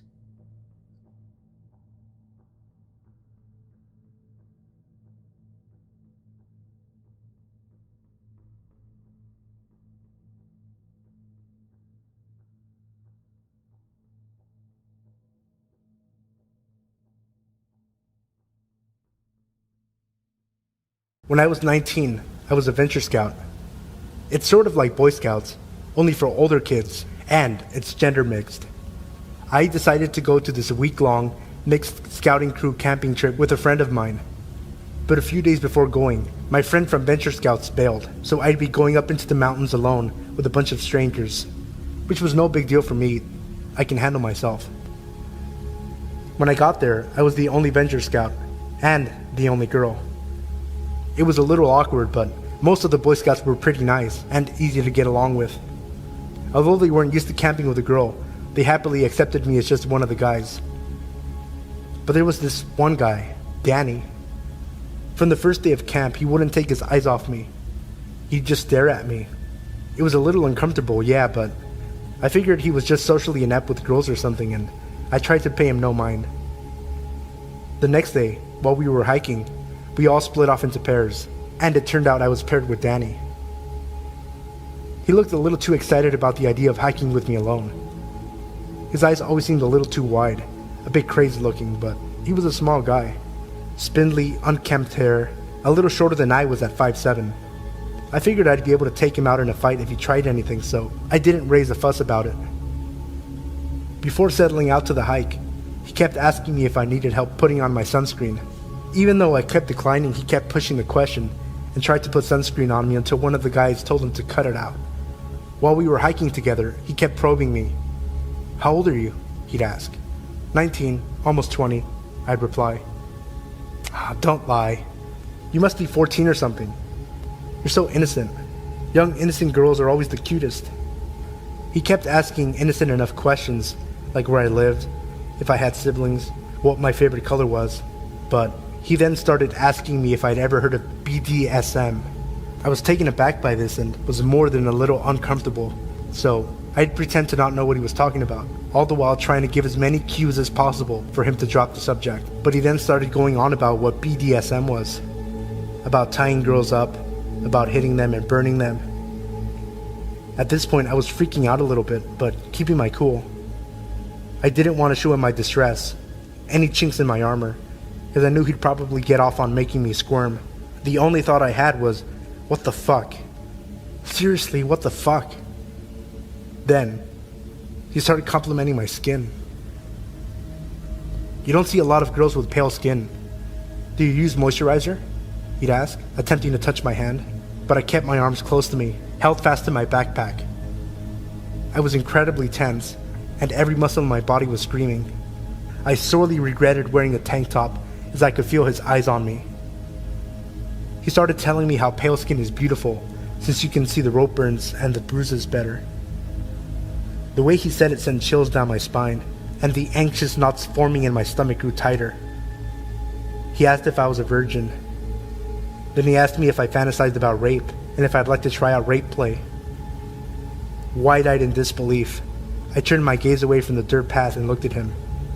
He was smiling. A creepy, childish sort of smile that was just chilling. I kept silent and quickened my pace. He felt too close, far too close. I wanted to run. He could probably see the fear in me at this point. There was no hiding it. But then, I saw that another pair of scouts were ahead of us. I ran to them, telling them that the four of us should group up and go together. At first they declined, saying that we're supposed to be going in groups of 2, but upon seeing how panicked and distressed I was, the 2 guys changed their minds, looking confusedly at Danny, who was silently glaring at them. I was just glad that someone else other than Danny was there. The 4 of us went up the mountain, and I tried to keep close to the other 2 boys and as far away from Danny as possible. Upon reaching the end of the trail and regrouping with the others, the 2 Boy Scouts offered to switch partners to descend the mountain path. Danny looked downright upset, angry even. He was looking at me as if he were betrayed, but I didn't care if it pissed him off. I accepted the offer of switching partners and was able to get back to camp in relative peace. On the way down, the Boy Scout I was with asked me if Danny was bothering me or something. I lied and said he wasn't bothering me too much. After all, I was 19. I thought it would be pathetic to get so distressed about some weird 15-year-old kid. I figured that so long as I stuck with the other guys, I'd be fine. But then, that night, I was alone in my tent. Everyone else got to sleep in pairs of 2 or 3, but since I was the only girl, I had to be alone in my tent. It's always a little creepy being alone and isolated in the forest, away from everyone else. The scoutmasters insisted my tent be far away from the boys' tents so that they wouldn't bother me, but it only put me in a more vulnerable, isolated position. I sorely wished I'd been closer to the protection of the rest of the group. Late at night, I heard rustling outside. I figured it was just a deer or an elk or something, as it usually was, and went back to sleep. But then I heard my tent opening. Opening my eyes, I peeked through the crack in my sleeping bag to see what it was, and there, I saw the white of an eye looking back at me, looking through the opening of my small tent. It was Danny, staring at me. I froze, holding my breath. I held my dad's hunting knife close to me, hiding in my sleeping bag, not moving a muscle, staring Danny down, pretending to be asleep, ready to fight at any moment should he take one step into my tent.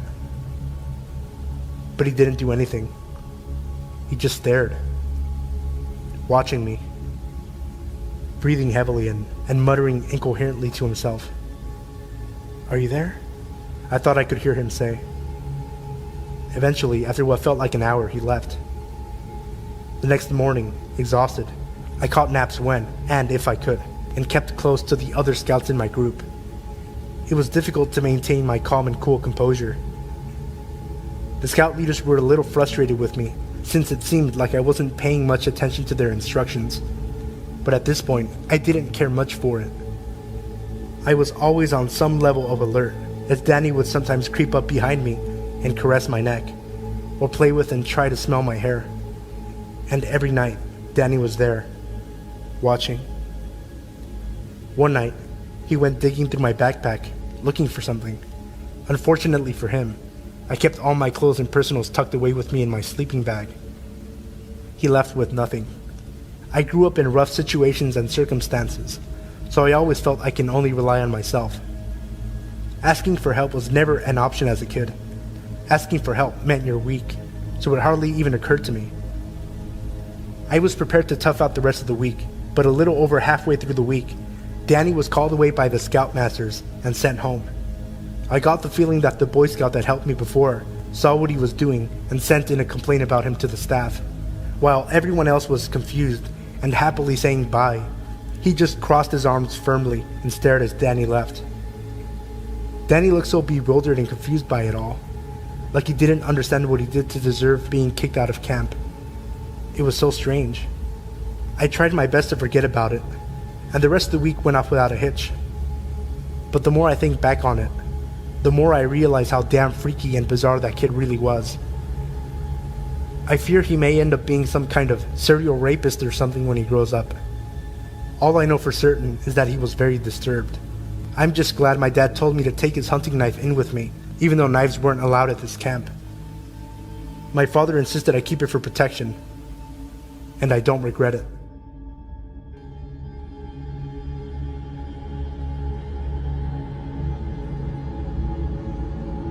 This happened to me a few months ago. I was at the store with my mom. She had to return some things. I can't remember what or why. I was a few feet away from her, looking at the books they had on clearance. A man, who could not have been much older than 50, also began looking at the books on the shelf next to me. Ironically, I'm a really paranoid person, but I didn't worry too much because my mom, and about 20 other people, were only a few feet away from me. I picked up one of the books. I think it was The Maze Runner, but I'm not too sure. And the man proceeded to pluck the book out of my hand. Then he asked me, "Are you buying this for college? Do you go to the university in town?" I told him no, and tried not to look at him. I figured he'd get bored and walk away, but he didn't. Every book I picked up, he picked up. I even tried to walk to the other side of the shelves, but he followed me. I dropped all my books and walked over to the customer service station where my mom was. I told her about him, but she told me to knock it off, that I was just being paranoid. I finally let it go when I saw him walk off toward the clothing sections. While we waited, my mom asked if I could go grab a bottle of aspirin. By now, I figured the guy must have left and went over to the medicine aisle. I walked over to the little 20 items or less register. There was a woman in front of me. Someone had walked up behind me, but I was just trying to focus on buying the aspirin and going back to the service station with my mom. The person behind me began to whistle, so I turned around, and it was the guy from the book aisle. I tried to keep my cool, but my body began to shake, and I broke out into a cold sweat. I kept looking back at him, and he kept smiling at me. The woman in front of me seemed more nervous than I was. She kept looking at him, and then to me. She was finally done checking out, and I started to scoot closer to the register. He also scooted closer, to the point he was almost completely pressed into me. I urged the cashier to hurry and just scan the bottle of aspirin. I snatched my change from her, grabbed my bag, and ran toward the customer service station. My mom was sitting on the bench, waiting for me, and I started crying my eyes out the moment I walked up to her. When I told her what happened, she became angry this time, and started walking towards the register I was at. But he had already left. In a hurry, the cashier told her. For a month, I refused to go into the store. I would opt to stay at home in fear that he would be there. Dear creepy man at the store, let's not meet again.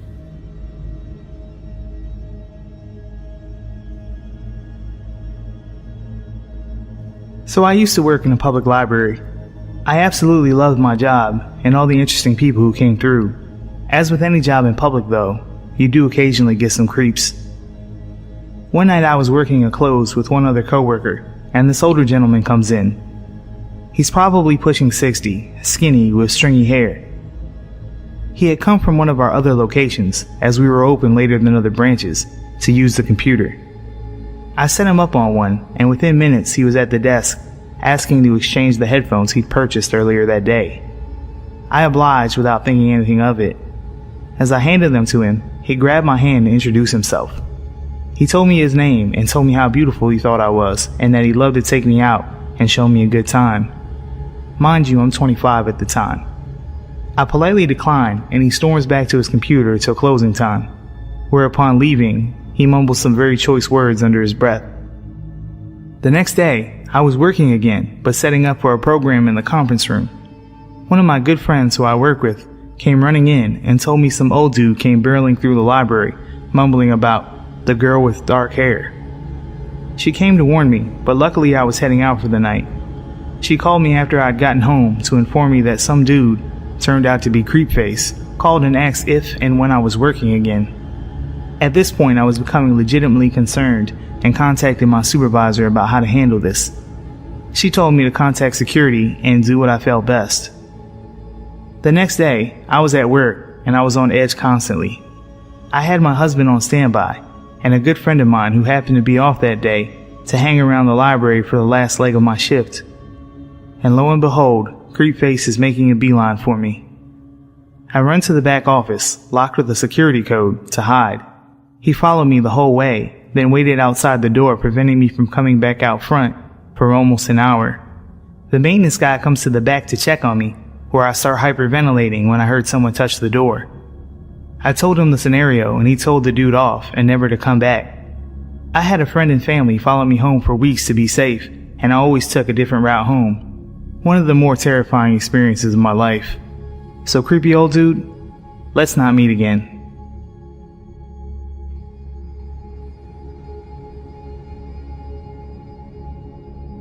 In 2008, I worked at a retail clothing store with my girlfriend Chelsea. We were both 18 years old, and we tried to work as many shifts together as possible to maximize our time together because she was still in school. My grandfather had recently purchased a Dodge Sprinter van for his business, and my car was being serviced overnight, so I got to drive the van. Chelsea and I loved the nights that we got to take the van, because it usually had back seats installed, and the tinted windows meant that we could have some privacy, which is great for teens who still live at home. That night, we only had one row of seats in the back, and it was the row just behind the driver and passenger. Chelsea and I parked near each other, like we always did, and worked our evening shift, closing the store with a few of our coworkers. We all leave together, and I helped the manager lock up because the glass doors need to be aligned properly for the lock to engage. It's early March in Pennsylvania, and it's still very cold outside. So Chelsea usually starts her car to warm it up, and then sits with me as my car warms up. When I get to the vehicles, her car is idling because she is already in the van. I don't even realize that I still have my keys, and I never unlock the doors. She sits with me chatting for a while. She sits on my lap, and we kiss in the front seats, and we decide it's too late and too cold to have a little fun in the back. Every night, we drive home separately from work while talking on the phone. She usually gets home first, and I stay on the line while she walks up her long driveway in the dark. That night, I made it home first for some reason, and I knew I had a lot of stuff to carry in, so when I'm close to home, I tell her I'll call her in a little bit. She asked me to stay on the line because she's almost home, and she doesn't like walking past the dark bushes next to her driveway. I stay on the phone and fumble with all of my things that I'm carrying out of the van. I know I locked and armed the van because I was using a key fob to lock the vehicle. I dropped a few things while struggling to keep the phone to my ear. The motion lights have illuminated the whole area, so I'm able to see everything that I dropped. We both make it inside safely, and then we also decide not to stay on the phone because she had school in the morning. I began to doze off immediately in my bedroom. I lived with my grandparents who built a house to accommodate my grandfather's aging parents suffering from Alzheimer's, my great-grandparents, so they didn't have to go in a home. The driveway runs parallel to a daylight basement that has two garage doors, an entrance door, and the French doors to my bedroom. I'm falling asleep as all of the motion lights finally turn off, and now my room is completely dark. It wasn't 20 minutes later when I'm jarred awake by the alarm sirens of the van. All the motion lights are on, and the flashing lights of the van alarm are filling my room. I left the key fob upstairs in the main part of the house, so I ran upstairs to silence the alarm. In the kitchen, as I'm grabbing the fob, my grandfather in his boxers, my great-grandmother in her nightgown, and I in my boxer briefs all meet in the dark. My grandfather grunts as he sees me grabbing the key fob, but what my granny said sent shivers down my spine. "What in the Sam Hill are you doing running outside at this time of night, darling?" I wasn't outside. I explained that I was sleeping, and she insisted that I was outside making the van alarm. My great-grandparents' bedrooms sits above the garage doors looking down and over the driveway and the van. I'm assuming she's confused. She has Alzheimer's after all. The goosebumps from her exclamation prompted me to grab a knife from the butcher's block, and my grandfather followed with a baseball bat. We both walk outside wearily, in our boxers, in the cold, but highly illuminated and loud dead of night. The van is still going crazy. The interior lights are all flashing, and I remember that specifically because I'd never seen a car alarm do that. We silence the alarm and start looking around. My grandfather says he thinks a deer may have ran out of the woods in the dark and hit the van. I don't say anything as we investigate. When I reach the back of the van, I notice the door is wide open. That explains the alarm. The van has a feature that if the vehicle alarm is armed and the door is open somehow from the inside or outside, it alarms. But how? I locked it and armed it, hence the blaring alarm, but that's when I realized the door was open from the inside. My blood ran cold. The door is open, so the inside lights are still on. I see the empty space behind the row of seats, and there are wadded up napkins and a chip bag. They weren't ours. Someone was in the van with me the entire time. I must have left the van unlocked by mistake when I went into work, and that's how Chelsea was able to get into the van without keys at the end of the night. Was it a homeless person escaping the cold, or someone with more sinister intent? What if I hadn't gotten off the phone like I wanted to? If they had ill intent, the fact that I was on my phone might have saved my life, because Chelsea would have raised hell if she had heard me being attacked. I get chills every time I think about it. We didn't call the police because my grandfather was skeptical of my conclusion, but my gut tells me that I didn't drive home alone that night. Person in the back of my van, let's not meet.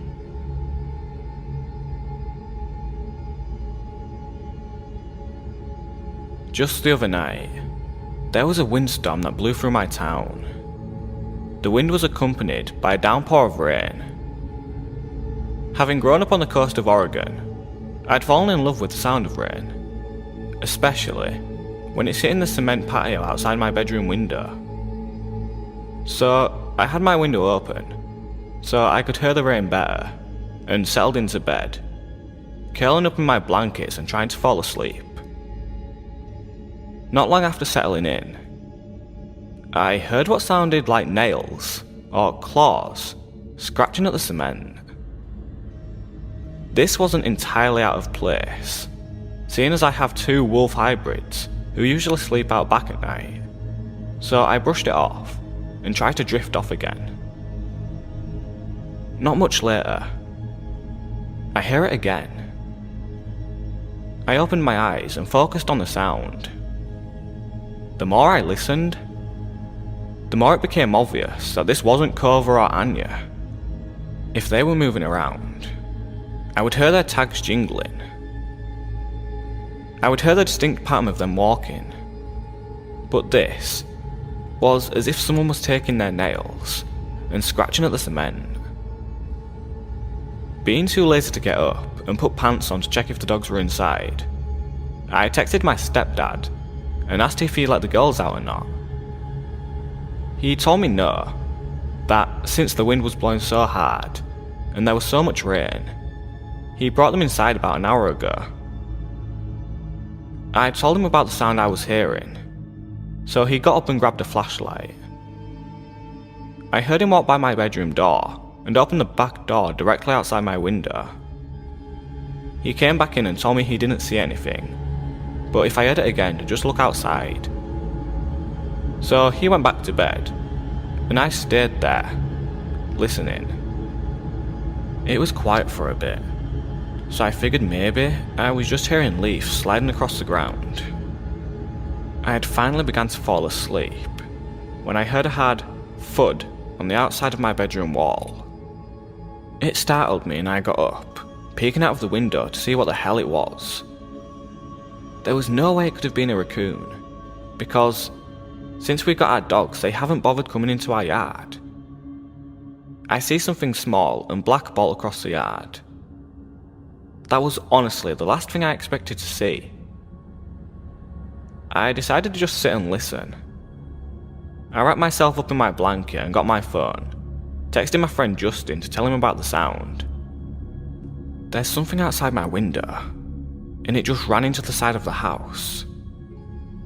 It didn't take long for him to reply, since he had just gotten off work. It's probably just a raccoon or something. No, they don't come to our yard anymore. Not since we got Clover. And it's too small to be a raccoon, unless it's a baby.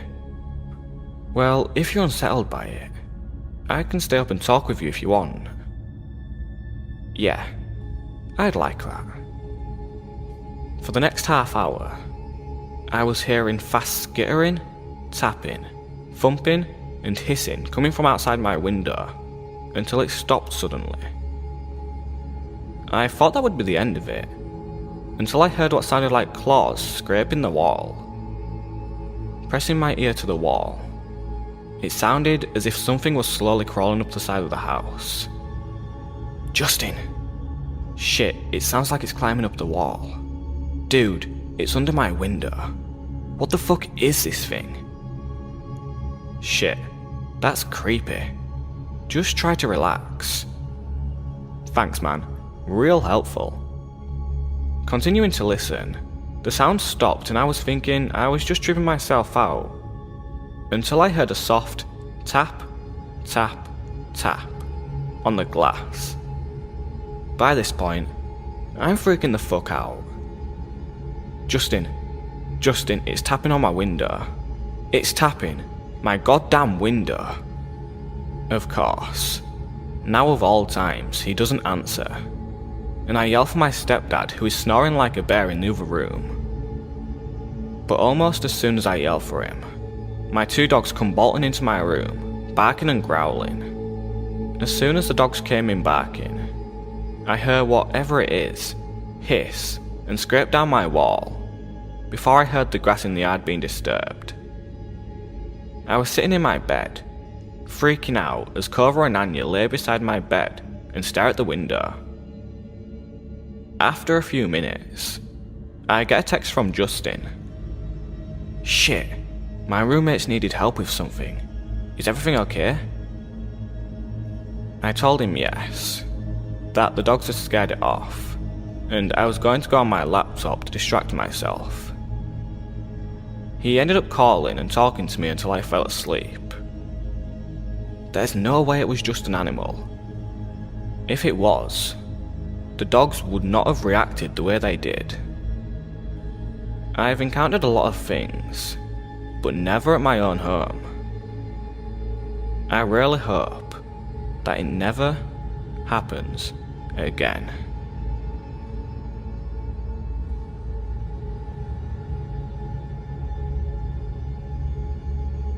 When I was a sophomore in college, I lived in a small but beautiful historic studio apartment in a small East Coast city that had somewhat of a reputation for crime/danger. However, the neighborhood I lived in was usually considered one of the good neighborhoods. It was close to the city's university and was mostly students living there, especially on the street my building was on. My building was a huge 4-story townhouse, if you can really call it that. It was really a mansion as a whole, built in 1895. The architecture was really awesome, built in bookshelves and huge mahogany pocket doors that slid into the walls. Anyway, the building wasn't exactly in mint condition, and my landlord was pretty lazy. He would always come by and check up on things and make promises to get the place fixed up a bit, but never really did. The apartment I was renting was on the first floor, my front door immediately on the left as you walked into the building's door on the street. This door, the building's front door, which from the street opened to a small lobby area with one door in it, mine, and a staircase to the other apartments upstairs, was huge and heavy and was never locked. In fact, you couldn't lock it. So, basically the door to my apartment was open to the street. I asked my landlord countless times to please do something about the front door, but he never did anything. Well, one night I was getting home from work and it was very late, about 3:45 a.m. I worked as a pizza delivery driver at a place that was really open late at night, and I was just sitting on my couch watching a little TV before I went to bed. I had also gotten totally naked, something I truly loved being able to do, considering I lived alone. Anyway, not 10 minutes since I'd gotten home and sat down, I hear 3 slow knocks at my door. I'm thinking, who the fuck would be at my door at this hour? What could they possibly want? Why didn't I hear the building's front door open like I normally do? Young and naive, I was half scared and half intrigued. I put a robe on and slowly crept toward the door, which, by the way, was literally right next to the couch where I was sitting. At this point in time, my door didn't have a peephole, so I kinda had to take a leap of faith and open the door. When I did, a tall, emaciated, middle-aged man stood staring me down with low eyes and a grin. He was wearing all black, many layers, and a big black trench coat. The first thing he said was, "Can I come in?" With the door barely open, I had a deep pit in my stomach and just went, no man, what's up? He just kind of stared into my eyes for a second and clearly disappointed, and then said, "I've seen you around," and started to grin again. The pit in my stomach had evolved into a churning sensation, and I was starting to get nauseous. "Yeah, I've been watching you, and I like the way you look," he said. "So, you gay? Bisexual?" I was just like, I don't know, but it's late and I'm going to bed. Bye. He kinda nodded and lingered for a second, as did I, watching to make sure I saw him leave the building. Once he did, I closed the door, locked it, and stood with my hand still on the knob for a good minute at least. After I snapped out of my shock, I ran over to my couch and pushed it up against the door. I ended up sleeping on the couch that night even though it was right there. It just made me feel safer, like I could hear something if it happened. Well, nothing happened that night. It wasn't about until a week later on one of my nights off from work that I was sitting around my apartment, winding down by myself after I had some friends over drinking and smoking a little bit as college kids will do. All of a sudden, I hear a weird rattling noise coming from across the room, so I turned off the music I was playing to find out what it was, coming from none other than my front doorknob. I looked at it for a second and saw that both the knob and the top lock were jiggling. Someone was trying to get in. Like a deer in headlights, I was frozen, staring at the things wiggle and shake until I started to see the top lock actually budge and start to turn. I leapt up from my chair and soared to the door, grabbing tightly on the lock and forcefully twisting it back to being locked. The jiggling of the lock and knob stopped for a second because whoever it was clearly knew now that I knew. It was only a second, though, before they just started struggling again, and I had to use all my might to keep it still. Sweat was dripping down my forehead and my ribcage, and after about 15 seconds of wrestling with the intruder, it suddenly stopped, and I heard the building door open and close, and footsteps run down the stairs of the stoop to the sidewalk. Just like I was before, I was paralyzed with my hands at the door for a good while before I realized I was crying and shaking and that I needed to call someone. My instinct was to call the police, but in hindsight, I regret doing this for the following reasons. I was having basically a panic attack while I was on the phone with 911, and I actually threw up during the call. And I think that's when they decided I was just fucked up or something. When the two police got to my apartment, they stood in my doorway as I struggled to recount to them what had happened as I'm shaking and crying. I noticed at one point that they're both smirking and laughing, and I say, What's funny right now? One of them goes, "It reeks of marijuana."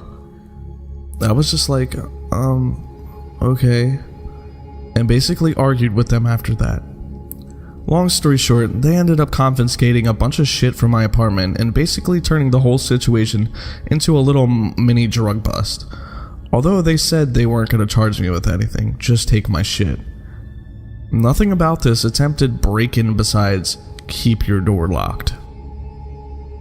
I hate to make this story so long, so I'll try to keep the last part short. Basically, this same scenario happened one more time about 2 weeks from the last time.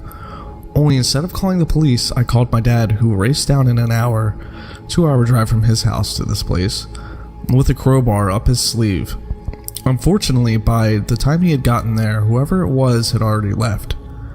My dad ended up cussing out my landlord and demanding he get the door fixed and install a new lock and a peephole on my door.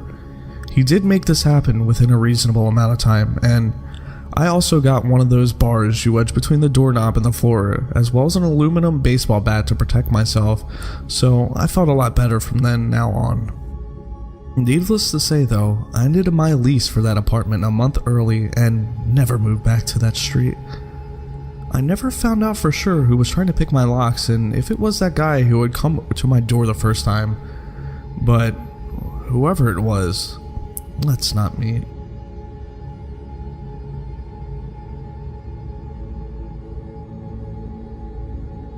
Around March of 2014, I started talking to this girl on Tinder. She seemed cool and fun, and after about a week of talking, she suggested that we meet up in person. She invited me to this cafe shop. I accepted. However, the day of, she started messaging me saying she had to tell me something. Her pictures on her Tinder weren't actually of her, and yes, she was a guy. He claimed he really liked talking to me though, and begged me to still meet up with him. Naturally, I declined. I blocked his profile and continued on with my life.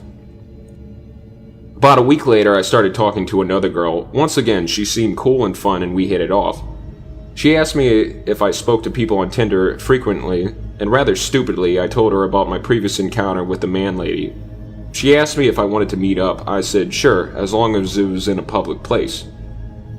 We decided on a cafe. The next day, I sat at a table waiting. 5, 10, 15 minutes had passed, and she was nowhere to be found. I then peered out the window and saw from across the street a man staring at me intently. I looked away, waited a few seconds, and looked back. He was still standing there staring. At that point, I left the cafe, got on my bike. I always bike everywhere I go, and booked it home. I was definitely a little freaked out, but tried to pull myself together, and a reason that no one could have followed me. I then deleted my Tinder profile, and things were normal for a few weeks. About 3 weeks later, I started getting phone calls. The numbers all showed up unknown. I picked up the first few times to some guy breathing heavily into the phone. I was already a little freaked out. After about a day, I stopped picking up any calls unless it displayed the caller's name. I then started receiving texts. At first they were pretty harmless, calls for attention and begging me to meet up in person. It then changed to very sexual texts until eventually the messages became threatening, and whoever was messaging me started throwing out my family and friends' names and whereabouts, saying he/she would get them involved unless I answered. Because they were texting me, I could see the displayed number. But when I called phone providers, they told me the number couldn't be traced. It was probably a track phone. Great. I waited about 2 weeks not responding to texts, thinking I shouldn't feed the troll, but eventually it became too much. I started getting upwards of 50 calls and texts a day. I would wake up to 10-20 texts every morning. I then decided to change my number altogether. The texting and calls stopped for a while, but sure enough, it started happening again. I called my phone provider asking if they gave out numbers at users' requests. They said their policy stated that they wouldn't/couldn't unless a valid identification was provided. Then one day, I tried logging into Facebook, but was denied. Within a day, friends started contacting me asking me what the hell I was doing. saying they were getting terrible messages from my account. In particular, one of my girlfriends was receiving messages about her mom who died years ago. I apologized profusely and told people what was going on. I contacted Facebook and explained the situation. They helped me access my account again, at which point I deactivated it for a while. Enough was enough. I decided to contact the FBI, explaining what had been going on for a month now. Documented everything, but told me since I or any of my friends/relatives were in no immediate danger, they probably wouldn't be able to do anything. At that point, I felt stuck. I thought about hiring a private investigator or a hacker. I decided against it, however, just hoped it would fade out. I never answered. I left my Facebook deactivated, ignored any text/phone calls. I never had any trouble at home, but some of my closest friends would receive an occasional text as well, which weirded us all out. I hated that they got dragged into it. One day I came home and things felt very eerie. Door unlocked, windows open, no one home. A strong breeze running through the apartment. I did a check of the place and found nothing else weird, so I locked everything up and just waited for my roommates to get home. Been almost 7 months now. The text/calls have more or less stopped. I get an occasional text, but at most every 2 weeks. At the peak of it, I was receiving almost 100 texts a day. It definitely affected my social/personal life. I became more wary of people around me and my surroundings. I just felt like I couldn't really focus on anything until this stopped. Work was very difficult though. I tried to maintain my composure as best as I could. Everything was just weird. Life was weird. I've since stopped using all forms of dating apps/websites. Things are getting back to normal. At this point, I just wanted to put all this behind me. I'm moving at the end of this year, so it'll be nice to have a fresh start in a new place. I'm not going to sit here and say all dating apps are dangerous and no one should ever use them, but definitely cover your bases. Ask more questions before meeting someone. FaceTime them first, Skype, anything. I was naive about it, and I regret it. Be safe, stick close to your friends, and try meeting people in more traditional ways. Weird Tinder stalker, let's not meet.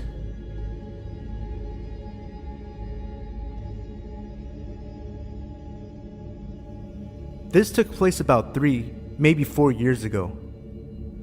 It was a calm winter evening, and my parents were gone for a couple of days on Christmas Eve to relax after a very tiring last day at work. It was just me, my video games, and my dog, Chase. I'm a 14-year-old male, 6'1" at the time, so I was a pretty big dude for my age. I had taken up MMA, and I had also started going to the gym for a couple of years by that time, so I could take care of myself if needed to. Now, back to the story. I was home alone, playing some Battlefield on my PS3, all chores taken care of. My dog is fed, and lying next to me. I did my usual routine as every other night. Played some PS3 until about 12:30 a.m. Wash my teeth, mess around on my phone for a bit, and then go to sleep. It was about 1:20 a.m. I was on my phone when I heard something. Like faint footsteps going around my backyard. Onto the left side of the house, where the bathroom window is. It's basically like this. To give an insight of how my house is from the inside, there are 2 floors. The first is where the kitchen, living room, and bathroom are. There's a staircase to the left of the bathroom door, which goes upstairs to the bedroom. My room is the first door to the right, as soon as you walk up the stairs. My parents' room is a few steps to the left. Chase is a very protective dog, so when he hears anything, he stands up and bolts it downstairs to the front door. Only now, he just stood up and went to the start of the staircase, just staring down onto the bathroom door. As soon as I exited my bedroom to check out what was going on, I heard what sounded like the bathroom window shuffling. I froze. Slowly, I made my way into my bedroom, calling Chase behind me with a hand gesture.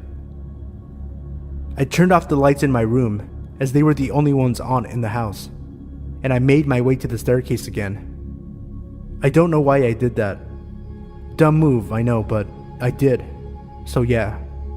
I crouch walked down the stairs, and on the second to last step, the bathroom window opened, with a slight thump, as it hit the top of its frame. Right then and there, fight or flight kicked in. If I made a run for it, there was a very high chance he would see me, and I didn't know if he had a gun on him, so I stood there, unarmed, with my only options being whatever I had learned over the course of 5 years of MMA and my dog. I waited for what seemed like a minute, which in real life couldn't have been more than 10 seconds, and then I see him. Black hood on, black skinny jeans, black all-stars, and long, greasy blonde hair. He hadn't seen me yet, but if he turned around, me and Chase were ready for a fight. He turned around, and as soon as his eyes met mine, my fist had already connected with his bottom jaw. I hit him hard enough to hit his head against the wall. He then proceeded to lose consciousness with Chase growling on top of him. After that, I called my mom, and then the cops. The police showed up in 10, maybe 15 minutes, and they arrested the dude. My parents arrived the next day, never to leave me home alone again.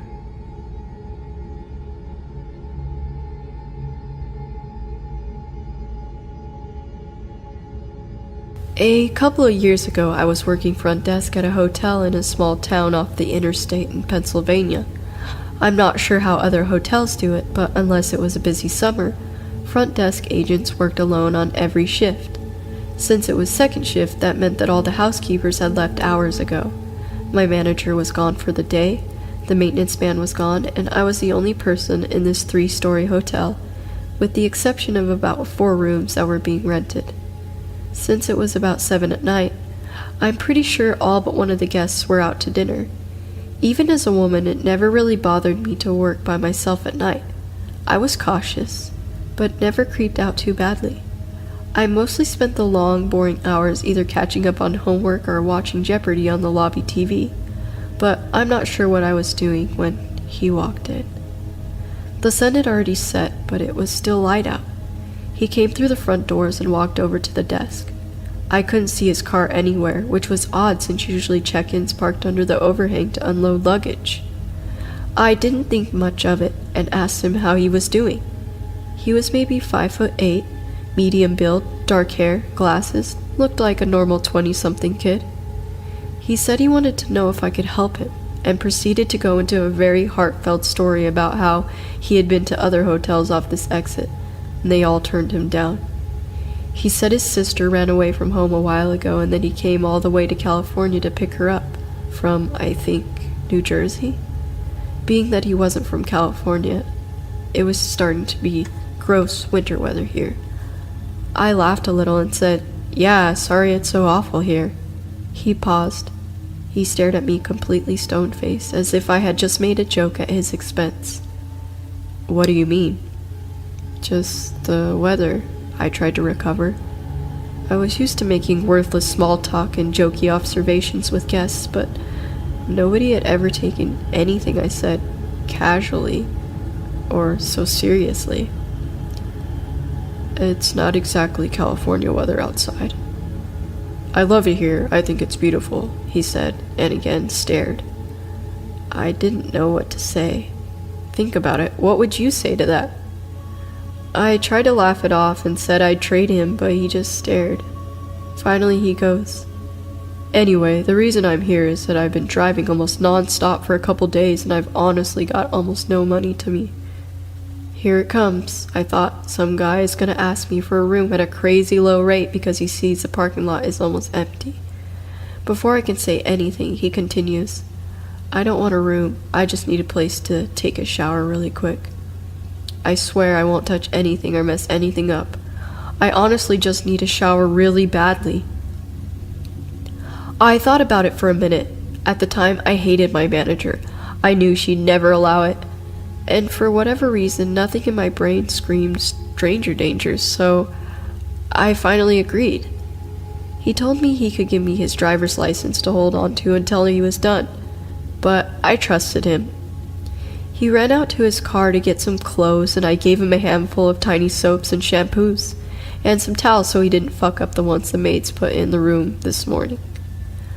I put him in a room right down the hall from the front desk so that I could keep an eye on him. He went in and I went back to watching YouTube videos. A couple minutes later, he comes down to the desk. I don't know what's wrong with me. I can't figure out how to turn the shower on.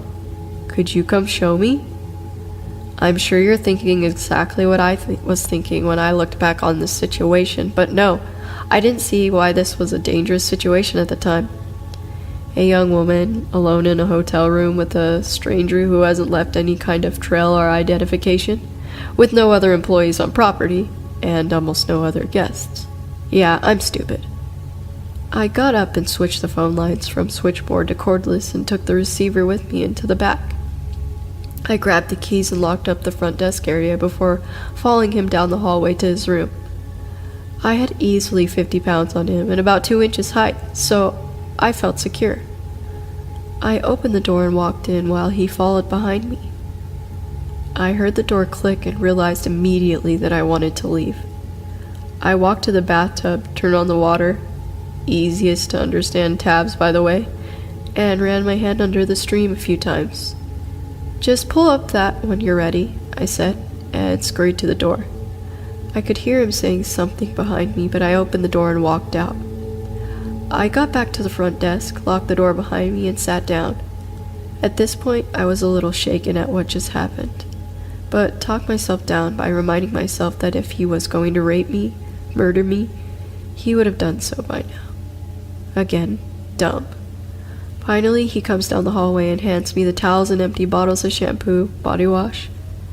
He says he's hungry, so I point to the breakfast area in the lobby and tell him there's some apples and bananas sitting out from breakfast and that he could take some for the road. I remember hinting that I wanted him to leave. He walks a few yards over to the counter and grabs a banana and an apple, then comes back to the front desk. What did you say your name was again? Queenie Frostine, I said hesitantly. He could see my name tag. How old are you? 23. Could I ask you a question, Queen Frostine? He seemed so confident, almost robotic, like this was Groundhog Day, and he has relived this uncomfortable, awkward half hour 50 times before, and has no reason to think anything is weird or spooky or inappropriate. I was standing now, and I moved a little farther from the desk, casually putting my back against the wall and adding another foot or so of space between us. Do you have a boyfriend, Queen Frostine? I said I did. He asked me, really? I wasn't lying, but perhaps he thought I was. I wondered. I assured him I did, and he gave me an odd look. The best way to describe it is that he saw something funny in his head and was amused by it, but more amused by the fact that he was the only person who could see it. That's really weird, he continued. Why is that? I asked. He told me it was weird again, and I racked my brain trying to think of what he meant. Was he implying that I am ugly? Did he think I was a lesbian? Any and all solutions came flooding over me so fast, yet none of them fit. Why is that so weird? It just is, he smiled a little. Okay, I let out. I stood there staring at the floor a little bit, then back at him.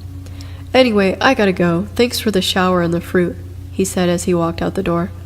I watched his car pull away, but couldn't tell what kind it was. It was that weird kind of time in the early winter where it goes from dusk to pitch black in what feels like 10 minutes.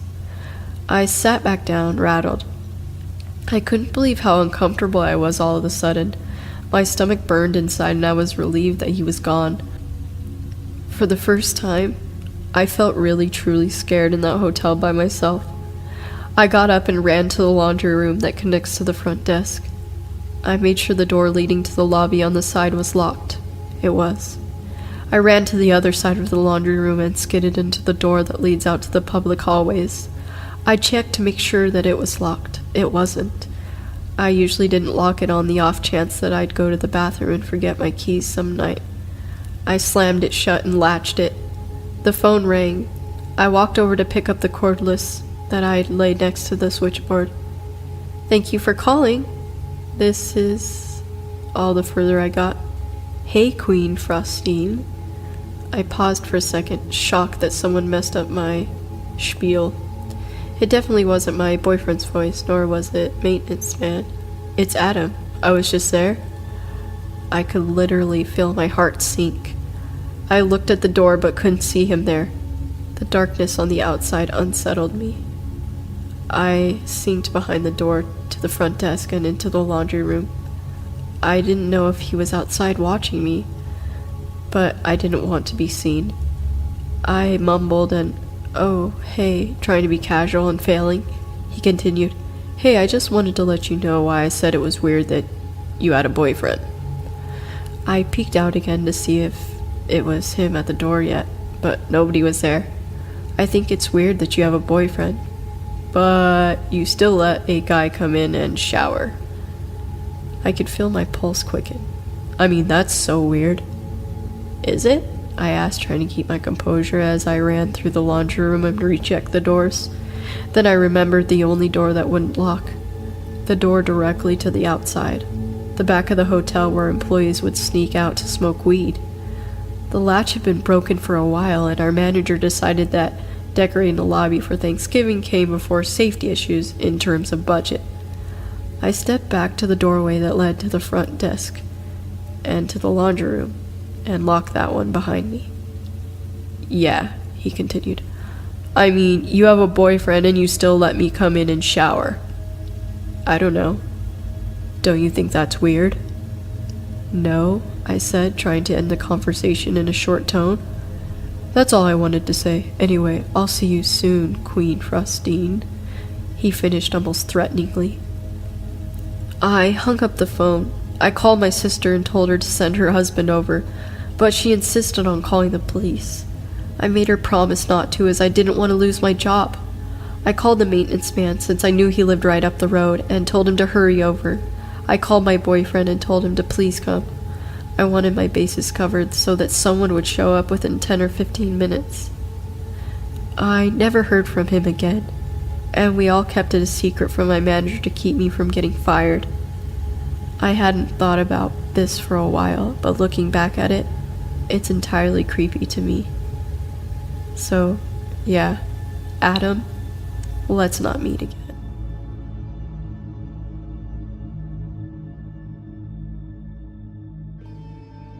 About 3 years ago, I moved into my first apartment. I lived alone on the first floor of a 3-story shotgun house built in the mid-1800s. The house was beautiful, albeit a little creepy due to its age. It was on the nicer end of a rough neighborhood near the university I was attending at the time, and break-ins were pretty common. But I always felt safe because my landlord and his wife lived in the 2 floors right above me. They were in their late 60s, but it felt good to know that I wasn't totally alone. It was the first fall I was living there, and the days were getting shorter. On this particular evening, it was already good and dark outside by 6 p.m. I was in the kitchen making dinner when suddenly the power cut out. I was a little startled, but luckily the flame from the gas range was still going, so I could see well enough to grab my phone to use as a flashlight. Aside from the flame flickering under the pot of soup, the house was pitch dark. I double-checked the light switch in the kitchen, but got nothing. The only thought that occurred to me was that it was a strange time for the power to go out. It wasn't storming, and it wasn't particularly hot outside or anything. I used the light from my phone to navigate from the kitchen towards the front of the house. I peeked out the blinds in the living room, but couldn't see from that vantage point whether any of the other houses had lights on. I decided it would be a good time to call the landlord, because I sure as hell wasn't going down to our creepy stone basement to mess with the 100-year-old fuse box.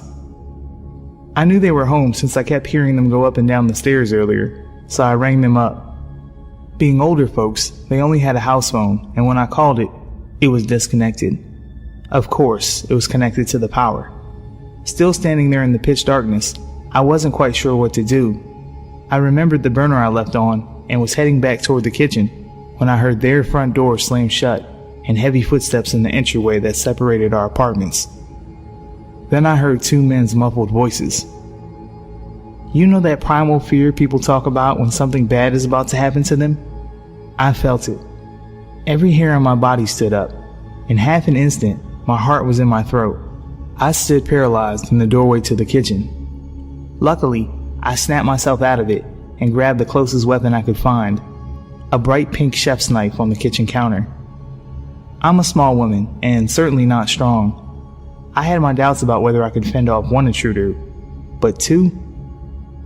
I crept as quietly as possible back toward the front door, clutching the knife in one hand and my phone in the other. I stood a couple feet from the door, and the men were still out in the entryway talking. Their voices were rough sounding and definitely not from the area. "Well, do what you gotta do. I'll be waiting in the van," said one. With that, I heard the front door open and close. At this point, my heart was beating out of my chest, and I felt like I was going to be sick. Were they just breaking in, or did they intend to hurt me? Had they already hurt the landlord and his wife? Shit. I made my way over to the blinds and peeked out the window again. Sure enough, I saw a man in dark clothes hop into a white van parked across the street, just to the left. I live at the end of a dead-end street, where you can only park facing one direction, and the van was facing the wrong way, ready to head up the street. I tried to collect myself. There was nowhere to hide, really. Perhaps I stood a chance that this guy wasn't expecting me to be ready when he came in. Unfortunately, my cat hates strangers, and she was now going crazy, tearing back and forth through the house at full speed while meowing. In my head, I silently cursed her for giving our position away and probably killing us. Then suddenly, I heard the landlord's apartment door open and close again, and the man went back upstairs. A million thoughts raced through my head. My car was parked just up the street. If I sprinted, I could make it and drive somewhere safe. I don't know why I didn't just call the police. I think I was afraid the men would hear my voice and know where I was. In any case, I had my hand on the doorknob, psyching myself up to run. I couldn't hear the man moving around anymore, which probably meant he was on the third floor. His buddy was still waiting in the van, lights off. I peeked one last time to make sure no one was waiting near the front stoop before I ripped the door open and ran full tilt out the front door and up the sidewalk about 100 feet to my car. I hopped in and locked the doors when suddenly my phone started vibrating in my hand. It startled me so badly, I almost chucked it across the car. I didn't recognize the number, but I picked up. "Hello?" I managed to choke out. It was my landlord, sounding as calm as ever. I said something along the lines of, "Are you okay?" and was about to tell him not to go in the house. I was so scared and out of breath that it came out more like, "Don't, men, house." He seemed confused, and before I could collect my words, he started telling me that, yes, they were fine and the power was out on the whole street apparently. He'd just phoned the energy company on his new cell phone to check on it. I should probably take down the number while he's got me on the line, and he hoped I didn't mind, but some repairmen were at the house to check on the heating and cooling system. They might need access through my apartment to get to the basement. Shame they came by right before the power outage. Slowly, the dust began to settle in my mind. I had been at the point of maybe having a heart attack and definitely wetting myself over some repairmen, one of whom was still waiting outside in the van and had just seen me haul ass up the street with a giant pink knife in my hand. I was too embarrassed to walk back to the apartment, so I just told the landlord to go ahead and let them in if he needed to. I'd be surprised if that repairman didn't call the police himself to report a crazy woman with a knife running through the streets. On the bright side, I learned I can run quite fast if I need to.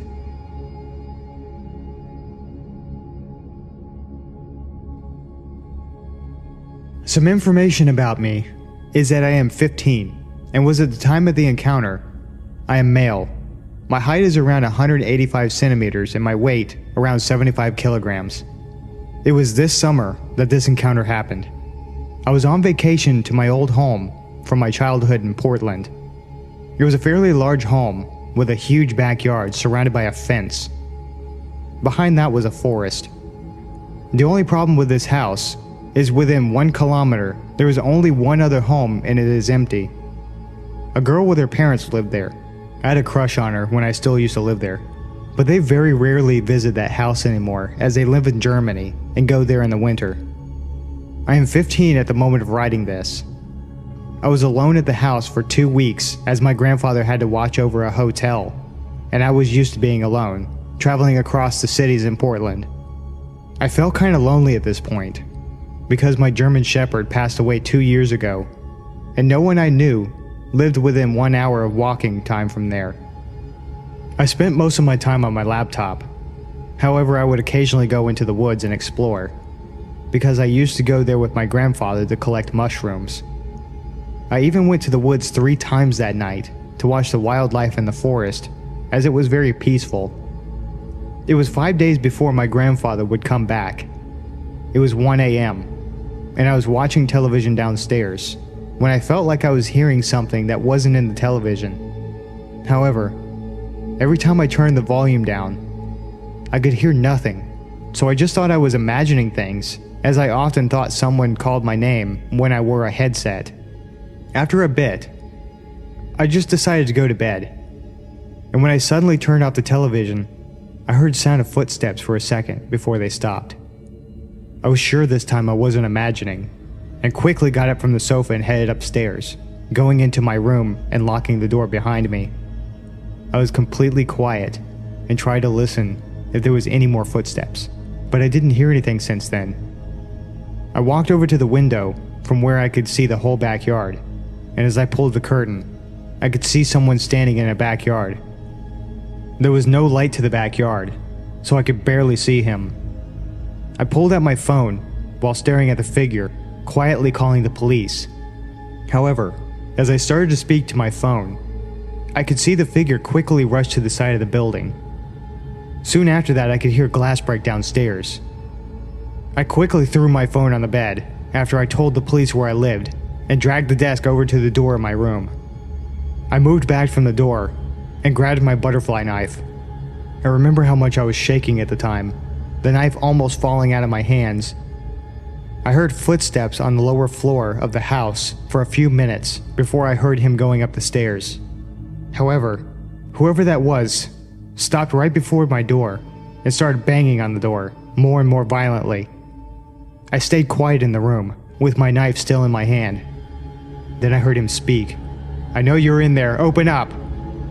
I was afraid to do anything. I just stood there, completely frozen from fear.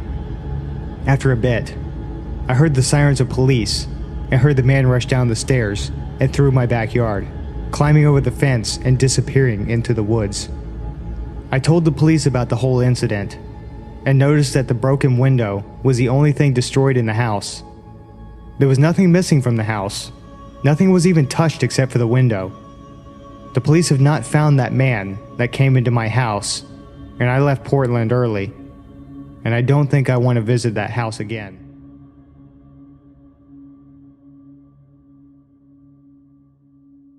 In 2007, I was 20 years old and lived with my girlfriend. Neither of us had a vehicle at the time, so when we got into an argument one night, I left and started walking the 8 miles to my mum's house to give things a chance to settle down. This was around 1 a.m. As I'm walking, a small goldish car pulls up beside me, and the driver, a middle-aged black man with a slight speech impediment, asked me if I need a ride, which I declined. He asked me if I was sure several times, and I said yes, but thanked him, and he drove off. For the next couple of miles, he was idling at every major intersection, sometimes honking his horn at me slightly. Every time I noticed him, I made a conscious effort not to look at him again, or invite any more of his attention. I thought he had got tired of messing with me, until I walked in front of a small used car dealership. I heard someone say, "Hey, come here," from the parking lot. It was him again. I stopped, obviously startled, and he tries to calm me down. "Whoa, chill dog. Hey man, you sure you don't need a ride? I'm not busy at all, and I really don't mind." I again declined, and he starts asking me questions left and right. I talked to him for a good 45 minutes or so, hoping it'd make him leave me alone before I go on a less busy street. He asked me what my name was several times, as if to check if I gave him a fake one. I did, but I lied consistently. He also kept asking me if I had any weapons on me, or if I was violent. I told him no, which was probably stupid. He then started trying to get me to step closer, so he didn't have to yell to talk to me. No. Finally, I tell him I need to keep walking. He again offers me a ride, is again rejected, and then says, "Look man, I'm really just trying to get some weed." What the fuck? Given his behaviour and the circumstances, that seemed very unlikely. I walked off and crossed the street and zigzagged through some shopping centres to lose him. If I did, it was only temporarily. At this point, I was confused, slightly freaked out, and mildly paranoid. But what happened next really freaked me out. An hour or so later, I was on a quiet street, almost to my mum's house. Psst! I look to my right, and I see a chubby but attractive Hispanic woman smiling really big and waving me in to approach her. She was in a driveway of a yard full of plants, a man-made jungle type thing. Can't see a lot of the yard from the street. She did not live there. Yeah? What's up? I asked her, not moving towards her at all. Hey baby, wanna come home? No thanks, I told her. Oh, you have a girlfriend? I just don't know you, I say, and then continue walking. I honestly thought at the time that this was a setup for a robbery or something, but it appeared she was alone, and there was no one else in the truck. I glanced back towards her, and she's now got her truck door open, like she's going to leave, but the back of her shorts are pulled down, with her ass fully exposed and staring up at the sky like a lunatic. Are you alright? I asked. I was genuinely concerned. Yes, I'm just waiting for someone. Waiting for someone in the sky at 2:30 AM in a stranger's driveway, hidden from the view of a street? Okay, good luck, weirdo. She had to be on something. I kept walking. She backs out of her truck and drives past me. As she does, I see there was someone else in the truck the whole time. Must have been hiding for some reason. It was the black dude from earlier. Staring. Eyes like daggers. No smile, or anything this time. I get chills even now thinking about realising for the first time that this guy really wanted me for something, and I probably almost became a victim of some major crime. Shortly thereafter, I made it to my mum's. 5 freaking years pass. It's 2012. I have a car, but decide to walk to Walmart for dog food. I'm in the same general area, with my iPad mini in my pocket and earbuds. I see a car pull up next to me in the parking lot.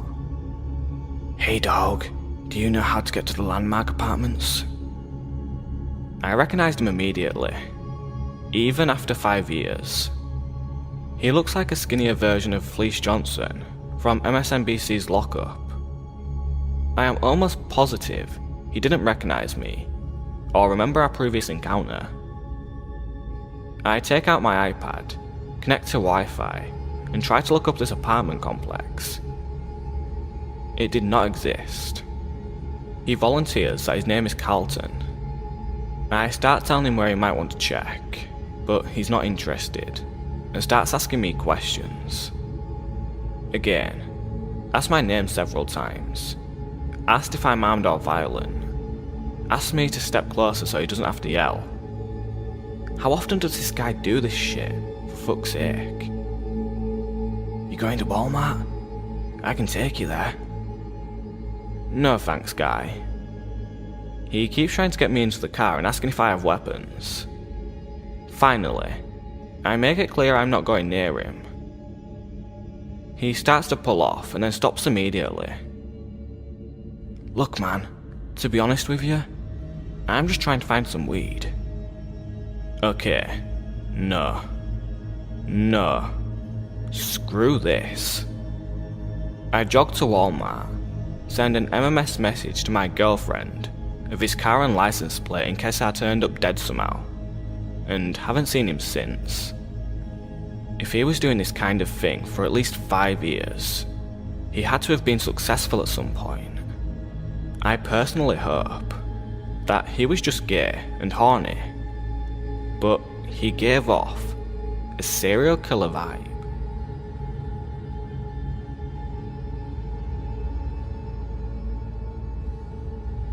So, I'll start off by saying that this story is pretty long and is gonna make my friend and I sound like complete fucking idiots.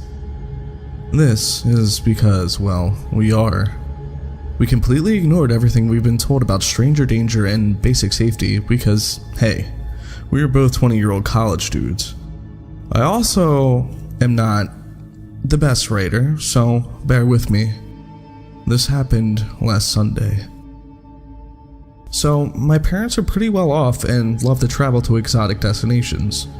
They planned a trip to St. Lucia and extended an invitation to my sister, her boyfriend, and my friend Vince and I. St. Lucia is a small mountainous island near the coast of Venezuela. It's a significantly underdeveloped nation with an all-cash economy where few taxes are collected and spent for the good of the commons. Violent crime on the island is not unheard of. There are a few paved roads, a few major favela-like towns, and a couple of small, secluded, high-end boat-accessible resorts. We stayed at one of these resorts. My parents were in one room, and the rest of us stayed in a room next door. The rooms were more like little huts open entirely to the outdoors with easy accessible rooftops above and below. All was well for most of the trip. We went hiking, snorkeling, and relaxed on the beach. As much as my friend and I enjoyed it, this resort was meant for honeymooners, not for college kids looking to have a wild time. One night, Vince and I were up drinking late at the bar, which was not extremely lively as usual, and we get to talking with the bartender, Gustavo. We bond with Gustavo over our interests in Easy Weezy and girls, and nothing seemed off at all. We asked him if he knew any clubs or where to go to have a good time in town. He told us about how we really had to leave the resort to experience St. Lucia as we expected. He offered to take us to his place sometime to show us the good time we'd been looking for. He then showed us a picture of his house. This should have been the first red flag, but we were drinking and had no reason not to trust our new friend. Gustavo had a massive house for St. Lucian standards, complete with a huge flat-screen TV, pool table, bar, and a Camaro. We'd been around the island a bit at this point and had not seen a house or car half as nice as his. We told him we'd be interested, but would have to let him know when we could go later. The next day, we get a text from Gustavo midday saying that a boat was at the dock to pick us up.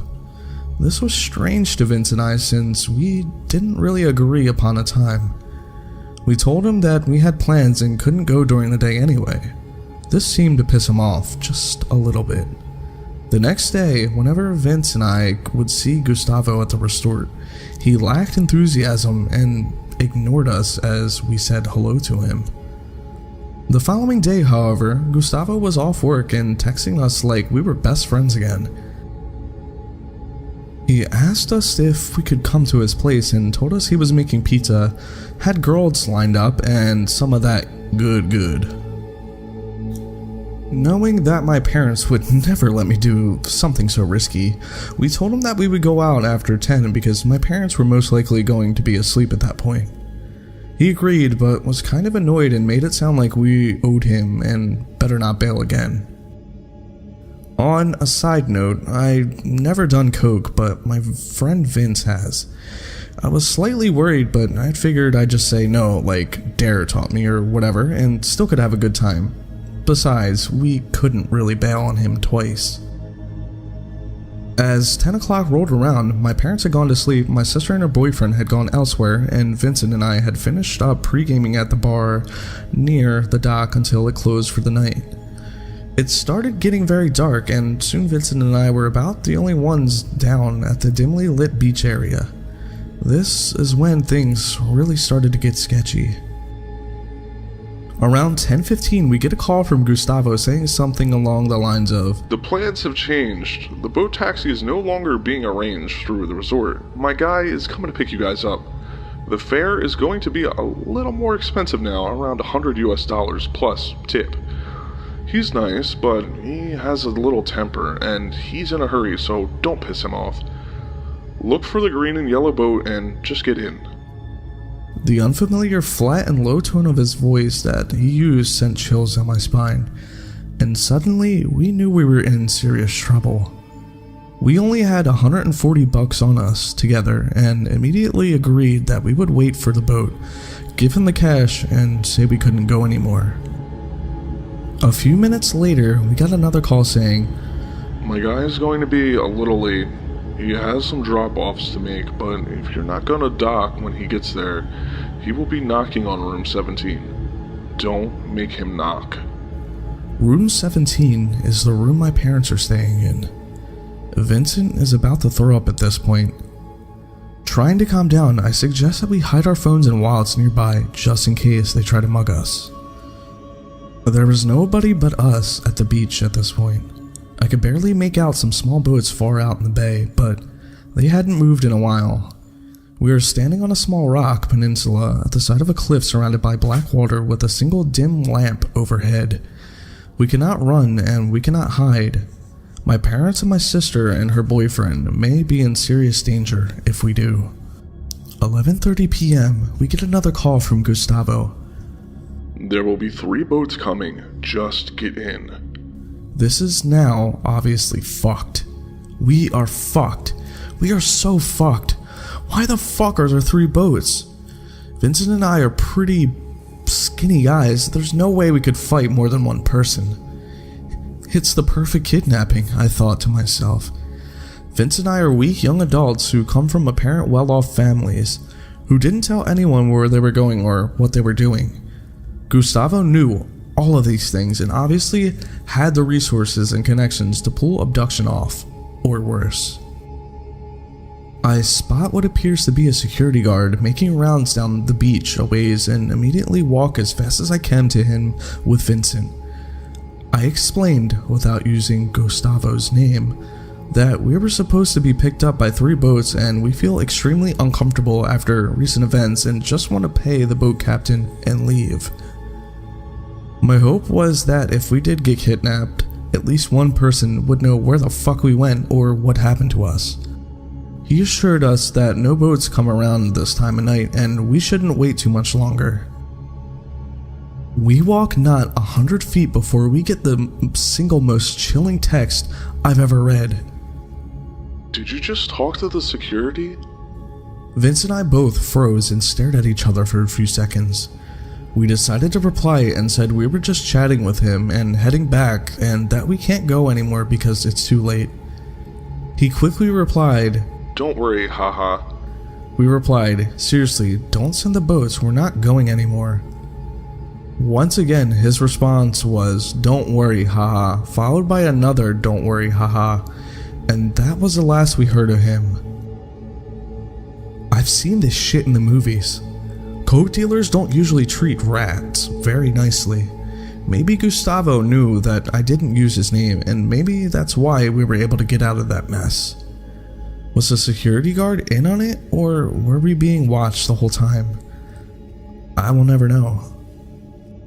Not knowing what to do, Vincent and I started climbing the few hundred stairs up to the mountain, back to our room with purpose. It was dark now, with the only occasional dim lamp along the way. Every single sound, every single movement in the surrounding jungle scared the living shit out of us. I've never felt this afraid in my entire life. We get back to the room, lock the door, and I go out to the patio, silently watch the climbable roofs like a fucking hawk. Vincent swears that he saw hands on the edge of the roof, but they were gone when I pointed my phone's flashlight at them. For the next 2 hours, I sat there, head on a swivel, ready to fucking scream to wake up my family and fight for my life. While freaking the fuck out, I saw a meteor burn up in the clear night sky, which was easily the highlight of my night. So that was pretty cool, I guess. Eventually, we figured it was over and went to bed. Relieved to wake up in the morning without my throat slit, I relaxed a bit. Luckily, we were checking out of the hotel at 11, so we wouldn't have to run into Gustavo again. Before leaving the resort, Vincent and I wandered down to the beach to kill some time. That's when 2 large native men that didn't appear to work at the resort approached us. The larger one said, "Hey, are you the guys that were supposed to be on the boat last night? You know, Gustavo?" I replied, no, trying my best to sound confused. "How much longer are you guys staying?" he asked. "We're leaving in an hour," I replied. He looked at me with an "I know you're lying to me" face, held out his fist, grinned and said with a low voice, "Safe trip home." I bumped his fist and walked away, trying to stay cool. It felt like everyone who worked at the resort was looking at us and whispering about us for the next hour. I just wanted to get the fuck out. I didn't feel safe until we made it to the hour drive to the airport and got through security. Gustavo and your friends? Let's not meet again.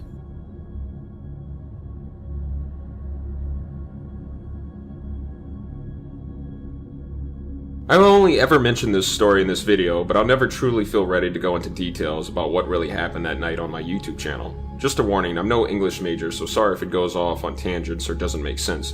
But feel free to ask questions and I'll clear things up. Some names have been changed to protect the innocent. I was 18 at the time I got accepted into university. The same day, me and my then boyfriend got into a fight. I decided to have a few drinks with my cousin Becky, her boyfriend whom she had a child with, Eugene, his housemate, Ken, and the neighbor Hadley. Sounds like a safe scenario, right? Wrong. Around that night, we were all playing drinking games, and I thought I was having a ball in my best t-shirt without my boyfriend. This only being the second night I'd gone out since I'd moved out of my family's because of issues and only went to school, work, sports, school clubs, and the first night was going to my cousin's birthday. I noticed Ken kept staring at me the whole night, but I never tried anything, and Becky told me to stay away from him because he would sleep with anyone, including Hadley. I wasn't going to sleep with him because of a disagreement with my boyfriend. It got late. Becky asked if I wanted to stay at Dad's house while she was away or sleep in the spare room. I told her I felt a lot safer if I slept in the same room with her and Eugene, since I always got a creepy vibe in the spare room since it was small, cold, and cramped. My half-sister used to have the house before my cousin got it, and it used to be my half-sister's room. That was also where I watched The Exorcist. I didn't feel safe sleeping alone in my dad's house. Ken and Hadley slept on the couch. I noticed Ken kept following me around all night, making derogatory remarks. Later on in the night, Ken started licking and sucking on my feet and toes, and tries to move up. I'm paralyzed with fear because I only had one incident where I had almost gotten raped. Again, the first time I thought it was a safe environment with family. He tries to move up my leg. I pretend I'm trying to toss and turn and cover up my zipper of my pants. But he forcefully and quietly moves my hand away and goes back to sucking and licking on my feet. Eventually goes back to Hadley. I hear her giggling. Prepare myself for the worst and think if he comes back in here, I'll wake up my cousin. Of course he comes back in. I nudge and shove and shake my cousin's arm quietly, fearing Ken would do something violent if he found out. Turned out to be Eugene's. He grabs my hand, I squeeze it tightly, once again tossing and turning so Ken doesn't travel any further up my feet. Eugene apologizes when Ken leaves and tells him he didn't do anything and feels guilty. Maybe it's because Ken was bigger than him and he was under the influence of drugs.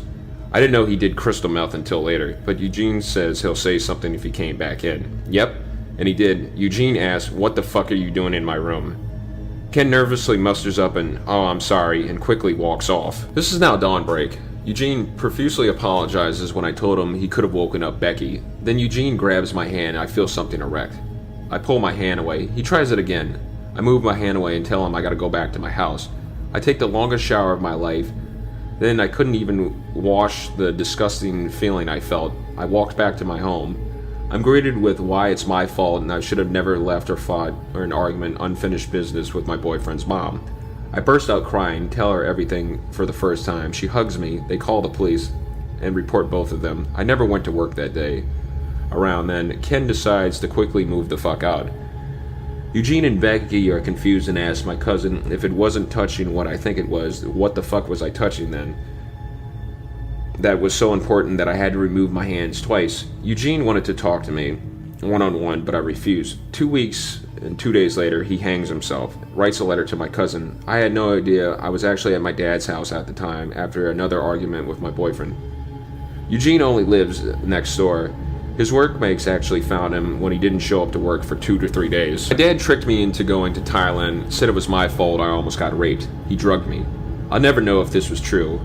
Against my will, the police decided to drop the charges since I was living in another country. That was 7 years ago, I gotta say. Ken does a damn good job at hiding his tracks. While I was writing this story, I did manage to find his Facebook. Please do not mention that you found this story out of respect for my family, in case he finds my YouTube channel or Facebook and intends to hurt me. If you do, you're giving the perpetrator fuel and just as bad. I'm living in another country, but I'm still terrified of him in some ways, if he can get away with it once. I feel this sickening and horrifying sense of guilt about Eugene, since I was the one that reported him. I was responsible for his death. He was my niece's father. I love her so much, but I'll always be reminded for taking her dad away from her. Here's his Facebook. Worse has already been done to him, so don't try anything malicious. Months later in 2010, I was on visit to New Zealand. I found out the day we met Ken, he was staring at Becky. One day while she was sleeping in the same bed with Eugene, he was just staring at her. She woke up. She got lucky. I have to wonder how much worse the situation would have gotten if I slept in the spare room or went back to my house all alone.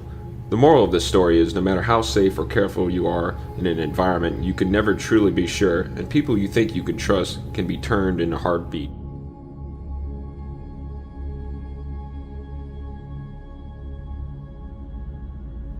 I was seeing this guy Jack for a couple of months, and when I broke it off, I thought he was okay with it.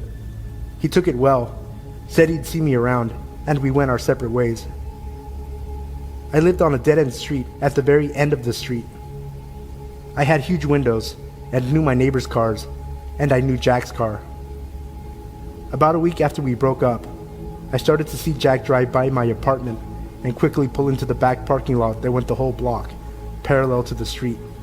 Sometimes I would walk outside and see his car parked at the end of the street. I once circled the block and came up to his car and asked, "What the fuck are you doing here?" His response was something along the lines of, "Just seeing if you were home." "Okay, you fucking weirdo." I went back inside. At first I let it go. I was a full-time student and worked full-time, so I hardly had time to placate a man I wasn't interested in anymore. Not to mention I was young, 19, and I for sure didn't believe or think anything bad could happen to me. After a couple of weeks, it got a little creepy, and I would find things on my car or in my mailbox from Jack. Stuffed animals, candy with notes like, "Please don't leave me," or "I'll wait." Nothing too crazy or anything that scared me. He was a good-looking guy, had a good job, and took care of himself. How dangerous could he be? Jack started showing up at my school's gym and cafeteria. He didn't go to the college, and as far as I knew, had no reason to be there. He would just watch me, and a few times, he tried to corner me to talk to me or give me a hug. This is where I started to get a little freaked. I finally went to the cops because I was just tired of him always being around. Plus, I had started seeing a new guy, and it was always awkward for me to see Jack when I was holding hands with the new guy. He hadn't actually done anything illegal, but I lived alone and far from any good friends or family at the time, so I was a little nervous. After I went to the police, he completely changed. He would drive up and down for hours around my block. I would see him at the grocery store or the local ice cream shop, like he knew my schedule. One day, I left to go for a run like I usually do. I always went around the same time in the late afternoon and always the same route. The neighborhood I lived in connected to the Horsemen's Association. They were allowed to have horses in the city proper, so, conveniently, there was a well-maintained path for them to use to get to the forest preserve. From the start of the trail in my neighborhood to the parking lot/trailhead was about 2 miles. It went through empty fields and retention ponds. No houses or other people, but that never bothered me. So off I go into my own world as I concentrated more on the crunch of the gravel under my feet or the fall colors starting to pop. As I closed the distance to the trailhead, there were 4 cop cars just waiting. Weird for where I lived. Very low crime and a quiet part of town. A cop stops me and asks my name. I give it and he asks me to come with them. Now I am freaked. I was shitting bricks. Finally, we get to the station and they explain everything. Jack had been picked up for loitering and suspicious behavior. I happened to live across the street from the police chief of the town, whose house sided up to the entrance of that running path. He knew about Jack, as I had mentioned about a month before, that someone kept coming by and hanging about. The police had noticed Jack's car earlier in the day, and when Jack spent hours hanging around, he got suspicious. He had Jack tracked down and asked him questions. He admitted to letting them search his car. They discovered that Jack had duct tape and a bottle of chloroform. I quickly moved.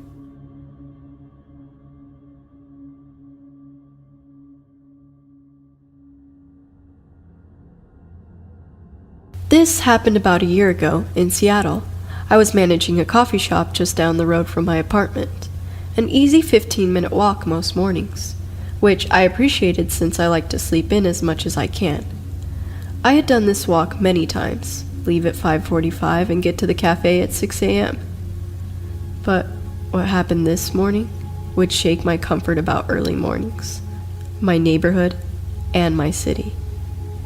Because I would sleep in so close to when I would have to leave, the walk to work would usually be the thing to wake me up. I stepped off the steps of my apartment building and maybe took 5 steps before feeling extremely uncomfortable. A man had just crossed the street and was walking towards me. Something in my body told me not to make eye contact with him.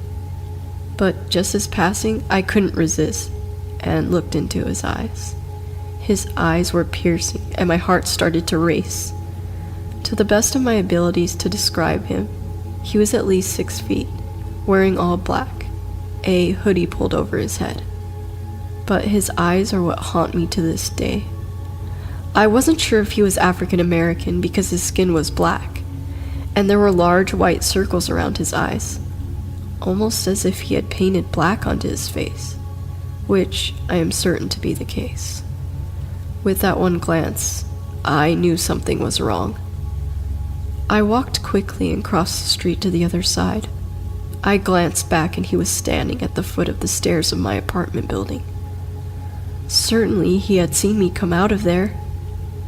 At this point, I was about a block away from him, hiding behind a tree in the doorway of another apartment building, calling my boyfriend over and over. I watched as he looked at my building for what felt like an hour, and proceeded down the sidewalk the opposite way I was walking. I was shaken and relieved. I was thinking about all the things I would have done, running to the police station that was 2 blocks away, calling the security guard I knew was working in the building I worked. All of these different things came to mind. I continued to walk down the block, but felt the urge to take a glance behind me. And thankfully I did. I couldn't see the man walking on the block. He surely would have still been on. I wasn't sure what to make of it until I saw him, on the same block as me, across the street, coming closer. I started to run and he matched my pace. I ran the 2 blocks to the police station, and he was gone. I went in and made a report and called the owner of the cafe to come get me. It took a while before I felt comfortable walking to work alone. Even alone, I couldn't listen to music or anything, always aware of my surroundings. Thankfully, I have never had another encounter with this man. So, weird creepy dude on 12th Ave, let's not ever meet again.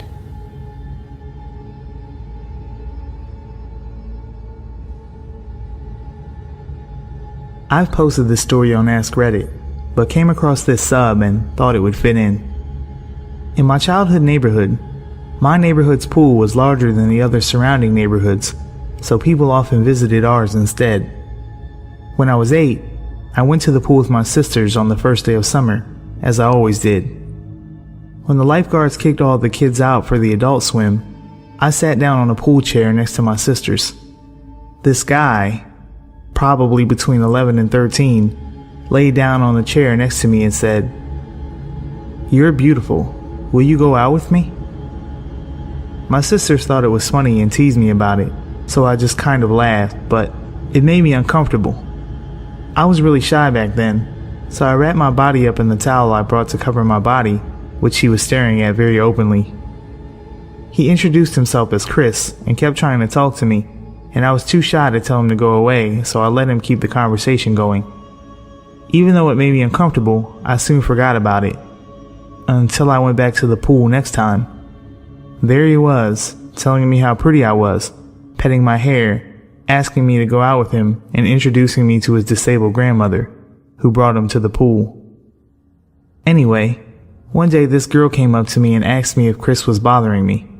I lied and said that I didn't really care, and she rolled her eyes and joked about how he used to ask her out too, and that she was glad he'd found someone else to pine over. The girl, Elizabeth, started hanging out with me when I went to the pool, which was almost every day since I was allowed to go by myself if I wanted. She explained to me that she and Chris were good friends from a different neighborhood, but came to our pool because it was bigger and had more room for his grandmother to work on physical therapy for her legs. We became great friends and laughed about how Chris was always following us around and asking me out. One day, I noticed that Chris followed me all the way back to my house and tried to hide behind a mailbox when I turned around. As funny as that sounds, I didn't think it was funny back then and rushed back into my house. I began to notice that he was getting more aggressive and annoyed with me for refusing to date him. He started asking me to go on walks with him through the park and brought his grandmother so I didn't feel like I could say no. He would take me into the woods or behind the jungle gym, out of sight from his grandmother, and make creepy comments about my body and touch my cheek while telling me how pretty I was. He'd pet my hair and try to bounce the curls, like stretching out a spring and watching it curl up again. His grandmother would offer to let me sit on her lap during these walks while she controlled her wheelchair, which made me feel really uncomfortable because I didn't know her well, and being a stupid, ignorant 8-year-old, I thought her atrophied legs were a little gross. He continued to follow me home, even when I took shortcuts through the woods or the long way that led in circles. His presence began to make me nervous because I wasn't sure what would happen if I continued to turn him down. I started avoiding the pool when his grandmother's handicap van was there, but I'm pretty sure he just fixed that by showing up later than usual, so I'd already be there when he arrived.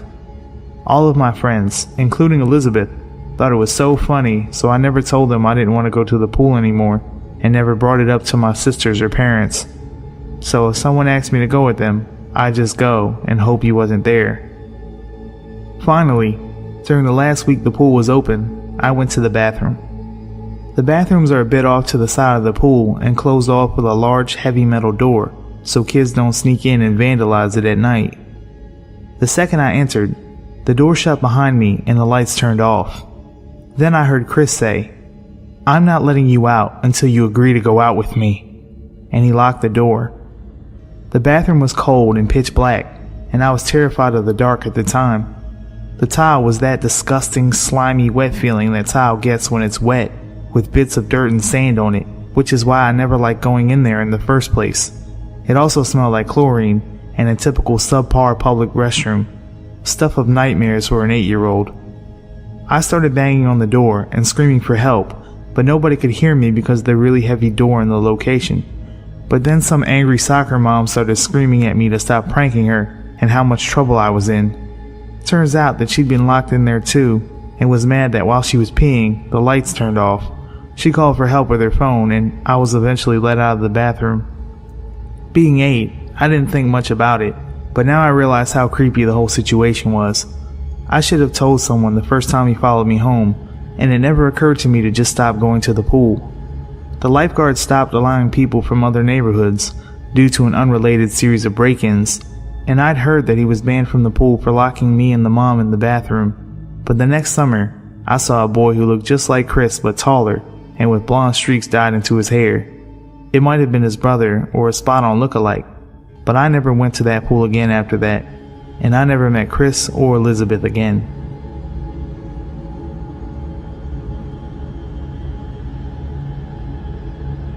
Some background info.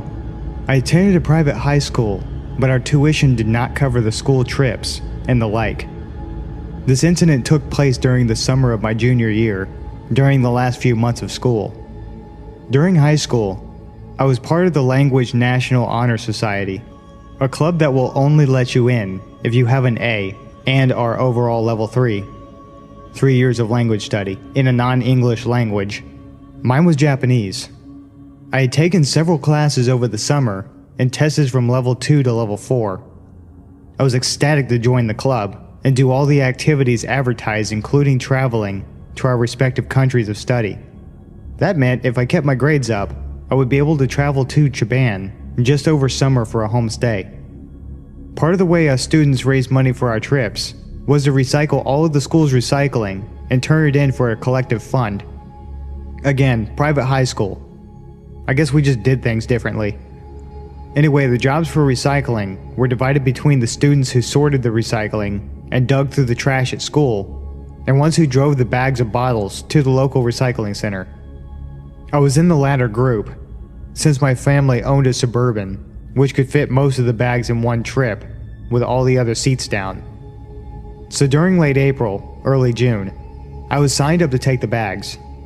My mom offered to drive, since she wanted to use the truck to go shopping later in the day. It was surprisingly hot for the west side of Oregon. I was dressed in jean short shorts and a t-shirt and sneakers. No way I was going to wear flip-flops at the center, even with the heat. Old soda feels disgusting as it dries between your toes, trust me. At this time, my mom and I were not in a good spot in our relationship. We butted heads over every little thing, including recycling. She couldn't understand why I insisted on going to the recycling center early in the week. It was wasting time because she needed to buy something for one of my siblings' school projects. If you want, you can just drop me off. I'll grab a soda or something and text you when I'm done or walk home, I said, annoyed. She sighed. I'll wait around for a bit. When we reached the center, which was connected to a QFC, she parked one row from the entrance and I hopped out, dragging 3 huge bags with me. I returned to the car to grab the second batch when I felt it. That tingle go up your spine when someone is watching you. I frowned and then looked around. There was no one around really, except for an elderly-looking old man sitting in his car in the row behind us. He was looking right at me. I did a quick check to make sure there was no soda streak on my bare legs. Shit, there's a hole in my shorts. Jerk. So go ahead and laugh at the dumb teenager with bright pink panties. He wasn't laughing, but I was more embarrassed by the staring than creeped out. With a huff and a grumble, I dragged the remaining bags to the recycling center. It's a small open room that you can see into from the parking lot. Recycling machines lined the walls, and I got to work. A few minutes pass, and I get a text from my mom. I'm going ahead to the mall. Text me when you're on your way home. I don't want you waiting around for me to pick you up. Great, I text back. A few more minutes later, and I hear a car pulling up into the parking spot right in front of the recycling center opening. I look up as a reflex, and I felt my heart sink. It's the old man from before. The tingle down my spine is made of ice this time, settling in my gut. This was not okay. The man was watching me. Even if he was waiting for somebody, why not remain in his original spot? Why pull up in front and park instead of driving closer to the grocery store entrance? Still, I try to ignore it. That is, until I hear a creak of door hinges. My head snaps up, and I see the man has opened his door and has one leg sticking out. I text my mom, "Can you come back?" She asks why. There's this guy watching me and is creeping me out. Just go tell one of the employees if he's really bothering you. You're young. I'm sure you can outrun them anyways. Yeah, thanks, Mom. The man hasn't gotten out of his car yet. He's just sitting there, watching me. Watching me stand there with my phone in my hand. That's when I noticed a very rhythmic movement of one of his arms. Hell no. Abandoning my bottles and walking out of the recycling center and heading towards the entrance of the QFC. As I pass the car, I can't help but look, just to make sure I'm right. And lo and behold, the man is sitting there half out of his car watching me. He's exposed and pleasuring himself. That sight makes my lip curl in disgust. I hurry into the QFC and tell the first employee I see what's going on. She just says, "Oh, that's gross," and walks away. Yeah, fuck you too, lady. I feel gross. Violated almost. It makes my skin crawl, but I'm too nervous to go back out of the store again. I linger by the doors, like a creep myself. Nervous. After about 5 minutes, another employee, a man this time, comes up to me and asks if I'm lost, and reminds me that there's no loitering in the store. I have no choice but to go back out again. Thankfully, the man is gone. I finish the recycling, turn in the receipt for cash, buy the damn soda and walk home. I never saw that man again, and opted for sorting bottles at the school instead of taking them to the recycling center. On the plus side, my relationship with my mother has gotten a lot better since. The downside, it wasn't the last, or even the most extreme creepy encounter I've experienced.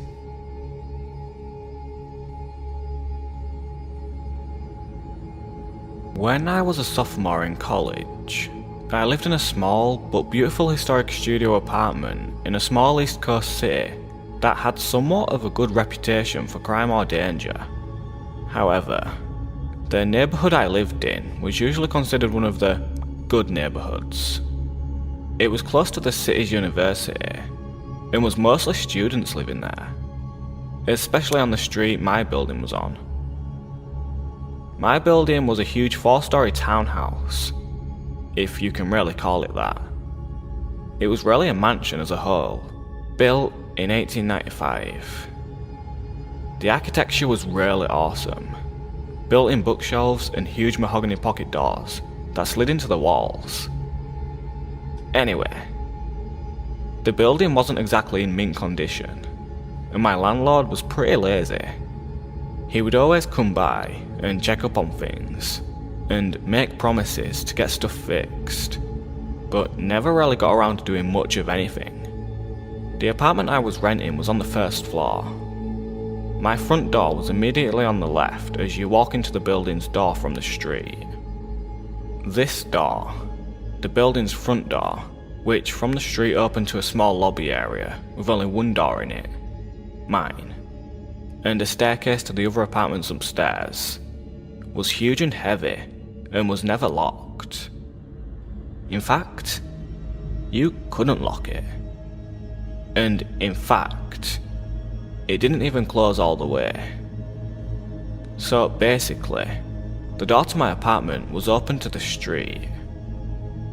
I asked my landlord countless times to please do something about the front door, but he never did anything.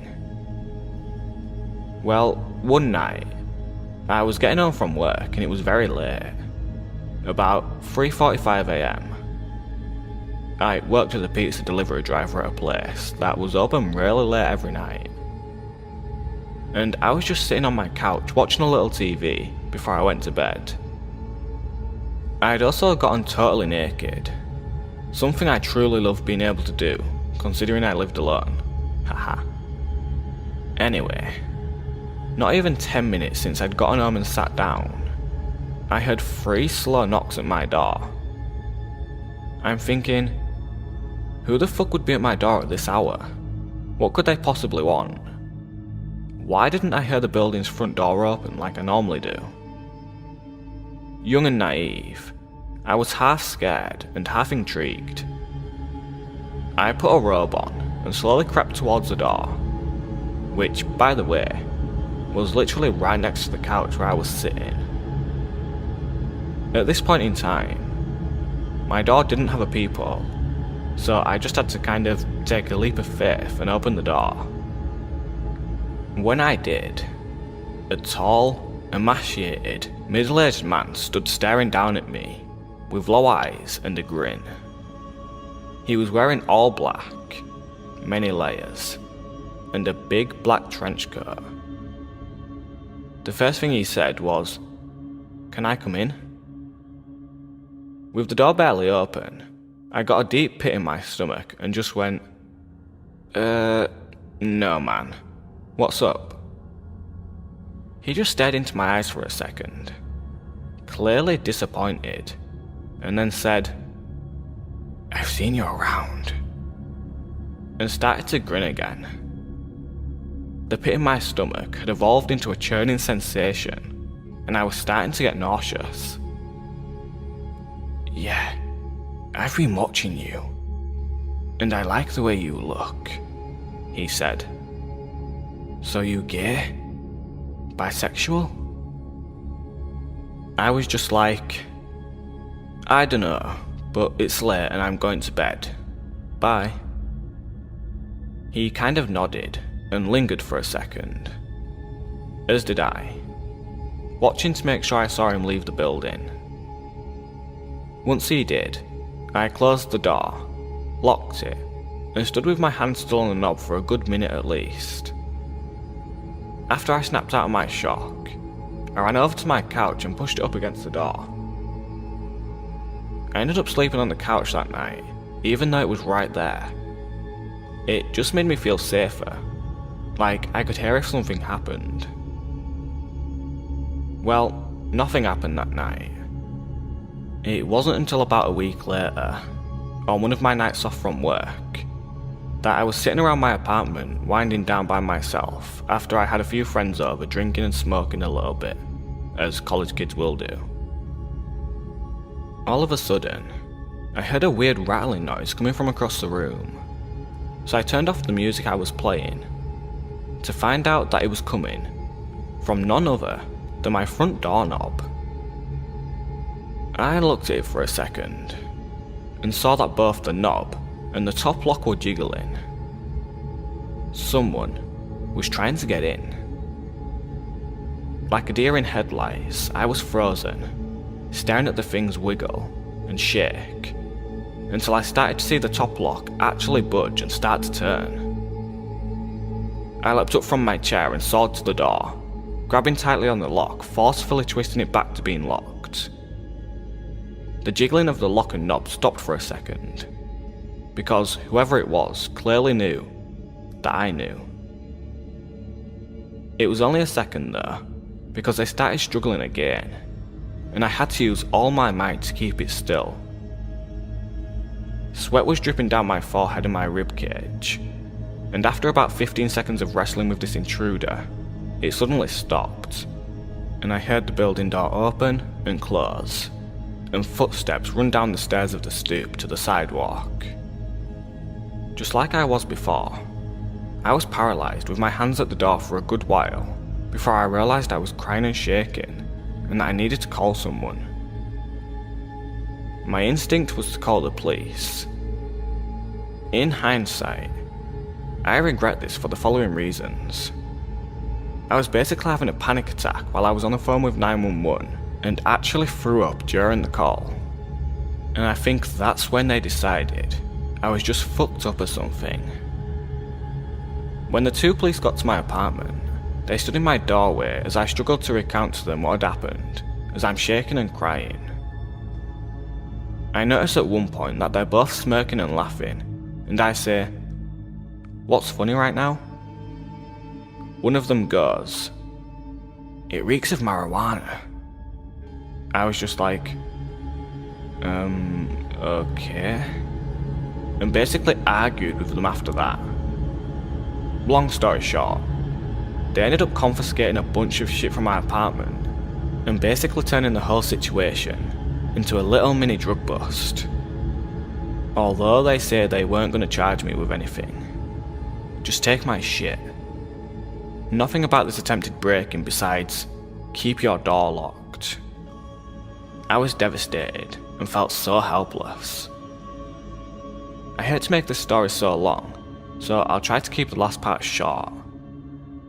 Basically, this same scenario happened one more time about 2 weeks from the last time. Only, instead of calling the police, I called my dad, who raced down in an hour, which is a 2-hour drive from his house to this place. And he had a crowbar up his sleeve, haha. Unfortunately, by the time he had gotten there, whoever it was had already left. They didn't struggle very hard this time. My dad ended up cussing out my landlord, and demanding he get the door fixed and install a new lock and a peephole on my door. He did make this happen within a reasonable amount of time, and I also got one of those bars you wedge between the doorknob and the floor, as well as an aluminium baseball bat to protect myself with, so I felt a lot better from then on. Needless to say though, I ended my lease for that apartment a month early and never moved back to that street. I never found out for sure who was trying to pick my locks, and if it was the guy who had come to my door the first time. But whoever it was, let's not meet.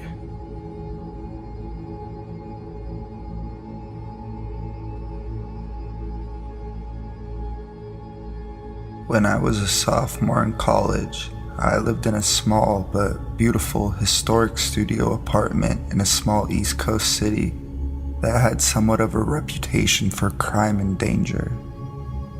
However, the neighborhood I lived in was usually considered one of the good neighborhoods. It was close to the city's university and was mostly students living there, especially on the street my building was on. My building was a huge 4-story townhouse, if you can really call it that. It was really a mansion as a whole, built in 1895. The architecture was really awesome. Built-in bookshelves and huge mahogany pocket doors that slid into the walls. Anyway, the building wasn't exactly in mint condition and my landlord was pretty lazy. He would always come by and check up on things and make promises to get stuff fixed, but never really got around to doing much of anything. The apartment I was renting was on the first floor. My front door immediately on the left as you walked in the building's door to the street. This door, the building's front door, which from the street opened to a small lobby area with only one door in it, mine, and a staircase to the other apartments upstairs, was huge and heavy and never locked. In fact, you couldn't lock it, and in fact, it didn't even close all the way. So basically the door to my apartment was open to the street. I asked my landlord countless times to please do something about the front door, but he never did anything. Well, one night I was getting home from work and it was very late, about 3:45 a.m. I worked as a pizza delivery driver at a place that was open really late every night. And I was just sitting on my couch watching a little TV before I went to bed. I had also gotten totally naked, something I truly loved being able to do considering I lived alone. Anyway, not 10 minutes since I'd gotten home and sat down, I hear 3 slow knocks at my door. I'm thinking, who the fuck would be at my door at this hour? What could they possibly want? Why didn't I hear the building's front door open like I normally do? Young and naive, I was half scared and half intrigued. I put a robe on and slowly crept towards the door, which by the way was literally right next to the couch where I was sitting. At this point in time, my door didn't have a peephole, so I just had to kind of take a leap of faith and open the door. And when I did, a tall, emaciated, middle-aged man stood staring down at me with low eyes and a grin. He was wearing all black, many layers, and a big black trench coat. The first thing he said was, "Can I come in?" With the door barely open, I got a deep pit in my stomach and just went, no man, what's up?" He just stared into my eyes for a second, clearly disappointed, and then said, "I've seen you around," and started to grin again. The pit in my stomach had evolved into a churning sensation and I was starting to get nauseous. "Yeah, I've been watching you, and I like the way you look. he said. So you gay? Bisexual? I was just like, I don't know, but it's late and I'm going to bed. Bye. He kind of nodded and lingered for a second, as did I, watching to make sure I saw him leave the building. And once I did, I closed the door, locked it, and stood with my hands still on the knob for a good minute at least. After I snapped out of my shock, I ran over to my couch and pushed it up against the door. I ended up sleeping on the couch that night, even though it was right there. It just made me feel safer, like I could hear if something happened. Well, nothing happened that night. It wasn't until about a week later, on one of my nights off from work, that I was sitting around my apartment winding down by myself after I had had some friends over drinking and smoking a little bit, as college kids will do. All of a sudden, I hear a weird rattling noise coming from across the room, so I turn off the music I was playing to find out that it was coming from none other than my front doorknob. I looked at it for a second and saw that both the knob and the top lock were jiggling. Someone was trying to get in. Like a deer in headlights, I was frozen staring at the things wiggle and shake until I started to see the top lock actually budge and start to turn. I leapt up from my chair and soared to the door, grabbing tightly on the lock and forcefully twisting it back to being locked. The jingling of the lock and knob stopped for a second because whoever it was clearly knew now that I knew. It was only a second though before they just started struggling again, and I had to use all my might just to keep it still. Sweat was dripping down my forehead and my ribcage, and after about 15 seconds of wrestling with this intruder, it suddenly stopped, and I heard the building door open and close, and footsteps run down the stairs of the stoop to the sidewalk. Just like I was before, I was paralyzed with my hands on the door for a good while before I realized I was crying and shaking and that I needed to call someone. My instinct was to call the police. In hindsight, I regret this for the following reasons. I was having basically a panic attack while I was on the phone with 911 and actually threw up during the call. And I think that's when they decided I was just fucked up or something. When the two police got to my apartment, they stood in my doorway as I struggled to recount to them what had happened, as I'm shaking and crying.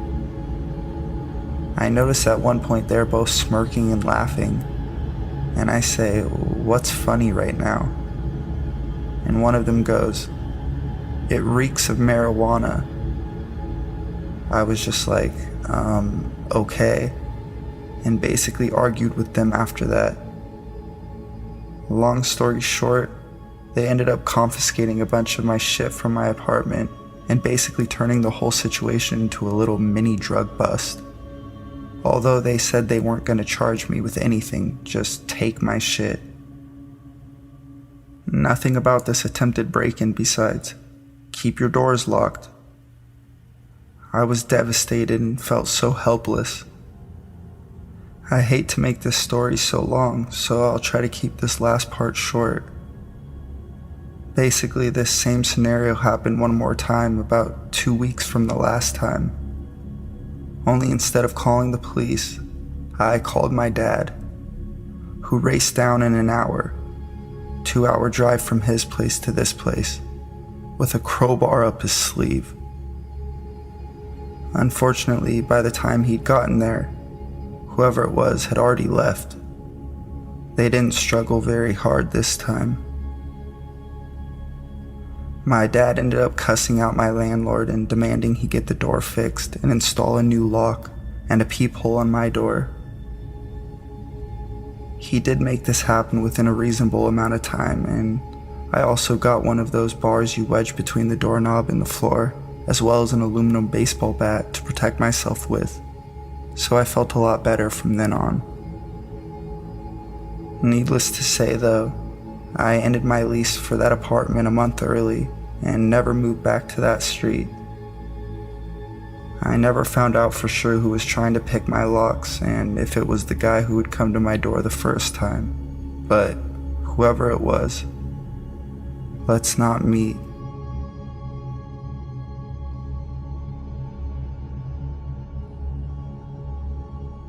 This took place several years ago, when I was 18, freshly enrolled in college. I grew up in an extremely strict household, Asian female by the way. My parents set my curfew at 8 p.m. I wasn't allowed to drive at night or go to parties, etc., all because my family was convinced that all of these situations led to rape. Anyway, you could see how I once moved out of the house, I was relished in my opportunity to exercise my new freedom and independence.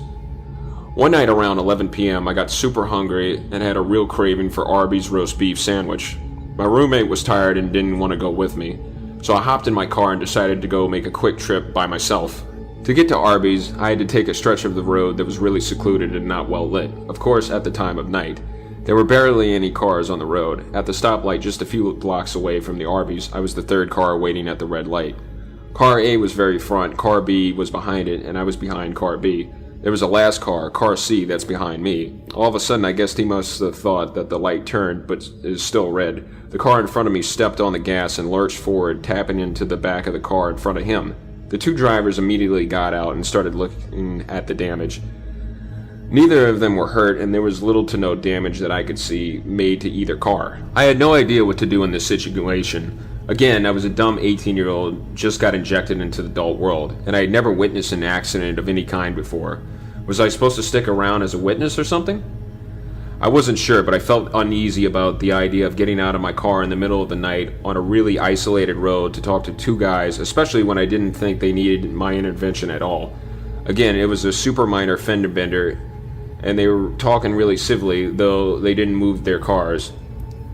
So the light turned green, I decided to move over into the other lane and proceed on my way. Again, this may have been the wrong thing to do, but I didn't know any better. The car that had been behind me didn't like the fact that I was trying to leave. To this day, I have no idea what they were thinking. At the time, they must have thought I caused the accident or something. Anyway, as I shifted over into the other lane to leave, they started blasting their horns at me. I got super scared and proceeded down the road, past the green light. And Car C, the one behind me, took off after me. What ensued was still the most terrifying experience I've ever had. The car, which I could dimly see had two male figures in front seat, followed me closely for quite a while, occasionally blasting their horns aggressively. They would speed up until they were just about to hit the back of my car when I was starting to get really freaked out, so started making random turns to lose them, or to see if they were really following me. They definitely were. I made 3 left turns and they were still on my tail. Eventually the car pulled over into the lane beside me and kept speeding and nudging into my lane, as if to cut me off or run me off the road. I was actually crying now and called my then boyfriend, telling him what was happening. I initially wanted to drive to his house, but then I realized I didn't want these psychos knowing where he lived. I tried to avoid making eye contact with the 2 men in the car beside me, and tried not to let them imitate me off the road. They kept blaring the horn, and then eventually the driver rolled down the window. I was too scared to talk to him, but I could hear what he screamed clearly through my window, which had a slight gap in the top that never sealed up. "We're gonna catch you, bitch, and I'm gonna rape your dumb ass." I think the guy next to him said something like, "Don't slow down" or something, but I couldn't hear it clearly over the rushing of the wind and the sounds of our cars accelerating. My boyfriend heard them shouting over the phone and directed me to the nearest police station, which was about 8 minutes away from where I was. It was actually hard for him to find the police station to give me any directions to it because he had no idea where I was. 2 guys kept shouting things at me, but I didn't know what was said. I was too busy blubbering to my boyfriend. Maybe it was really hard to remember what went on in those moments. Physically, I was speeding so fast to try to get away from those guys. At this point, I was just hoping a cop would stop me. There were no cars on any of the roads we went down, and it just made everything worse. And then my phone battery decided it was time to die. I seriously thought it was one of those horror stories my parents had always told me about. Eventually, I finally saw the police station my boyfriend had given me directions to. Almost drove past it. Turned into the parking lot, the car followed me and the passenger door actually opened before the car even stopped. But I think they noticed where we were and drove out of there fast. I sat in my car too terrified to get out because I thought moving would provoke them into coming back. Literally 60 seconds later, my boyfriend pulled into the parking lot next to my car and climbed out with a baseball bat. He held me for a little while, and then a cop who was pulling into the lot or something coming out of the building approached us and asked if everything was okay. Turns out that the car had tailed me fit the description of a car that had apparently scared a girl so badly, same type of thing, late night, empty road, lone driver, super aggressive driving, and screaming, that she had crashed her car into a tree divider trying to get away from those guys. Neither she or I got the license plate, though, and to this day, I don't know if they ever caught those guys. I don't know what kind of human being gets their kicks out of terrorizing female drivers late at night on the road, but whoever they were, fuck those guys. I hope someone somewhere managed to put a stop to them.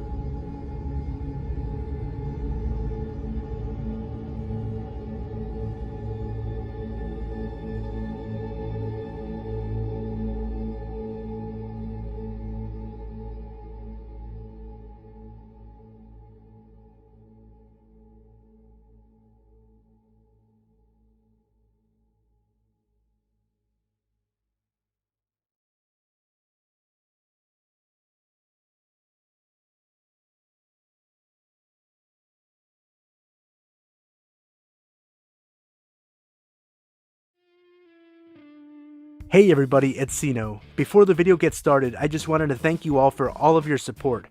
We hit 9,500 subscribers a few days ago, and we have 10,000 right around the corner. So remember that when we do hit 10,000, I'm going to be doing my face reveal on this channel. Let me know what you guys think of the story in the comment section down below, and if you enjoyed the story, remember to leave a like, and if you're new, consider subscribing. Starting this Friday, May 26th, I'm going to start uploading daily videos to this channel featuring scary stories from Reddit. I'll be finishing up finals this Thursday, May 25th, so after Thursday, I'll be free to start uploading daily videos featuring scary stories from Reddit. I hope you guys enjoyed the video, and if you do, remember to leave a like and subscribe for daily videos starting Friday, May 26th. Thank you for all the support, and I hope you enjoyed the video.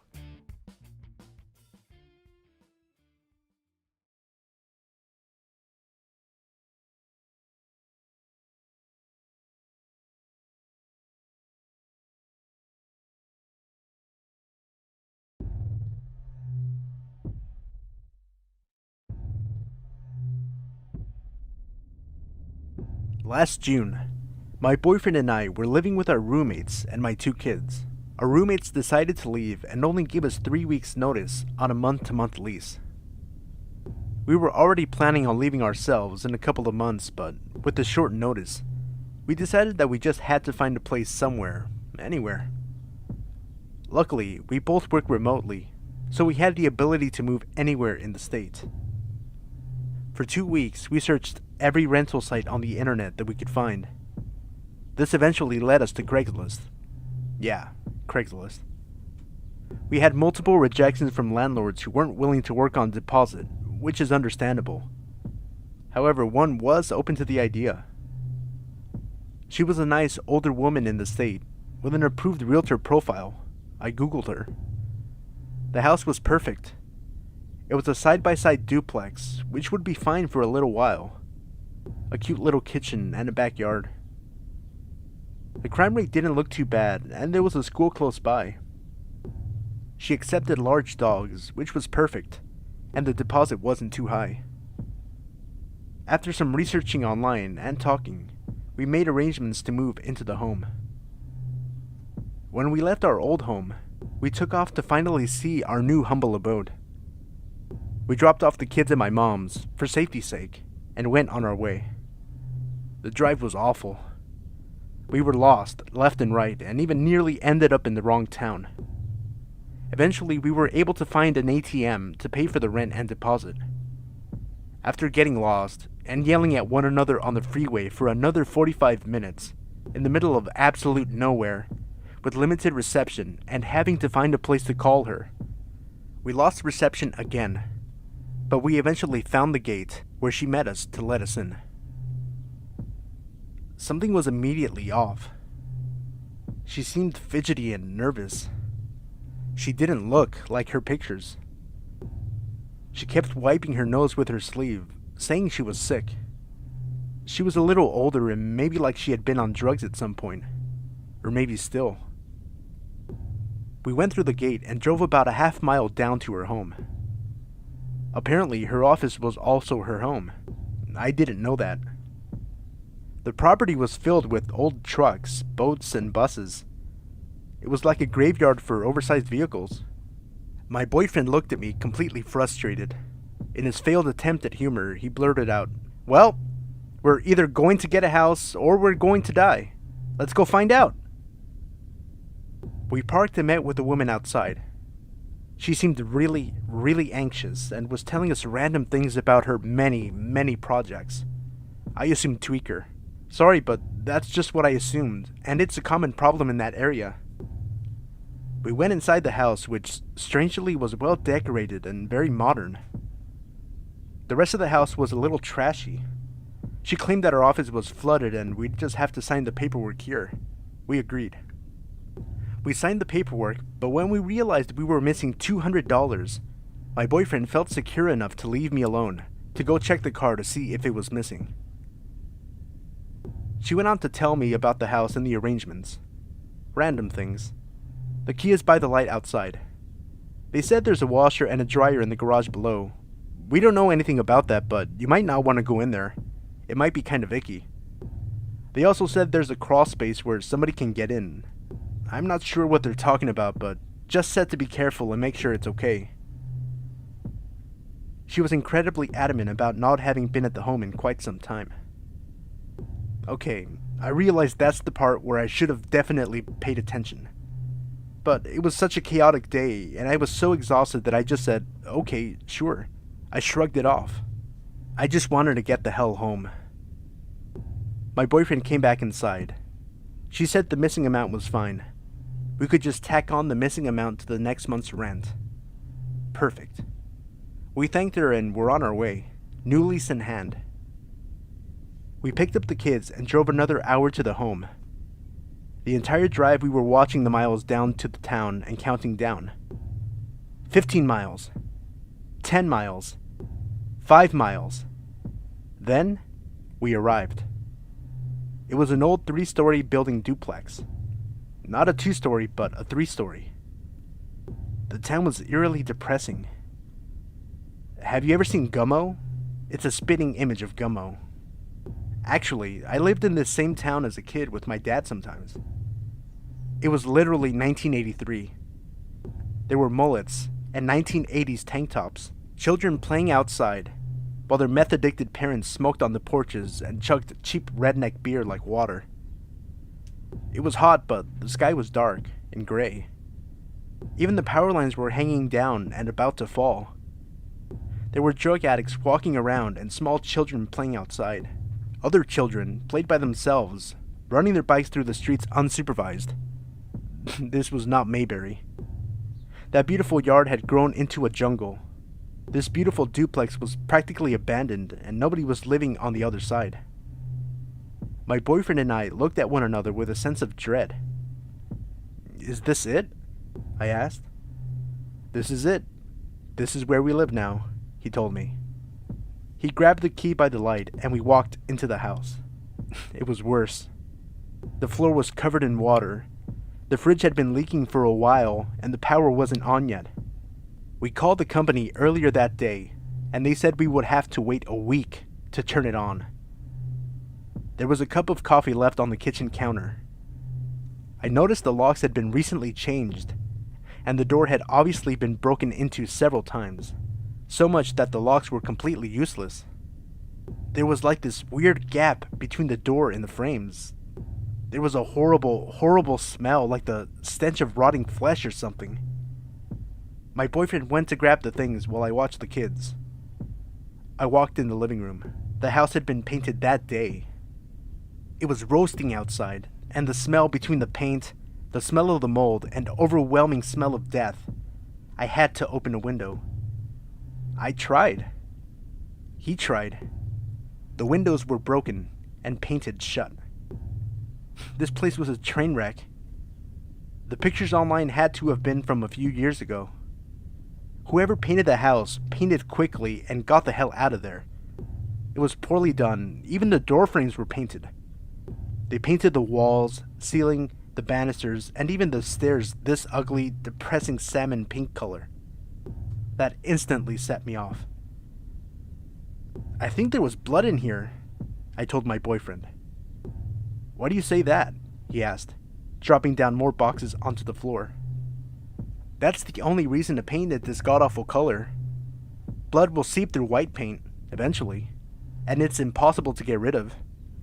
The only reason I know this is because I remember hearing about a news story where a woman took over a murder house.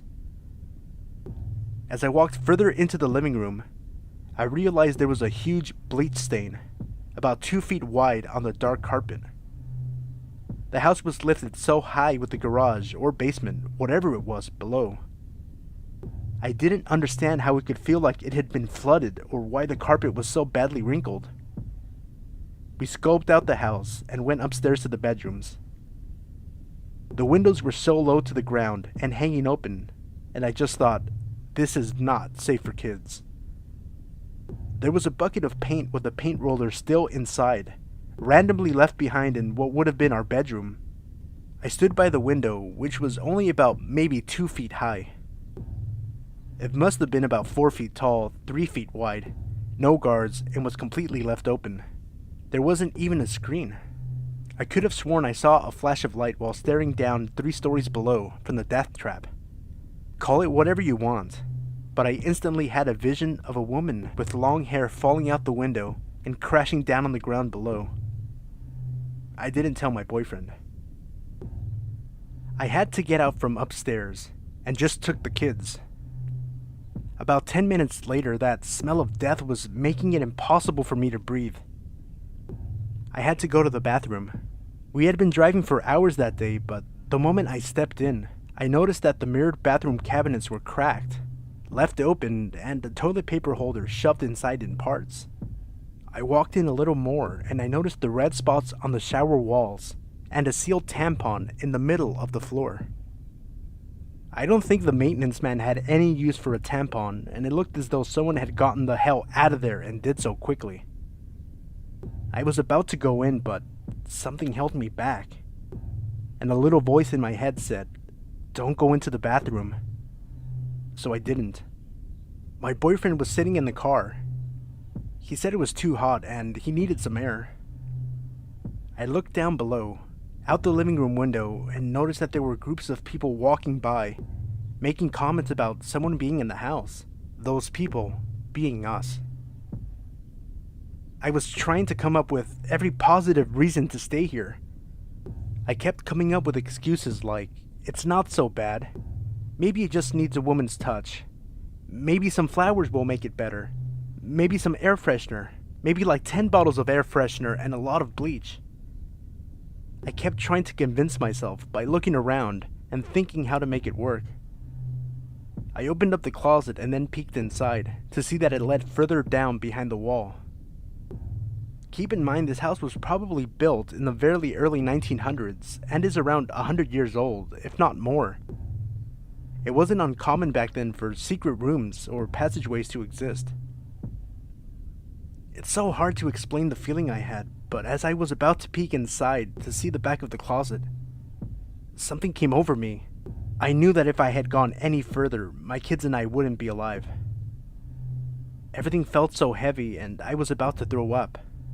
This was the closest I had ever felt in my entire life to not just death, but hell, pure evil. I can't even possibly explain the amount of dread and discomfort.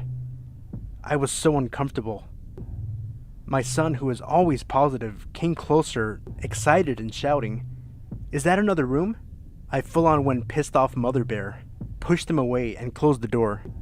Suddenly, the words that the landlord told me ran through my head again.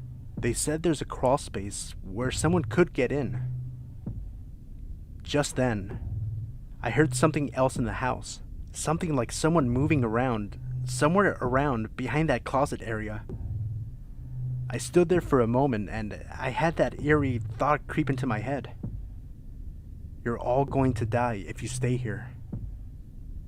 That very thought sent me into a panic, and with my heart pounding, I quickly grabbed my kids and ran out to the car. I could tell that my boyfriend was visibly upset with the home, giving me an opportunity to skip beating around the bush. "Hey, let's just go," I told him.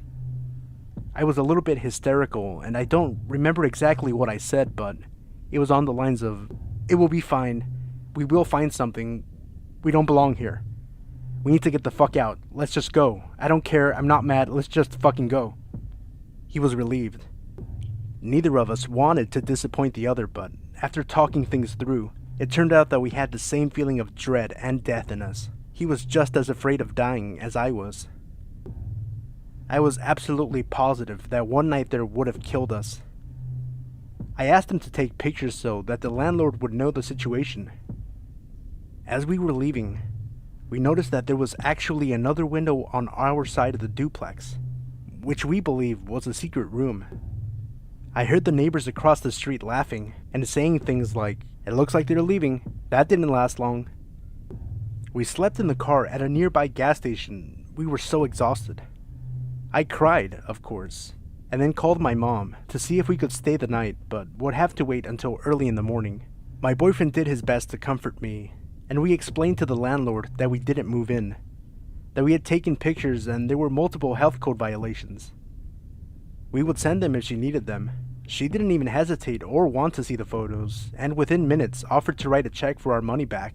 I swear there was someone else in that house. It still terrifies me to talk about it, and I will never rant sight unseen again. And I'm sharing this story because you shouldn't either. By the way, that's not the end. That feeling haunted me for weeks, so much I couldn't sleep.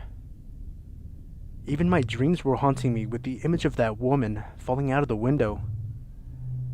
I eventually Googled the address to find out who had lived there before us. I found a woman's name. I Googled that woman's name, and she's dead.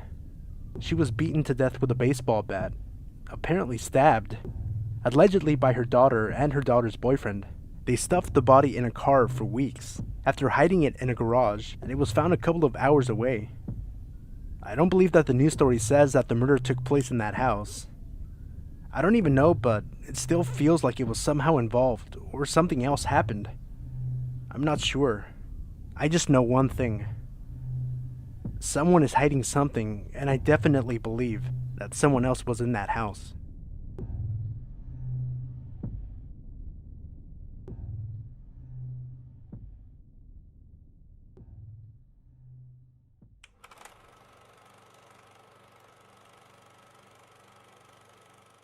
Hey everybody, it's Sino.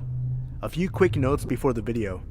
If you enjoyed the video, remember to leave a like, and consider subscribing for daily uploads of scary stories from Reddit. I'm including a link to my playlist featuring videos sorted by popularity in the video description below. And finally, this Sunday, June 4th, I'll be hosting a live stream on my wrestling channel for WWE Extreme Rules, where I'll be doing live commentary and coverage. If you're interested in joining me and checking out the channel, I'll include a link in the video description below. Again, thank you for all the support, and may your wildest nightmares come true. When I was about 17 or so, I had moved back home to the beach after staying out in Washington for a bit after earning my GED. Not long after I got back, I made some new friends, with one in particular, Chris. This story isn't about him, but how meeting him was probably the worst thing that could have happened.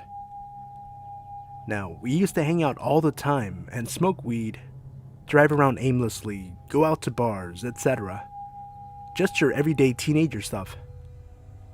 We were, however, pretty into urban exploration, I guess you could say. We used to go into the woods all the time, in random places, just to explore.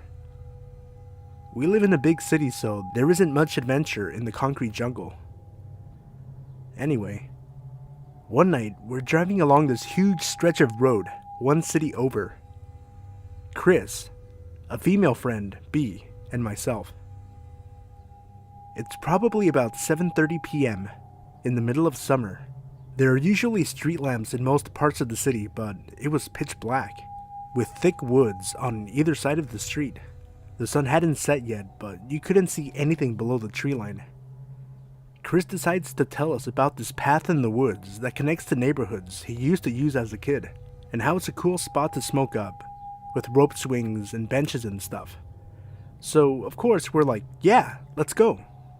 We make our way into the woods, down the only path we can see, and it's well beaten, a clear sign it's used often. I never worried about weird things happening because, they always happen to someone else. As we got to the bench in the middle of the path, we sat down and rolled up.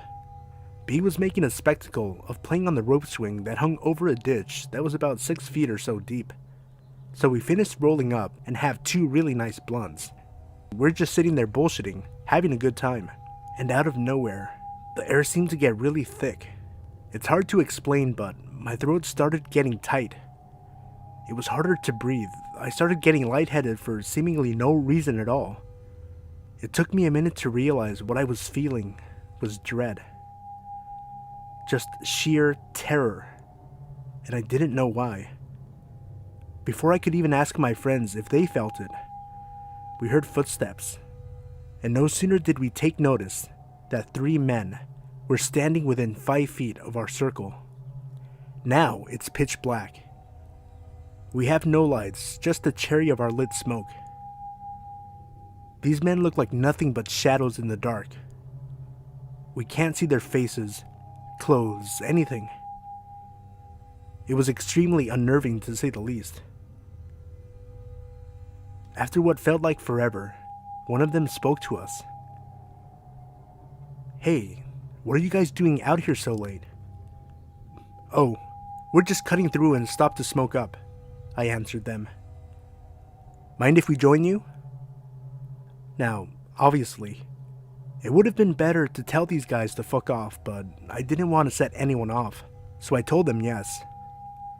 One of them sits next to us on the bench and just starts small talk, asking things like, "What do you guys do for work? Where are you from?" etc. It wasn't polite small talk. It was like he was trying to keep us distracted, which I didn't notice at the time. He kept talking as he gave one of our blunts to his friend, who, I'll remind you, haven't said a word and didn't sit either. The other 2 just stood next to the bench, looking like they were waiting for something. I passed the other blunt to our new friend, just hoping they are trying to get a free smoke out. I couldn't have been more wrong. No sooner than the 3 men had both of our smokes do they all get really stiff, like statuesque, and reach into their pockets and, you guessed it, all 3 of them were armed. Now I'm standing there, thinking that they just wanted our weed and didn't want to argue about it. Then came the very stereotypical, "Now, give me everything you have." As guns were drawn and literally put within an inch of my face, I could almost look straight down the barrel. Damn the darkness. I was so close to it. I just stood there. I didn't move at all. I guess I was kind of in shock, like I really didn't believe what was happening. Then, out of nowhere, the man to my left let a round off right next to my ear. If you think a gunshot is loud when you hear it on your street, you have no idea how loud it is when it goes off right next to your head. I jumped about 10 feet and rushed to empty my pockets. I gave them my phone and my wallet without hesitation. My friends followed suit, and I thought that was the end of it. We weren't so lucky. This did nothing but make them even madder. They were pissed they only got 2 cell phones and maybe $40 from 3 people. Since our car was still parked out on the street, they assumed we must have had more valuables inside. One of the men grabbed Chris by the collar of his shirt and told him that he was going to walk them to the car and let them take what they needed. B and I, of course, protested and were met with more guns in our faces. 2 of the men took Chris out to the car while the 3rd looked at us and said, "Now, I'm going to walk halfway up the path and find me a nice bush to lay low. If either of you try to run or do anything smart, I'll be waiting with the bullet." And he walked down the path after Chris and the other men. B and I stood there in the middle of the woods in complete silence for a good long while. We talked about how good our chances were if we tried to make a run for it and ultimately decided against it. We weren't sure if the guy was bluffing or if he really was waiting in a bush to shoot us. It felt like we were there forever, and out of nowhere, 3 more gunshots ring out from the street. B lost it. She just started bawling right there in the woods, sobbing at the thought of Chris being murdered. I tried my best to console her and almost strangled her at the same time. When I leaned in to hug her, I could see the light from her phone in her back pocket that she refused to give up. We used it to call 911, but never put the phone to our ear. We just called and put it back in her pocket while talking about the situation. We were scared the guy in the path would see the light if we kept it out too long. We waited there in the woods for an eternity before we started seeing flashlights and hearing the barking of dogs. It was the police. I couldn't have been more relieved, and neither could B. She started sobbing all over again, and we walked out of the woods with the cops. They took B to the side while they zip-tied me and put me in the back of a police cruiser. I started staring out the window, wondering why and where they took B, before I noticed Chris was sitting next to me. I started crying myself, out of relief that he was alive and wondering what happened when they got to the street. He told me that they brought him to the car and had him let them in. He said he let them take whatever they wanted, which still wasn't much in terms of sellable. He said they got pissed and hit him, then shot off a few rounds before running into the woods on the opposite side of the street. I asked him if he told the cops that, and he said they wouldn't listen. It didn't take me long to find out why. They pulled me out of the car after talking to B, and I insisted they remove the zip ties if I wasn't being arrested. Why should I? Apparently, the police thought the B was in danger of us. Granted, I realize now they were only being diligent, but at the time, I was not only offended, but pissed off. They thought that Chris and I were back there trying to rape B or something just as heinous. It was pretty shocking that they straight up accused us of sexually assaulting her in the woods and refused to listen about the men. That is, until B calmed down enough to tell them the same thing we did. Eventually, they believed us, but it was too late, since it had been almost an hour since the men took off into the woods. They told B that she could drive her car home, but because Chris and I were adults, they wouldn't allow her to give us a ride back. So I asked the cop if he would take us back home, and he declined, and not politely either. It was pretty clear they thought we weren't being 100% truthful about not messing with B in the woods. The cops left us there, standing in the middle of the road in pitch black darkness, woods on either side, after being robbed at gunpoint and the men probably still close by. I have never been that terrified in my entire life. We started walking down the street. I think we must have walked for a good 5 miles. The entire time glancing over our shoulders, scanning the tree line. Every time we heard any sort of noise, we jumped and just stood still. Eventually, we came to a main road and could see a shopping center not far off. These were usually patrolled by security at night, so we thought it was our best bet. We get up to one of the main stores, a Dollar General, and scan the lot for any type of security. And there was nothing. Not one car in the entire lot. Now, these were back in the days of payphones, and luckily, there was one right outside.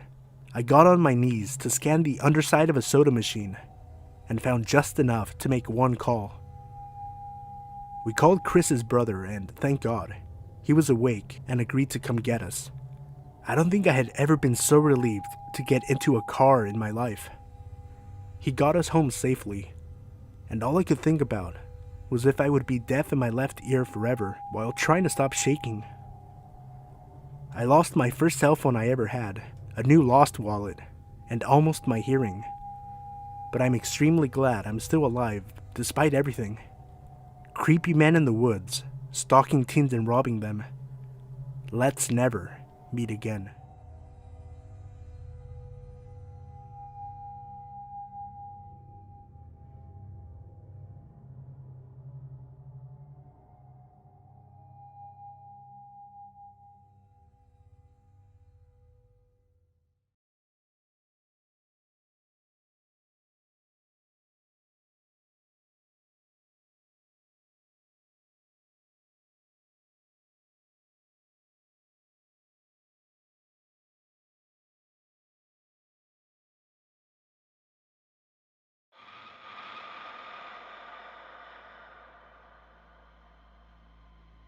Back in 2012, when I moved 1,200 miles away from my home state, I didn't know anyone in the area. Despite being a rather introverted 22-year-old, I thought it would be good for me to get to know some locals. After joining Meetup.com, I browsed several groups until I found one that looked perfect. It was a nearby holistic healing center where they held events ranging from Tibetan singing bowls to psychic fairs. Given my lifelong interest in things of the alternative nature, I was excited by the thought of making some new like-minded friends. I signed up for the next event and attended a few days later. Upon my arrival, I was enchanted by the scent of incense and abundant good vibes. The owner was warm and kind as she introduced herself and the other attendees. Everyone I met was genuine, inclusive, and made me feel very welcome. I am someone who is incredibly close with my family, and it was my first time living alone and far from home. For these reasons, it was wonderful to feel such an instant connection with others. I had a great time getting to know everyone, and before I left, the owner, Rebecca, invited me to come back. That turned into me frequenting the center 4 to 5 times a week. Early on, I met a guy named Rodney at a Reiki circle. Reiki is a Japanese relaxation technique. He was a middle-aged man who was at the early stages of balding and kept his long hair in a low ponytail. His skin was tan and he was in good shape with muscular arms. Compared to my petite frame, he towered over me at about 6 foot tall. Following the Reiki, everyone would always hug one another and chat. Rodney was the first to come over and give me a very long, tight embrace. As we spoke, he told me how he was a single father and introduced me to his teenage son. The three of us hit it off immediately. Rodney and I seemed to have a lot in common, from our love of raw vegan food to scuba diving. It felt like I'd met a kindred spirit, and the energy he exuded was calm and peaceful. He was easy to trust and open up to. Over the coming months, I became Reiki certified and was spending a lot of time at the center. There was a core group of us that became inseparable. Rodney was always part of the gang. We would hold full moon ceremonies at the beach, drum circles at night, and healing sessions by day. Once a week in the evenings, we would go to Panera to get some tea and enjoy each other's company. All in all, it was a very fun time in my life. As time went on, I would see Rodney often. We would meet at farmers markets. I volunteered to help him run a haunted house attraction he was managing, and attended his yoga classes while he was getting his instructor education completed. Rodney and I developed a deep friendship, but nothing more than that. After all, I didn't have those feelings for him.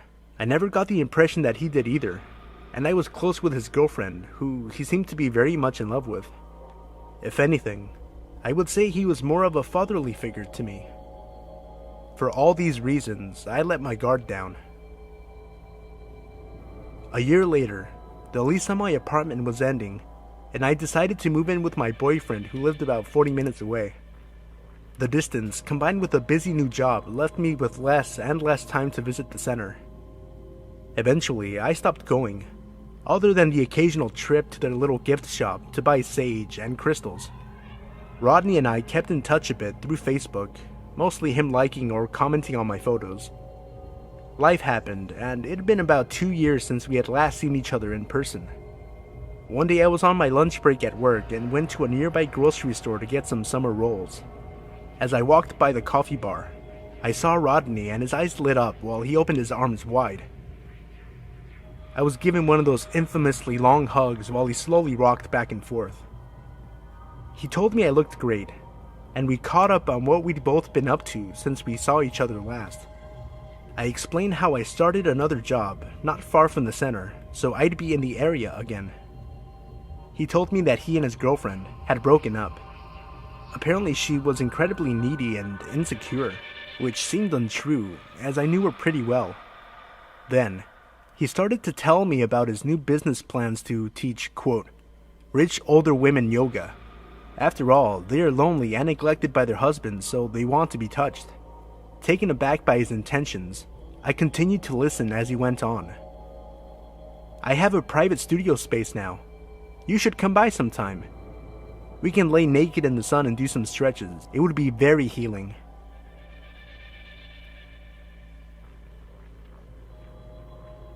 I was beginning to feel very uncomfortable.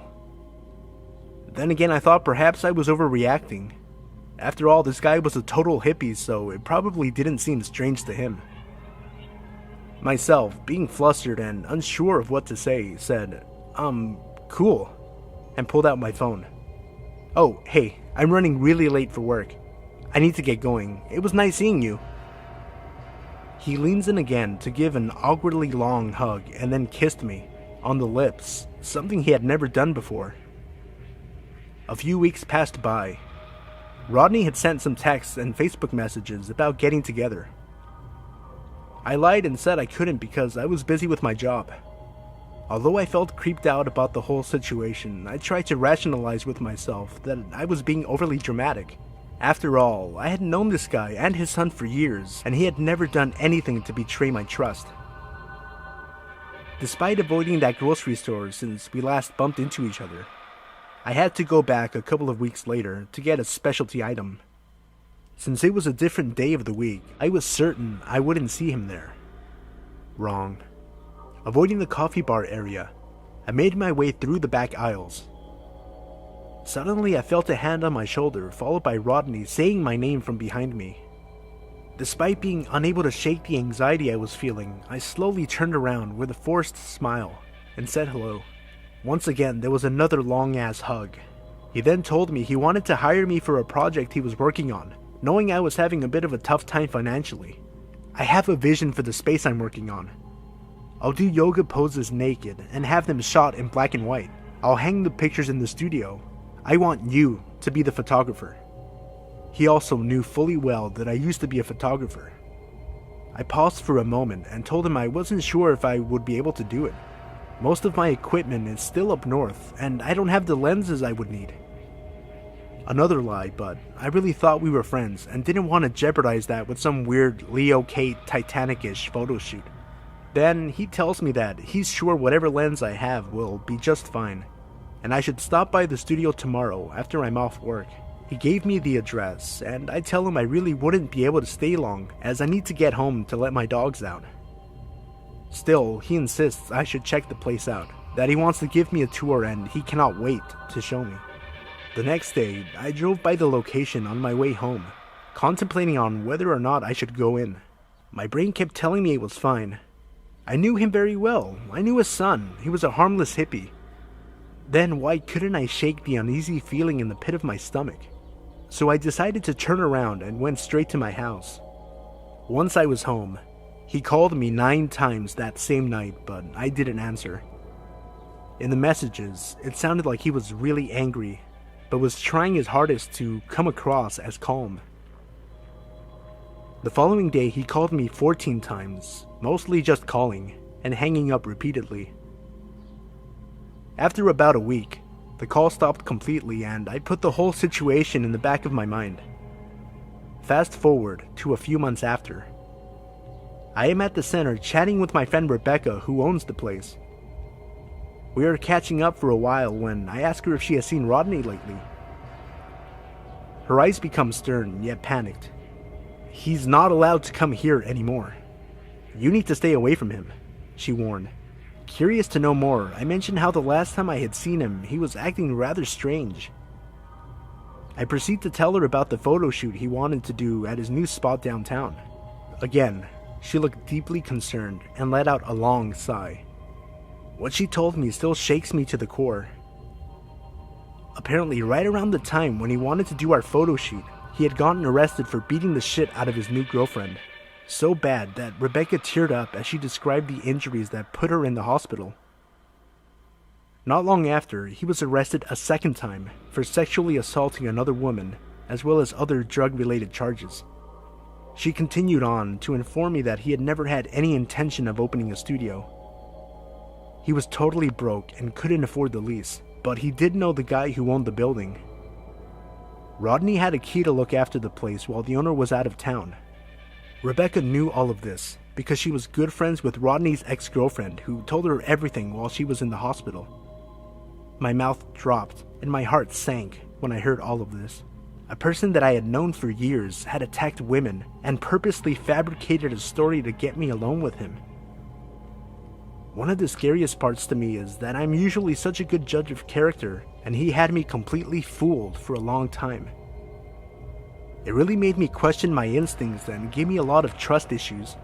At least in the end, I did listen to my gut feeling. Not to be dramatic, but it could have saved my life. It's terrifying to think of what his intentions were for me that night. In retrospect, I can see other situations that should have been red flags. I guess hindsight really is 20/20. Looking back, there were things that I overlooked which all make perfect sense now. Maybe, for some, the outcome seems obvious, but at the same time, I really thought he was a great person. Perhaps my younger self was naive and too trusting. All things considered, I can certainly say that I am much more cautious now. I'm sharing this story in the hopes that even just one person will learn something from my cautionary tale. And Rodney, please, let's never meet again. Update. While obtaining verification documentation, I discovered that Rodney is a sexual predator and had a felony warrant issued shortly after our encounter.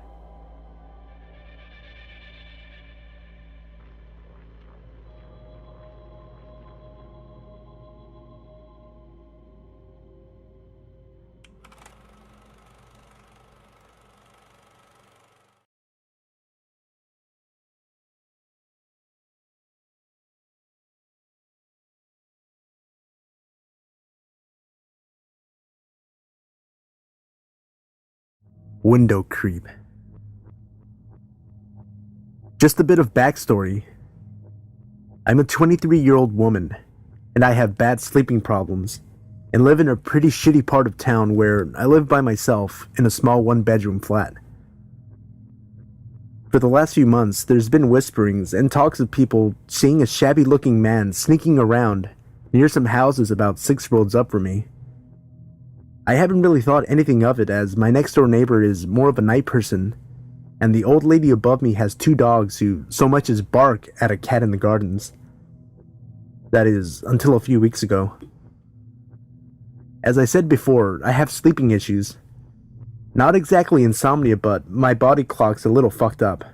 I can't get to sleep till early hours of the morning.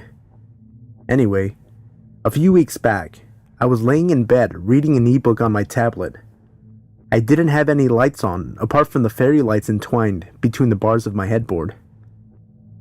It was a pretty hot night, so I had the little window open that was next to my bed. It's a weird layout. I have one medium sort of sized window that takes up the whole left side. The bottom right is just plain glass, and the top right is a tiny window that opens all the way out, but it's about the size of a standard book. So I'm laying there reading when I start hearing a vibrating noise from outside, like from someone's phone. I pulled back the curtain and looked out. Nothing. It was pitch black outside. So I ignored it and went back to my book. At around 4 a.m., I was starting to get sleepy, so I pulled up the window and started getting comfy and ready for sleep. That's when I hear it again. That vibration sound, but as soon as it starts, it stops. I assumed I was hearing things and that my mind was making something out of nothing, but then I heard something that made my blood run cold. You know when you scrape a fork or a knife on a plate and it makes that horrible sound? It was like that, but coming from my window. I didn't want to look. I didn't want to know, but I'm just being paranoid. I wish I was just being paranoid for no reason. I heard another sound like a handle rattling. I snapped awake, slid out of the bed, and crept to the foot of my bed. The rattling noise is getting worse, more angry and forceful. I grabbed a set of handcuffs that I leave there. Lucky for me, I'm kind of kinky, and I have a set of handcuffs on a long chain. One end is attached to the metal bars. I made sure they were ready. I reached for the curtains and practically pulled them off. All I saw was an arm and a hand that was reaching through my little window, trying to open the bigger one. I didn't hesitate, and I slapped the cuff over his wrist before he pulled it out of the window. That sure got his attention. "So, little kitten likes to play rough, huh?" He leaned into the glass, so close his breath is fogging the window. "Well, Daddy likes." He finishes and starts thrashing, trying to get in. I bang on the wall between my room and the neighbor's, hoping my neighbor hears.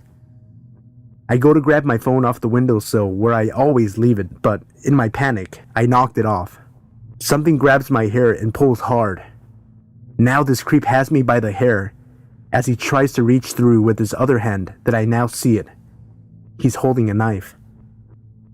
I scream as he pulls my hair, ripping it out, the tears streaming down my cheeks. I grab his other arm, trying to push it away.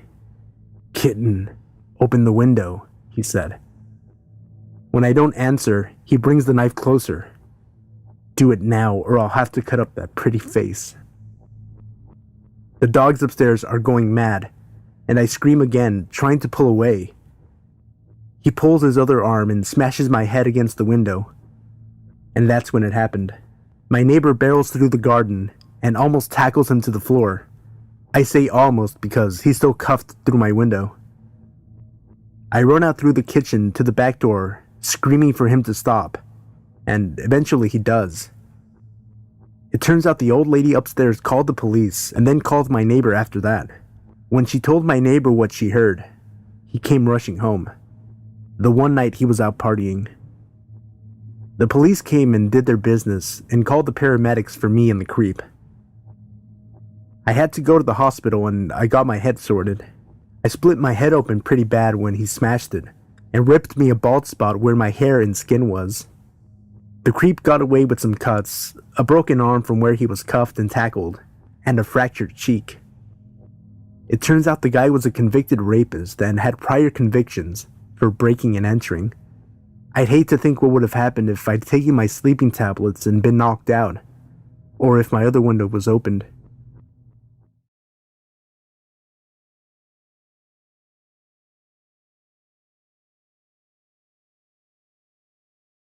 Hey everybody, it's Sino. A few quick notes before the video. If you enjoyed the video, remember to leave a like, and consider subscribing for daily uploads of scary stories from Reddit. I'm including a link to my playlist featuring videos sorted by popularity in the video description below.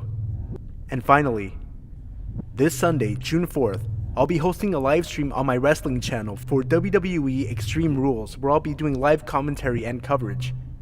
If you're interested in joining me and checking out the channel, I'll include a link in the video description below. Again, thank you for all the support, and may your wildest nightmares come true. When I was about 17 or so, I had moved back home to the beach after staying out in Washington for a bit after earning my GED. Not long after I got back, I made some new friends, with one in particular, Chris. This story isn't about him, but how meeting him was probably the worst thing that could have happened. Now, we used to hang out all the time and smoke weed, drive around aimlessly, go out to bars, etc. Just your everyday teenager stuff. We were, however, pretty into urban exploration, I guess you could say. We used to go into the woods all the time, in random places, just to explore. We live in a big city, so there isn't much adventure in the concrete jungle. Anyway, one night we're driving along this huge stretch of road, one city over. Chris, a female friend, B, and myself. It's probably about 7:30 p.m. in the middle of summer. There are usually street lamps in most parts of the city, but it was pitch black, with thick woods on either side of the street. The sun hadn't set yet, but you couldn't see anything below the tree line. Chris decides to tell us about this path in the woods that connects to neighborhoods he used to use as a kid, and how it's a cool spot to smoke up, with rope swings and benches and stuff. So, of course, we're like, yeah, let's go. We make our way into the woods, down the only path we can see, and it's well beaten, a clear sign that's used often. I never worried about weird things happening because, you know, they always happen to someone else. As we got to the bench in the middle of the path, We sat down and rolled up. B was making a spectacle of playing on the rope swing that hung over a ditch that was about 6 feet or so deep. So we finished rolling up and have 2 really nice blunts. We're just sitting there bullshitting, having a good time. And out of nowhere, the air seemed to get really thick. It's hard to explain, but my throat started getting tight. It was harder to breathe. I started getting lightheaded for seemingly no reason at all. It took me a minute to realize what I was feeling was dread. Just sheer terror. And I didn't know why. Before I could even ask my friends if they felt it, we heard footsteps. And no sooner did we take notice that 3 men were standing within 5 feet of our circle. Now it's pitch black. We have no lights, just the cherry of our lit smoke. These men look like nothing but shadows in the dark. We can't see their faces, clothes, anything. It was extremely unnerving to say the least. After what felt like forever, one of them spoke to us. "Hey, what are you guys doing out here so late?" "Oh, we're just cutting through and stopped to smoke up," I answered them. "Mind if we join you?" Now, obviously, it would have been better to tell these guys to fuck off, but I didn't want to set anyone off, so I told them yes. One of them sits next to us on the bench and just starts small talk, asking things like, "What do you guys do for work? Where are you from?" etc. It wasn't polite small talk. It was like he was trying to keep us distracted, which I didn't notice at the time. He kept talking as he gave one of our blunts to his friend, who, I'll remind you, haven't said a word and didn't sit either. The other 2 just stood next to the bench, looking like they were waiting for something. I passed the other blunt to our new friend, just hoping they are trying to get a free smoke out. I couldn't have been more wrong. No sooner than the 3 men have both of our smokes do they all get really stiff, like statuesque, and reach into their pockets and, you guessed it, all 3 of them were armed. Now I'm standing there, thinking that they just wanted our weed and didn't want to argue about it. Then came the very stereotypical, "Now, give me everything you have." As guns were drawn and literally put within an inch of my face, I could almost look straight down the barrel. Damn the darkness. I was so close to it. I just stood there. I didn't move at all. I guess I was kind of in shock, like I really didn't believe what was happening. Then, out of nowhere, the man to my left let a round off right next to my ear. If you think a gunshot is loud when you hear it on your street, you have no idea how loud it is when it goes off right next to your head. I jumped about 10 feet and rushed to empty my pockets. I gave them my phone and my wallet without hesitation. My friends followed suit, and I thought that was the end of it. We weren't so lucky. This did nothing but make them even madder. They were pissed they only got 2 cell phones and maybe $40 from 3 people. Since our car was still parked out on the street, they assumed we must have had more valuables inside. One of the men grabbed Chris by the collar of his shirt and told him that he was going to walk them to the car and let them take what they needed. B and I, of course, protested and were met with more guns in our faces. 2 of the men took Chris out to the car while the third looked at us and said, "Now, I'm going to walk halfway up the path and find me a nice bush to lay low. If either of you try to run or do anything smart, I'll be waiting with a bullet." And he walked down the path after Chris and the other men. B and I stood there in the middle of the woods in complete silence for a good long while. We talked about how good our chances were if we tried to make a run for it and ultimately decided against it. We weren't sure if the guy was bluffing or if he really was waiting in a bush to shoot us. It felt like we were there forever, and out of nowhere, 3 more gunshots ring out from the street. B lost it. She just started bawling right there in the woods, sobbing at the thought of Chris being murdered. I tried my best to console her and almost strangled her at the same time. When I leaned in to hug her, I could see the light from her phone in her back pocket that she refused to give up. We used it to call 911, but never put the phone to our ear. We just called and put it back in her pocket while talking about the situation. We were scared the guy in the path would see the light if we kept it out too long. We waited there in the woods for an eternity before we started seeing flashlights and hearing the barking of dogs. It was the police.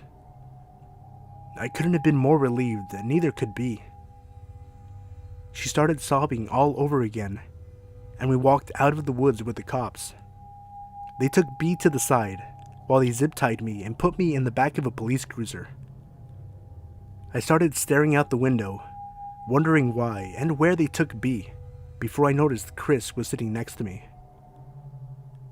I started crying myself, out of relief that he was alive and wondering what happened when they got to the street. He told me that they brought him to the car and had him let them in. He said he let them take whatever they wanted, which still wasn't much in terms of sellable. He said they got pissed and hit him, then shot off a few rounds before running into the woods on the opposite side of the street. I asked him if he told the cops that, and he said they wouldn't listen. It didn't take me long to find out why. They pulled me out of the car after talking to B, and I insisted they remove the zip ties if I wasn't being arrested. Why should I? Apparently, the police thought that B was in danger of us. Granted, I realize now they were only being diligent, but at the time, I was not only offended, but pissed off. They thought that Chris and I were back there trying to rape B or something just as heinous. It was pretty shocking that they straight up accused us of sexually assaulting her in the woods and refused to listen about the men. That is, until B calmed down enough to tell them the same thing we did. Eventually, they believed us, but it was too late, since it had been almost an hour since the men took off into the woods. They told B that she could drive her car home, but because Chris and I were adults, they wouldn't allow her to give us a ride back. So I asked the cop if he would take us back home, and he declined, and not politely either. It was pretty clear they thought we weren't being 100% truthful about not messing with B in the woods. The cops left us there, standing in the middle of the road in pitch black darkness, woods on either side, after being robbed at gunpoint and the man probably still close by. I have never been that terrified in my entire life. We started walking down the street. I think we must have walked for a good 5 miles, the entire time glancing over our shoulders, scanning the tree line. Every time we heard any sort of noise, we jumped and just stood still. Eventually, we came to a main road and could see a shopping center not far off. These were usually patrolled by security at night, so we thought it was our best bet. We get up to one of the main stores, a Dollar General, and scan the lot for any type of security, and there was nothing. Not one car in the entire lot. Now, these were back in the days of payphones, and luckily, there was one right outside. I got on my knees to scan the underside of a soda machine, and found just enough to make one call. We called Chris's brother, and thank God, he was awake and agreed to come get us. I don't think I had ever been so relieved to get into a car in my life. He got us home safely, and all I could think about was if I would be deaf in my left ear forever while trying to stop shaking. I lost my first cell phone I ever had, a new lost wallet, and almost my hearing. But I'm extremely glad I'm still alive despite everything. Creepy men in the woods, stalking teens and robbing them. Let's never meet again.